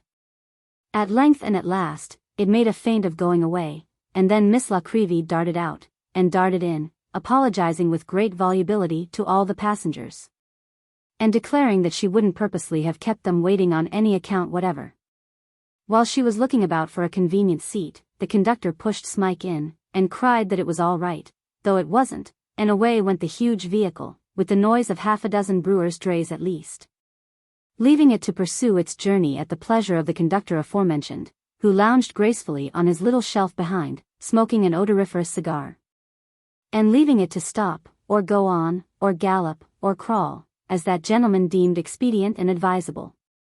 This narrative may embrace the opportunity of ascertaining the condition of Sir Mulberry Hawk, and to what extent he had, by this time, recovered from the injuries consequent on being flung violently from his cabriolet. Under the circumstances already detailed. With a shattered limb, a body severely bruised, a face disfigured by half-healed scars, and pallid from the exhaustion of recent pain and fever, Sir Mulberry Hawk lay stretched upon his back. On the couch to which he was doomed to be a prisoner for some weeks yet to come. Mr. Pike and Mr. Pluck sat drinking hard in the next room, now and then varying the monotonous murmurs of their conversation with a half-smothered laugh, while the young lord, the only member of the party who was not thoroughly irredeemable, and who really had a kind heart, sat beside his mentor, with a cigar in his mouth, and read to him, by the light of a lamp, such scraps of intelligence from a paper of the day, as were most likely to yield him interest or amusement. "Curse those hounds," said the invalid, turning his head impatiently towards the adjoining room. "Will nothing stop their infernal throats?" Messrs. Pike and Pluck heard the exclamation, and stopped immediately, winking to each other as they did so, and filling their glasses to the brim, as some recompense for the deprivation of speech. "Damn!" muttered the sick man between his teeth, and writhing impatiently in his bed. "Isn't this mattress hard enough, and the room dull enough, and pain bad enough, but they must torture me? What's the time?" "8:30, replied his friend. "Here, draw the table nearer, and let us have the cards again," said Sir Mulberry. "More piquet. Come." It was curious to see how eagerly the sick man, debarred from any change of position save the mere turning of his head from side to side, watched every motion of his friend in the progress of the game. And with what eagerness and interest he played, and yet how warily and coolly. His address and skill were more than 20 times a match for his adversary, who could make little head against them, even when fortune favored him with good cards, which was not often the case. Sir Mulberry won every game. And when his companion threw down the cards, and refused to play any longer, thrust forth his wasted arm and caught up the stakes with a boastful oath, and the same hoarse laugh, though considerably lowered in tone, that had resounded in Ralph Nickleby's dining room months before. While he was thus occupied, his man appeared, to announce that Mr. Ralph Nickleby was below, and wished to know how he was, tonight. "Better," said Sir Mulberry, impatiently. "Mr. Nickleby wishes to know, sir." "I tell you, better," replied Sir Mulberry, striking his hand upon the table. The man hesitated for a moment or two, and then said that Mr. Nickleby had requested permission to see Sir Mulberry Hawk, if it was not inconvenient. "It is inconvenient. I can't see him." "I can't see anybody," said his master, more violently than before. "You know that, you blockhead." "I am very sorry, sir," returned the man. "But Mr. Nickleby pressed so much, sir." The fact was, that Ralph Nickleby had bribed the man, who, being anxious to earn his money with a view to future favors, held the door in his hand, and ventured to linger still. "Did he say whether he had any business to speak about?" inquired Sir Mulberry, after a little impatient consideration. "No, sir. He said he wished to see you, sir." "Particularly," Mr. Nickleby said, "sir. Tell him to come up." "Here," cried Sir Mulberry, calling the man back, as he passed his hand over his disfigured face, "move that lamp, and put it on the stand behind me. Wheel that table away, and place a chair there, further off. Leave it so." The man obeyed these directions as if he quite comprehended the motive with which they were dictated, and left the room. Lord Frederick Verisopht, remarking that he would look in presently, strolled into the adjoining apartment, and closed the folding door behind him. Then was heard a subdued footstep on the stairs. And Ralph Nickleby, hat in hand, crept softly into the room, with his body bent forward as if in profound respect, and his eyes fixed upon the face of his worthy client. "Well, Nickleby," said Sir Mulberry, motioning him to the chair by the couch side, and waving his hand in assumed carelessness, "I have had a bad accident, you see." "I see," rejoined Ralph, with the same steady gaze. "Bad, indeed. I should not have known you, Sir Mulberry. Dear, dear. This is bad." Ralph's manner was one of profound humility and respect, and the low tone of voice was that which the gentlest consideration for a sick man would have taught a visitor to assume. But the expression of his face, Sir Mulberry's being averted, was an extraordinary contrast. And as he stood, in his usual attitude, calmly looking on the prostrate form before him, all that part of his features which was not cast into shadow by his protruding and contracted brows, bore the impress of a sarcastic smile. "Sit down," said Sir Mulberry, turning towards him, as though by a violent effort. "Am I a sight, that you stand gazing there?" As he turned his face, Ralph recoiled a step or two, and making as though he were irresistibly impelled to express astonishment, but was determined not to do so, sat down with well-acted confusion. "I have inquired at the door, Sir Mulberry, every day," said Ralph, "twice a day, indeed, at first, and tonight, presuming upon old acquaintance, and past transactions by which we have mutually benefited in some degree. I could not resist soliciting admission to your chamber." Have you suffered much?" said Ralph, bending forward, and allowing the same harsh smile to gather upon his face, as the other closed his eyes. "More than enough to please me, and less than enough to please some broken-down hacks that you and I know of, and who lay their ruin between us, I dare say," returned Sir Mulberry, tossing his arm restlessly upon the coverlet. Ralph shrugged his shoulders in deprecation of the intense irritation with which this had been said, for there was an aggravating, cold distinctness in his speech and manner which so grated on the sick man that he could scarcely endure it. "And what is it in these past transactions that brought you here tonight?" asked Sir Mulberry. "Nothing," replied Ralph. "There are some bills of my lord's which need renewal, but let them be till you are well." I came," said Ralph, speaking more slowly, and with harsher emphasis, "I came to say how grieved I am that any relative of mine, although disowned by me, should have inflicted such punishment on you as—" "Punishment," interposed Sir Mulberry. "I know it has been a severe one," said Ralph, wilfully mistaking the meaning of the interruption. "And that has made me the more anxious to tell you that I disown this vagabond, that I acknowledge him as no kin of mine, and that I leave him to take his deserts from you, and every man besides. You may wring his neck if you please. I shall not interfere." "This story that they tell me here, has got abroad then, has it?" asked Sir Mulberry, clenching his hands and teeth. "Noised in all directions," replied Ralph. "Every club and gaming room has rung with it. There has been a good song made about it, as I am told," said Ralph, looking eagerly at his questioner. "I have not heard it myself, not being in the way of such things, but I have been told it's even printed, for private circulation, but that's all over town, of course." "It's a lie," said Sir Mulberry, "I tell you it's all a lie." The mare took fright. "They say he frightened her," observed Ralph, in the same unmoved and quiet manner.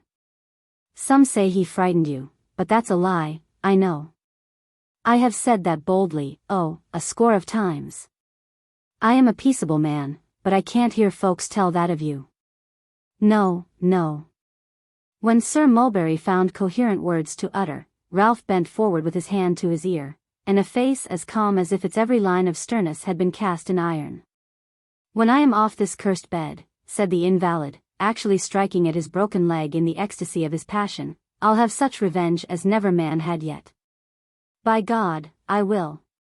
Accident favoring him, he has marked me for a week or two, but I'll put a mark on him that he shall carry to his grave. I'll slit his nose and ears, flog him, maim him for life. I'll do more than that. I'll drag that pattern of chastity, that pink of prudery, the delicate sister, through." It might have been that even Ralph's cold blood tingled in his cheeks at that moment. It might have been that Sir Mulberry remembered that, knave and usurer as he was, he must, in some early time of infancy, have twined his arm about her father's neck. He stopped, and menacing with his hand, confirmed the unuttered threat with a tremendous oath.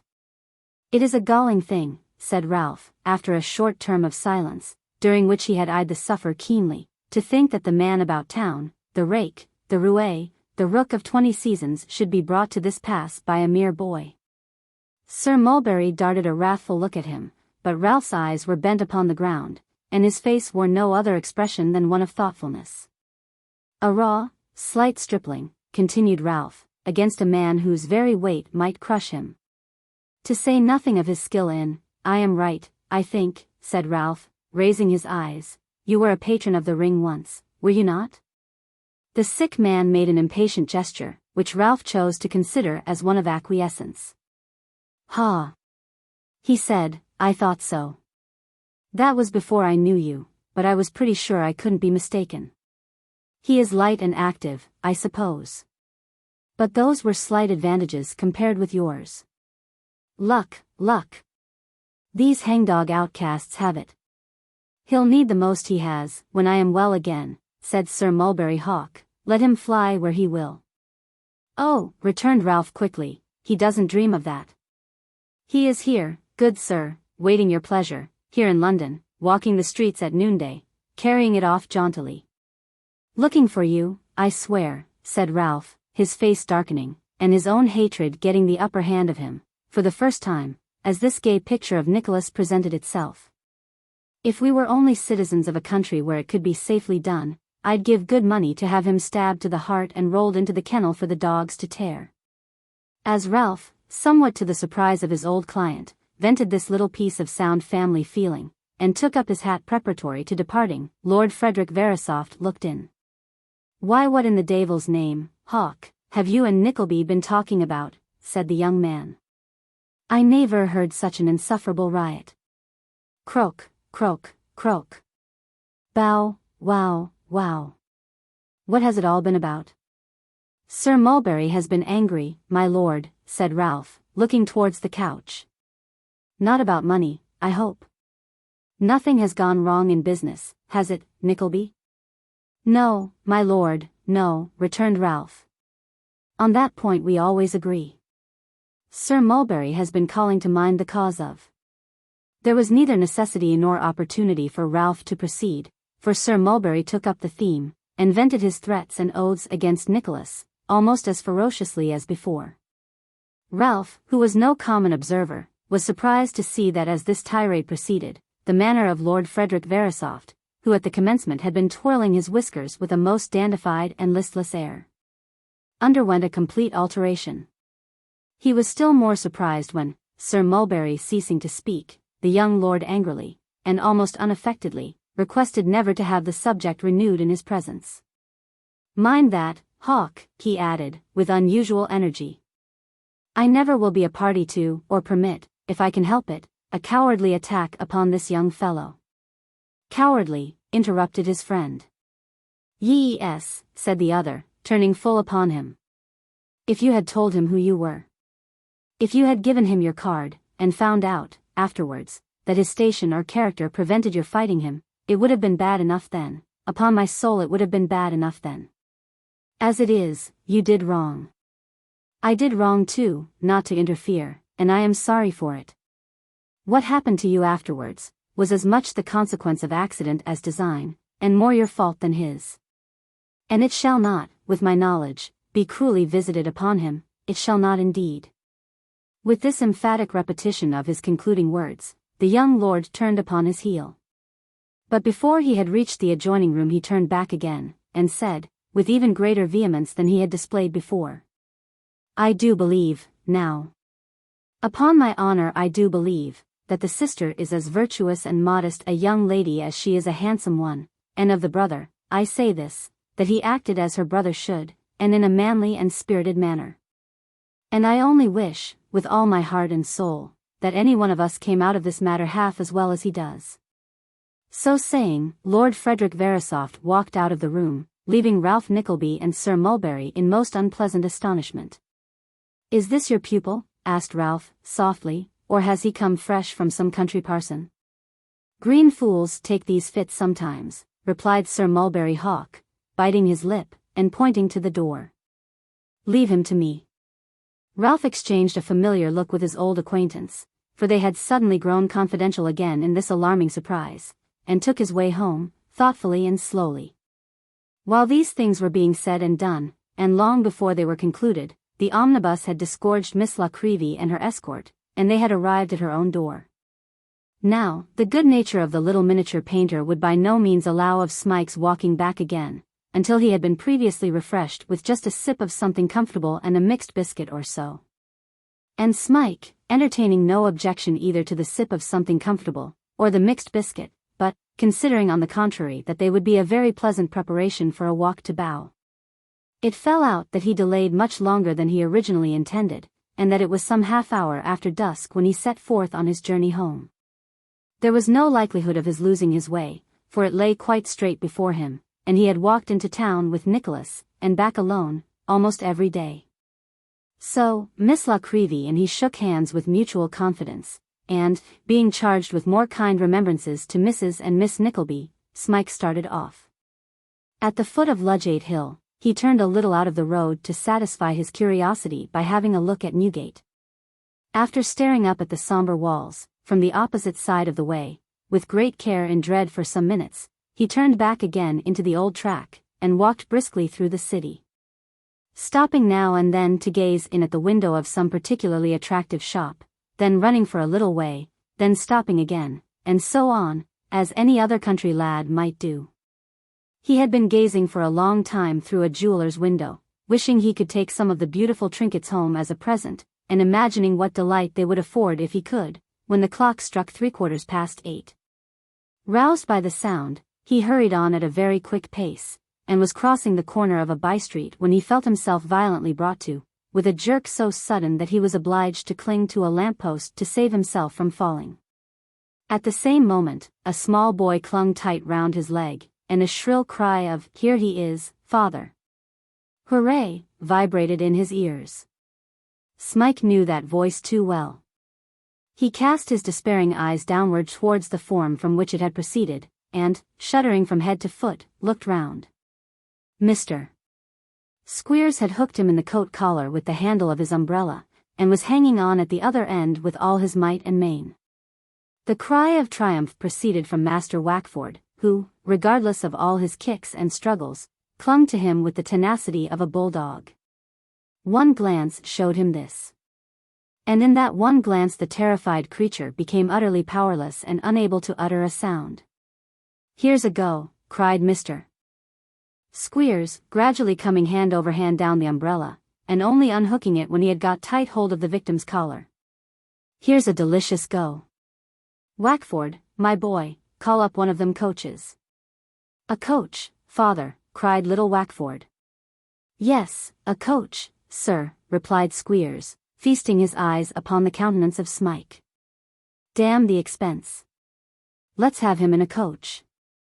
"What's he been a-doing of?" asked a labourer with a hod of bricks, against whom and a fellow labourer Mr. Squeers had backed, on the first jerk of the umbrella. "Everything," replied Mr. Squeers, looking fixedly at his old pupil in a sort of rapturous trance. "Everything, running away, sir, joining in bloodthirsty attacks upon his master. There's nothing that's bad that he hasn't done." "Oh, what a delicious go is this here, good Lord!" The man looked from Squeers to Smike. But such mental faculties as the poor fellow possessed, had utterly deserted him. The coach came up, Master Wackford entered, Squeers pushed in his prize, and following close at his heels, pulled up the glasses. The coachman mounted his box and drove slowly off, leaving the two bricklayers, and an old apple woman, and a town-made little boy returning from an evening school, who had been the only witnesses of the scene, to meditate upon it at their leisure. Mr. Squeers sat himself down on the opposite seat to the unfortunate Smike, and, planting his hands firmly on his knees, looked at him for some 5 minutes, when, seeming to recover from his trance, he uttered a loud laugh, and slapped his old pupil's face several times, taking the right and left sides alternately. "It isn't a dream," said Squeers. "That's real flesh and blood. I know the feel of it," and being quite assured of his good fortune by these experiments, Mr. Squeers administered a few boxes on the ear, lest the entertainments should seem to partake of sameness, and laughed louder and longer at every one. "Your mother will be fit to jump out of her skin, my boy, when she hears of this," said Squeers to his son. "Oh, won't she though, father?" replied Master Wackford. "To think," said Squeers, "that you and me should be turning out of a street, and come upon him at the very nick, and that I should have him tight, at only one cast of the umbrella, as if I had hooked him with a grappling iron. Ha, ha. Didn't I catch hold of his leg, neither, father, said little Wackford. You did, like a good my boy, said Mr.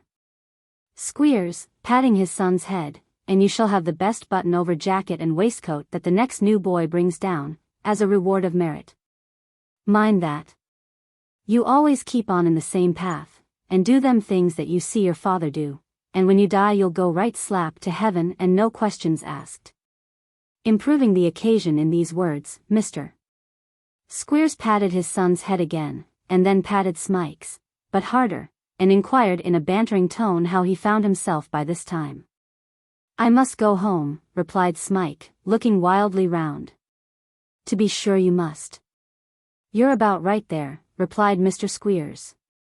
You'll go home very soon, you will.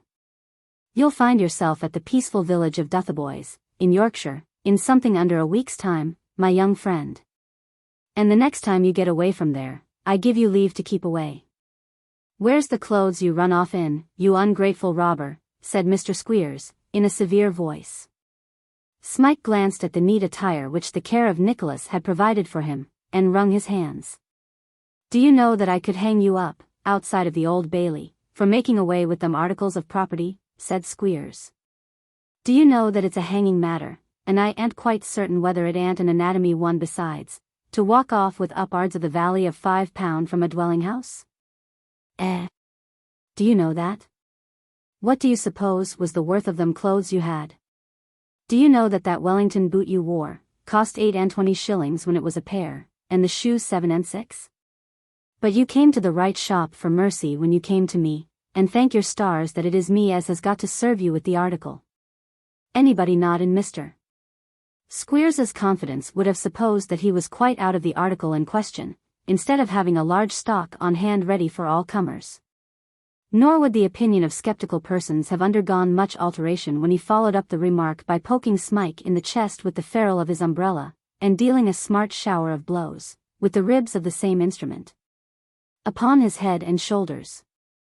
I never threshed a boy in a hackney coach before, said Mr. Squeers, when he stopped to rest.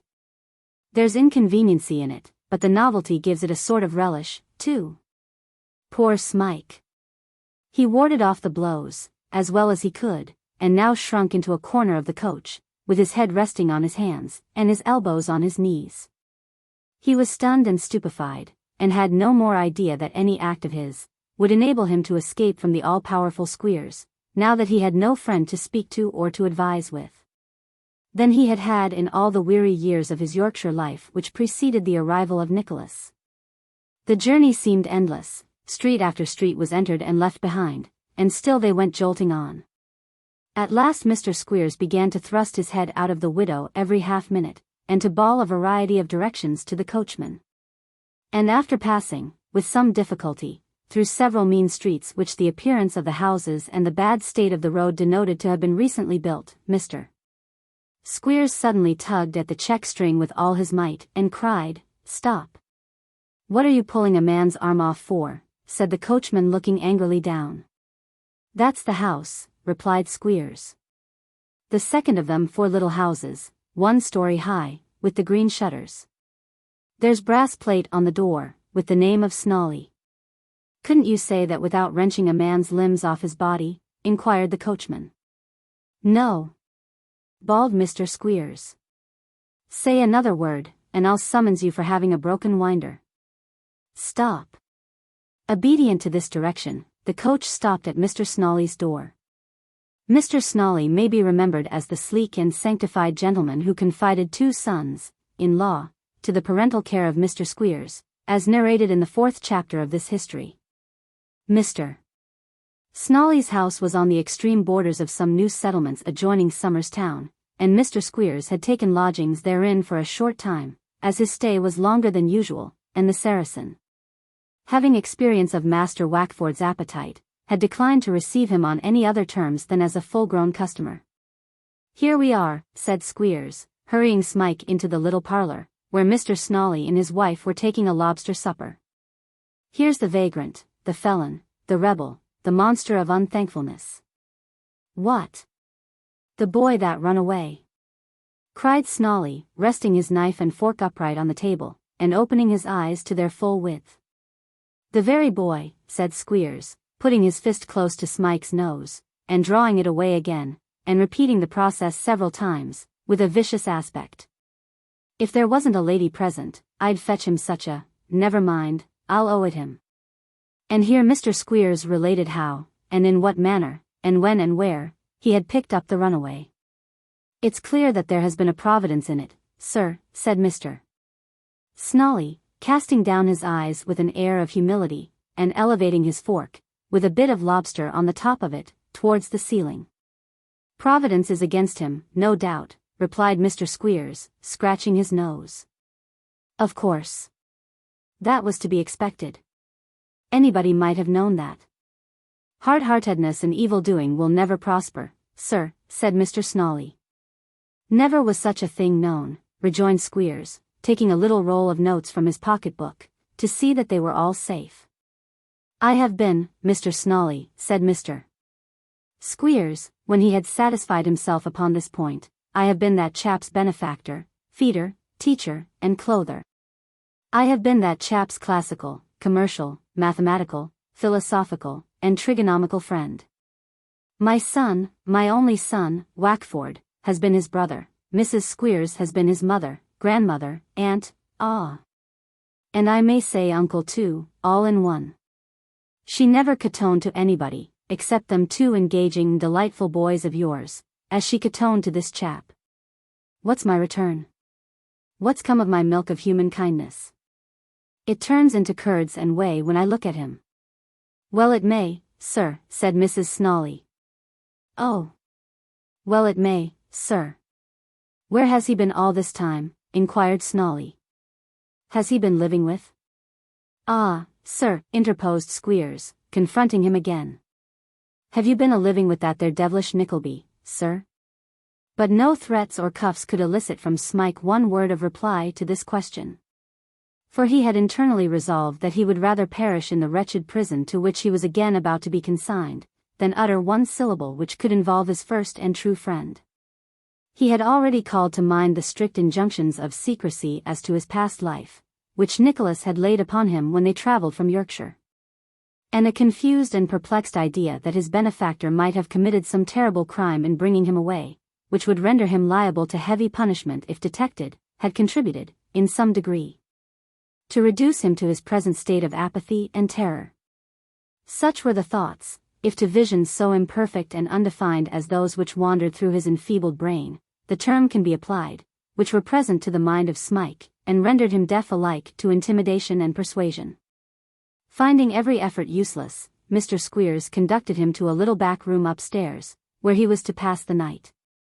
And, taking the precaution of removing his shoes, and coat and waistcoat, and also of locking the door on the outside, lest he should muster up sufficient energy to make an attempt at escape, that worthy gentleman left him to his meditations. What those meditations were, and how the poor creature's heart sunk within him when he thought, when did he, for a moment, cease to think, of his late home, and the dear friends and familiar faces with which it was associated, cannot be told.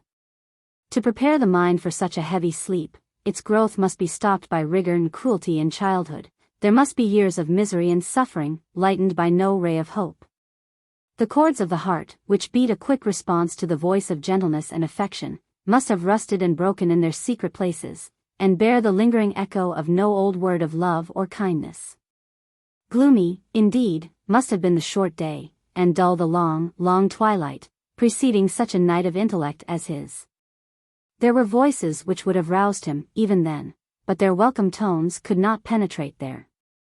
And he crept to bed the same listless, hopeless, blighted creature, that Nicholas had first found him at the Yorkshire school. Chapter 39. In which another old friend encounters Smike, very opportunely and to some purpose. The night, fraught with so much bitterness to one poor soul, had given place to a bright and cloudless summer morning.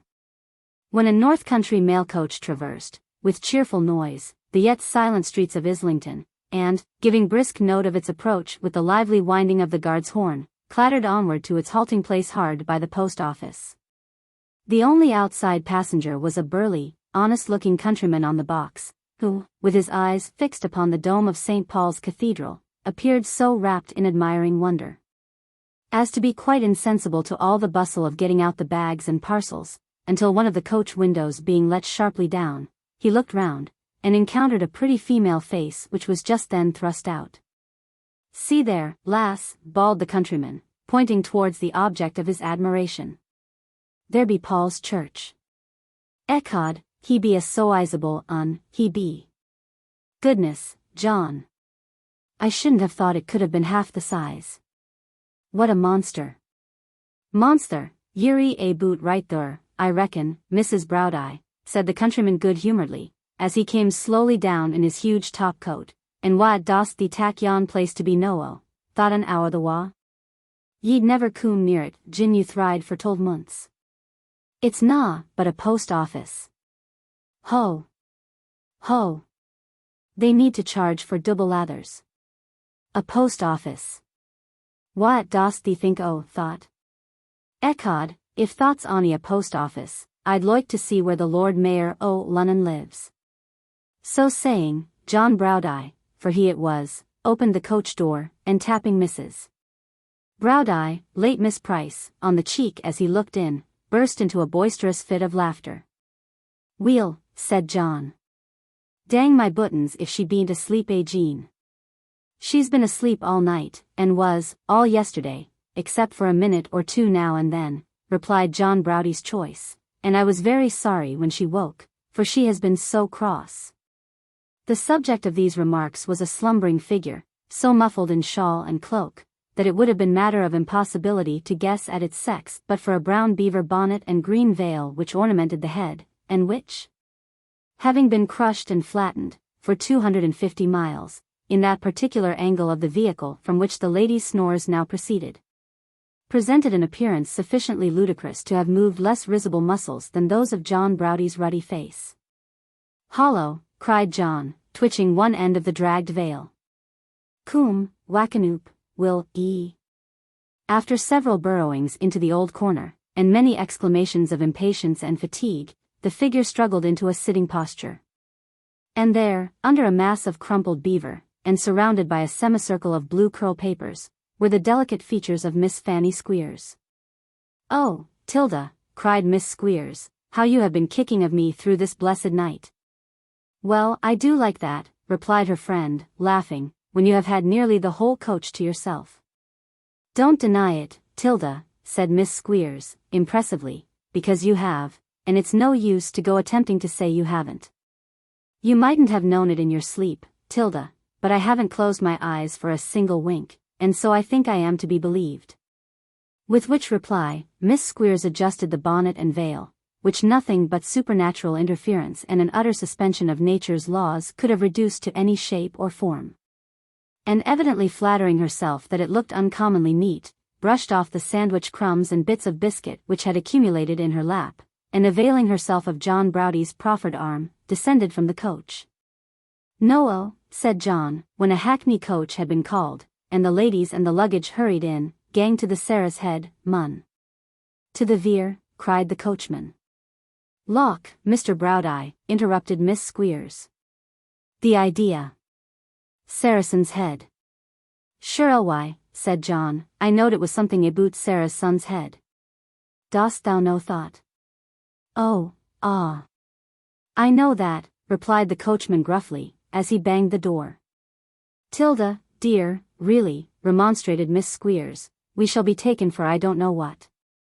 "Let them tack us as they foind us," said John Browdie. "We dean't come to Lunnon to do naught but joy oursel, do we?" "I hope not, Mr.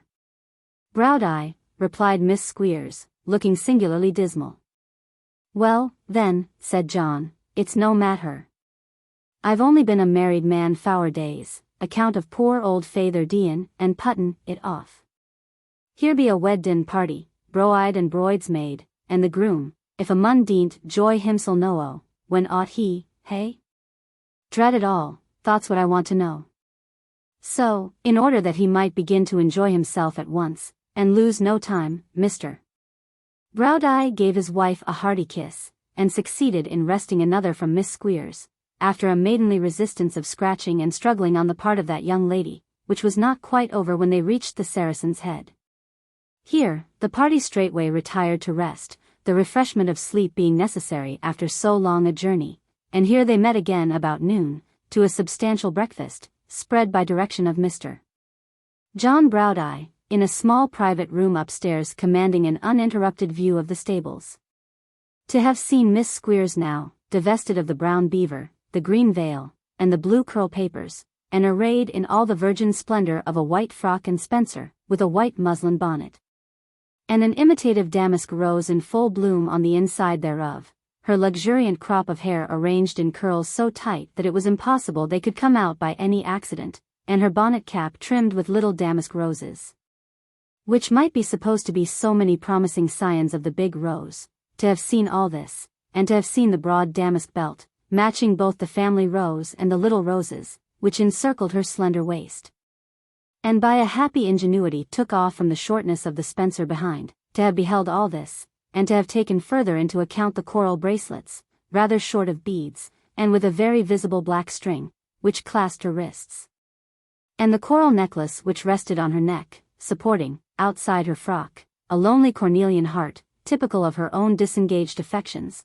to have contemplated all these mute but expressive appeals to the purest feelings of our nature, might have thawed the frost of age, and added new and inextinguishable fuel to the fire of youth. The waiter was touched. Waiter as he was, he had human passions and feelings, and he looked very hard at Miss Squeers as he handed the muffins. "Is my pa in, do you know?" asked Miss Squeers with dignity. "Beg your pardon, miss?" "My pa," repeated Miss Squeers, "is he in?" "In where, miss?" "In here, in the house," replied Miss Squeers. "My pa, Mr. Wackford Squeers, he's stopping here." "Is he at home?" "I didn't know there was any gentleman of that name in the house, miss," replied the waiter. "There may be, in the coffee room." "May be." Very pretty this, indeed. Here was Miss Squeers, who had been depending, all the way to London, upon showing her friends how much at home she would be, and how much respectful notice her name and connections would excite, told that her father might be there. "As if he was a feller," observed Miss Squeers, with emphatic indignation. "Ye'd better inquire, mun," said John Browdie. "And hand up another pigeon pie, will ye?" "Dang the chap," muttered John, looking into the empty dish as the waiter retired. "Does he see this a pie, 3 young pigeons and a trifling matter o' steak, and a crust so loit that you don't know when it's in your mouth and when it's gane? I wonder who many pies goes to a breakfast." After a short interval, which John Browdie employed upon the ham and a cold round of beef, the waiter returned with another pie, and the information that Mr. Squeers was not stopping in the house, but that he came there every day and that directly he arrived, he should be shown upstairs. With this, he retired, and he had not retired 2 minutes, when he returned with Mr. Squeers and his hopeful son. "Why, who'd have thought of this?" said Mr. Squeers, when he had saluted the party and received some private family intelligence from his daughter. "Who, indeed, pa?" replied that young lady, spitefully. "But you see, Tilda is married at last. And I ston threat for a soit o' Lunnon, schoolmester," said John, vigorously attacking the pie. "One of them things that young men do when they get married," returned Squeers, "and as runs through with their money like nothing at all. How much better wouldn't it be now, to save it up for the education of any little boys, for instance?" "They come on you," said Mr. Squeers in a moralising way, "before you're aware of it. Mine did upon me." "Will pick a bit?" said John. "I won't myself," returned Squeers, "but if you'll just let little Wackford tuck into something fat, I'll be obliged to you. Give it him in his fingers, else the waiter charges it on, and there's lot of profit on this sort of victuals without that. If you hear the waiter coming, sir, shove it in your pocket and look out of the window, d'ye hear?" "I'm awake, father," replied the dutiful Wackford. "Well," said Squeers, turning to his daughter, "it's your turn to be married next. You must make haste." "Oh, I'm in no hurry," said Miss Squeers, very sharply. "No, Fanny," cried her old friend with some archness. No, Tilda, replied Miss Squeers, shaking her head vehemently. I can wait.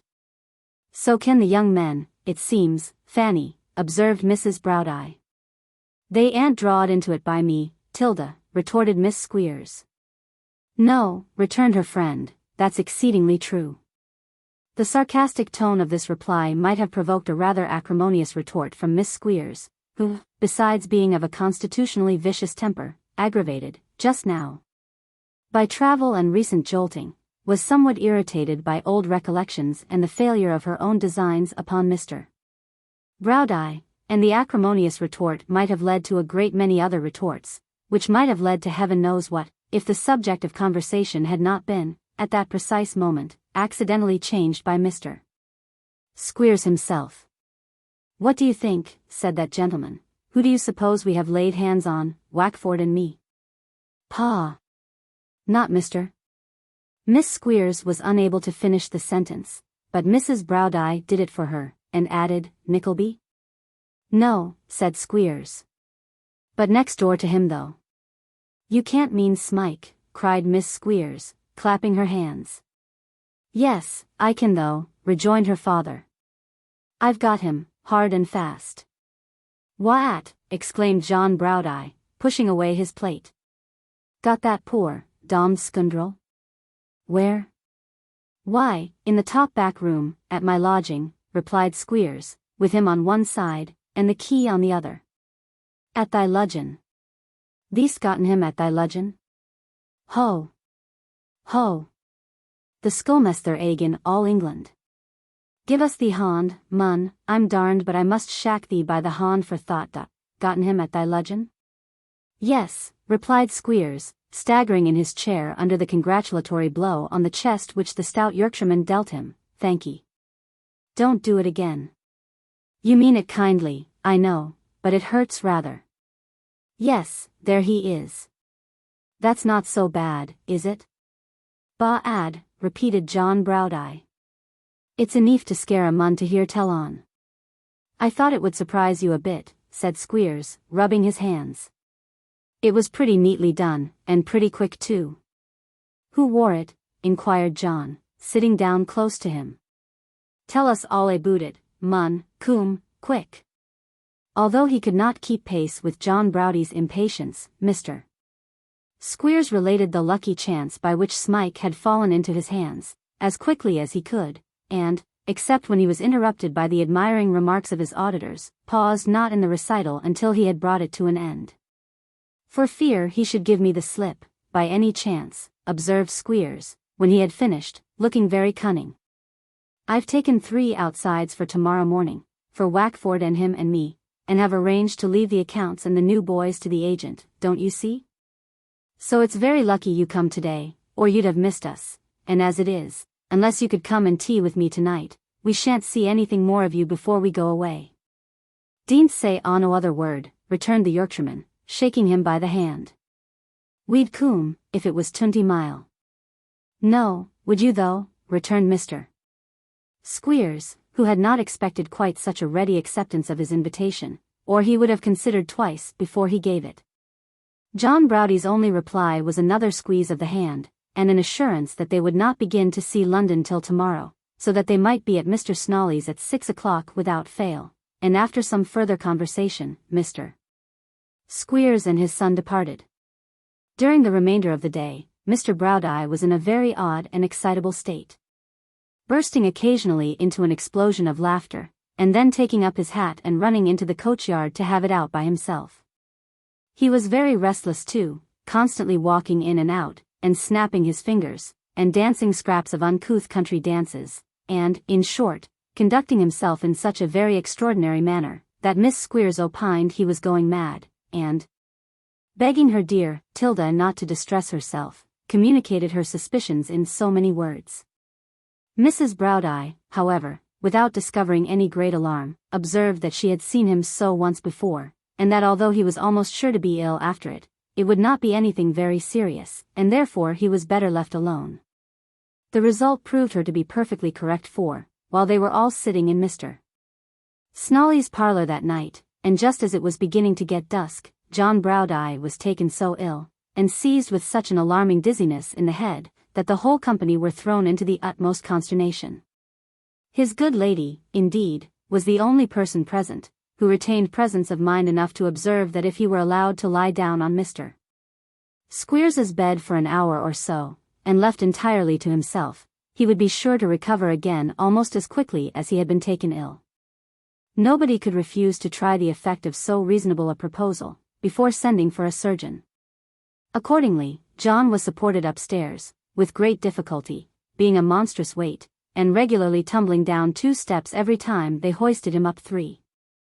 And, being laid on the bed, was left in charge of his wife, who, after a short interval, reappeared in the parlor, with the gratifying intelligence that he had fallen fast asleep. Now, the fact was, that at that particular moment, John Browdie was sitting on the bed with the reddest face ever seen, cramming the corner of the pillow into his mouth, to prevent his roaring out loud with laughter. He had no sooner succeeded in suppressing this emotion, than he slipped off his shoes, and creeping to the adjoining room where the prisoner was confined, turned the key, which was on the outside, and darting in, covered Smike's mouth with his huge hand before he could utter a sound. "Oh yes, Bobs, dost thee not know me, mun?" whispered the Yorkshireman to the bewildered lad. "Browdie. Chap as met thee after schoolmester was banged?" "Yes, yes," cried Smike. "Oh. Help me. Help thee," replied John, stopping his mouth again, the instant he had said this much. "Thee didn't need help, if thee warn't as silly youngster as ever drawed breath. What did come here for, then?" "He brought me, oh. He brought me," cried Smike. "Brout thee," replied John. "Why didn't punch his head, or lay thee self doon and kick, and squeal out for the police? I'd ha' licked a douzaine such as him when I was young as thee." "But thee beest a poor broken doon chap," said John, sadly, "and God forgie me for bragging ower yen o' his weakest creeturs." Smike opened his mouth to speak, but John Browdie stopped him. "Stand still," said the Yorkshireman, "and don't speak a morsel o' talk till I tell ye." With this caution, John Browdie shook his head significantly, and drawing a screwdriver from his pocket, took off the box of the lock in a very deliberate and workmanlike manner, and laid it, together with the implement, on the floor. "See thought," said John, "thought be thy doin'?" "No, coot awa." Smike looked vacantly at him, as if unable to comprehend his meaning. "I say, coot awa," repeated John, hastily. "Dost thee know where thee livest?" "Thee dost?" "Weel. Are yon thy clothes, or schoolmester's?" "Mine," replied Smike, as the Yorkshireman hurried him to the adjoining room, and pointed out a pair of shoes and a coat which were lying on a chair. "On said John, forcing the wrong arm into the wrong sleeve, and winding the tails of the coat round the fugitive's neck. "No, foller me, and when thee getst outside door, turn to the right, and they ween't see thee pass." But, he'll hear me shut the door," replied Smike, trembling from head to foot. "Then dean't shut it at all," retorted John Browdie. "Dang it, thee bean't afeard o' schoolmester's takin' cold, I hope?" "No," said Smike, his teeth chattering in his head. "But he brought me back before, and will again." He will indeed." He wool," replied John impatiently. He wean't. "Look ye. I want to do this neighbourly loike, and let them think thee's gotten awa o' theeself, but if he cooms thought parlour a whilst they're clearing off, he mun have mercy on his own bowens, for I wean't. If he finds it soon efter, I'll put on a wrong scent, I warrant But if thee keepst a good heart, thee lt be at wome afore they know thee'st gotten off. Coom." Smike, who comprehended just enough of this to know it was intended as encouragement, prepared to follow with tottering steps, when John whispered in his ear. "Thee lt just tell young measter that I'm sploiced to Tilly Price, and to be heerd on at the Saracen by Lather, and that I bean't jealous of dang it, I'm loike to boost when I think that Nate. Cod, I think I see now, a powderin' awa at the thin bread and butter." It was rather a ticklish recollection for John just then, for he was within an ace of breaking out into a loud guffaw. Restraining himself, however, just in time, by a great effort, he glided downstairs, hauling Smike behind him, and placing himself close to the parlor door, to confront the first person that might come out, signed to him to make off. Having got so far, Smike needed no second bidding. Opening the house door gently, and casting a look of mingled gratitude and terror at his deliverer, he took the direction which had been indicated to him, and sped away like the wind. The Yorkshireman remained on his post for a few minutes, but, finding that there was no pause in the conversation inside, crept back again unheard, and stood, listening over the stair rail, for a full hour. Everything remaining perfectly quiet, he got into Mr. Squeers's bed, once more, and drawing the clothes over his head, laughed till he was nearly smothered. If there could only have been somebody by, to see how the bedclothes shook, and to see the Yorkshireman's great red face and round head appear above the sheets, every now and then, like some jovial monster coming to the surface to breathe. And once more dive down convulsed with the laughter which came bursting forth afresh, that somebody would have been scarcely less amused than John Browdie himself. Chapter 40. In which Nicholas falls in love. He employs a mediator, whose proceedings are crowned with unexpected success, excepting in one solitary particular. Once more out of the clutches of his old persecutor. It needed no fresh stimulation to call forth the utmost energy and exertion that Smike was capable of summoning to his aid. Without pausing for a moment to reflect upon the course he was taking, or the probability of its leading him homewards or the reverse, he fled away with surprising swiftness and constancy of purpose, borne upon such wings as only fear can wear. And impelled by imaginary shouts in the well-remembered voice of Squeers, who, with a host of pursuers, seemed to the poor fellow's disordered senses to press hard upon his track. Now left at a greater distance in the rear, and now gaining faster and faster upon him, as the alternations of hope and terror agitated him by turns. Long after he had become assured that these sounds were but the creation of his excited brain, he still held on, at a pace which even weakness and exhaustion could scarcely retard. It was not until the darkness and quiet of a country road recalled him to a sense of external objects, and the starry sky, above, warned him of the rapid flight of time, that, covered with dust and panting for breath, he stopped to listen and look about him. All was still and silent. A glare of light in the distance, casting a warm glow upon the sky, marked where the huge city lay. Solitary fields, divided by hedges and ditches, through many of which he had crashed and scrambled in his flight, skirted the road, both by the way he had come and upon the opposite side. It was late now. They could scarcely trace him by such paths as he had taken, and if he could hope to regain his own dwelling, it must surely be at such a time as that, and under cover of the darkness. This, by degrees, became pretty plain, even to the mind of Smike. He had, at first, entertained some vague and childish idea of travelling into the country for 10 or a dozen miles, and then returning homewards by a wide circuit, which should keep him clear of London. So great was his apprehension of traversing the streets alone, lest he should again encounter his dreaded enemy, but, yielding to the conviction which these thoughts inspired, he turned back. And taking the open road, though not without many fears and misgivings, made for London again, with scarcely less speed of foot than that with which he had left the temporary abode of Mr. Squeers. By the time he re-entered it, at the western extremity, the greater part of the shops were closed. Of the throngs of people who had been tempted abroad after the heat of the day, but few remained in the streets, and they were lounging home. But of these he asked his way from time to time, and by dint of repeated inquiries, he at length reached the dwelling of Newman Noggs. All that evening, Newman had been hunting and searching in byways and corners for the very person who now knocked at his door, while Nicholas had been pursuing the same inquiry in other directions.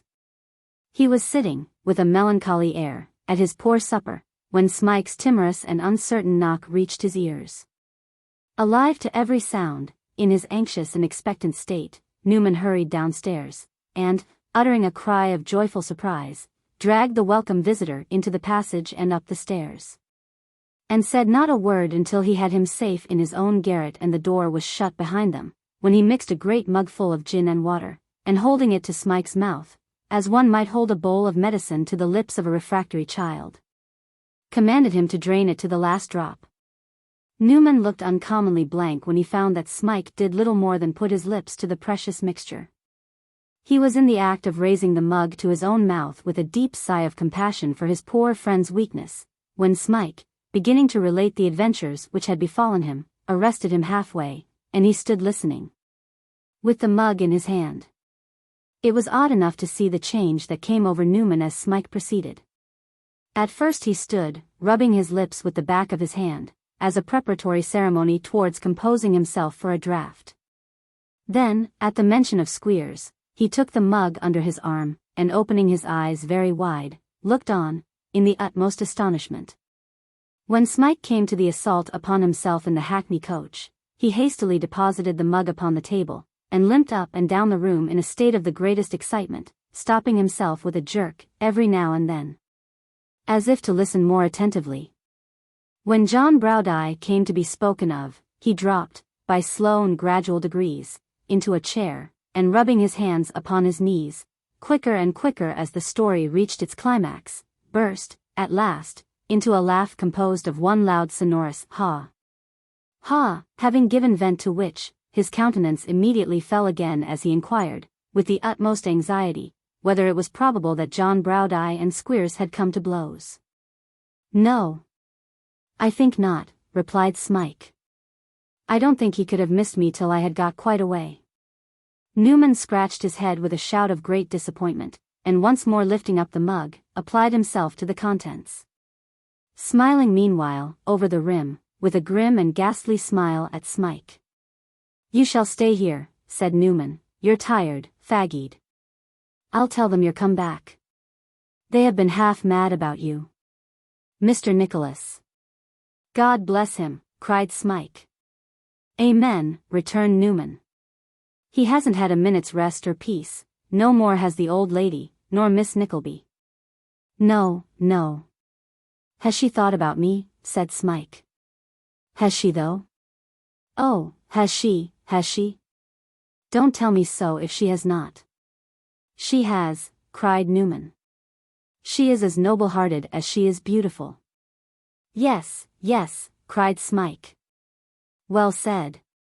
So mild and gentle, said Newman. Yes, yes, cried Smike, with increasing eagerness. And yet with such a true and gallant spirit, pursued Newman. He was going on, in his enthusiasm, when, chancing to look at his companion, he saw that he had covered his face with his hands, and that tears were stealing out between his fingers. A moment before, the boy's eyes were sparkling with unwonted fire, and every feature had been lighted up with an excitement which made him appear, for the moment, quite a different being. Well, well, muttered Newman, as if he were a little puzzled. It has touched me, more than once, to think such a nature should have been exposed to such trials. This poor fellow, yes, yes, he feels that too, it softens him, makes him think of his former misery. Ha! That's it? Yes, that's, It was by no means clear, from the tone of these broken reflections, that Newman Noggs considered them as explaining, at all satisfactorily, the emotion which had suggested them. He sat, in a musing attitude, for some time, regarding Smike occasionally with an anxious and doubtful glance, which sufficiently showed that he was not very remotely connected with his thoughts. At length he repeated his proposition that Smike should remain where he was for that night, and that he, Noggs, should straightway repair to the cottage to relieve the suspense of the family. But, as Smike would not hear of this, pleading his anxiety to see his friends again, they eventually sallied forth together. And the night being, by this time, far advanced, and Smike being, besides, so footsore that he could hardly crawl along, it was within an hour of sunrise when they reached their destination.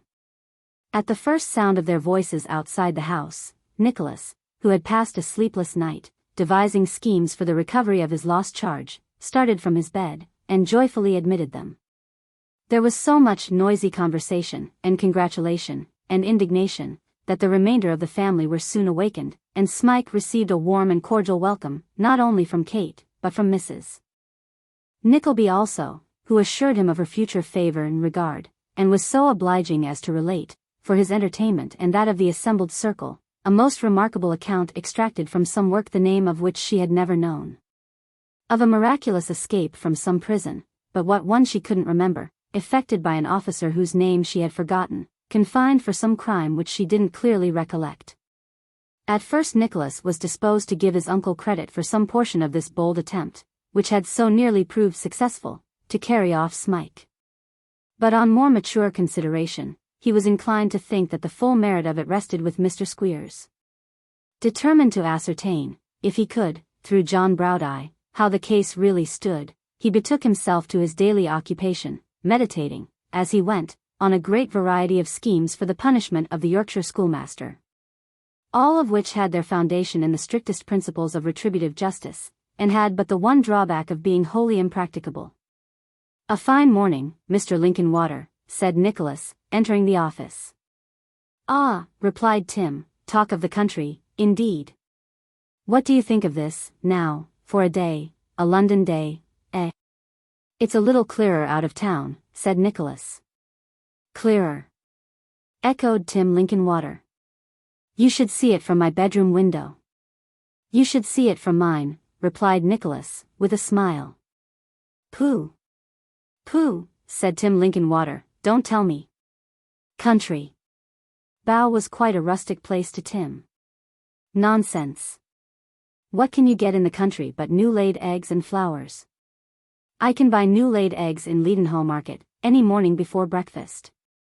And as to flowers, it's worth a run upstairs to smell my mignonette, or to see the double wallflower in the back attic window, at number 6, in the court." "There is a double wallflower at number 6, in the court, is there?" said Nicholas. "Yes, is there," replied Tim, "and planted in a cracked jug, without a spout. There were hyacinths there, this last spring, blossoming, but you'll laugh at that, of course." "At what?" "At their blossoming in old blacking bottles," said Tim. "Not I, indeed," returned Nicholas. Tim looked wistfully at him, for a moment, as if he were encouraged by the tone of this reply to be more communicative on the subject. And sticking behind his ear, a pen that he had been making, and shutting up his knife with a smart click, said, "They belong to a sickly bedridden humpbacked boy, and seem to be the only pleasure, Mr. Nickleby, of his sad existence." "How many years is it," said Tim, pondering, "since I first noticed him, quite a little child, dragging himself about on a pair of tiny crutches?" Well, not many. But though they would appear nothing, if I thought of other things, they seem a long, long time, when I think of him.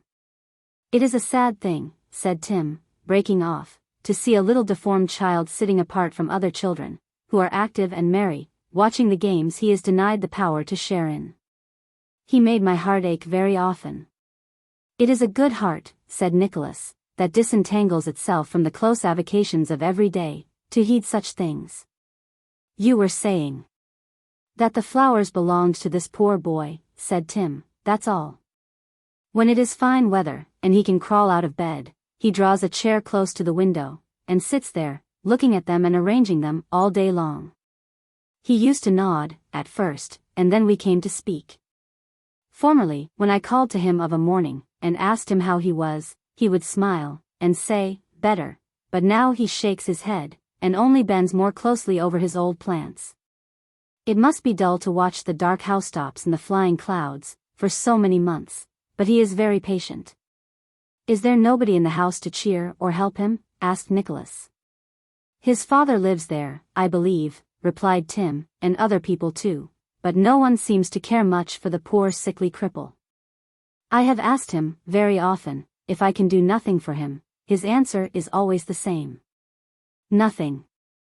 His voice is growing weak of late, but I can see that he makes the old reply. He can't leave his bed now, so they have moved it close beside the window, and there he lies, all day, now looking at the sky, and now at his flowers, which he still makes shift to trim and water, with his own thin hands. At night, when he sees my candle, he draws back his curtain, and leaves it so, till I am in bed. It seems such company to him to know that I am there, that I often sit at my window for an hour or more, that he may see I am still awake. And sometimes I get up in the night to look at the dull melancholy light in his little room, and wonder whether he is awake or sleeping. "The night will not be long coming," said Tim, "when he will sleep, and never wake again on earth. We have never so much as shaken hands in all our lives, and yet I shall miss him like an old friend. Are there any country flowers that could interest me like these, do you think? Or do you suppose that the withering of 100 kinds of the choicest flowers that blow, called by the hardest Latin names that were ever invented, would give me one fraction of the pain that I shall feel when these old jugs and bottles are swept away as lumber?" "Country," cried Tim, with a contemptuous emphasis, "don't you know that I couldn't have such a court under my bedroom window, anywhere, but in London?" With which inquiry, Tim turned his back, and pretending to be absorbed in his accounts, took an opportunity of hastily wiping his eyes when he supposed Nicholas was looking another way. Whether it was that Tim's accounts were more than usually intricate that morning, or whether it was that his habitual serenity had been a little disturbed by these recollections, it so happened that when Nicholas returned from executing some commission, and inquired whether Mr. Charles Cheeryble was alone in his room, Tim promptly, and without the smallest hesitation, replied in the affirmative, although somebody had passed into the room not 10 minutes before. And Tim took especial and particular pride in preventing any intrusion on either of the brothers when they were engaged with any visitor whatever. "I'll take this letter to him at once," said Nicholas, "if that's the case." And with that, he walked to the room and knocked at the door. No answer. Another knock, and still no answer. "He can't be here," thought Nicholas. "I'll lay it on his table." So, Nicholas opened the door and walked in, and very quickly he turned to walk out again, when he saw, to his great astonishment and discomfiture, a young lady upon her knees at Mr. Cheeryble's feet, and Mr. Cheeryble beseeching her to rise, and entreating a third person, who had the appearance of the young lady's female attendant, to add her persuasions to his to induce her to do so. Nicholas stammered out an awkward apology, and was precipitately retiring, when the young lady, turning her head a little, presented to his view the features of the lovely girl whom he had seen at the register office on his first visit long before. Glancing from her to the attendant, he recognized the same clumsy servant who had accompanied her then. And between his admiration of the young lady's beauty, and the confusion and surprise of this unexpected recognition, he stood stock-still, in such a bewildered state of surprise and embarrassment that, for the moment, he was quite bereft of the power either to speak or move. "My dear ma'am, my dear young lady," cried Brother Charles in violent agitation, "pray don't, not another word, I beseech and entreat you. I implore you, I beg of you, to rise. We are not alone." As he spoke, he raised the young lady, who staggered to a chair and swooned away. "She has fainted, sir," said Nicholas, darting eagerly forward. Poor dear," cried Brother Charles, "where is my brother Ned?" "Ned, my dear brother, come here pray." "Brother Charles, my dear fellow," replied his brother, hurrying into the room, "what is the, what?" "Hush! Hush, not a word for your life, brother Ned," returned the other. "Ring for the housekeeper, my dear brother, call Tim Linkinwater." "Here, Tim Linkinwater, sir, Mr. Nickleby, my dear sir, leave the room, I beg and beseech of you." "I think she is better now," said Nicholas, who had been watching the patient so eagerly, that he had not heard the request. "Poor bird," cried Brother Charles, gently taking her hand in his, and laying her head upon his arm. "Brother Ned, my dear fellow, you will be surprised, I know, to witness this, in business hours." But, here he was again reminded of the presence of Nicholas, and shaking him by the hand, earnestly requested him to leave the room, and to send Tim Linkinwater without an instant's delay. Nicholas immediately withdrew and, on his way to the counting-house, met both the old housekeeper and Tim Linkinwater, jostling each other in the passage, and hurrying to the scene of action with extraordinary speed. Without waiting to hear his message, Tim Linkinwater darted into the room, and presently afterwards Nicholas heard the door shut and locked on the inside. He had abundance of time to ruminate on this discovery, for Tim Linkinwater was absent during the greater part of an hour, during the whole of which time Nicholas thought of nothing but the young lady, and her exceeding beauty. And what could possibly have brought her there, and why they made such a mystery of it? The more he thought of all this, the more it perplexed him, and the more anxious he became to know who and what she was. I should have known her among 10,000, thought Nicholas. And with that he walked up and down the room, and recalling her face and figure, of which he had a peculiarly vivid remembrance, discarded all other subjects of reflection and dwelt upon that alone. At length Tim Linkinwater came back, provokingly cool, and with papers in his hand, and a pen in his mouth, as if nothing had happened. "Is she quite recovered?" said Nicholas, impetuously. "Who?" returned Tim Linkinwater. "Who?" repeated Nicholas. "The young lady." "What do you make, Mr. Nickleby?" said Tim, taking his pen out of his mouth. "What do you make of 427 times 3,238?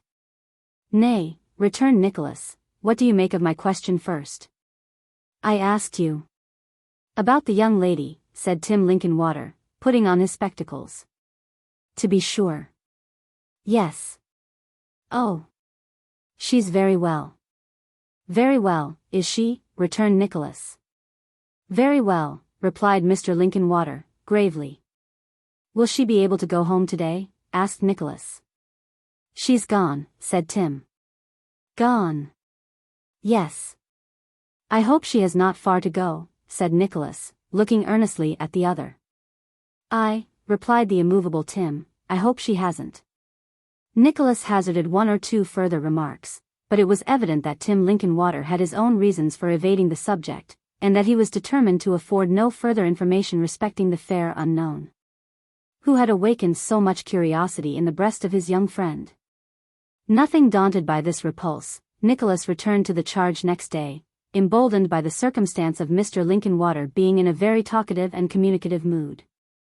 But, directly he resumed the theme, Tim relapsed into a state of most provoking taciturnity, and from answering in monosyllables, came to returning no answers at all, save such as were to be inferred from several grave nods and shrugs, which only served to whet that appetite for intelligence in Nicholas, which had already attained a most unreasonable height. Foiled in these attempts, he was fain to content himself with watching for the young lady's next visit, but here again he was disappointed. Day after day passed, and she did not return. He looked eagerly at the superscription of all the notes and letters, but there was not one among them which he could fancy to be in her handwriting. On 2 or 3 occasions he was employed on business which took him to a distance, and had formerly been transacted by Tim Linkinwater. Nicholas could not help suspecting that, for some reason or other, he was sent out of the way on purpose, and that the young lady was there in his absence. Nothing transpired, however, to confirm this suspicion, and Tim could not be entrapped into any confession or admission tending to support it in the smallest degree. Mystery and disappointment are not absolutely indispensable to the growth of love, but they are, very often, its powerful auxiliaries. "Out of sight, out of mind," is well enough as a proverb applicable to cases of friendship, though absence is not always necessary to hollowness of heart, even between friends, and truth and honesty, like precious stones, are perhaps most easily imitated at a distance, when the counterfeits often pass for real. Love, however, is very materially assisted by a warm and active imagination, which has a long memory, and will thrive, for a considerable time, on very slight and sparing food. Thus it is, that it often attains its most luxuriant growth in separation and under circumstances of the utmost difficulty. And thus it was, that Nicholas, thinking of nothing but the unknown young lady, from day to day and from hour to hour, began, at last, to think that he was very desperately in love with her. And that never was such an ill-used and persecuted lover as he. Still, though he loved and languished after the most orthodox models, and was only deterred from making a confidant of Kate by the slight considerations of having never, in all his life, spoken to the object of his passion, and having never set eyes upon her, except on 2 occasions, on both of which she had come and gone like a flash of lightning, or, as Nicholas himself said, in the numerous conversations he held with himself, like a vision of youth and beauty much too bright to last, his ardor and devotion remained without its reward. The young lady appeared no more, so there was a great deal of love wasted, enough indeed to have set up 6 young gentlemen, as times go, with the utmost decency, and nobody was a bit the wiser for it. Not even Nicholas himself, who, on the contrary, became more dull, sentimental, and lackadaisical, every day. While matters were in this state, the failure of a correspondent of the brothers Cheeryble, in Germany, imposed upon Tim Linkinwater and Nicholas the necessity of going through some very long and complicated accounts, extending over a considerable space of time. To get through them with the greater dispatch, Tim Linkinwater proposed that they should remain at the counting house, for a week or so, until 10 o'clock at night. To this, as nothing damped the zeal of Nicholas in the service of his kind patrons, not even romance, which has seldom business habits, he cheerfully assented. On the very first night of these later hours, at 9 exactly, there came, not the young lady herself, but her servant, who, being closeted with brother Charles for some time, went away, and returned next night at the same hour, and on the next. And on the next again. These repeated visits inflamed the curiosity of Nicholas to the very highest pitch. Tantalized and excited, beyond all bearing, and unable to fathom the mystery without neglecting his duty, he confided the whole secret to Newman Noggs, imploring him to be on the watch next night, to follow the girl home, to set on foot such inquiries relative to the name, condition, and history of her mistress, as he could, without exciting suspicion, and to report the result to him with the least possible delay. Beyond all measure proud of this commission, Newman Noggs took up his post, in the square, on the following evening, a full hour before the needful time, and planting himself behind the pump and pulling his hat over his eyes, began his watch with an elaborate appearance of mystery, admirably calculated to excite the suspicion of all beholders. Indeed, divers servant girls who came to draw water, and sundry little boys who stopped to drink at the ladle, were almost scared out of their senses, by the apparition of Newman Noggs looking stealthily round the pump, with nothing of him visible but his face, and that wearing the expression of a meditative ogre. Punctual to her time, the messenger came again, and, after an interview of rather longer duration than usual, departed. Newman had made 2 appointments with Nicholas, one for the next evening, conditional on his success, and one the next night following, which was to be kept under all circumstances. The first night he was not at the place of meeting, a certain tavern about halfway between the city and Golden Square, but on the second night he was there before Nicholas, and received him with open arms. "It's all right," whispered Newman. "Sit down. Sit down, there's a dear young man, and let me tell you all about it." Nicholas needed no second invitation, and eagerly inquired what was the news. "There's a great deal of news," said Newman, in a flutter of exultation. "It's all right. Don't be anxious. I don't know where to begin." "Never mind that. Keep up your spirits. It's all right." "Well?" said Nicholas eagerly. "Yes. Yes," replied Newman. "That's it." "What's it?" said Nicholas. The name, my dear fellow." "The name's Bobster," replied Newman. "Bobster," repeated Nicholas, indignantly. "That's the name," said Newman. "I remember it by lobster." "Bobster," repeated Nicholas, more emphatically than before. "That must be the servant's name." "No, it ain't," said Newman, shaking his head with great positiveness. "Miss Cecilia Bobster." "Cecilia, returned Nicholas, muttering the 2 names together over and over again in every variety of tone, to try the effect. "Well, Cecilia is a pretty name." "Very. And a pretty creature too," said Newman. "Who?" said Nicholas. "Miss Bobster." "Why, where have you seen her?" demanded Nicholas. "Never mind, my dear boy," retorted Noggs, clapping him on the shoulder. "I have seen her. You shall see her. I've managed it all." "My dear Newman," cried Nicholas, grasping his hand, "are you serious?" "I am," replied Newman. "I mean it all. Every word. You shall see her tomorrow night. She consents to hear you speak for yourself. I persuaded her. She is all affability, goodness, sweetness, and beauty." "I know she is, I know she must be, Newman," said Nicholas, wringing his hand. "You are right," returned Newman. "Where does she live?" cried Nicholas. "What have you learned of her history? Has she a father, mother, any brothers, sisters? What did she say? How came you to see her?" Was she not very much surprised? Did you say how passionately I have longed to speak to her? Did you tell her where I had seen her? Did you tell her how, and when, and where, and how long, and how often, I have thought of that sweet face which came upon me in my bitterest distress like a glimpse of some better world? Did you, Newman, did you? Poor Noggs literally gasped for breath as this flood of questions rushed upon him, and moved spasmodically in his chair at every fresh inquiry, staring at Nicholas meanwhile with a most ludicrous expression of perplexity. No, said Newman, I didn't tell her that. Didn't tell her which? Asked Nicholas. About the glimpse of the better world, said Newman. I didn't tell her who you were either, or where you'd seen her. I said you loved her to distraction. That's true, Newman, replied Nicholas, with his characteristic vehemence. Heaven knows I do.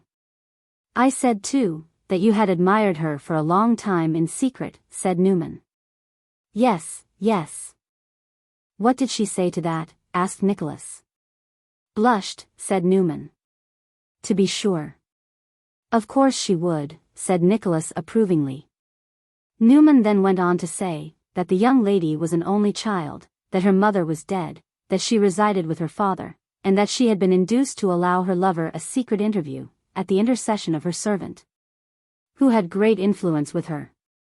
He further related how it required much moving and great eloquence to bring the young lady to this pass, how it was expressly understood that she merely afforded Nicholas an opportunity of declaring his passion, and how she by no means pledged herself to be favorably impressed with his attentions. The mystery of her visits to the brothers Cheeryble remained wholly unexplained, for Newman had not alluded to them either in his preliminary conversations with the servant or his subsequent interview with the mistress, merely remarking that he had been instructed to watch the girl home and plead his young friend's cause, and not saying how far he had followed her, or from what point. But Newman hinted that from what had fallen from the confidant, he had been led to suspect that the young lady led a very miserable and unhappy life, under the strict control of her only parent, who was of a violent and brutal temper. A circumstance which he thought might in some degree account, both for her having sought the protection and friendship of the brothers, and her suffering herself to be prevailed upon to grant the promised interview. The last he held to be a very logical deduction from the premises, inasmuch as it was but natural to suppose that a young lady, whose present condition was so unenviable, would be more than commonly desirous to change it. It appeared, on further questioning, for it was only by a very long and arduous process that all this could be got out of Newman Noggs, that Newman, in explanation of his shabby appearance, had represented himself as being, for certain wise and indispensable purposes connected with that intrigue, in disguise. And, being questioned how he had come to exceed his commission so far as to procure an interview, he responded, that the lady appearing willing to grant it, he considered himself bound, both in duty and gallantry, to avail himself of such a golden means of enabling Nicholas to prosecute his addresses. After these and all possible questions had been asked and answered 20 times over, they parted, undertaking to meet on the following night at 10:30, for the purpose of fulfilling the appointment, which was for 11 o'clock. Things come about very strangely, thought Nicholas, as he walked home. I never contemplated anything of this kind, never dreamt of the possibility of it. To know something of the life of one in whom I felt such interest. To see her in the street, to pass the house in which she lived, to meet her sometimes in her walks, to hope that a day might come when I might be in a condition to tell her of my love, this was the utmost extent of my thoughts. Now, however, but I should be a fool, indeed, to repine at my own good fortune. Still, Nicholas was dissatisfied, and there was more in the dissatisfaction than mere revulsion of feeling. He was angry with the young lady for being so easily won, because, reasoned Nicholas, it is not as if she knew it was I, but it might have been anybody, which was certainly not pleasant. The next moment, he was angry with himself for entertaining such thoughts, arguing that nothing but goodness could dwell in such a temple, and that the behavior of the brothers sufficiently showed the estimation in which they held her. The fact is, she's a mystery altogether, said Nicholas. This was not more satisfactory than his previous course of reflection, and only drove him out upon a new sea of speculation and conjecture, where he tossed and tumbled, in great discomfort of mind, until the clock struck 10. And the hour of meeting drew nigh. Nicholas had dressed himself with great care, and even Newman Noggs had trimmed himself up a little, his coat presenting the phenomenon of 2 consecutive buttons, and the supplementary pins being inserted at tolerably regular intervals. He wore his hat, too, in the newest taste, with a pocket handkerchief in the crown, and a twisted end of it straggling out behind after the fashion of a pigtail. Though he could scarcely lay claim to the ingenuity of inventing this latter decoration, inasmuch as he was utterly unconscious of it, being in a nervous and excited condition which rendered him quite insensible to everything but the great object of the expedition. They traversed the streets in profound silence, and after walking at a round pace for some distance, arrived in one, of a gloomy appearance and very little frequented, near the Edgware Road. "Number 12, said Newman. "Oh," replied Nicholas, looking about him. "Good street," said Newman. "Yes," returned Nicholas. "Rather dull." Newman made no answer to this remark, but, halting abruptly, planted Nicholas with his back to some area railings, and gave him to understand that he was to wait there, without moving hand or foot, until it was satisfactorily ascertained that the coast was clear. This done, Noggs limped away with great alacrity, looking over his shoulder every instant, to make quite certain that Nicholas was obeying his directions, and, ascending the steps of a house some half-dozen doors off, was lost to view. After a short delay, he reappeared, and limping back again, halted midway, and beckoned Nicholas to follow him. "Well?" said Nicholas, advancing towards him on tiptoe. "All right," replied Newman, in high glee. "All ready, nobody at home. Couldn't be better. Ha! Ha!" With this fortifying assurance, he stole past a street door, on which Nicholas caught a glimpse of a brass plate, with the Bobster, in very large letters. And, stopping at the area gate, which was open, signed to his young friend to descend. "What the devil!" cried Nicholas, drawing back. "Are we to sneak into the kitchen, as if we came after the forks?" "Hush," replied Newman. "Old Bobster, ferocious Turk. He'd kill 'em all, box the young lady's ears, he does, often." "What?" cried Nicholas, in high wrath. "Do you mean to tell me that any man would dare to box the ears of such a—" He had no time to sing the praises of his mistress, just then, for Newman gave him a gentle push which had nearly precipitated him to the bottom of the area steps. Thinking it best to take the hint in good part, Nicholas descended, without further remonstrance, but with a countenance bespeaking anything rather than the hope and rapture of a passionate lover.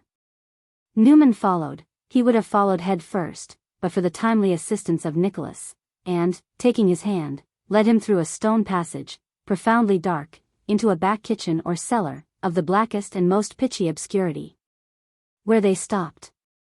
"Well," said Nicholas, in a discontented whisper, "this is not all, I suppose, is it?"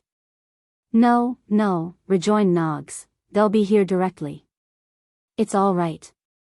"I am glad to hear it," said Nicholas. "I shouldn't have thought it, I confess." They exchanged no further words, and there Nicholas stood, listening to the loud breathing of Newman Noggs, and imagining that his nose seemed to glow like a red-hot coal, even in the midst of the darkness which enshrouded them. Suddenly the sound of cautious footsteps attracted his ear, and directly afterwards a female voice inquired if the gentleman was there. "Yes," replied Nicholas, turning towards the corner from which the voice proceeded. "Who is that?" "Only me, sir," replied the voice. "Now if you please, ma'am." A gleam of light shone into the place, and presently the servant girl appeared, bearing a light, and followed by her young mistress, who seemed to be overwhelmed by modesty and confusion. At sight of the young lady, Nicholas started and changed color, his heart beat violently, and he stood rooted to the spot. At that instant, and almost simultaneously with her arrival and that of the candle, there was heard a loud and furious knocking at the street door, which caused Newman Noggs to jump up, with great agility, from a beer barrel on which he had been seated astride, and to exclaim abruptly, and with a face of ashy paleness, "Bobster, by the Lord!" The young lady shrieked, the attendant wrung her hands, Nicholas gazed from one to the other in apparent stupefaction, and Newman hurried to and fro, thrusting his hands into all his pockets successively, and drawing out the linings of every one in the excess of his irresolution. It was but a moment, but the confusion crowded into that one moment no imagination can exaggerate. "Leave the house, for heaven's sake. We have done wrong, we deserve it all," cried the young lady. "Leave the house, or I am ruined and undone forever." "Will you hear me say but one word?" cried Nicholas. "Only one. I will not detain you. Will you hear me say one word, in explanation of this mischance?" But Nicholas might as well have spoken to the wind, for the young lady, with distracted looks, hurried up the stairs. He would have followed her, but Newman, twisting his hand in his coat collar, dragged him towards the passage by which they had entered. "Let me go, Newman, in the devil's name," cried Nicholas. "I must speak to her. I will not leave this house without reputation, character, violence. Consider," said Newman, clinging round him with both arms, and hurrying him away. "Let them open the door. We'll go, as we came, directly it's shut. Come. This way. Here." Overpowered by the remonstrances of Newman, and the tears and prayers of the girl, and the tremendous knocking above, which had never ceased, Nicholas allowed himself to be hurried off, and, precisely as Mr. Bobster made his entrance by the street door, he and Noggs made their exit by the area gate. They hurried away, through several streets, without stopping or speaking. At last, they halted and confronted each other with blank and rueful faces. "Never mind," said Newman, gasping for breath. "Don't be cast down. It's all right. More fortunate next time. It couldn't be helped. I did my part." "Excellently," replied Nicholas, taking his hand. "Excellently, and like the true and zealous friend you are. Only, mind, I am not disappointed, Newman, and feel just as much indebted to you, only it was the wrong lady." "Eh?" cried Newman Noggs. "Taken in by the servant?" Newman, said Nicholas, laying his hand upon his shoulder, "it was the wrong servant too." Newman's under jaw dropped, and he gazed at Nicholas, with his sound eye fixed fast and motionless in his head. "Don't take it to heart," said Nicholas, "it's of no consequence. You see I don't care about it. You followed the wrong person, that's all." That was all. Whether Newman Noggs had looked round the pump, in a slanting direction, so long, that his sight became impaired, or whether, finding that there was time to spare, he had recruited himself with a few drops of something stronger than the pump could yield, by whatsoever means it had come to pass, this was his mistake. And Nicholas went home to brood upon it, and to meditate upon the charms of the unknown young lady, now as far beyond his reach as ever. Chapter 41. Containing some romantic passages between Mrs. Nickleby and the gentleman in the small clothes next door.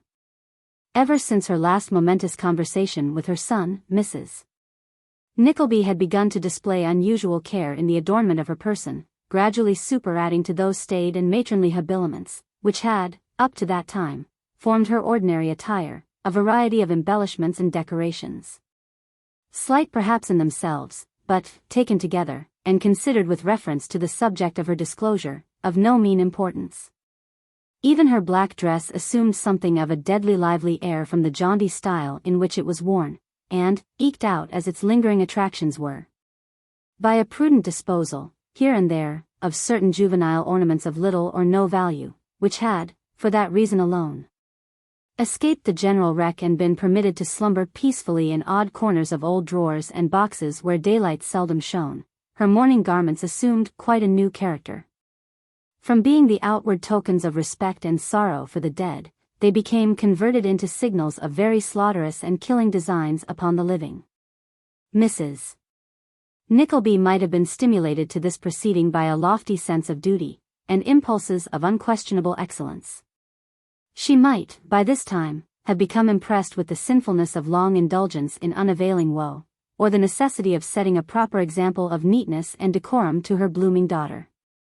Considerations of duty and responsibility apart, the change might have taken its rise in feelings of the purest and most disinterested charity.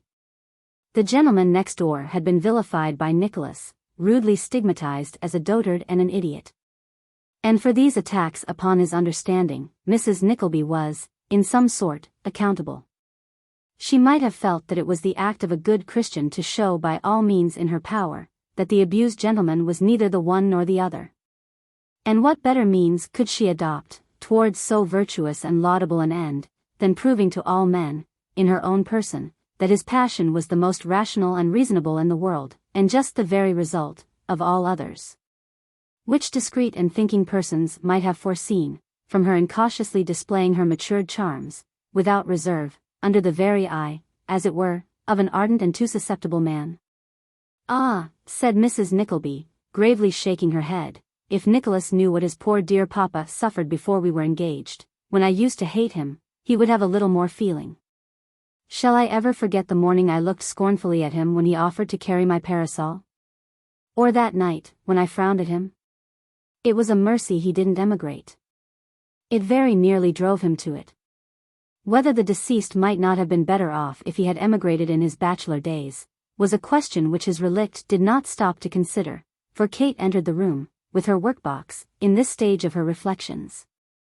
And a much slighter interruption, or no interruption at all, would have diverted Mrs. Nickleby's thoughts into a new channel at any time. "Kate, my dear," said Mrs. Nickleby. "I don't know how it is, but a fine warm summer day like this, with the birds singing in every direction, always puts me in mind of roast pig, with sage and onion sauce, and made gravy. That's a curious association of ideas, is it not, Mamma?" "Upon my word, my dear, I don't know," replied Mrs. Nickleby. "Roast pig, let me see. On the day 5 weeks after you were christened, we had a roast. No, that couldn't have been a pig either, because I recollect there were a pair of them to carve. And your poor papa and I could never have thought of sitting down to 2 pigs, they must have been partridges. Roast pig. I hardly think we ever could have had one, now I come to remember, for your papa could never bear the sight of them in the shops, and used to say that they always put him in mind of very little babies, only the pigs had much fairer complexions. And he had a horror of little babies, too, because he couldn't very well afford any increase to his family, and had a natural dislike to the subject. It's very odd now, what can have put that in my head? I recollect dining once at Mrs. Bevan's, in that broad street round the corner by the coachmakers, where the tipsy man fell through the cellar flap of an empty house nearly a week before the quarter day, and wasn't found till the new tenant went in, and we had roast pig there. It must be that, I think, that reminds me of it, especially as there was a little bird in the room that would keep on singing all the time of dinner, at least, not a little bird, for it was a parrot, and he didn't sing exactly. For he talked and swore dreadfully, but I think it must be that. Indeed, I am sure it must. Shouldn't you say so, my dear?" "I should say there was not a doubt about it, Mamma," returned Kate, with a cheerful smile. "No, but do you think so, Kate?" said Mrs. Nickleby, with as much gravity as if it were a question of the most imminent and thrilling interest. "If you don't, say so at once, you know. Because it's just as well to be correct, particularly on a point of this kind, which is very curious and worth settling while one thinks about it." Kate laughingly replied that she was quite convinced. And as her mamma still appeared undetermined whether it was not absolutely essential that the subject should be renewed, proposed that they should take their work into the summer house, and enjoy the beauty of the afternoon. Mrs. Nickleby readily assented, and to the summer house they repaired, without further discussion. "Well, I will say," observed Mrs. Nickleby, as she took her seat, "that there never was such a good creature as Smike. Upon my word, the pains he has taken in putting this little arbor to rights, and training the sweetest flowers about it, are beyond anything I could have. I wish he wouldn't put all the gravel on your side, Kate, my dear, though. And leave nothing but mold for me." "Dear Mamma," returned Kate, hastily, "take this seat, do, to oblige me, Mamma." "No, indeed, my dear. I shall keep my own side," said Mrs. Nickleby. "Well, I declare." Kate looked up inquiringly. "If he hasn't been," said Mrs. Nickleby, "and got, from somewhere or other, a couple of roots of those flowers that I said I was so fond of, the other night, and asked you if you were not, no, that you said you were so fond of, the other night. And asked me if I wasn't, it's the same thing. Now, upon my word, I take that as very kind and attentive indeed. I don't see," added Mrs. Nickleby, looking narrowly about her, "any of them on my side, but I suppose they grow best near the gravel." "You may depend upon it they do, Kate, and that's the reason they are all near you, and he has put the gravel there, because it's the sunny side." "Upon my word, that's very clever now. I shouldn't have had half as much thought myself." "Mamma," said Kate, bending over her work so that her face was almost hidden, "before you were married." "Dear me, Kate," interrupted Mrs. Nickleby, "what in the name of goodness graciousness makes you fly off to the time before I was married, when I'm talking to you about his thoughtfulness and attention to me? You don't seem to take the smallest interest in the garden." "Oh, Mamma," said Kate, raising her face again, "you know I do." "Well then, my dear, why don't you praise the neatness and prettiness with which it's kept?" said Mrs. Nickleby. "How very odd you are, Kate." "I do praise it, Mamma," answered Kate, gently. "Poor fellow." "I scarcely ever hear you, my dear," retorted Mrs. Nickleby, "that's all I've got to say." By this time the good lady had been a long while upon one topic, so she fell at once into her daughter's little trap, if trap it were, and inquired what she had been going to say. "About what, Mamma?" said Kate, who had apparently quite forgotten her diversion. "Lor, Kate, my dear," returned her mother, "why, you're asleep or stupid. About the time before I was married." "Oh yes," said Kate, "I remember. I was going to ask, Mamma, before you were married, had you many suitors?" "Suitors, my dear," cried Mrs. Nickleby, with a smile of wonderful complacency. "First and last, Kate, I must have had a dozen at least." "Mamma," returned Kate, in a tone of remonstrance. "I had indeed, my dear," said Mrs. Nickleby.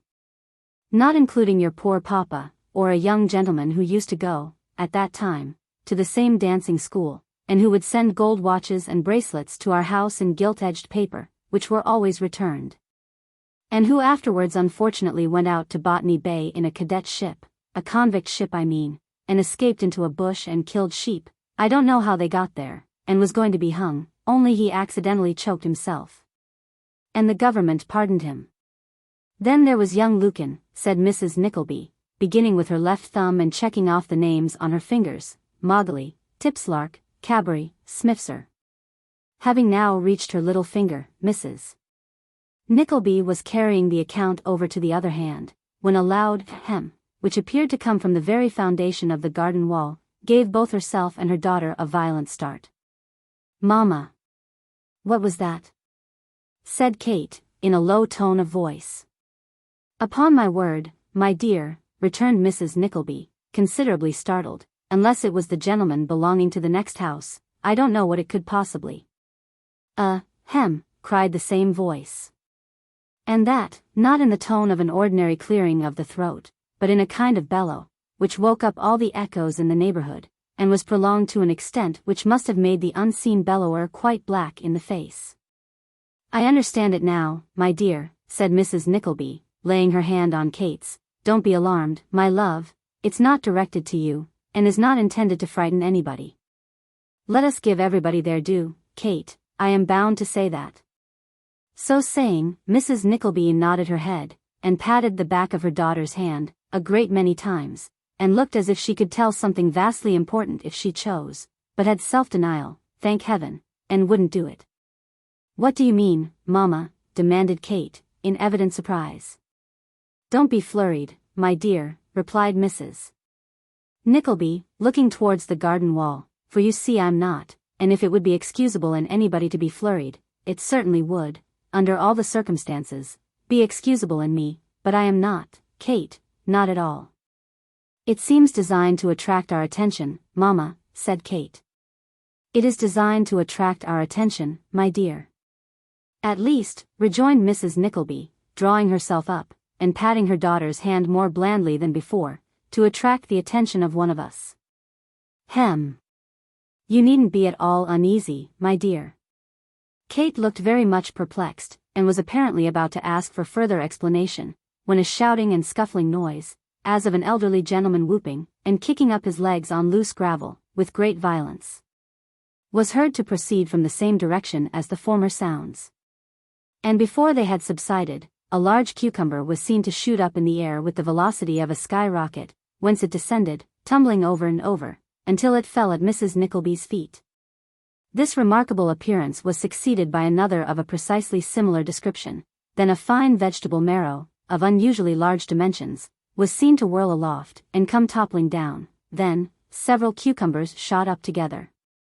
And, finally, the air was darkened by a shower of onions, turnip radishes, and other small vegetables, which fell rolling and scattering, and bumping about, in all directions. As Kate rose from her seat, in some alarm, and caught her mother's hand to run with her into the house, she felt herself rather retarded than assisted in her intention, and following the direction of Mrs. Nickleby's eyes, was quite terrified by the apparition of an old black velvet cap, which, by slow degrees, as if its wearer were ascending a ladder or pair of steps, rose above the wall dividing their garden from that of the next cottage, which, like their own, was a detached building, and was gradually followed by a very large head, and an old face, in which were a pair of most extraordinary grey eyes, very wild, very wide open, and rolling in their sockets, with a dull, languishing, leering look, most ugly to behold. "Mamma," cried Kate, really terrified for the moment, "why do you stop? Why do you lose an instant? Mamma, pray come in." "Kate, my dear," returned her mother, still holding back, "how can you be so foolish? I'm ashamed of you. How do you suppose you are ever to get through life, if you're such a coward as this?" "What do you want, sir?" said Mrs. Nickleby, addressing the intruder with a sort of simpering displeasure. "How dare you look into this garden?" "Queen of my soul," replied the stranger, folding his hands together, "this goblet sip." "Nonsense, sir," said Mrs. Nickleby. "Kate, my love, pray be quiet. Won't you sip the goblet?" urged the stranger, with his head imploringly on one side, and his right hand on his breast. "Oh, do sip the goblet." "I shall not consent to do anything of the kind, sir," said Mrs. Nickleby. "Pray, begone." "Why is it," said the old gentleman, coming up a step higher, and leaning his elbows on the wall, with as much complacency as if he were looking out of window, "why is it that beauty is always obdurate? Even when admiration is as honorable and respectful as mine?" Here he smiled, kissed his hand, and made several low bows. "Is it owing to the bees, who, when the honey season is over, and they are supposed to have been killed with brimstone, in reality fly to Barbary and lull the captive Moors to sleep with their drowsy songs? Or is it," he added, dropping his voice almost to a whisper, "in consequence of the statue at Charing Cross having been lately seen, on the Stock Exchange at midnight, walking arm in arm with the pump from Aldgate, in a riding habit?" "Mamma," murmured Kate, "do you hear him?" "Hush, my dear," replied Mrs. Nickleby, in the same tone of voice, "he is very polite, and I think that was a quotation from the poets. Pray, don't worry me so, you'll pinch my arm black and blue. Go away, sir." "Quite away," said the gentleman, with a languishing look. "Oh, quite away?" "Yes," returned Mrs. Nickleby, "certainly. You have no business here. This is private property, sir, you ought to know that." "I do know," said the old gentleman, laying his finger on his nose, with an air of familiarity, most reprehensible, "that this is a sacred and enchanted spot, where the most divine charms," here he kissed his hand and bowed again, "waft mellifluousness over the neighbors' gardens, and force the fruit and vegetables into premature existence. That fact I am acquainted with. But will you permit me, fairest creature, to ask you one question, in the absence of the planet Venus, who has gone on business to the Horse Guards, and would otherwise, jealous of your superior charms, interpose between us?" "Kate," observed Mrs. Nickleby, turning to her daughter, "it's very awkward, positively. I really don't know what to say to this gentleman. One ought to be civil, you know." "Dear mamma," rejoined Kate, "don't say a word to him, but let us run away as fast as we can, and shut ourselves up till Nicholas comes home." Mrs. Nickleby looked very grand, not to say contemptuous, at this humiliating proposal. And, turning to the old gentleman, who had watched them during these whispers with absorbing eagerness, said, "If you will conduct yourself, sir, like the gentleman I should imagine you to be, from your language and appearance. Quite the counterpart of your grandpapa, Kate, my dear, in his best days, and will put your question to me in plain words, I will answer it. If Mrs. Nickleby's excellent papa had borne, in his best days, a resemblance to the neighbor now looking over the wall, he must have been, to say the least, a very queer-looking old gentleman in his prime." Perhaps Kate thought so, for she ventured to glance at his living portrait with some attention, as he took off his black velvet cap, and, exhibiting a perfectly bald head, made a long series of bows, each accompanied with a fresh kiss of the hand. After exhausting himself, to all appearance, with this fatiguing performance, he covered his head once more, pulled the cap very carefully over the tips of his ears, and resuming his former attitude, said, "The question is..." Here he broke off to look round in every direction, and satisfy himself beyond all doubt that there were no listeners near. Assured that there were not, he tapped his nose several times, accompanying the action with a cunning look, as though congratulating himself on his caution, and stretching out his neck, said in a loud whisper, "Are you a princess?" "You are mocking me, sir," replied Mrs. Nickleby, making a feint of retreating towards the house. "No, but are you?" said the old gentleman. "You know I am not, sir," replied Mrs. Nickleby. "Then are you any relation to the Archbishop of Canterbury?" inquired the old gentleman with great anxiety, "or to the Pope of Rome? Or the Speaker of the House of Commons? Forgive me, if I am wrong, but I was told you were niece to the Commissioners of Paving, and daughter-in-law to the Lord Mayor and Court of Common Council, which would account for your relationship to all three." "Whoever has spread such reports, sir," returned Mrs. Nickleby, with some warmth, "has taken great liberties with my name, and one which I am sure my son Nicholas, if he was aware of it, would not allow for an instant." "The idea," said Mrs.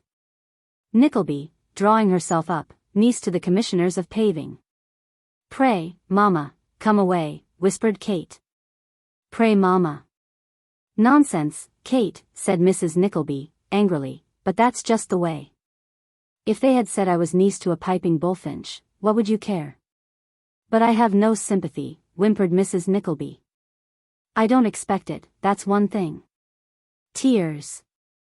cried the old gentleman, with such an energetic jump, that he fell down 2 or 3 steps and grated his chin against the wall. "Catch the crystal globules, catch 'em, bottle 'em up, cork 'em tight, put sealing wax on the top, seal 'em with a cupid, label 'em best quality, and stow 'em away in the 14 bin, with a bar of iron on the top to keep the thunder off." Issuing these commands, as if there were a dozen attendants all actively engaged in their execution, he turned his velvet cap inside out, put it on with great dignity so as to obscure his right eye and 3/4 of his nose, and sticking his arms akimbo, looked very fiercely at a sparrow hard by, till the bird flew away, when he put his cap in his pocket with an air of great satisfaction, and addressed himself with respectful demeanor to Mrs. Nickleby. "Beautiful madam," such were his words, "if I have made any mistake with regard to your family or connections, I humbly beseech you to pardon me.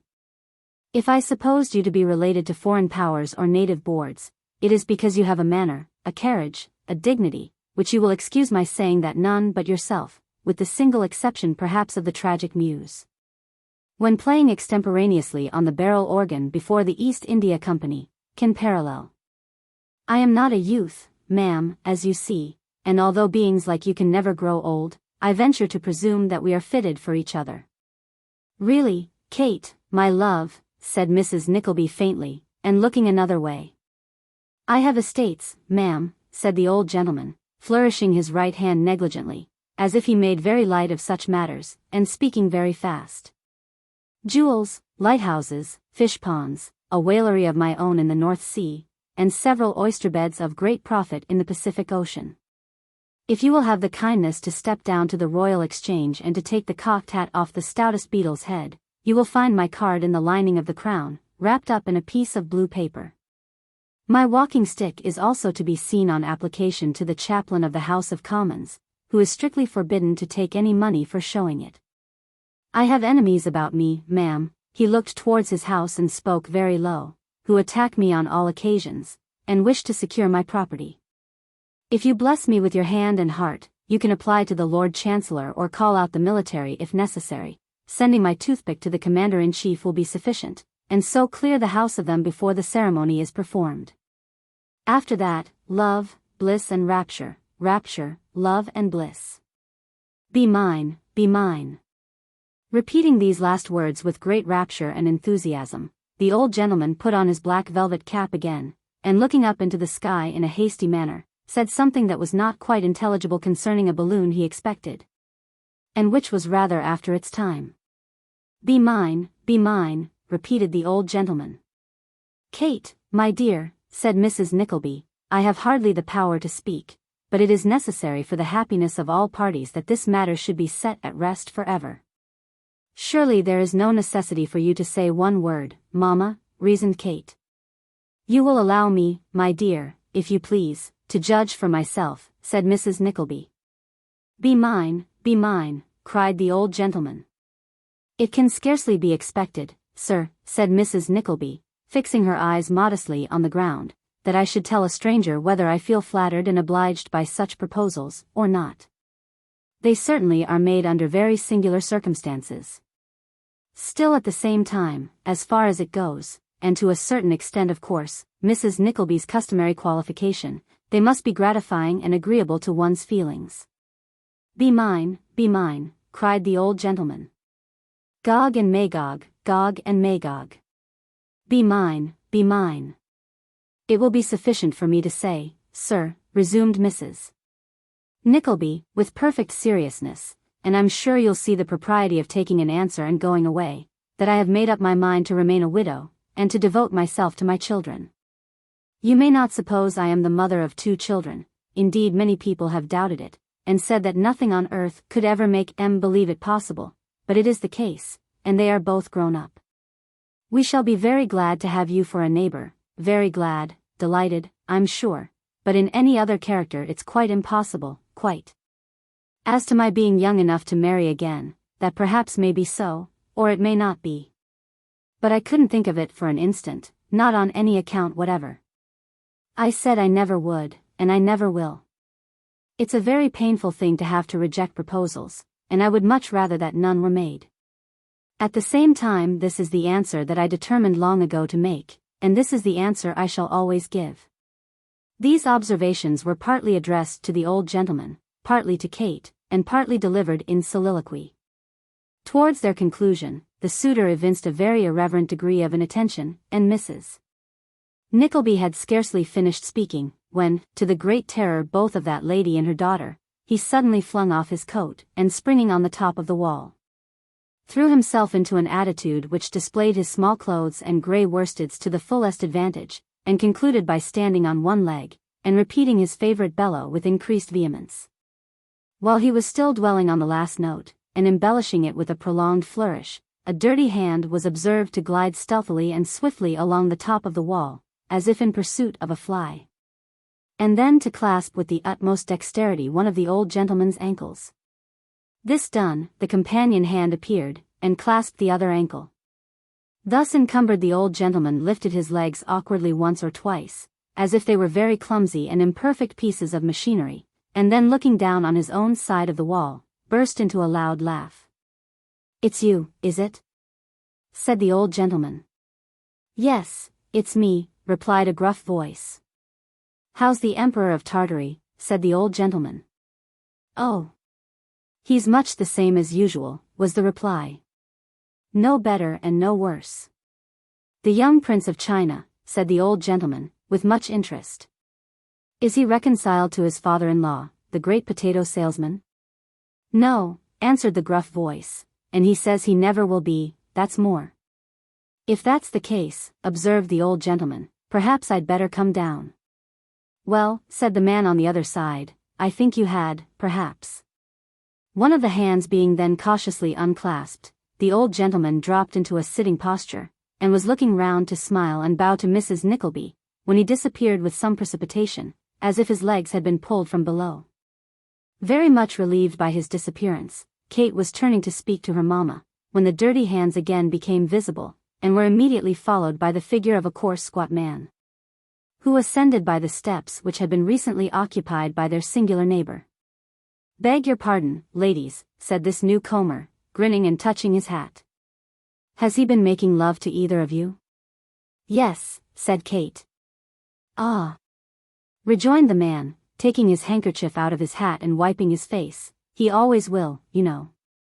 Nothing will prevent his making love." "I need not ask you if he is out of his mind, poor creature," said Kate. "Why no," replied the man, looking into his hat, throwing his handkerchief in at one dab, and putting it on again. "That's pretty plain, that is." "Has he been long so?" asked Kate. "A long while." "And is there no hope for him?" said Kate, compassionately. "Not a bit, and don't deserve to be," replied the keeper. "He's a deal pleasanter without his senses than with 'em. He was the cruelest, wickedest, out and outerest old flint that ever drawed breath." "Indeed," said Kate. "By George," replied the keeper, shaking his head so emphatically that he was obliged to frown to keep his hat on. "I never come across such a vagabond, and my mate says the same. Broke his poor wife's heart, turned his daughters out of doors, drove his sons into the streets. It was a blessing he went mad at last, through evil tempers, and covetousness, and selfishness, and guzzling, and drinking, or he'd have drove many others so. Hope for him, an old rip. There isn't too much hope going, but I'll bet a crown that what there is saved for more deserving chaps than him, anyhow." With which confession of his faith, the keeper shook his head again, as much as to say that nothing short of this would do, if things were to go on at all. And touching his hat sulkily, not that he was in an ill humor, but that his subject ruffled him, descended the ladder, and took it away. During this conversation, Mrs. Nickleby had regarded the man with a severe and steadfast look. She now heaved a profound sigh, and pursing up her lips, shook her head in a slow and doubtful manner. "Poor creature," said Kate. "Ah. Poor indeed," rejoined Mrs. Nickleby. "It's shameful that such things should be allowed." "Shameful. How can they be helped, mamma?" said Kate, mournfully. "The infirmities of nature." "Nature," said Mrs. Nickleby. "What? Do you suppose this poor gentleman is out of his mind? Can anybody who sees him entertain any other opinion, mamma?" "Why then, I just tell you this, Kate," returned Mrs. Nickleby, "that he is nothing of the kind, and I am surprised you can be so imposed upon. It's some plot of these people to possess themselves of his property, didn't he say so himself? He may be a little odd and flighty, perhaps, many of us are that, but downright mad. And express himself as he does, respectfully, and in quite poetical language, and making offers with so much thought, and care, and prudence, not as if he ran into the streets, and went down upon his knees to the first chit of a girl he met, as a madman would. No, no, Kate, there's a great deal too much method in his madness, depend upon that, my dear." Chapter 42. Illustrative of the convivial sentiment, that the best of friends must sometimes part. The pavement of Snow Hill had been baking and frying all day in the heat. And the twain Saracens' heads guarding the entrance to the hostelry of whose name and sign they are the duplicate presentments, looked, or seemed, in the eyes of jaded and footsore passers-by, to look more vicious than usual. After blistering and scorching in the sun, when, in one of the inn's smallest sitting-rooms, through whose open window there rose, in a palpable steam, wholesome exhalations from reeking coach-horses, the usual furniture of a tea-table was displayed in neat and inviting order, flanked by large joints of roast and boiled, a tongue, a pigeon pie, a cold fowl, a tankard of ale, and other little matters of the like kind, which, in degenerate towns and cities, are generally understood to belong more particularly to solid lunches, stage-coach dinners, or unusually substantial breakfasts. Mr. John Browdie, with his hands in his pockets, hovered restlessly about these delicacies, stopping occasionally to whisk the flies out of the sugar basin with his wife's pocket handkerchief, or to dip a teaspoon in the milk-pot and carry it to his mouth, or to cut off a little knob of crust, and a little corner of meat, and swallow them at 2 gulps like a couple of pills. After every one of these flirtations with the eatables, he pulled out his watch, and declared with an earnestness quite pathetic that he couldn't undertake to hold out 2 minutes longer. "Tilly," said John to his lady, who was reclining half awake and half asleep upon a sofa. "Well, John." "Well, John," retorted her husband, impatiently. "Dost thou feel hungry, lass?"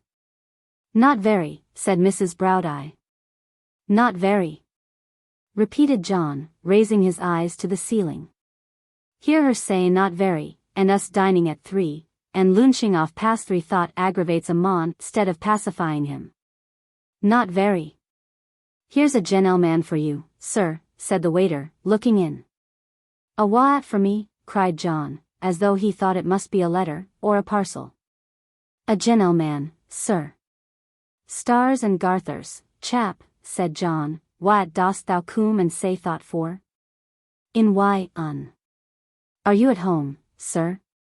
"At wome," cried John. "I wish I were, I'd ha' tea'd 2 hour ago." "Why, I told t'other chap to look sharp o' outside door, and tell directly he coom, thought we wore faint why, hunger." "In why, ha?" "Thee hond, Mr. Nickleby. This is nigh to be the priddest day o' my life, sir." "Who be all why ye?" "Ding. But, I'm glad o' this."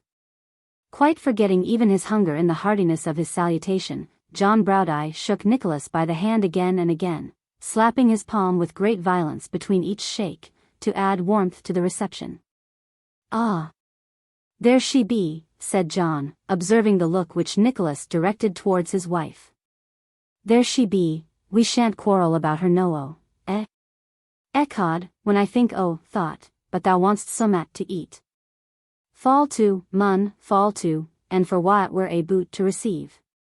No doubt the grace was properly finished, but nothing more was heard, for John had already begun to play such a knife and fork, that his speech was, for the time, gone. "I shall take the usual license, Mr. Browdie," said Nicholas, as he placed a chair for the bride. "Tak whatever thou likest," said John, "and when A's gain, ca for more." Without stopping to explain, Nicholas kissed the blushing Mrs. Browdie, and handed her to her seat. "I say," said John, rather astounded for the moment, "mak theeself quite at wome, will ye?" "You may depend upon that," replied Nicholas, "on one condition." "And what may thought be?" asked John. "That you make me a godfather the very first time you have occasion for one." "D'ye hear thought?" cried John, laying down his knife and fork. "A godfeyther. Ha! Ha! Ha! Tilly, hear till, a godfeyther. Dift say a word more, you'll never beat thought. Occasion for, a godfeyther. Ha! Ha! Ha!" Never was man so tickled with a respectable old joke, as John Browdie was with this. He chuckled, roared, half suffocated himself by laughing large pieces of beef into his windpipe, roared again, persisted in eating at the same time, got red in the face and black in the forehead, coughed, cried, got better. Went off again laughing inwardly, got worse, choked, had his back thumped, stamped about, frightened his wife, and at last recovered in a state of the last exhaustion and with the water streaming from his eyes, but still faintly ejaculating, "A godfeyther, Tilly," in a tone bespeaking an exquisite relish of the sally, which no suffering could diminish. "You remember the night of our first tea drinking?" said Nicholas. "Shall I e'er forget it, mun?" replied John Browdie. "He was a desperate fellow that night though, was he not, Mrs. Browdie?" said Nicholas.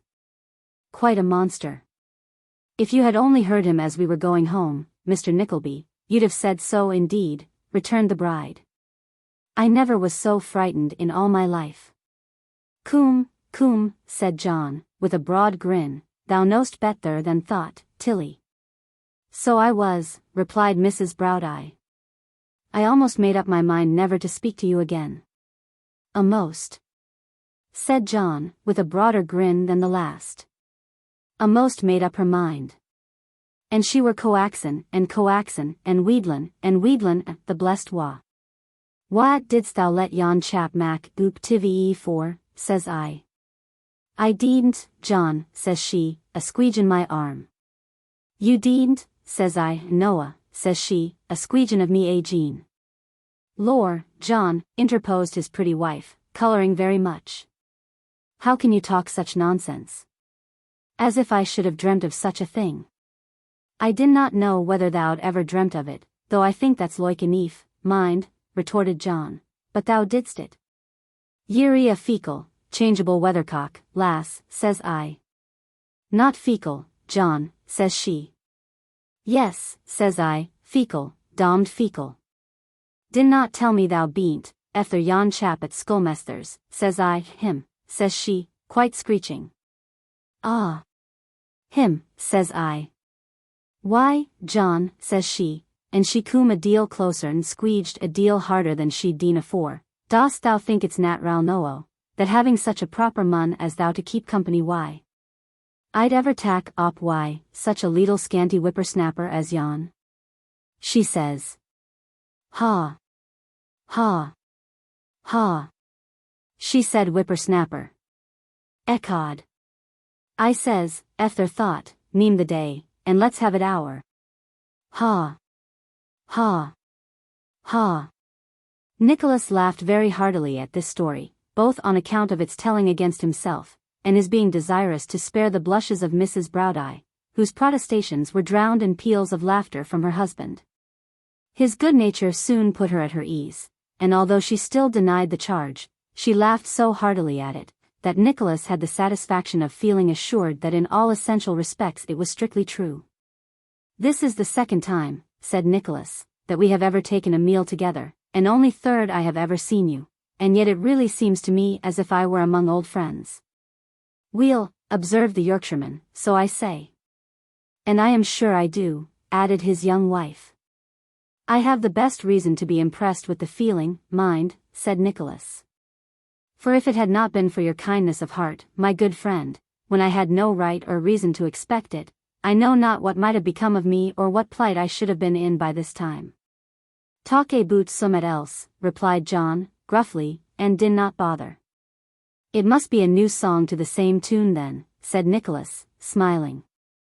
I told you in my letter that I deeply felt and admired your sympathy with that poor lad, whom you released at the risk of involving yourself in trouble and difficulty. But I can never tell you how grateful he and I, and others whom you don't know, are to you for taking pity on him. Ecod, rejoined John Browdie, drawing up his chair. And I can never tell you who grateful some folks that we do know would be loikewise, if they knowed I had taken pity on him. Ah, exclaimed Mrs. Browdie, what a state I was in that night. Were they at all disposed to give you credit for assisting in the escape? Inquired Nicholas of John Browdie. Not a bit, replied the Yorkshireman, extending his mouth from ear to ear. There I lay, snug in schoolmester's bed long efter it was dark, and nobody coom nigh the police. Weel, thinks I, he's got a pretty good start, and if he bean't wome by no he never will be. So you may coom as quick as you loike, and find us ready, that is, you know, schoolmester might coom. I understand, said Nicholas. Presently, resumed John, he did coom. I hear door shut downstairs, and him a-working, oop in the dark. Slow and steady, I says to myself, tack your time, sir, no hurry. He cooms to the door, turns the key when there warn't nothing to hood the lock, and ca's oot, hello, there. Yes, thinks I, you may do thought Jean, and not whackin' anybody, sir. Hello, there, he says, and then he stops. Thou'd better not aggravate me, says schoolmester, efter a little time. I'll brack every bone in your body, Smike, he says, efter another little time. Then all of a sudden, he sings oot for a loit, and when it cooms, ecod, such a holy borly. What's the matter, says I. He's gane, says he, stark mad white vengeance. Have you heard not? Says I heard street door shut, no time at ago. I heard a person run doon there, pointing t'other wa, eh? Help, he cries. I'll help you, says I. And off we set, the wrong wa. Ho! Ho! Ho! Did you go far? Asked Nicholas. Far, replied John. I run him clean off his legs and quart her of an hoer.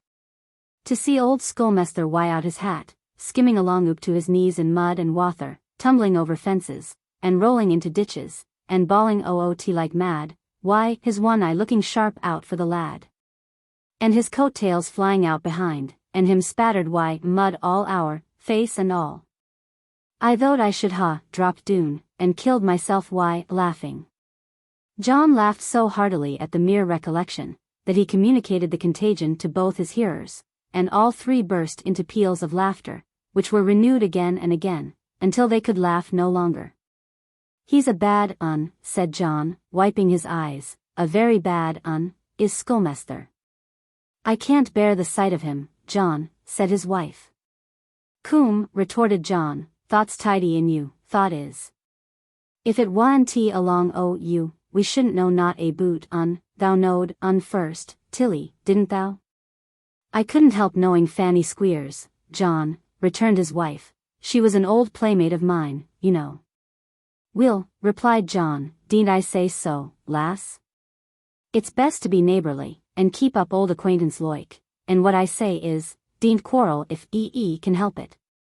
Did not think so, Mr. Nickleby? Certainly, returned Nicholas. And you acted upon that principle when I meet you on horseback on the road, after our memorable evening.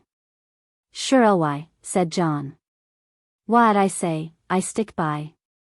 And that's a fine thing to do, and manly too, said Nicholas, though it's not exactly what we understand by coming Yorkshire over us, in London.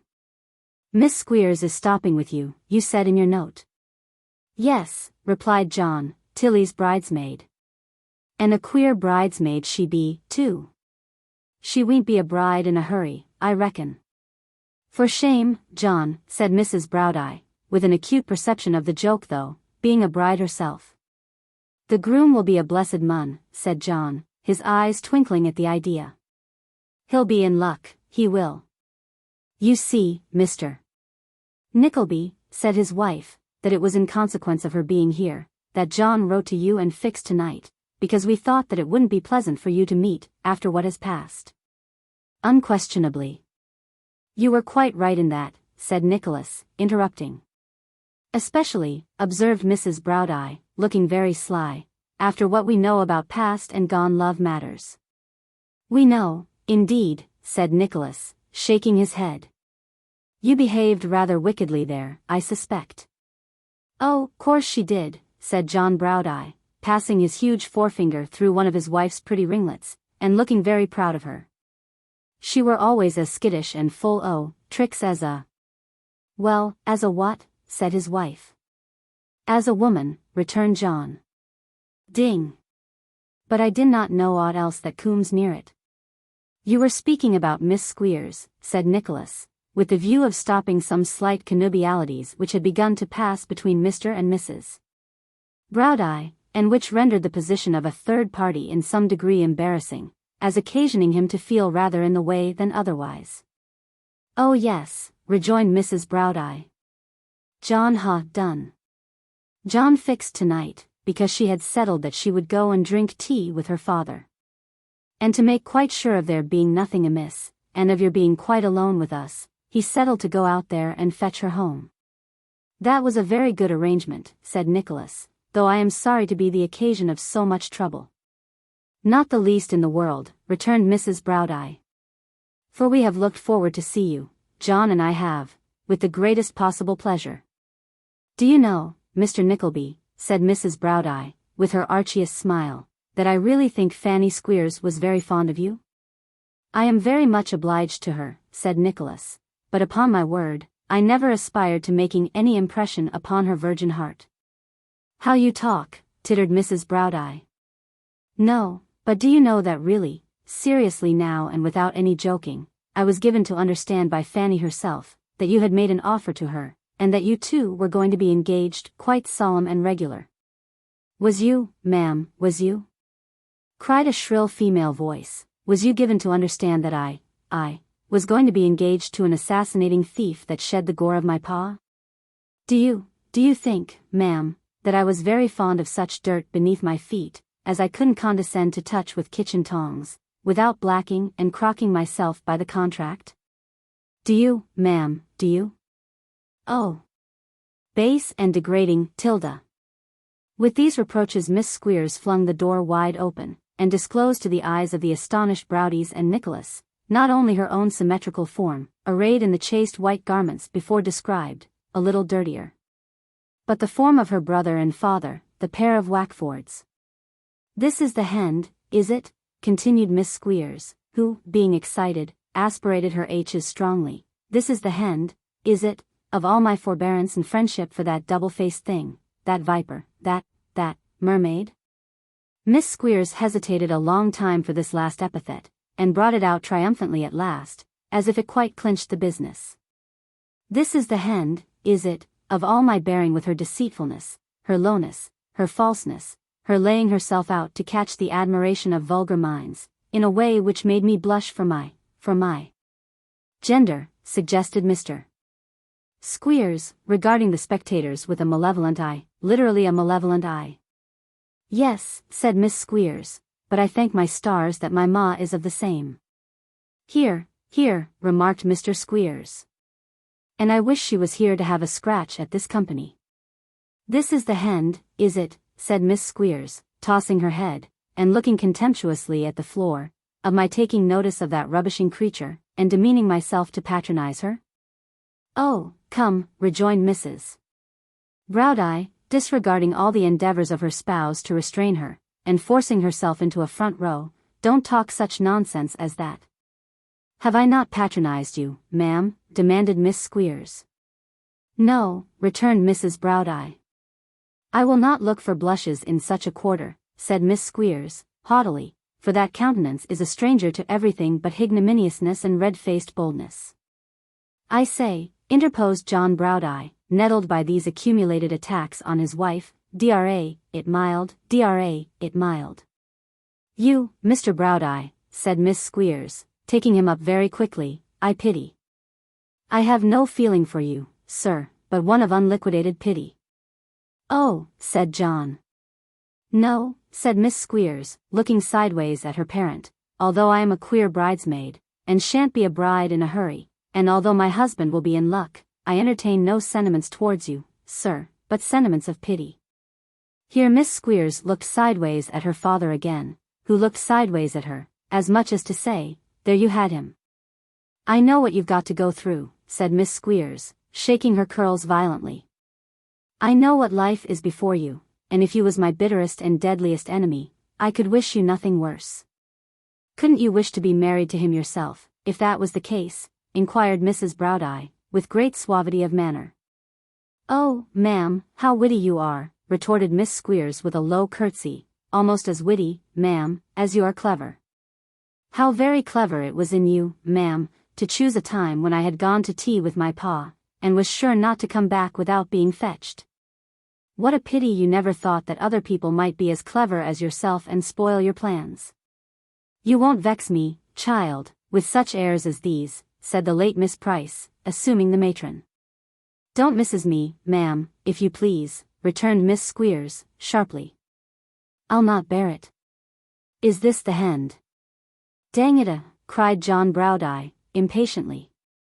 Say out, Fanny, and Mac, sure it's the end, and din not ask nobody whether it is or not."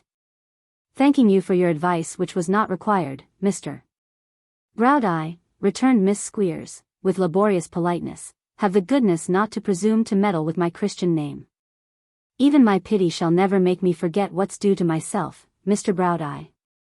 "Tilda," said Miss Squeers, with such a sudden accession of violence that John started in his boots, "I throw you off for ever, miss. I abandon you. I renounce you." "I wouldn't," cried Miss Squeers in a solemn voice, "have a child named Tilda, not to save it from its grave." "As for the matter o' that," observed John, "it'll be time enough to think aboot neaming of it when it cooms." "John," interposed his wife, "don't tease her." "Oh, tease, indeed," cried Miss Squeers, bridling up. Tease, indeed. He.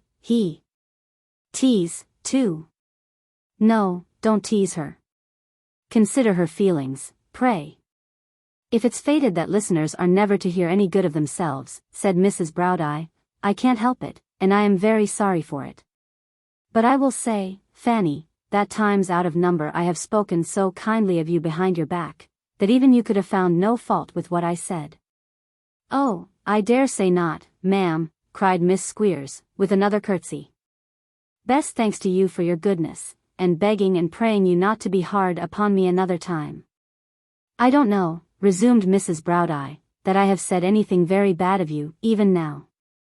At all events, what I did say was quite true. But if I have, I am very sorry for it, and I beg your pardon. You have said much worse of me, scores of times, Fanny, but I have never borne any malice to you, and I hope you'll not bear any to me. Miss Squeers made no more direct reply than surveying her former friend from top to toe, and elevating her nose in the air with ineffable disdain. But some indistinct allusions to a puss, and a minx, and a contemptible creature, escaped her. And this, together with a severe biting of the lips, great difficulty in swallowing, and very frequent comings and goings of breath, seemed to imply that feelings were swelling in Miss Squeers's bosom too great for utterance. While the foregoing conversation was proceeding, Master Wackford, finding himself unnoticed, and feeling his preponderating inclinations strong upon him, had by little and little sidled up to the table and attacked the food with such slight skirmishing as drawing his fingers round and round the inside of the plates, and afterwards sucking them with infinite relish. Picking the bread, and dragging the pieces over the surface of the butter, pocketing lumps of sugar, pretending all the time to be absorbed in thought, and so forth. Finding that no interference was attempted with these small liberties, he gradually mounted to greater, and, after helping himself to a moderately good cold collation, was, by this time, deep in the pie. Nothing of this had been unobserved by Mr. Squeers, who, so long as the attention of the company was fixed upon other objects, hugged himself to think that his son and heir should be fattening at the enemy's expense. But there being now an appearance of a temporary calm, in which the proceedings of little Wackford could scarcely fail to be observed, he feigned to be aware of the circumstance for the first time, and inflicted upon the face of that young gentleman a slap that made the very teacups ring. Eating, cried Mr. Squeers, of what his father's enemies has left. It's fit to go and poison you, you nut-rowl boy.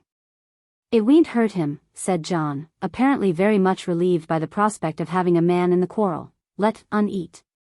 I wish the whole school was here. I'd give 'em summat to stay their unfortunate stomachs, why, if I spent the last penny I had. Squeers scowled at him with the worst and most malicious expression of which his face was capable.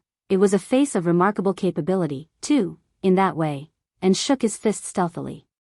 Coom, schoolmaster, said John, din not make a fool o' thyself, for if I was to sheik mine, only once, thou'd fa doon why the wind o' it.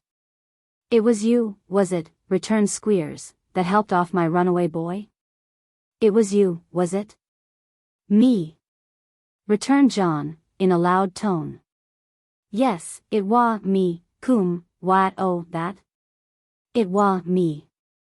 No o then. You hear him say he did it, my child, said Squeers, appealing to his daughter.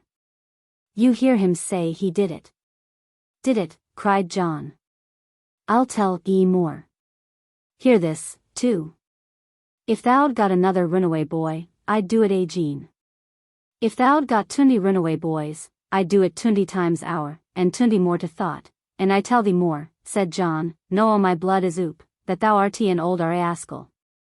And that it's weel for thou beest an old un, or I'd ha punded thee to flour when thou told an honest man who thou'd lick that poor chap in T Corch. An honest man, cried Squeers, with a sneer. Ah! An honest man, replied John. Honest in aught but ever putting legs under seam table, why, such as thou. Scandal, said Squeers, exultingly. 2 witnesses to it. Wackford knows the nature of an oath. He does. We shall have you there, sir. Rascal, eh? Mr. Squeers took out his pocketbook and made a note of it. Very good. I should say that was worth full £20 at the next assizes, without the honesty, sir. "Soizes," cried John, "thou'd bet they're not talk to me soizes. Yorkshire schools have been shown up at soizes afore no mun, and it's a ticklish subject to revive, I can tell ye." Mr. Squeers shook his head in a threatening manner, looking very white with passion. And taking his daughter's arm, and dragging little Wackford by the hand, retreated towards the door. "As for you," said Squeers, turning round and addressing Nicholas, who, as he had caused him to smart pretty soundly on a former occasion, purposely abstained from taking any part in the discussion, "see if I ain't down upon you before long.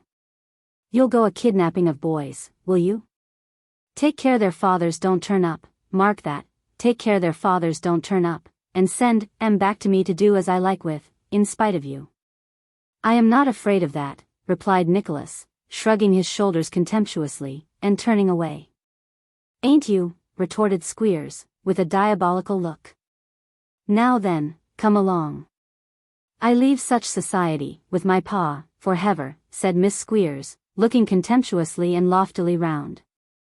"I am defiled by breathing the air with such creatures. Poor Mr. Browneye. He.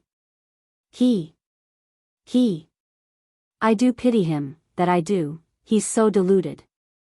He.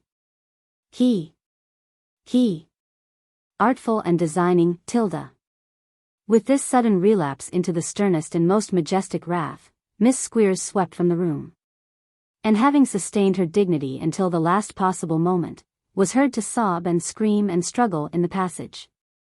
John Browdie remained standing behind the table, looking from his wife to Nicholas, and back again, with his mouth wide open, until his hand accidentally fell upon the tankard of ale, when he took it up.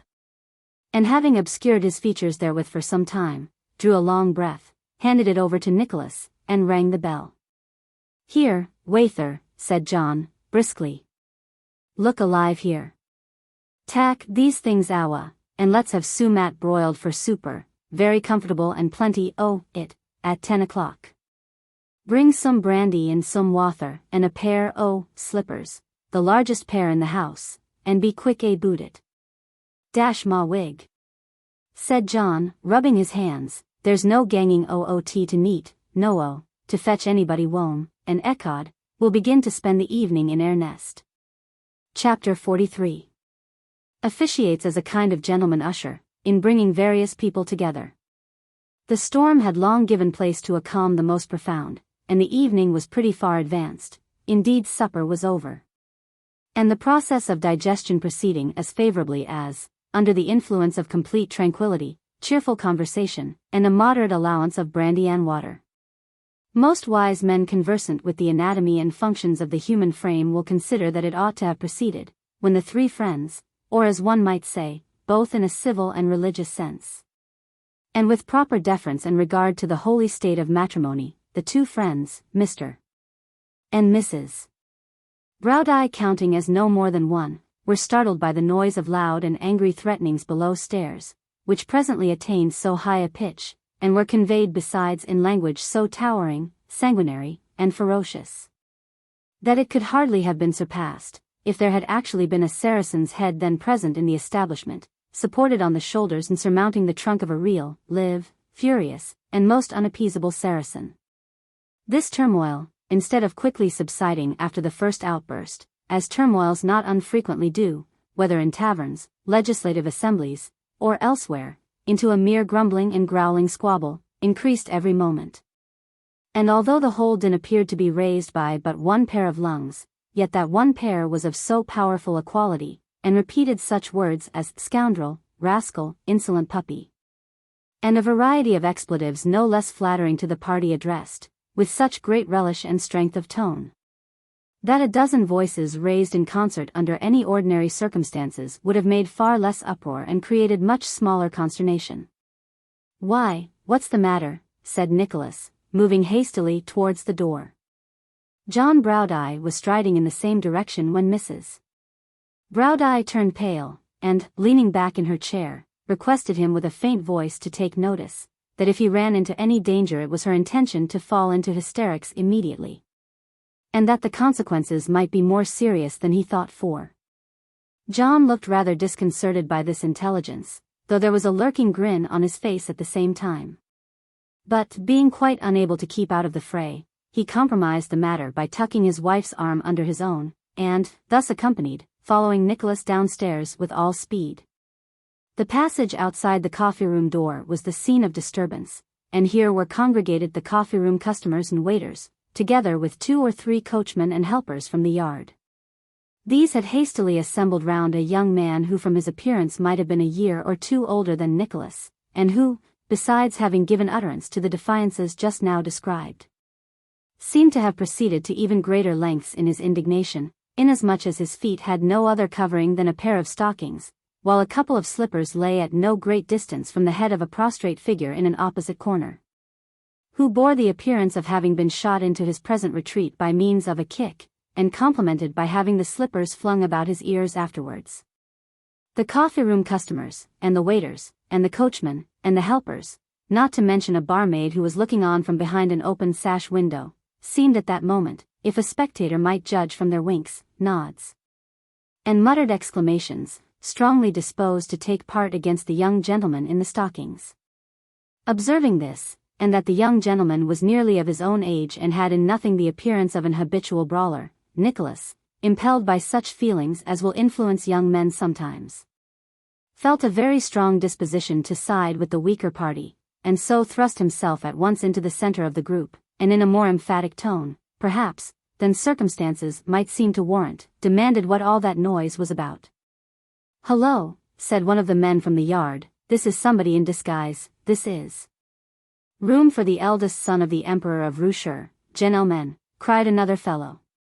Disregarding these sallies, which were uncommonly well received, as sallies at the expense of the best-dressed persons in a crowd usually are, Nicholas glanced carelessly round, and addressing the young gentleman, who had by this time picked up his slippers and thrust his feet into them, repeated his inquiries with a courteous air. "A mere nothing," he replied. At this a murmur was raised by the lookers-on, and some of the boldest cried, "Oh, indeed, wasn't it though, nothing, eh? He called that nothing, did he? Lucky for him if he found it nothing." These and many other expressions of ironical disapprobation having been exhausted, 2 or 3 of the out-of-door fellows began to hustle Nicholas and the young gentleman who had made the noise, stumbling against them by accident, and treading on their toes, and so forth. But this being a round game, and one not necessarily limited to 3 or 4 players, was open to John Browdie too, who, bursting into the little crowd, to the great terror of his wife, and falling about in all directions, now to the right, now to the left, now forwards, now backwards, and accidentally driving his elbow through the hat of the tallest helper, who had been particularly active, speedily caused the odds to wear a very different appearance. While more than one stout fellow limped away to a respectful distance, anathematizing with tears in his eyes the heavy tread and ponderous feet of the burly Yorkshireman. "Let me see him do it again," said he who had been kicked into the corner, rising as he spoke, apparently more from the fear of John Browdie's inadvertently treading upon him than from any desire to place himself on equal terms with his late adversary. "Let me see him do it again. That's all. Let me hear you make those remarks again," said the young man, "and I'll knock that head of yours in among the wineglasses behind you there." Here a waiter who had been rubbing his hands in excessive enjoyment of the scene, so long as only the breaking of heads was in question, adjured the spectators with great earnestness to fetch the police, declaring that otherwise murder would be surely done, and that he was responsible for all the glass and china on the premises. "No one need trouble himself to stir," said the young gentleman. "I am going to remain in the house all night, and shall be found here in the morning if there is any assault to answer for." "What did you strike him for?" asked one of the bystanders. "Ah! What did you strike him for?" demanded the others. The unpopular gentleman looked coolly round, and addressing himself to Nicholas, said, "You inquired just now what was the matter here. The matter is simply this. Yonder person, who was drinking with a friend in the coffee-room when I took my seat there for half an hour before going to bed, for I have just come off a journey, and preferred stopping here tonight, to going home at this hour, where I was not expected until tomorrow, chose to express himself in very disrespectful, and insolently familiar terms, of a young lady, whom I recognized from his description and other circumstances, and whom I have the honor to know.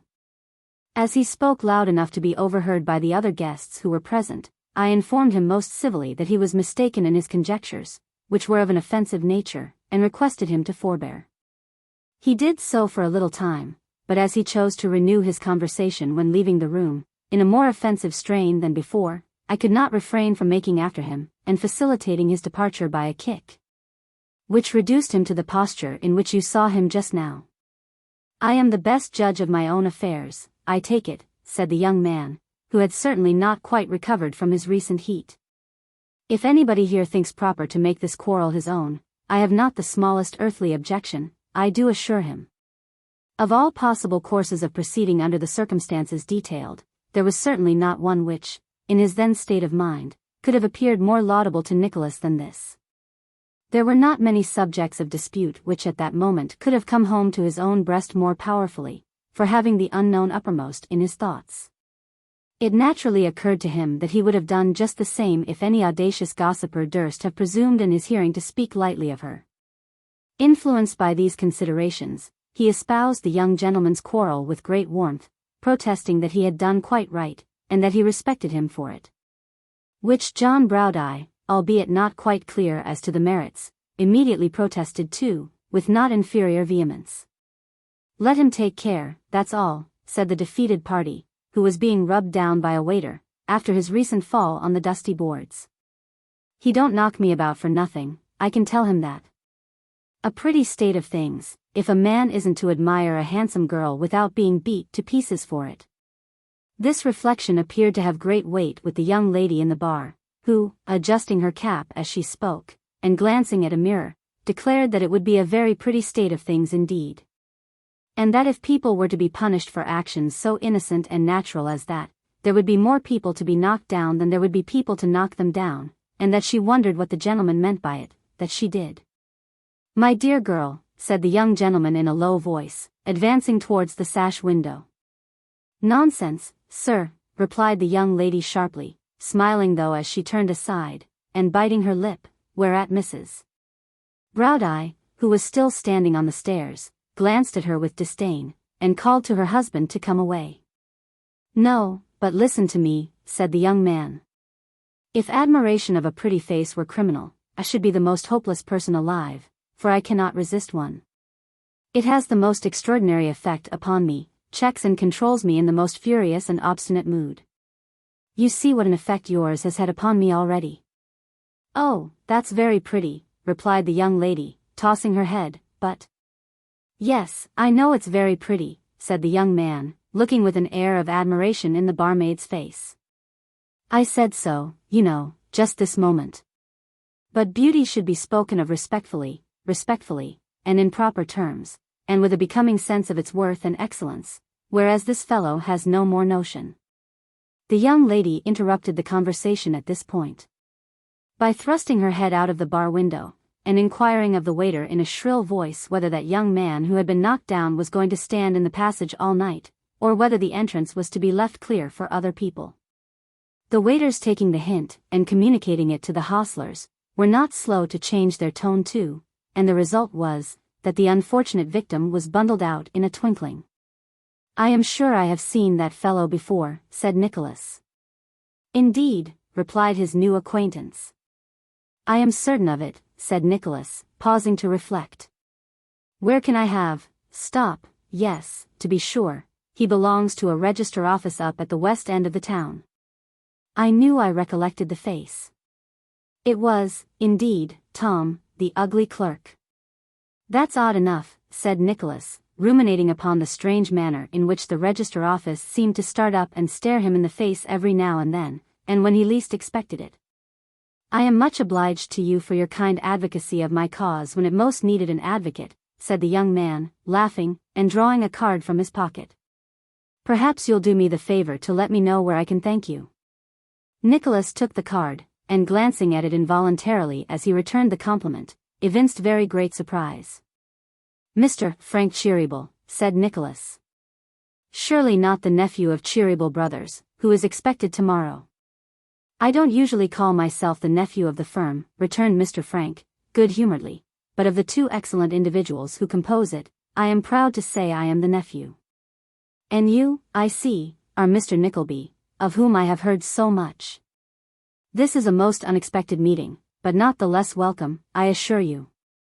Nicholas responded to these compliments with others of the same kind, and they shook hands warmly. Then he introduced John Browdie, who had remained in a state of great admiration ever since the young lady in the bar had been so skillfully won over to the right side. Then Mrs. John Browdie was introduced, and finally they all went upstairs together and spent the next half-hour with great satisfaction and mutual entertainment, Mrs. John Browdie beginning the conversation by declaring that of all the made-up things she ever saw, that young woman below stairs was the vainest and the plainest. This Mr.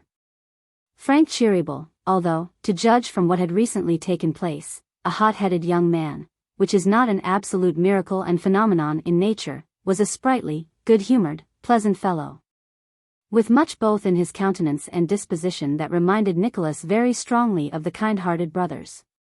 His manner was as unaffected as theirs, and his demeanor full of that heartiness which, to most people who have anything generous in their composition, is peculiarly prepossessing.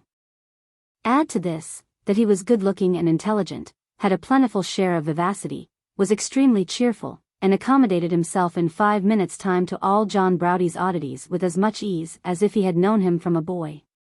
And it will be a source of no great wonder that, when they parted for the night, he had produced a most favourable impression, not only upon the worthy Yorkshireman and his wife, but upon Nicholas also, who, revolving all these things in his mind as he made the best of his way home, arrived at the conclusion that he had laid the foundation of a most agreeable and desirable acquaintance. "But it's a most extraordinary thing about that register office fellow," thought Nicholas. "Is it likely that this nephew can know anything about that beautiful girl? When Tim Linkinwater gave me to understand the other day that he was coming to take a share in the business here, he said he had been superintending it in Germany for 4 years. And that during the last 6 months he had been engaged in establishing an agency in the north of England. That's 4 years and a half, 4 years and a half. She can't be more than 17, say 18 at the outside. She was quite a child when he went away, then. I should say he knew nothing about her and had never seen her, so he can give me no information. At all events, thought Nicholas, coming to the real point in his mind, there can be no danger of any prior occupation of her affections in that quarter, that's quite clear.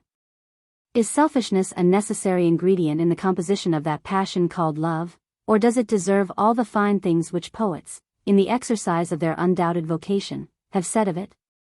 There are, no doubt, authenticated instances of gentlemen having given up ladies and ladies having given up gentlemen to meritorious rivals, under circumstances of great high-mindedness. But is it quite established that the majority of such ladies and gentlemen have not made a virtue of necessity, and nobly resigned what was beyond their reach? As a private soldier might register a vow never to accept the order of the Garter, or a poor curate of great piety and learning, but of no family, save a very large family of children, might renounce a bishopric? Here was Nicholas Nickleby, who would have scorned the thought of counting how the chances stood of his rising in favour or fortune with the brothers Cheeryble, now that their nephew had returned. Already deep in calculations whether that same nephew was likely to rival him in the affections of the fair unknown, discussing the matter with himself too, as gravely as if, with that one exception, it were all settled. And recurring to the subject again and again, and feeling quite indignant and ill-used at the notion of anybody else making love to one with whom he had never exchanged a word in all his life. To be sure, he exaggerated rather than depreciated the merits of his new acquaintance, but still he took it as a kind of personal offense that he should have any merits at all, in the eyes of this particular young lady, that is. For elsewhere he was quite welcome to have as many as he pleased. There was undoubted selfishness in all this, and yet Nicholas was of a most free and generous nature, with as few mean or sordid thoughts, perhaps, as ever fell to the lot of any man. And there is no reason to suppose that, being in love, he felt and thought differently from other people in the like sublime condition. He did not stop to set on foot an inquiry into his train of thought or state of feeling, however, but went thinking on all the way home, and continued to dream on in the same strain all night. For, having satisfied himself that Frank Cheeryble could have no knowledge of, or acquaintance with, the mysterious young lady, it began to occur to him that even he himself might never see her again. Upon which hypothesis he built up a very ingenious succession of tormenting ideas which answered his purpose even better than the vision of Mr. Frank Cheeryble, and tantalized and worried him, waking and sleeping. Notwithstanding all that has been said and sung to the contrary, there is no well-established case of morning having either deferred or hastened its approach by the term of an hour or so for the mere gratification of a splenetic feeling against some unoffending lover, the sun having, in the discharge of his public duty, as the books of precedent report, invariably risen according to the almanacs, and without suffering himself to be swayed by any private considerations.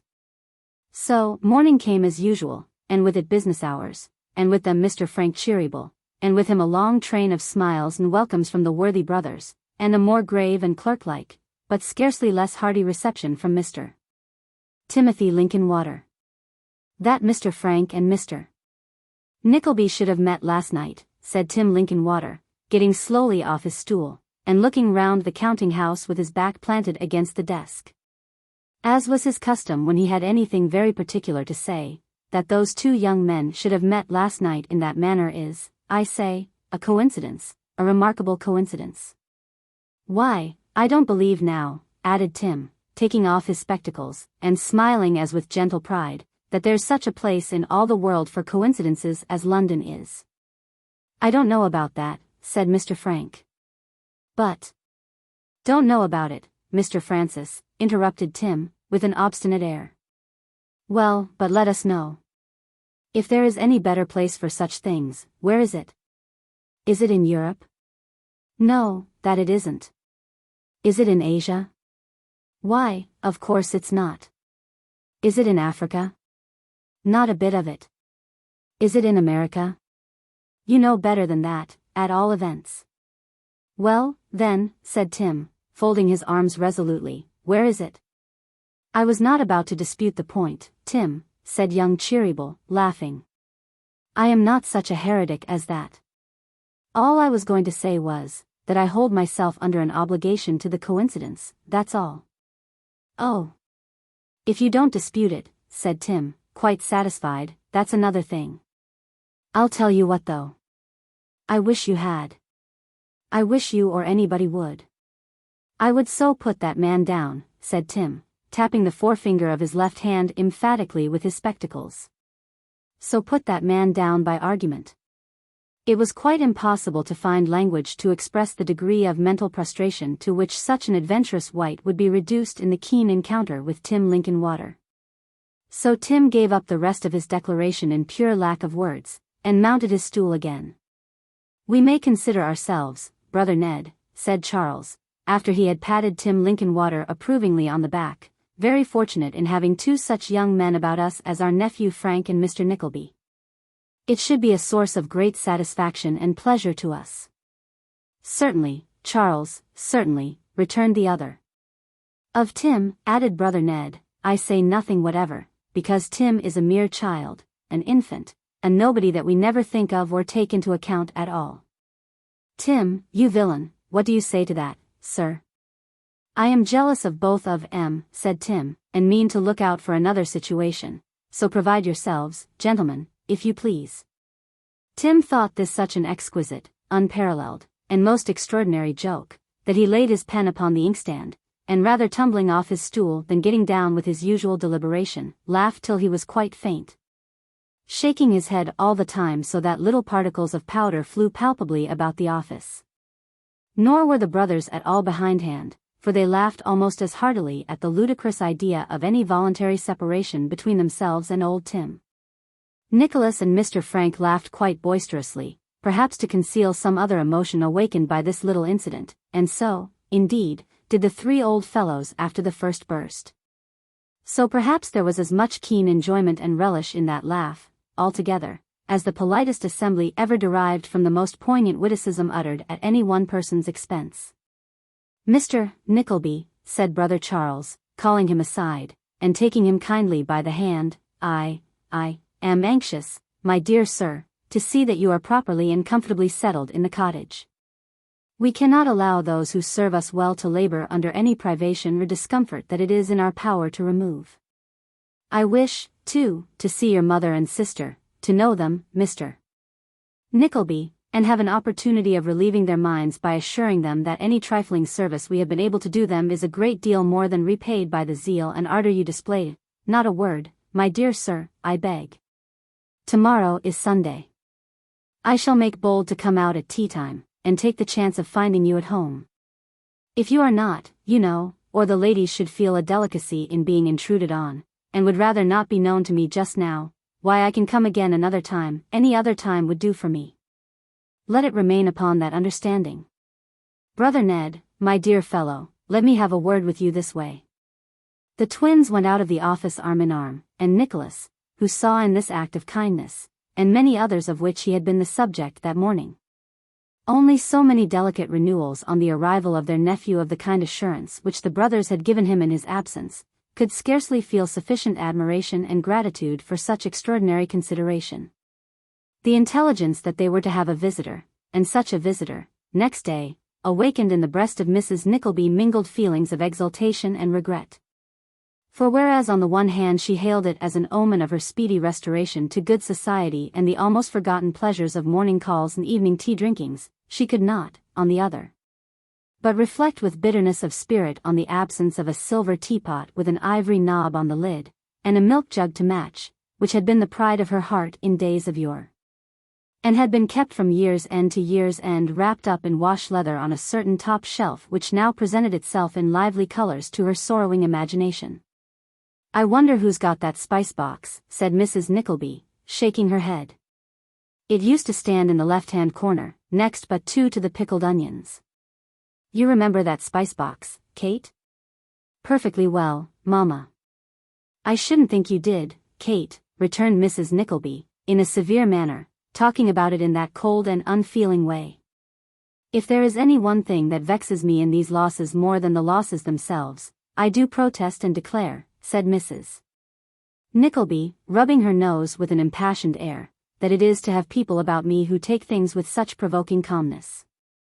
My dear Mamma, said Kate, stealing her arm round her mother's neck, why do you say what I know you cannot seriously mean or think, or why be angry with me for being happy and content?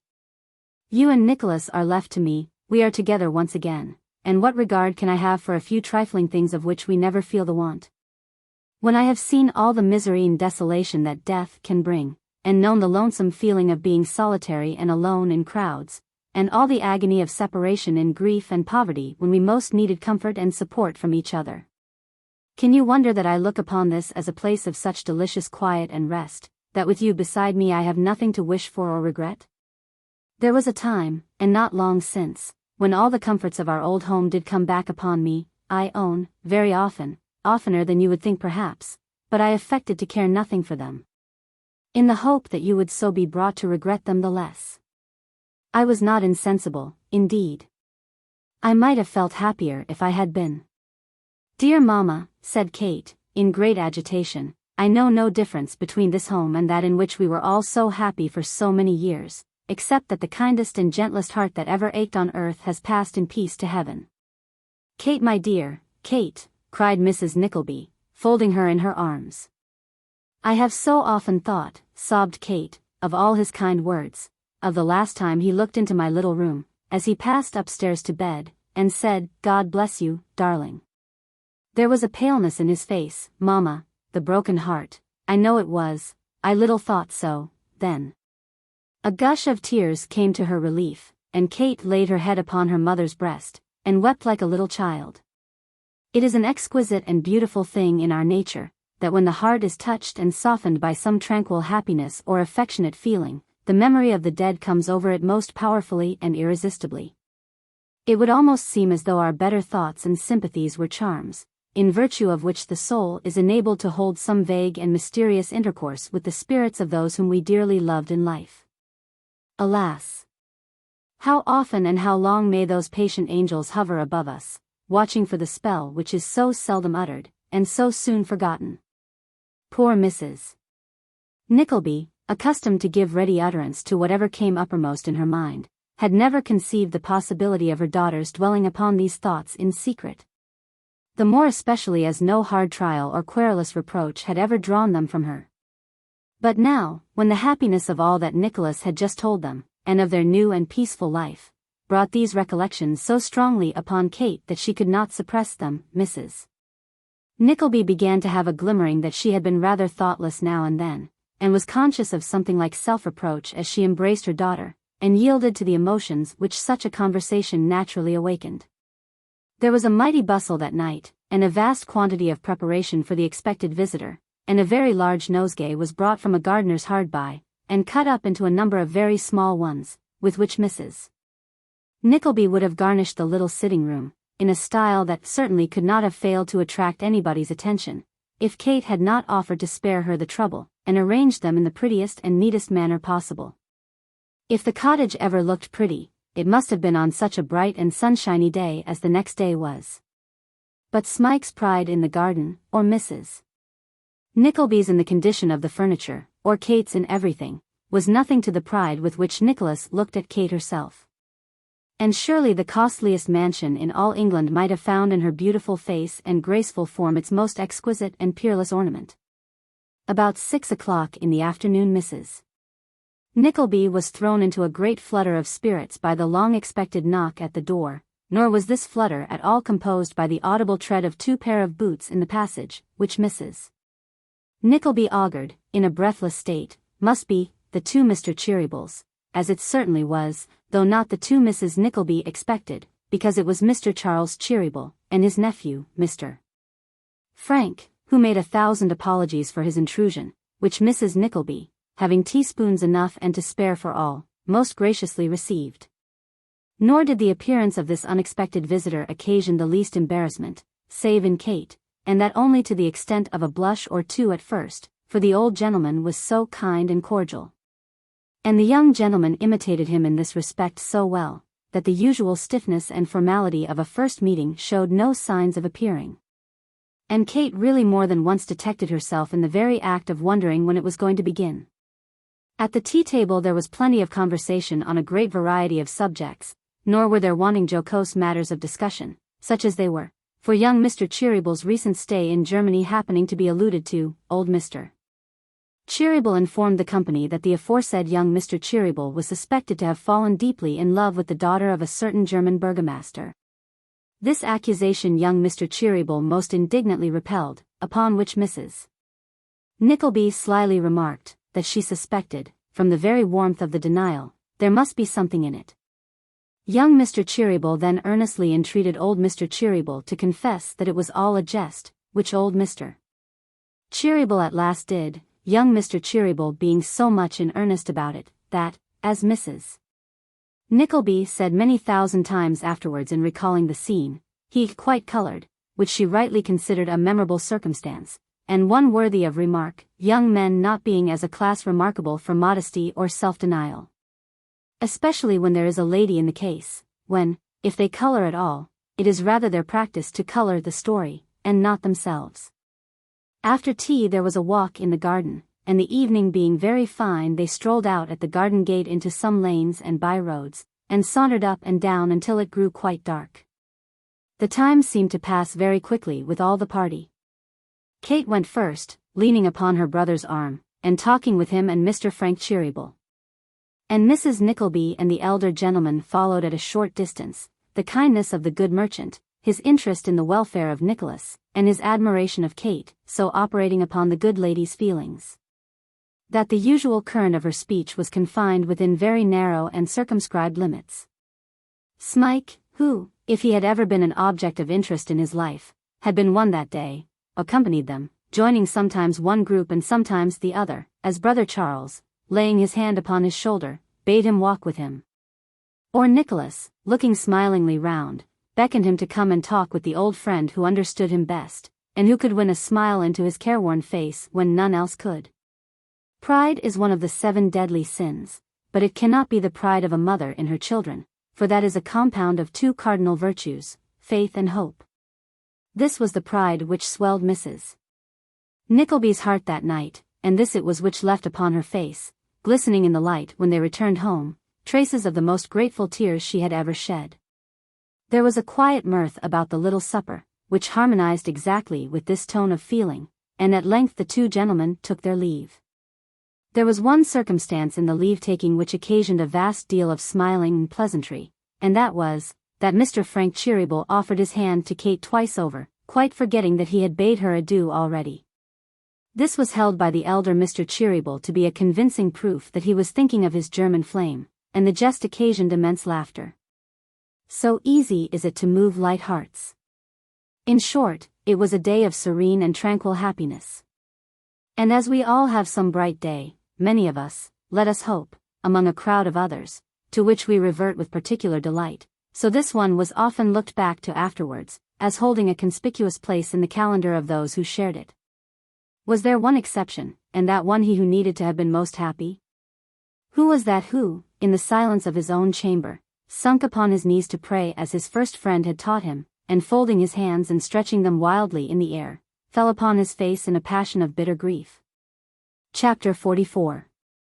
Mr. Ralph Nickleby cuts an old acquaintance. It would also appear from the contents hereof, that a joke, even between husband and wife, may be sometimes carried too far. There are some men who, living with the one object of enriching themselves, no matter by what means, and being perfectly conscious of the baseness and rascality of the means which they will use every day towards this end, affect nevertheless, even to themselves, a high tone of moral rectitude, and shake their heads and sigh over the depravity of the world. Some of the craftiest scoundrels that ever walked this earth, or rather, for walking implies, at least, an erect position and the bearing of a man, that ever crawled and crept through life by its dirtiest and narrowest ways, will gravely jot down in diaries the events of every day, and keep a regular debtor and creditor account with heaven, which shall always show a floating balance in their own favor. Whether this is a gratuitous, the only gratuitous, part of the falsehood and trickery of such men's lives, or whether they really hope to cheat heaven itself, and lay up treasure in the next world by the same process which has enabled them to lay up treasure in this, not to question how it is, so it is. And, doubtless, such bookkeeping, like certain autobiographies which have enlightened the world, cannot fail to prove serviceable, in the one respect of sparing the recording angel some time and labor. Ralph Nickleby was not a man of this stamp. Stern, unyielding, dogged, and impenetrable, Ralph cared for nothing in life, or beyond it, save the gratification of two passions, avarice, the first and predominant appetite of his nature, and hatred, the second. Affecting to consider himself but a type of all humanity, he was at little pains to conceal his true character from the world in general, and in his own heart he exulted over and cherished every bad design as it had birth. The only scriptural admonition that Ralph Nickleby heeded, in the letter, was know thyself. He knew himself well, and choosing to imagine that all mankind were cast in the same mold, hated them.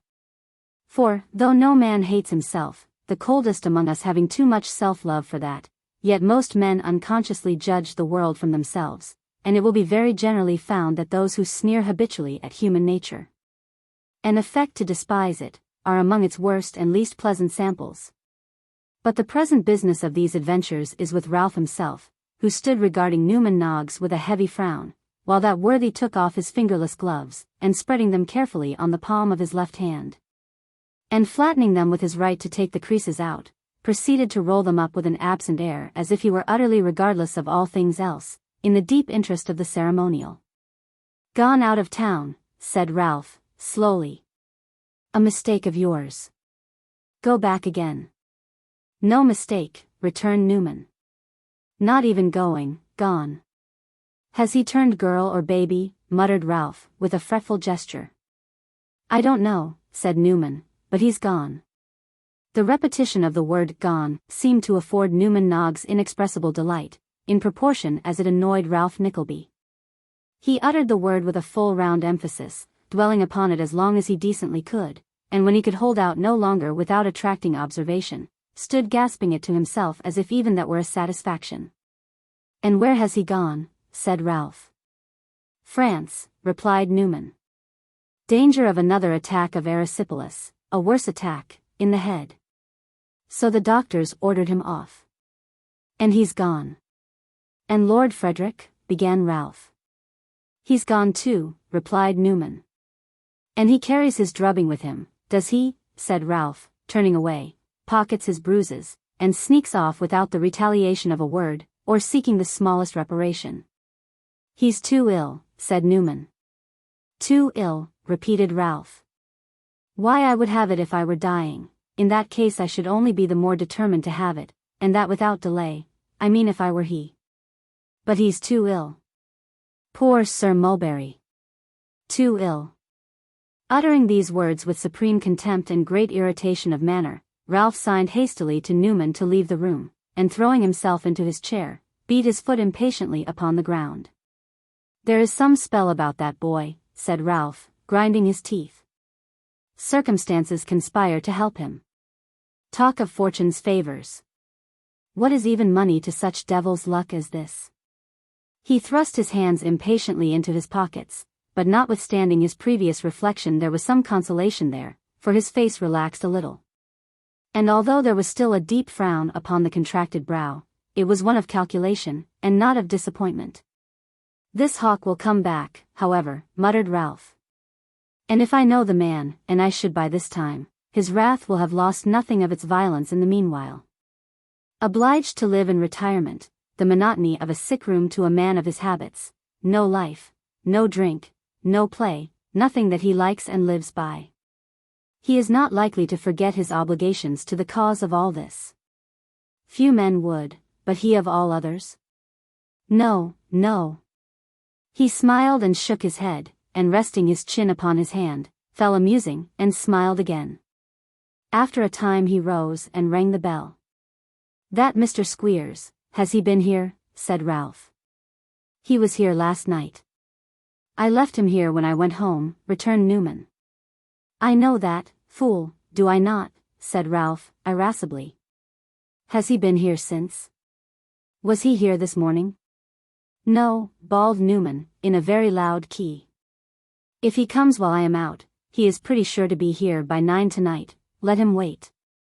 And if there's another man with him, as there will be, perhaps," said Ralph, checking himself, "let him wait too."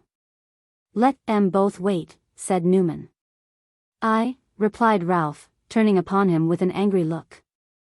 "Help me on with this, Spencer, and don't repeat after me, like a croaking parrot." "I wish I was a parrot," Newman, sulkily. "I wish you were," rejoined Ralph, drawing his Spencer on. "I'd have wrung your neck long ago." Newman returned no answer to this compliment, but looked over Ralph's shoulder for an instant. He was adjusting the collar of the Spencer behind, just then, as if he were strongly disposed to tweak him by the nose. Meeting Ralph's eye, however, he suddenly recalled his wandering fingers, and rubbed his own red nose with a vehemence quite astonishing. Bestowing no further notice upon his eccentric follower than a threatening look, and an admonition to be careful and make no mistake, Ralph took his hat and gloves, and walked out.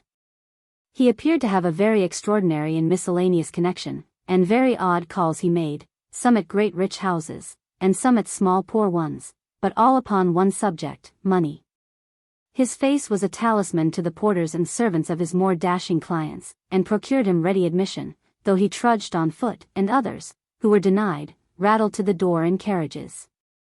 Here he was all softness and cringing civility, his step so light, that it scarcely produced a sound upon the thick carpets, his voice so soft that it was not audible beyond the person to whom it was addressed. But in the poorer habitations Ralph was another man. His boots creaked upon the passage floor as he walked boldly in, his voice was harsh and loud as he demanded the money that was overdue, his threats were coarse and angry. With another class of customers, Ralph was again another man. These were attorneys of more than doubtful reputation, who helped him to new business, or raised fresh profits upon old. With them Ralph was familiar and jocose, humorous upon the topics of the day, and especially pleasant upon bankruptcies and pecuniary difficulties that made good for trade. In short, it would have been difficult to have recognized the same man under these various aspects, but for the bulky leather case full of bills and notes which he drew from his pocket at every house. And the constant repetition of the same complaint, varied only in tone and style of delivery, that the world thought him rich, and that perhaps he might be if he had his own. But there was no getting money in when it was once out, either principle or interest, and it was a hard matter to live, even to live from day to day. It was evening before a long round of such visits, interrupted only by a scanty dinner at an eating-house, terminated at Pimlico, and Ralph walked along St. James's Park, on his way home.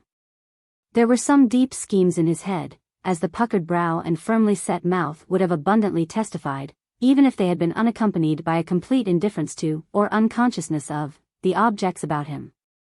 So complete was his abstraction, however, that Ralph, usually as quick-sighted as any man, did not observe that he was followed by a shambling figure, which at one time stole behind him with noiseless footsteps. At another crept a few paces before him, and at another glided along by his side.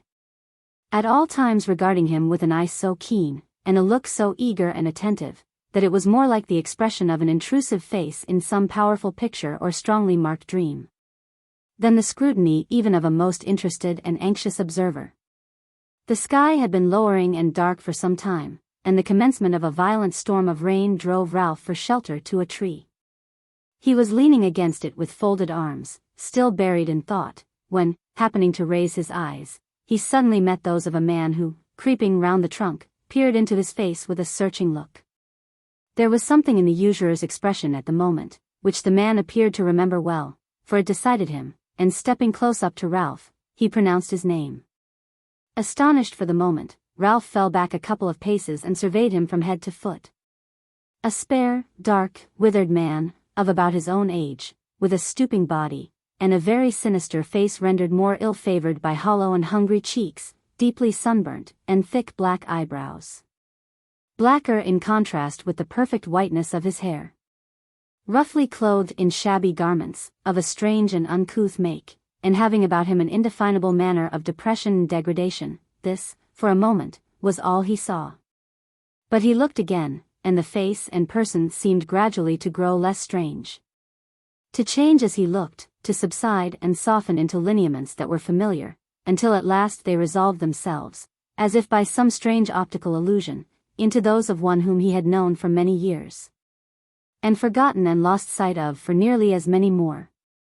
The man saw that the recognition was mutual, and beckoning to Ralph to take his former place under the tree, and not to stand in the falling rain, of which, in his first surprise, he had been quite regardless, addressed him in a hoarse, faint tone.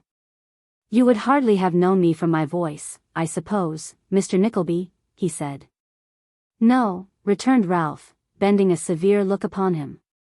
"Though there is something in that I remember now. There is little in me that you can call to mind as having been there 8 years ago, I dare say," observed the other. "Quite enough," said Ralph, carelessly, and averting his face. "More than enough. If I had remained in doubt about you, Mr. Nickleby," said the other, "this reception, and your manner, would have decided me very soon." "Did you expect any other?" asked Ralph, sharply. "No," said the man. "You were right," retorted Ralph, "and as you feel no surprise, need express none." "Mr. Nickleby," said the man, bluntly, after a brief pause, during which he had seemed to struggle with an inclination to answer him by some reproach, "will you hear a few words that I have to say?" "I am obliged to wait here till the rain holds a little," said Ralph, looking abroad. "If you talk, sir, I shall not put my fingers in my ears, though your talking may have as much effect as if I did. I was once in your confidence," thus his companion began. Ralph looked round, and smiled involuntarily. "Well," said the other, "as much in your confidence as you ever chose to let anybody be." "Ah," rejoined Ralph, folding his arms. "That's another thing, quite another thing. Don't let us play upon words, Mr. Nickleby, in the name of humanity." "Of what?" said Ralph. "Of humanity," replied the other, sternly. "I am hungry and in want. If the change that you must see in me after so long an absence, must see, for I, upon whom it has come by slow and hard degrees, see it and know it well, will not move you to pity, let the knowledge that bread, not the daily bread of the Lord's Prayer, which, as it is offered up in cities like this, is understood to include half the luxuries of the world for the rich, and just as much coarse food as will support life for the poor, not that, but bread. A crust of dry hard bread, is beyond my reach today, let that have some weight with you, if nothing else has. If this is the usual form in which you beg, sir, said Ralph, you have studied your part well, but if you will take advice from one who knows something of the world and its ways, I should recommend a lower tone. A little lower tone, or you stand a fair chance of being starved in good earnest.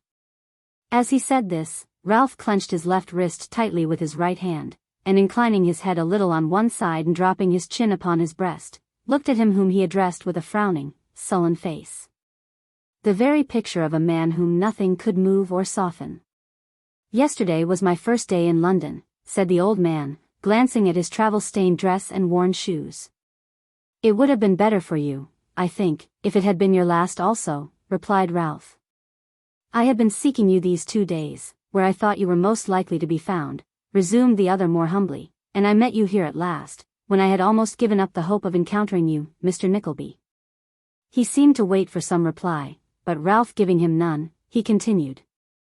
I am a most miserable and wretched outcast, nearly 60 years old, and as destitute and helpless as a child of 6. I am 60 years old, too, replied Ralph, and am neither destitute nor helpless. Work. Don't make fine play-acting speeches about bread, but earn it. How? Cried the other. Where? Show me the means. Will you give them to me, will you? I did once, replied Ralph, composedly. You scarcely need ask me whether I will again. It's 20 years ago, or more, said the man, in a suppressed voice, since you and I fell out. You remember that? I claimed a share in the profits of some business I brought to you, and, as I persisted, you arrested me for an old advance of £10, odd shillings, including interest at 50%, or so.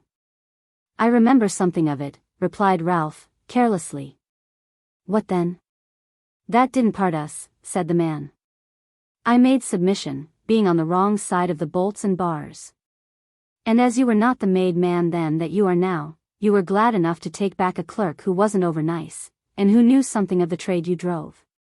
You begged and prayed, and I consented, returned Ralph. That was kind of me. Perhaps I did want you. I forget. I should think I did, or you would have begged in vain. You were useful, not too honest, not too delicate, not too nice of hand or heart, but useful. Useful, indeed, said the man. Come. You had pinched and ground me down for some years before that, but I had served you faithfully up to that time, in spite of all your dog's usage. Had I? Ralph made no reply. Had I? Said the man again. You had had your wages, rejoined Ralph, and had done your work. We stood on equal ground so far, and could both cry quits. Then, but not afterwards, said the other. Not afterwards, certainly, nor even then, for, as you have just said, you owed me money, and do still, replied Ralph. That's not all, said the man, eagerly. That's not all. Mark that. I didn't forget that old sore, trust me. Partly in remembrance of that, and partly in the hope of making money someday by the scheme, I took advantage of my position about you, and possessed myself of a hold upon you, which you would give half of all you have to know. And never can know but through me. I left you, long after that time, remember, and, for some poor trickery that came within the law, but was nothing to what you money-makers daily practice just outside its bounds, was sent away a convict for 7 years. I have returned what you see me. Now, Mr. Nickleby, said the man, with a strange mixture of humility and sense of power, what help and assistance will you give me, what bribe, to speak out plainly? My expectations are not monstrous, but I must live, and to live I must eat and drink. Money is on your side, and hunger and thirst on mine. You may drive an easy bargain. Is that all? Said Ralph, still eyeing his companion with the same steady look, and moving nothing but his lips. It depends on you, Mr. Nickleby, whether that's all or not, was the rejoinder. Why then, harkee, mister, I don't know by what name I am to call you, said Ralph. By my old one, if you like. Why then, harkee, Mr. Brooker, said Ralph, in his harshest accents, and don't expect to draw another speech from me.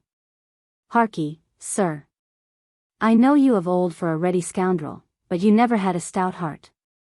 And hard work, with, maybe, chains upon those legs of yours, and shorter food than when I pinched and ground you, has blunted your wits, or you would not come with such a tale as this to me. You a hold upon me. Keep it, or publish it to the world, if you like.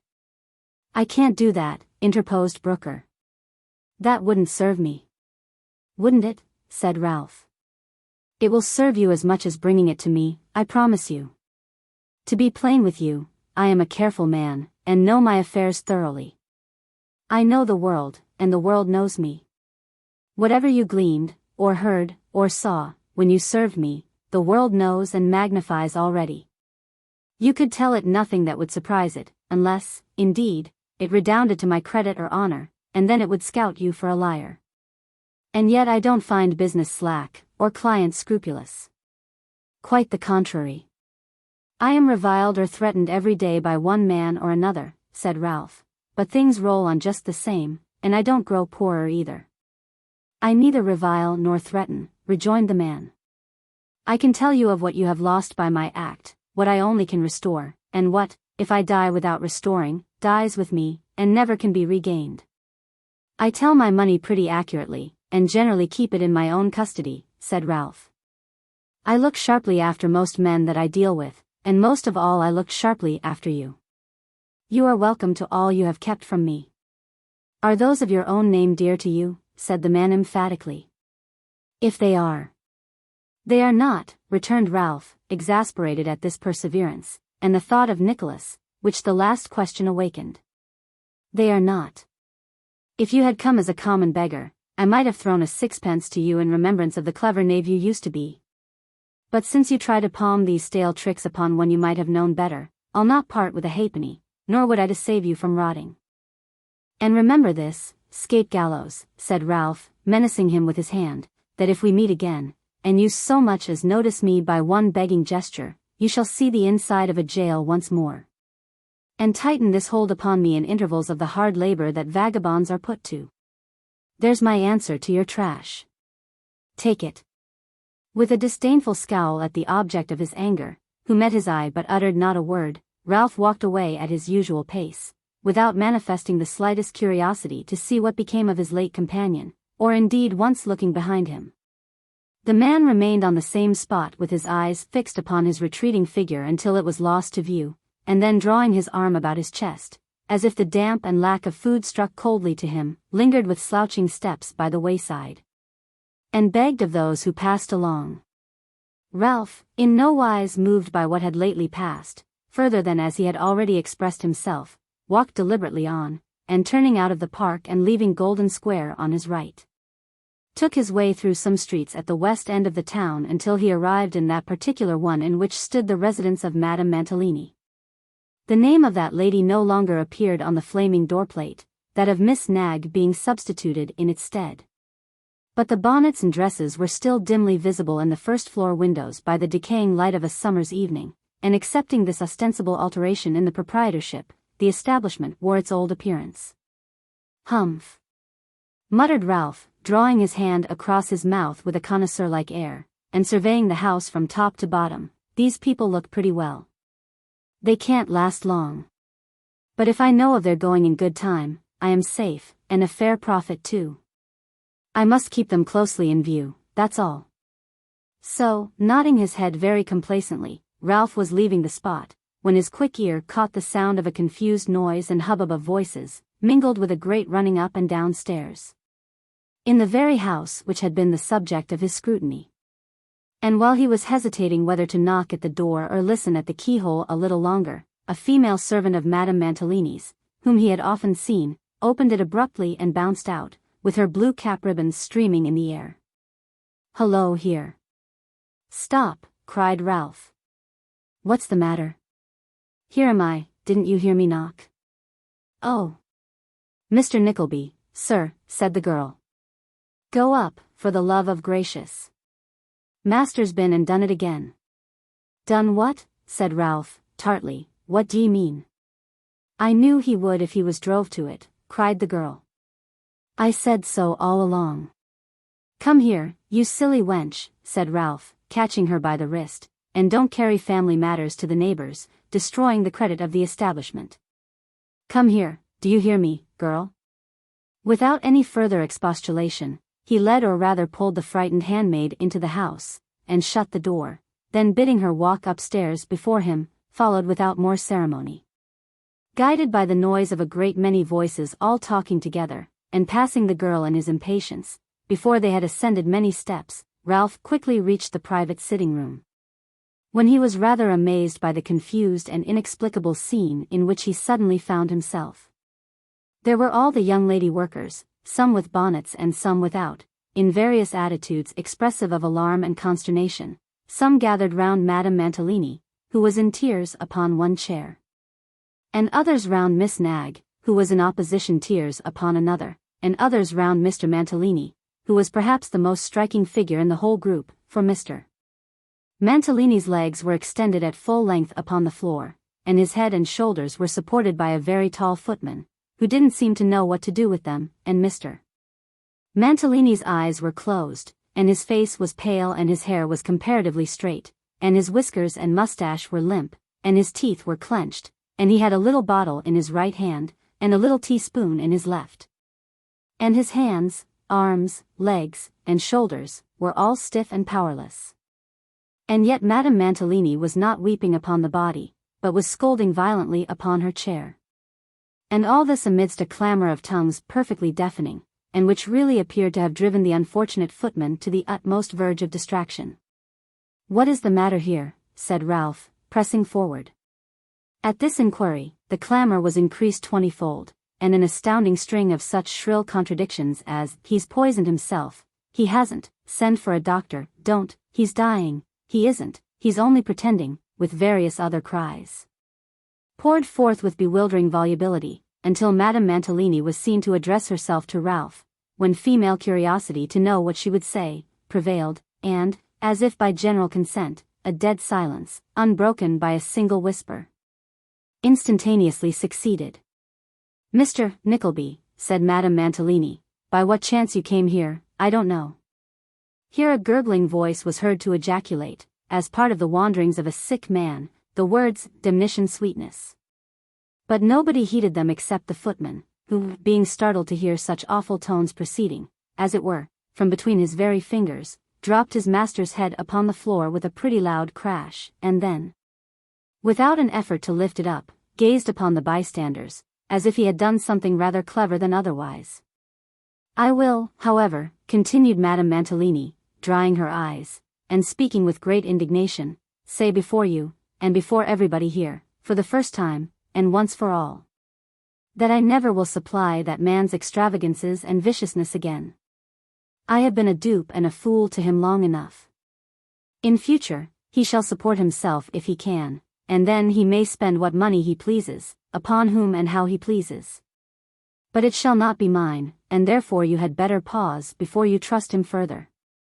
Thereupon Madame Mantalini, quite unmoved by some most pathetic lamentations on the part of her husband, that the apothecary had not mixed the prussic acid strong enough, and that he must take another bottle or two to finish the work he had in hand, entered into a catalogue of that amiable gentleman's gallantries, deceptions, extravagances, and infidelities, especially the last, winding up with a protest against being supposed to entertain the smallest remnant of regard for him, and adducing, in proof of the altered state of her affections, the circumstance of his having poisoned himself in private no less than 6 times within the last fortnight, and her not having once interfered by word or deed to save his life.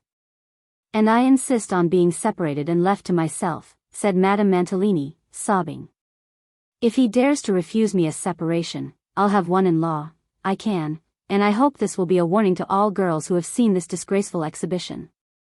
Miss Nagg, who was unquestionably the oldest girl in company, said with great solemnity, that it would be a warning to her, and so did the young ladies generally, with the exception of 1 or 2 who appeared to entertain some doubts whether such whispers could do wrong. "Why do you say all this before so many listeners?" said Ralph, in a low voice. "You know you are not in earnest." "I am in earnest," replied Madame Mantalini, aloud, and retreating towards Miss Nagg. "Well, but consider," reasoned Ralph, who had a great interest in the matter. "It would be well to reflect. A married woman has no property. Not a solitary single individual my soul, and Mr. Mantalini, raising himself upon his elbow. I am quite aware of that, retorted Madame Mantalini, tossing her head, and I have none. The business, the stock, this house, and everything in it, all belong to Miss Nagg. That's quite true, Madame Mantalini, said Miss Nagg, with whom her late employer had secretly come to an amicable understanding on this point. Very true, indeed, Madame Mantalini, very true. And I never was more glad in all my life, that I had strength of mind to resist matrimonial offers, no matter how advantageous, than I am when I think of my present position as compared with your most unfortunate and most undeserved one. Madame Mantalini. Damn it, cried Mr. Mantalini, turning his head towards his wife. Will it not slap and pinch the envious dowager, that dares to reflect upon its own delicious? But the day of Mr. Mantalini's blandishments had departed. Miss Nagg, sir, said his wife, is my particular friend, and although Mr. Mantalini leered till his eyes seemed in danger of never coming back to their right places again, Madame Mantalini showed no signs of softening. To do the excellent Miss Nagg justice, she had been mainly instrumental in bringing about this altered state of things, for, finding by daily experience, that there was no chance of the business thriving, or even continuing to exist, while Mr. Mantalini had any hand in the expenditure, and having now a considerable interest in its well-doing, she had sedulously applied herself to the investigation of some little matters connected with that gentleman's private character, which she had so well elucidated, and artfully imparted to Madame Mantalini, as to open her eyes more effectually than the closest and most philosophical reasoning could have done in a series of years. To which end, the accidental discovery by Miss Nagg of some tender correspondence, in which Madame Mantalini was described as old and ordinary, had most providentially contributed. However, notwithstanding her firmness, Madame Mantalini wept very piteously, and as she leant upon Miss Nagg, and signed towards the door, that young lady and all the other young ladies with sympathizing faces, proceeded to bear her out. Nickleby, said Mr. Mantalini in tears, you have been made a witness to this damnation cruelty, on the part of the destined slaver and captivator that never was, oh dem. I forgive that woman. Forgive, repeated Madame Mantalini, angrily. I do forgive her, Nickleby, said Mr. Mantalini.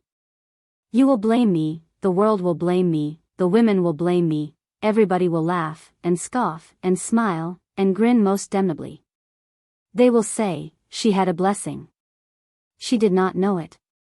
He was too weak, he was too good, he was a demmed fine fellow, but he loved too strong, he could not bear her to be cross, and call him wicked names. It was a demmed case, there never was a demder. But I forgive her. With this affecting speech Mr. Mantalini fell down again very flat, and lay to all appearance without sense or motion, until all the females had left the room, when he came cautiously into a sitting posture, and confronted Ralph with a very blank face, and the little bottle still in one hand and the teaspoon in the other. You may put away those fooleries now, and live by your wits again, said Ralph, coolly putting on his hat. Damn it, Nickleby, you're not serious? I seldom joke, said Ralph. Good night. No, but Nickleby, said Mantalini. I am wrong, perhaps, rejoined Ralph. I hope so. You should know best. Good night. Affecting not to hear his entreaties that he would stay and advise with him, Ralph left the crestfallen Mr. Mantalini to his meditations, and left the house quietly. Oh ho, he said, sets the wind that way so soon? Half knave and half fool, and detected in both characters? I think your day is over, sir. As he said this, he made some memorandum in his pocket-book in which Mr. Mantalini's name figured conspicuously, and finding by his watch that it was between 9 and 10 o'clock, made all speed home. Are they here? Was the first question he asked of Newman. Newman nodded. Been here half an hour. 2 of them? One a fat sleek man? Aye, said Newman. In your room now. Good, rejoined Ralph. Get me a coach. A coach? What, you, going to, stammered Newman. Ralph angrily repeated his orders, and Noggs, who might well have been excused for wondering at such an unusual and extraordinary circumstance, for he had never seen Ralph in a coach in his life, departed on his errand, and presently returned with the conveyance. Into it went Mr. Squeers, and Ralph, and the third man, whom Newman Noggs had never seen. Newman stood upon the doorstep to see them off, not troubling himself to wonder where or upon what business they were going, until he chanced by mere accident to hear Ralph name the address whither the coachman was to drive. Quick as lightning and in a state of the most extreme wonder, Newman darted into his little office for his hat, and limped after the coach as if with the intention of getting up behind. But in this design he was balked, for it had too much the start of him and was soon hopelessly ahead, leaving him gaping in the empty street. "I don't know though," said Noggs, stopping for breath, "any good that I could have done by going too. He would have seen me if I had.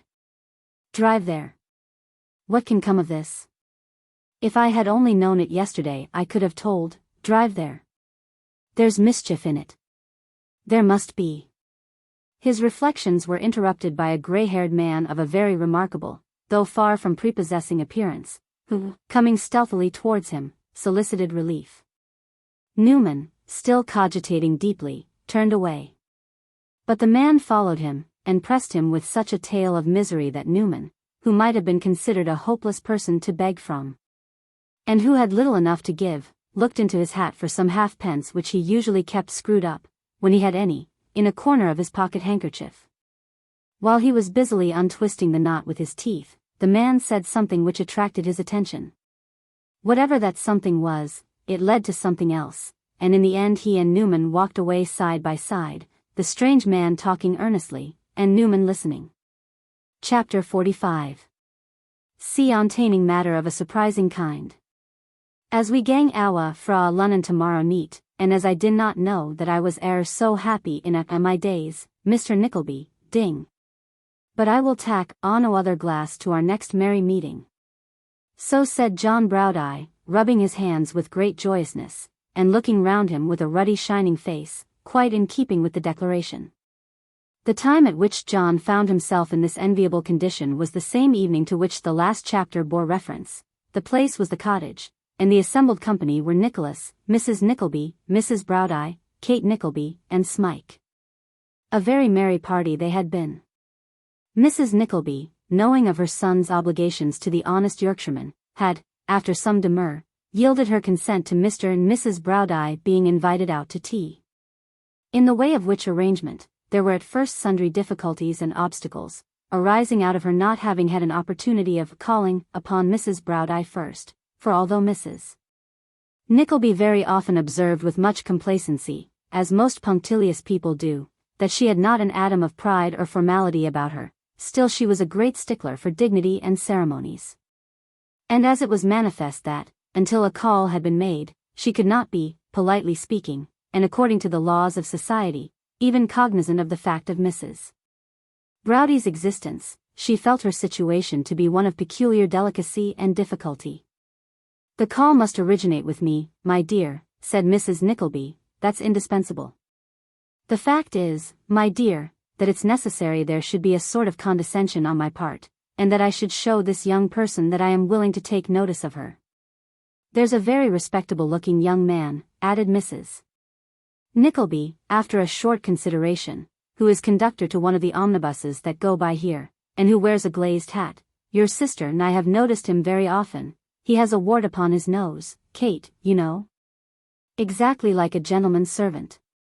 "Have all gentlemen's servants warts upon their noses, mother?" asked Nicholas. "Nicholas, my dear, how very absurd you are," returned his mother. "Of course I mean that his glazed hat looks like a gentleman's servant, and not the wart upon his nose. Though even that is not so ridiculous as it may seem to you, for we had a footboy once, who had not only a wart, but a one also, and a very large one too, and he demanded to have his wages raised in consequence, because he found it came very expensive. Let me see, what was I? Oh yes, I know. The best way that I can think of would be to send a card, and my compliments, I've no doubt he'd take M for a pot of porter, by this young man, to the Saracen with 2 necks. If the waiter took him for a gentleman's servant, so much the better. Then all Mrs. Browdie would have to do would be to send her card back by the carrier. He could easily come with a double knock, and there's an end of it. My dear mother, said Nicholas, I don't suppose such unsophisticated people as these ever had a card of their own, or ever will have. Oh that, indeed, Nicholas, my dear, returned Mrs. Nickleby, that's another thing. If you put it upon that ground, why, of course, I have no more to say, than that I have no doubt they are very good sort of persons, and that I have no kind of objection to their coming here to tea if they like. And shall make a point of being very civil to them if they do. The point being thus effectually set at rest, and Mrs. Nickleby duly placed in the patronizing and mildly condescending position which became her rank and matrimonial years, Mr. and Mrs. Browdie were invited and came. And as they were very deferential to Mrs. Nickleby, and seemed to have a becoming appreciation of her greatness, and were very much pleased with everything, the good lady had more than once given Kate to understand, in a whisper, that she thought they were the very best meaning people she had ever seen, and perfectly well behaved. And thus it came to pass, that John Browdie declared, in the parlour after supper, to wit, and 20 minutes before 11 o'clock p.m., that he had never been so happy in all his days. Nor was Mrs. Browdie much behind her husband in this respect, for that young matron, whose rustic beauty contrasted very prettily with the more delicate loveliness of Kate, and without suffering by the contrast either. For each served as it were to set off and decorate the other, could not sufficiently admire the gentle and winning manners of the young lady, or the engaging affability of the elder one. Then Kate had the art of turning the conversation to subjects upon which the country girl, bashful at first in strange company, could feel herself at home, and if Mrs. Nickleby was not quite so felicitous at times in the selection of topics of discourse, or if she did seem, as Mrs. Browdie expressed it, rather high in her notions, still nothing could be kinder. And that she took considerable interest in the young couple was manifest from the very long lectures on housewifery with which she was so obliging as to entertain Mrs. Browdie's private ear, which were illustrated by various references to the domestic economy of the cottage, in which, those duties falling exclusively upon Kate, the good lady had about as much share either in theory or practice as any one of the statues of the 12 apostles which embellished the exterior of St. Paul's Cathedral. Mr. Browdie, said Kate, addressing his young wife, is the best-humoured, the kindest and heartiest creature I ever saw. If I were oppressed with I don't know how many cares, it would make me happy only to look at him. He does seem indeed, upon my word, a most excellent creature, Kate, said Mrs. Nickleby, most excellent. And I am sure that at all times it will give me pleasure, really pleasure now, to have you, Mrs. Browdie, to see me in this plain and homely manner. We make no display, said Mrs. Nickleby, with an air which seemed to insinuate that they could make a vast deal if they were so disposed, no fuss, no preparation, I wouldn't allow it. I said, Kate, my dear, you will only make Mrs. Browdie feel uncomfortable, and how very foolish and inconsiderate that would be. I am very much obliged to you, I am sure, ma'am, returned Mrs. Browdie, gratefully. It's nearly 11 o'clock, John. I am afraid we are keeping you up very late, ma'am. Late, cried Mrs. Nickleby, with a sharp thin laugh, and one little cough at the end, like a note of admiration expressed. This is quite early for us. We used to keep such hours. 12, 1, 2, 3 o'clock was nothing to us. Balls, dinners, card parties. Never were such rakes as the people about where we used to live. I often think now, I am sure, that how we ever could go through with it is quite astonishing, and that is just the evil of having a large connection and being a great deal sought after. Which I would recommend all young married people steadily to resist. Though of course, and it's perfectly clear, and a very happy thing too, I think, that very few young married people can be exposed to such temptations. There was one family in particular, that used to live about a mile from us, not straight down the road, but turning sharp off to the left by the turnpike where the Plymouth mail ran over the donkey, that were quite extraordinary people for giving the most extravagant parties, with artificial flowers and champagne, and variegated lamps, and, in short, every delicacy of eating and drinking that the most singular epicure could possibly require. I don't think that there ever were such people as those Peltiroguses. You remember the Peltiroguses, Kate? Kate saw that for the ease and comfort of the visitors it was high time to stay this flood of recollection, so answered that she entertained of the Peltiroguses a most vivid and distinct remembrance.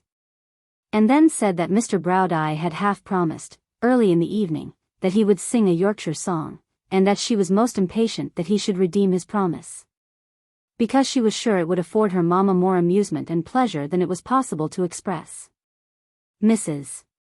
Nickleby confirming her daughter with the best possible grace, for there was patronage in that too, and a kind of implication that she had a discerning taste in such matters, and was something of a critic. John Browdie proceeded to consider the words of some north country ditty, and to take his wife's recollection respecting the same. This done, he made divers ungainly movements in his chair, and singling out one particular fly on the ceiling from the other flies there asleep, fixed his eyes upon him, and began to roar a meek sentiment, supposed to be uttered by a gentle swain fast pining away with love and despair, in a voice of thunder. At the end of the first verse, as though some person without had waited until then to make himself audible, was heard a loud and violent knocking at the street door. So loud and so violent, indeed, that the ladies started as by one accord, and John Browdie stopped. It must be some mistake, said Nicholas, carelessly. We know nobody who would come here at this hour. Mrs. Nickleby surmised, however, that perhaps the counting-house was burnt down, or perhaps the Mr. Cheerybles had sent to take Nicholas into partnership, which certainly appeared highly probable at that time of night, or perhaps Mr. Lincolnwater had run away with the property, or perhaps Miss La Creevy was taken in, or perhaps. But a hasty exclamation from Kate stopped her abruptly in her conjectures, and Ralph Nickleby walked into the room. Stay, said Ralph, as Nicholas rose, and Kate, making her way towards him, threw herself upon his arm. Before that boy says a word, hear me. Nicholas bit his lip and shook his head in a threatening manner, but appeared for the moment unable to articulate a syllable. Kate clung closer to his arm, Smike retreated behind them, and John Browdie, who had heard of Ralph, and appeared to have no great difficulty in recognizing him, stepped between the old man and his young friend, as if with the intention of preventing either of them from advancing a step further. Hear me, I say, said Ralph, and not him. Say what thou'st gotten to say then, sir, retorted John, and tak care thou did not put up angry bluid which thou dst better try to quiet. I should know you, said Ralph, by your tongue. And him, pointing to Smike, by his looks. Don't speak to him, said Nicholas, recovering his voice. I will not have it. I will not hear him. I do not know that man. I cannot breathe the air that he corrupts. His presence is an insult to my sister. It is shame to see him. I will not bear it. Stand, cried John, laying his heavy hand upon his chest. Then let him instantly retire, said Nicholas, struggling. I am not going to lay hands upon him, but he shall withdraw. I will not have him here. John Browdie, is this my house, am I a child? If he stands there, cried Nicholas, burning with fury, looking so calmly upon those who know his black and dastardly heart, he'll drive me mad. To all these exclamations John Browdie answered not a word, but he retained his hold upon Nicholas. And when he was silent again, spoke. There's more to say and hear than thou thinkst for, said John. I tell 'ee I ha gotten sent thought already. What be that shadow outside door there? No, schoolmaster, show thyself, mun. Din not be shame feast. No, old gentleman, let's have schoolmaster, coom. Hearing this adjuration, Mr. Squeers, who had been lingering in the passage until such time as it should be expedient for him to enter and he could appear with effect, was fain to present himself in a somewhat undignified and sneaking way. At which John Browdie laughed with such keen and heartfelt delight, that even Kate, in all the pain, anxiety, and surprise of the scene, and though the tears were in her eyes, felt a disposition to join him. Have you done enjoying yourself, sir? Said Ralph, at length. Pratty nigh for the present time, sir, replied John. I can wait, said Ralph. Take your own time, pray. Ralph waited until there was a perfect silence, and then turning to Mrs. Nickleby, but directing an eager glance at Kate, as if more anxious to watch his effect upon her, said, "Now, ma'am, listen to me. I don't imagine that you were a party to a very fine tirade of words sent me by that boy of yours, because I don't believe that under his control, you have the slightest will of your own, or that your advice, your opinion, your wants, your wishes, anything which in nature and reason, or of what use is your great experience, ought to weigh with him, has the slightest influence or weight whatever, or is taken for a moment into account." Mrs. Nickleby shook her head and sighed, as if there were a good deal in that, certainly. "For this reason," resumed Ralph, "I address myself to you, ma'am. For this reason, partly, and partly because I do not wish to be disgraced by the acts of a vicious stripling whom I was obliged to disown, and who, afterwards, in his boyish majesty, feigns to, to disown me, I present myself here tonight. I have another motive in coming, a motive of humanity. I come here," said Ralph, looking round with a biting and triumphant smile, and gloating and dwelling upon the words as if he were loath to lose the pleasure of saying them, "to restore a parent his child. I, sir," he continued, bending eagerly forward, and addressing Nicholas, as he marked the change of his countenance, "to restore a parent his child, his son, sir. Trepanned, waylaid, and guarded at every turn by you, with the base design of robbing him some day of any little wretched pittance of which he might become possessed." "In that, you know you lie," said Nicholas, proudly. "In this, I know I speak the truth." "I have his father here," retorted Ralph. "Here," sneered Squeers, stepping forward. "Do you hear that? Here. Didn't I tell you to be careful that his father didn't turn up and send him back to me? Why, his father's my friend, he's to come back to me directly, he is. Now, what do you say? Now, come, what do you say to that? And you sorry you took so much trouble for nothing? And you? And you? You bear upon your body certain marks I gave you," said Nicholas, looking quietly away, "and may talk in acknowledgment of them as much as you please. You'll talk a long time before you rub them out, Mr. Squeers." The estimable gentleman last named cast a hasty look at the table, as if he were prompted by this retort to throw a jug or bottle at the head of Nicholas, but he was interrupted in this design, if such design he had, by Ralph, who, touching him on the elbow, bade him tell the father that he might now appear and claim his son. This being purely a labor of love, Mr. Squeers readily complied, and leaving the room for the purpose, almost immediately returned, supporting a sleek personage with an oily face, bursting from him, and giving to view the form and face of Mr.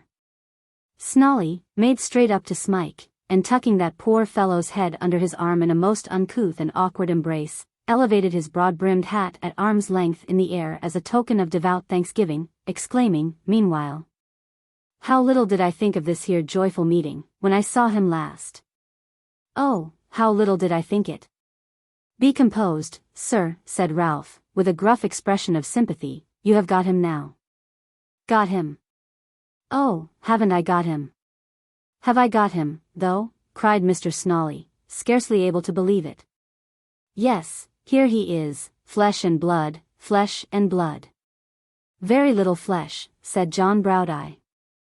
Mr. Snolly was too much occupied by his parental feelings to notice this remark, and, to assure himself more completely of the restoration of his child, tucked his head under his arm again, and kept it there. "What was it," said Snolly, "that made me take such a strong interest in him, when that worthy instructor of youth brought him to my house? What was it that made me burn all over with a wish to chastise him severely for cutting away from his best friends, his pastors and masters?" "It was parental instinct, sir," observed Squeers. "That's what it was, sir," rejoined Snolly. "The elevated feeling, the feeling of the ancient Romans and Grecians, and of the beasts of the field and birds of the air, with the exception of rabbits and tomcats, which sometimes devour their offspring. My heart yearned towards him. I don't know what I couldn't have done to him in the anger of a father." "It only shows what nature is, sir," said Mr. Squeers. "She's is nature." "She is a holy thing, sir," remarked Snolly. I believe you, added Mr. Squeers, with a moral sigh. I should like to know how we should ever get on without her. Nature, said Mr. Squeers, solemnly, is more easier conceived than described. Oh, what a blessed thing, sir, to be in a state of nature. Pending this philosophical discourse, the bystanders had been quite stupefied with amazement, while Nicholas had looked keenly from Snolly to Squeers, and from Squeers to Ralph, divided between his feelings of disgust, doubt, and surprise. At this juncture, Smike, escaping from his father, fled to Nicholas, and implored him, in most moving terms, never to give him up, but to let him live and die beside him. If you are this boy's father, said Nicholas, look at the wreck he is, and tell me that you purpose to send him back to that loathsome den from which I brought him. Scandal again, cried Squeers. Recollect, you ain't worth powder and shot, but I'll be even with you one way or another. Stop, interposed Ralph, as Snolly was about to speak. Let us cut this matter short, and not bandy words here with hair-brained profligates. This is your son, as you can prove. And you, Mr. Squeers, you know this boy to be the same that was with you for so many years under the name of Smike. Do you? Do I, returned Squeers. Don't I? Good, said Ralph. A very few words will be sufficient here. You had a son by your first wife, Mr. Snolly? I had, replied that person, and there he stands. We'll show that presently, said Ralph. You and your wife were separated, and she had the boy to live with her, when he was a year old. You received a communication from her, when you had lived apart a year or two, that the boy was dead, and you believed it? Of course I did, returned Snolly. Oh, the joy of... Be rational, sir, pray, said Ralph. This is business, and transports interfere with it. This wife died a year and a half ago, or thereabouts, not more, in some obscure place, where she was housekeeper in a family. Is that the case? That's the case, replied Snolly. Having written on her deathbed a letter or confession to you, about this very boy, which, as it was not directed otherwise than in your name, only reached you, and that by a circuitous course, a few days since. Just so, said Snolly. Correct in every particular, sir. And this confession, resumed Ralph, is to the effect that his death was an invention of hers to wound you, was a part of a system of annoyance, in short, which you seem to have adopted towards each other, that the boy lived, but was of weak and imperfect intellect, that she sent him by a trusty hand to a cheap school in Yorkshire, that she had paid for his education for some years, and then, being poor, and going a long way off, gradually deserted him. For which she prayed forgiveness. Snolly nodded his head, and wiped his eyes, the first slightly, the last violently. The school was Mr. Squeers's, continued Ralph. The boy was left there in the name of Smike, every description was fully given, dates tally exactly with Mr. Squeers's books. Mr. Squeers is lodging with you at this time. You have 2 other boys at his school. You communicated the whole discovery to him. He brought you to me as the person who had recommended to him the kidnapper of his child. And I brought you here. Is that so? You talk like a good book, sir, that's got nothing in its inside but what's the truth, replied Snolly. This is your pocket-book, said Ralph, producing one from his coat. The certificates of your first marriage and of the boy's birth, and your wife's 2 letters, and every other paper that can support these statements directly or by implication, are here, are they? Every one of 'em, sir. And you don't object to their being looked at here, so that these people may be convinced of your power to substantiate your claim at once in law and reason, and you may resume your control over your own son without more delay. Do I understand you? I couldn't have understood myself better, sir. There, then, said Ralph, tossing the pocket-book upon the table. Let them see them if they like. And as those are the original papers, I should recommend you to stand near while they are being examined, or you may chance to lose some.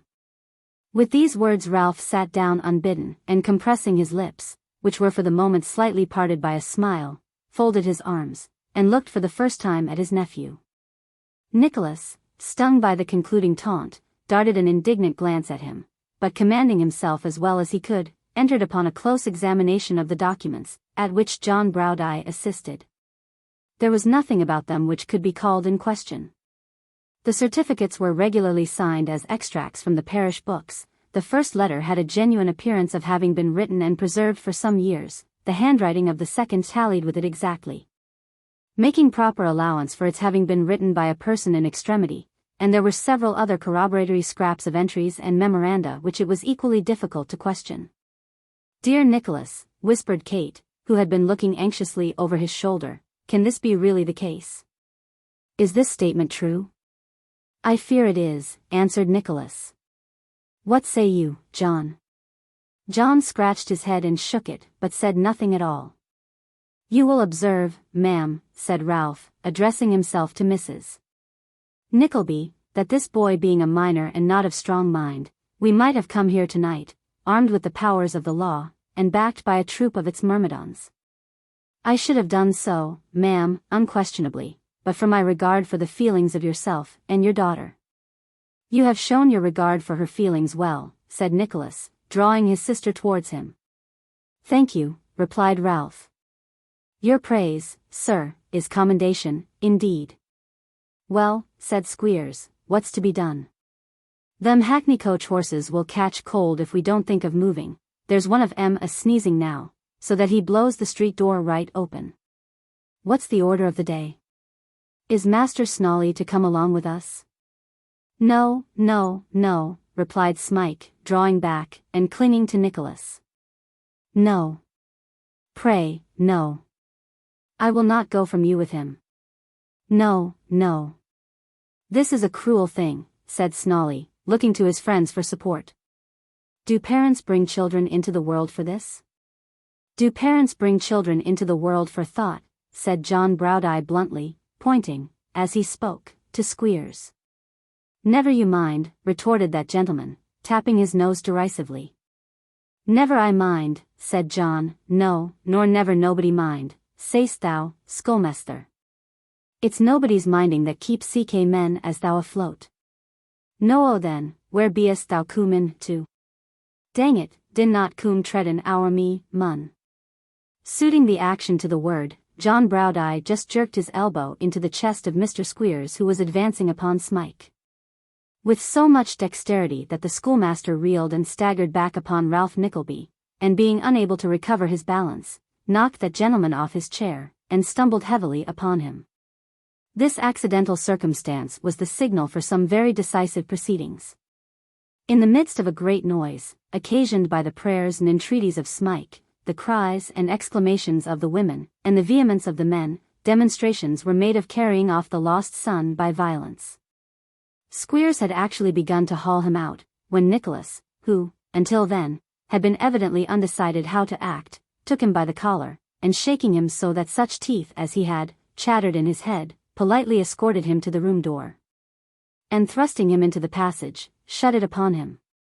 "Now," said Nicholas to the other two, "have the goodness to follow your friend." "I want my son," said Snawley. "Your son," replied Nicholas, "chooses for himself. He chooses to remain here, and he shall." "You won't give him up," said Snawley. "I would not give him up against his will, to be the victim of such brutality as that to which you would consign him," replied Nicholas, "if he were a dog or a rat." "Knock that Nickleby down with a candlestick," cried Mr. Squeers, "through the keyhole, and bring out my hat, somebody, will you, unless he wants to steal it." "I am very sorry, indeed," said Mrs. Nickleby, who, with Mrs. Browdie, had stood crying and biting her fingers in a corner, while Kate, very pale, but perfectly quiet, had kept as near her brother as she could. "I am very sorry, indeed, for all this. I really don't know what would be best to do, and that's the truth. Nicholas ought to be the best judge, and I hope he is. Of course, it's a hard thing to have to keep other people's children, though young Mr. Snawley is certainly as useful and willing as it's possible for anybody to be, but, if it could be settled in any friendly manner, if old Mr. Snawley, for instance, would settle to pay something certain for his board and lodging, and some fair arrangement was come to, so that we undertook to have fish twice a week, and a pudding twice, or a dumpling, Or something of that sort. I do think that it might be very satisfactory and pleasant for all parties. This compromise, which was proposed with abundance of tears and sighs, not exactly meeting the point at issue, nobody took any notice of it, and poor Mrs. Nickleby accordingly proceeded to enlighten Mrs. Brown-Eye upon the advantages of such a scheme, and the unhappy results flowing, on all occasions, from her not being attended to when she proffered her advice. "You, sir," said Snawley, addressing the terrified Smike, "are an unnatural, ungrateful, unlovable boy. You won't let me love you when I want to. Won't you come home, won't you?" "No, no, no," cried Smike, shrinking back. "He never loved nobody," bawled Squeers, through the keyhole. "He never loved me, he never loved Wackford, who is next door but one to a cherubim. How can you expect that he'll love his father? He'll never love his father, he won't. He don't know what it is to have a father. He don't understand it. It ain't in him. Mr. Snawley looked steadfastly at his son for a full minute, and then covering his eyes with his hand, and once more raising his hat in the air, appeared deeply occupied in deploring his black ingratitude. Then drawing his arm across his eyes, he picked up Mr. Squeers's hat, and taking it under one arm, and his own under the other, walked slowly and sadly out. "Your romance, sir," said Ralph, lingering for a moment, "is destroyed, I take it. No unknown, no persecuted descendant of a man of high degree, but the weak, imbecile son of a poor, petty tradesman. We shall see how your sympathy melts before plain matter of fact." "You shall," said Nicholas, motioning towards the door. "And trust me, sir," added Ralph, "that I never supposed you would give him up tonight. Pride, obstinacy, reputation for fine feeling, were all against it. These must be brought down, sir, lowered, crushed, as they shall be soon. The protracted and wearing anxiety and expense of the law in its most oppressive form, its torture from hour to hour, its weary days and sleepless nights, with these I'll prove you, and break your haughty spirit, strong as you deem it now. And when you make this house a hell, and visit these trials upon yonder wretched object, as you will, I know you, and those who think you now a young-fledged hero, will go into old accounts between us two, and see who stands the debtor, and comes out best at last, even before the world." Ralph Nickleby withdrew. But Mr. Squeers, who had heard a portion of this closing address, and was by this time wound up to a pitch of impotent malignity almost unprecedented, could not refrain from returning to the parlor door, and actually cutting some dozen capers with various wry faces and hideous grimaces, expressive of his triumphant confidence in the downfall and defeat of Nicholas. Having concluded this war dance, in which his short trousers and large boots had borne a very conspicuous figure, Mr. Squeers followed his friends, and the family were left to meditate upon recent occurrences. Chapter 46 throws some light upon Nicholas's love. But whether for good or evil the reader must determine.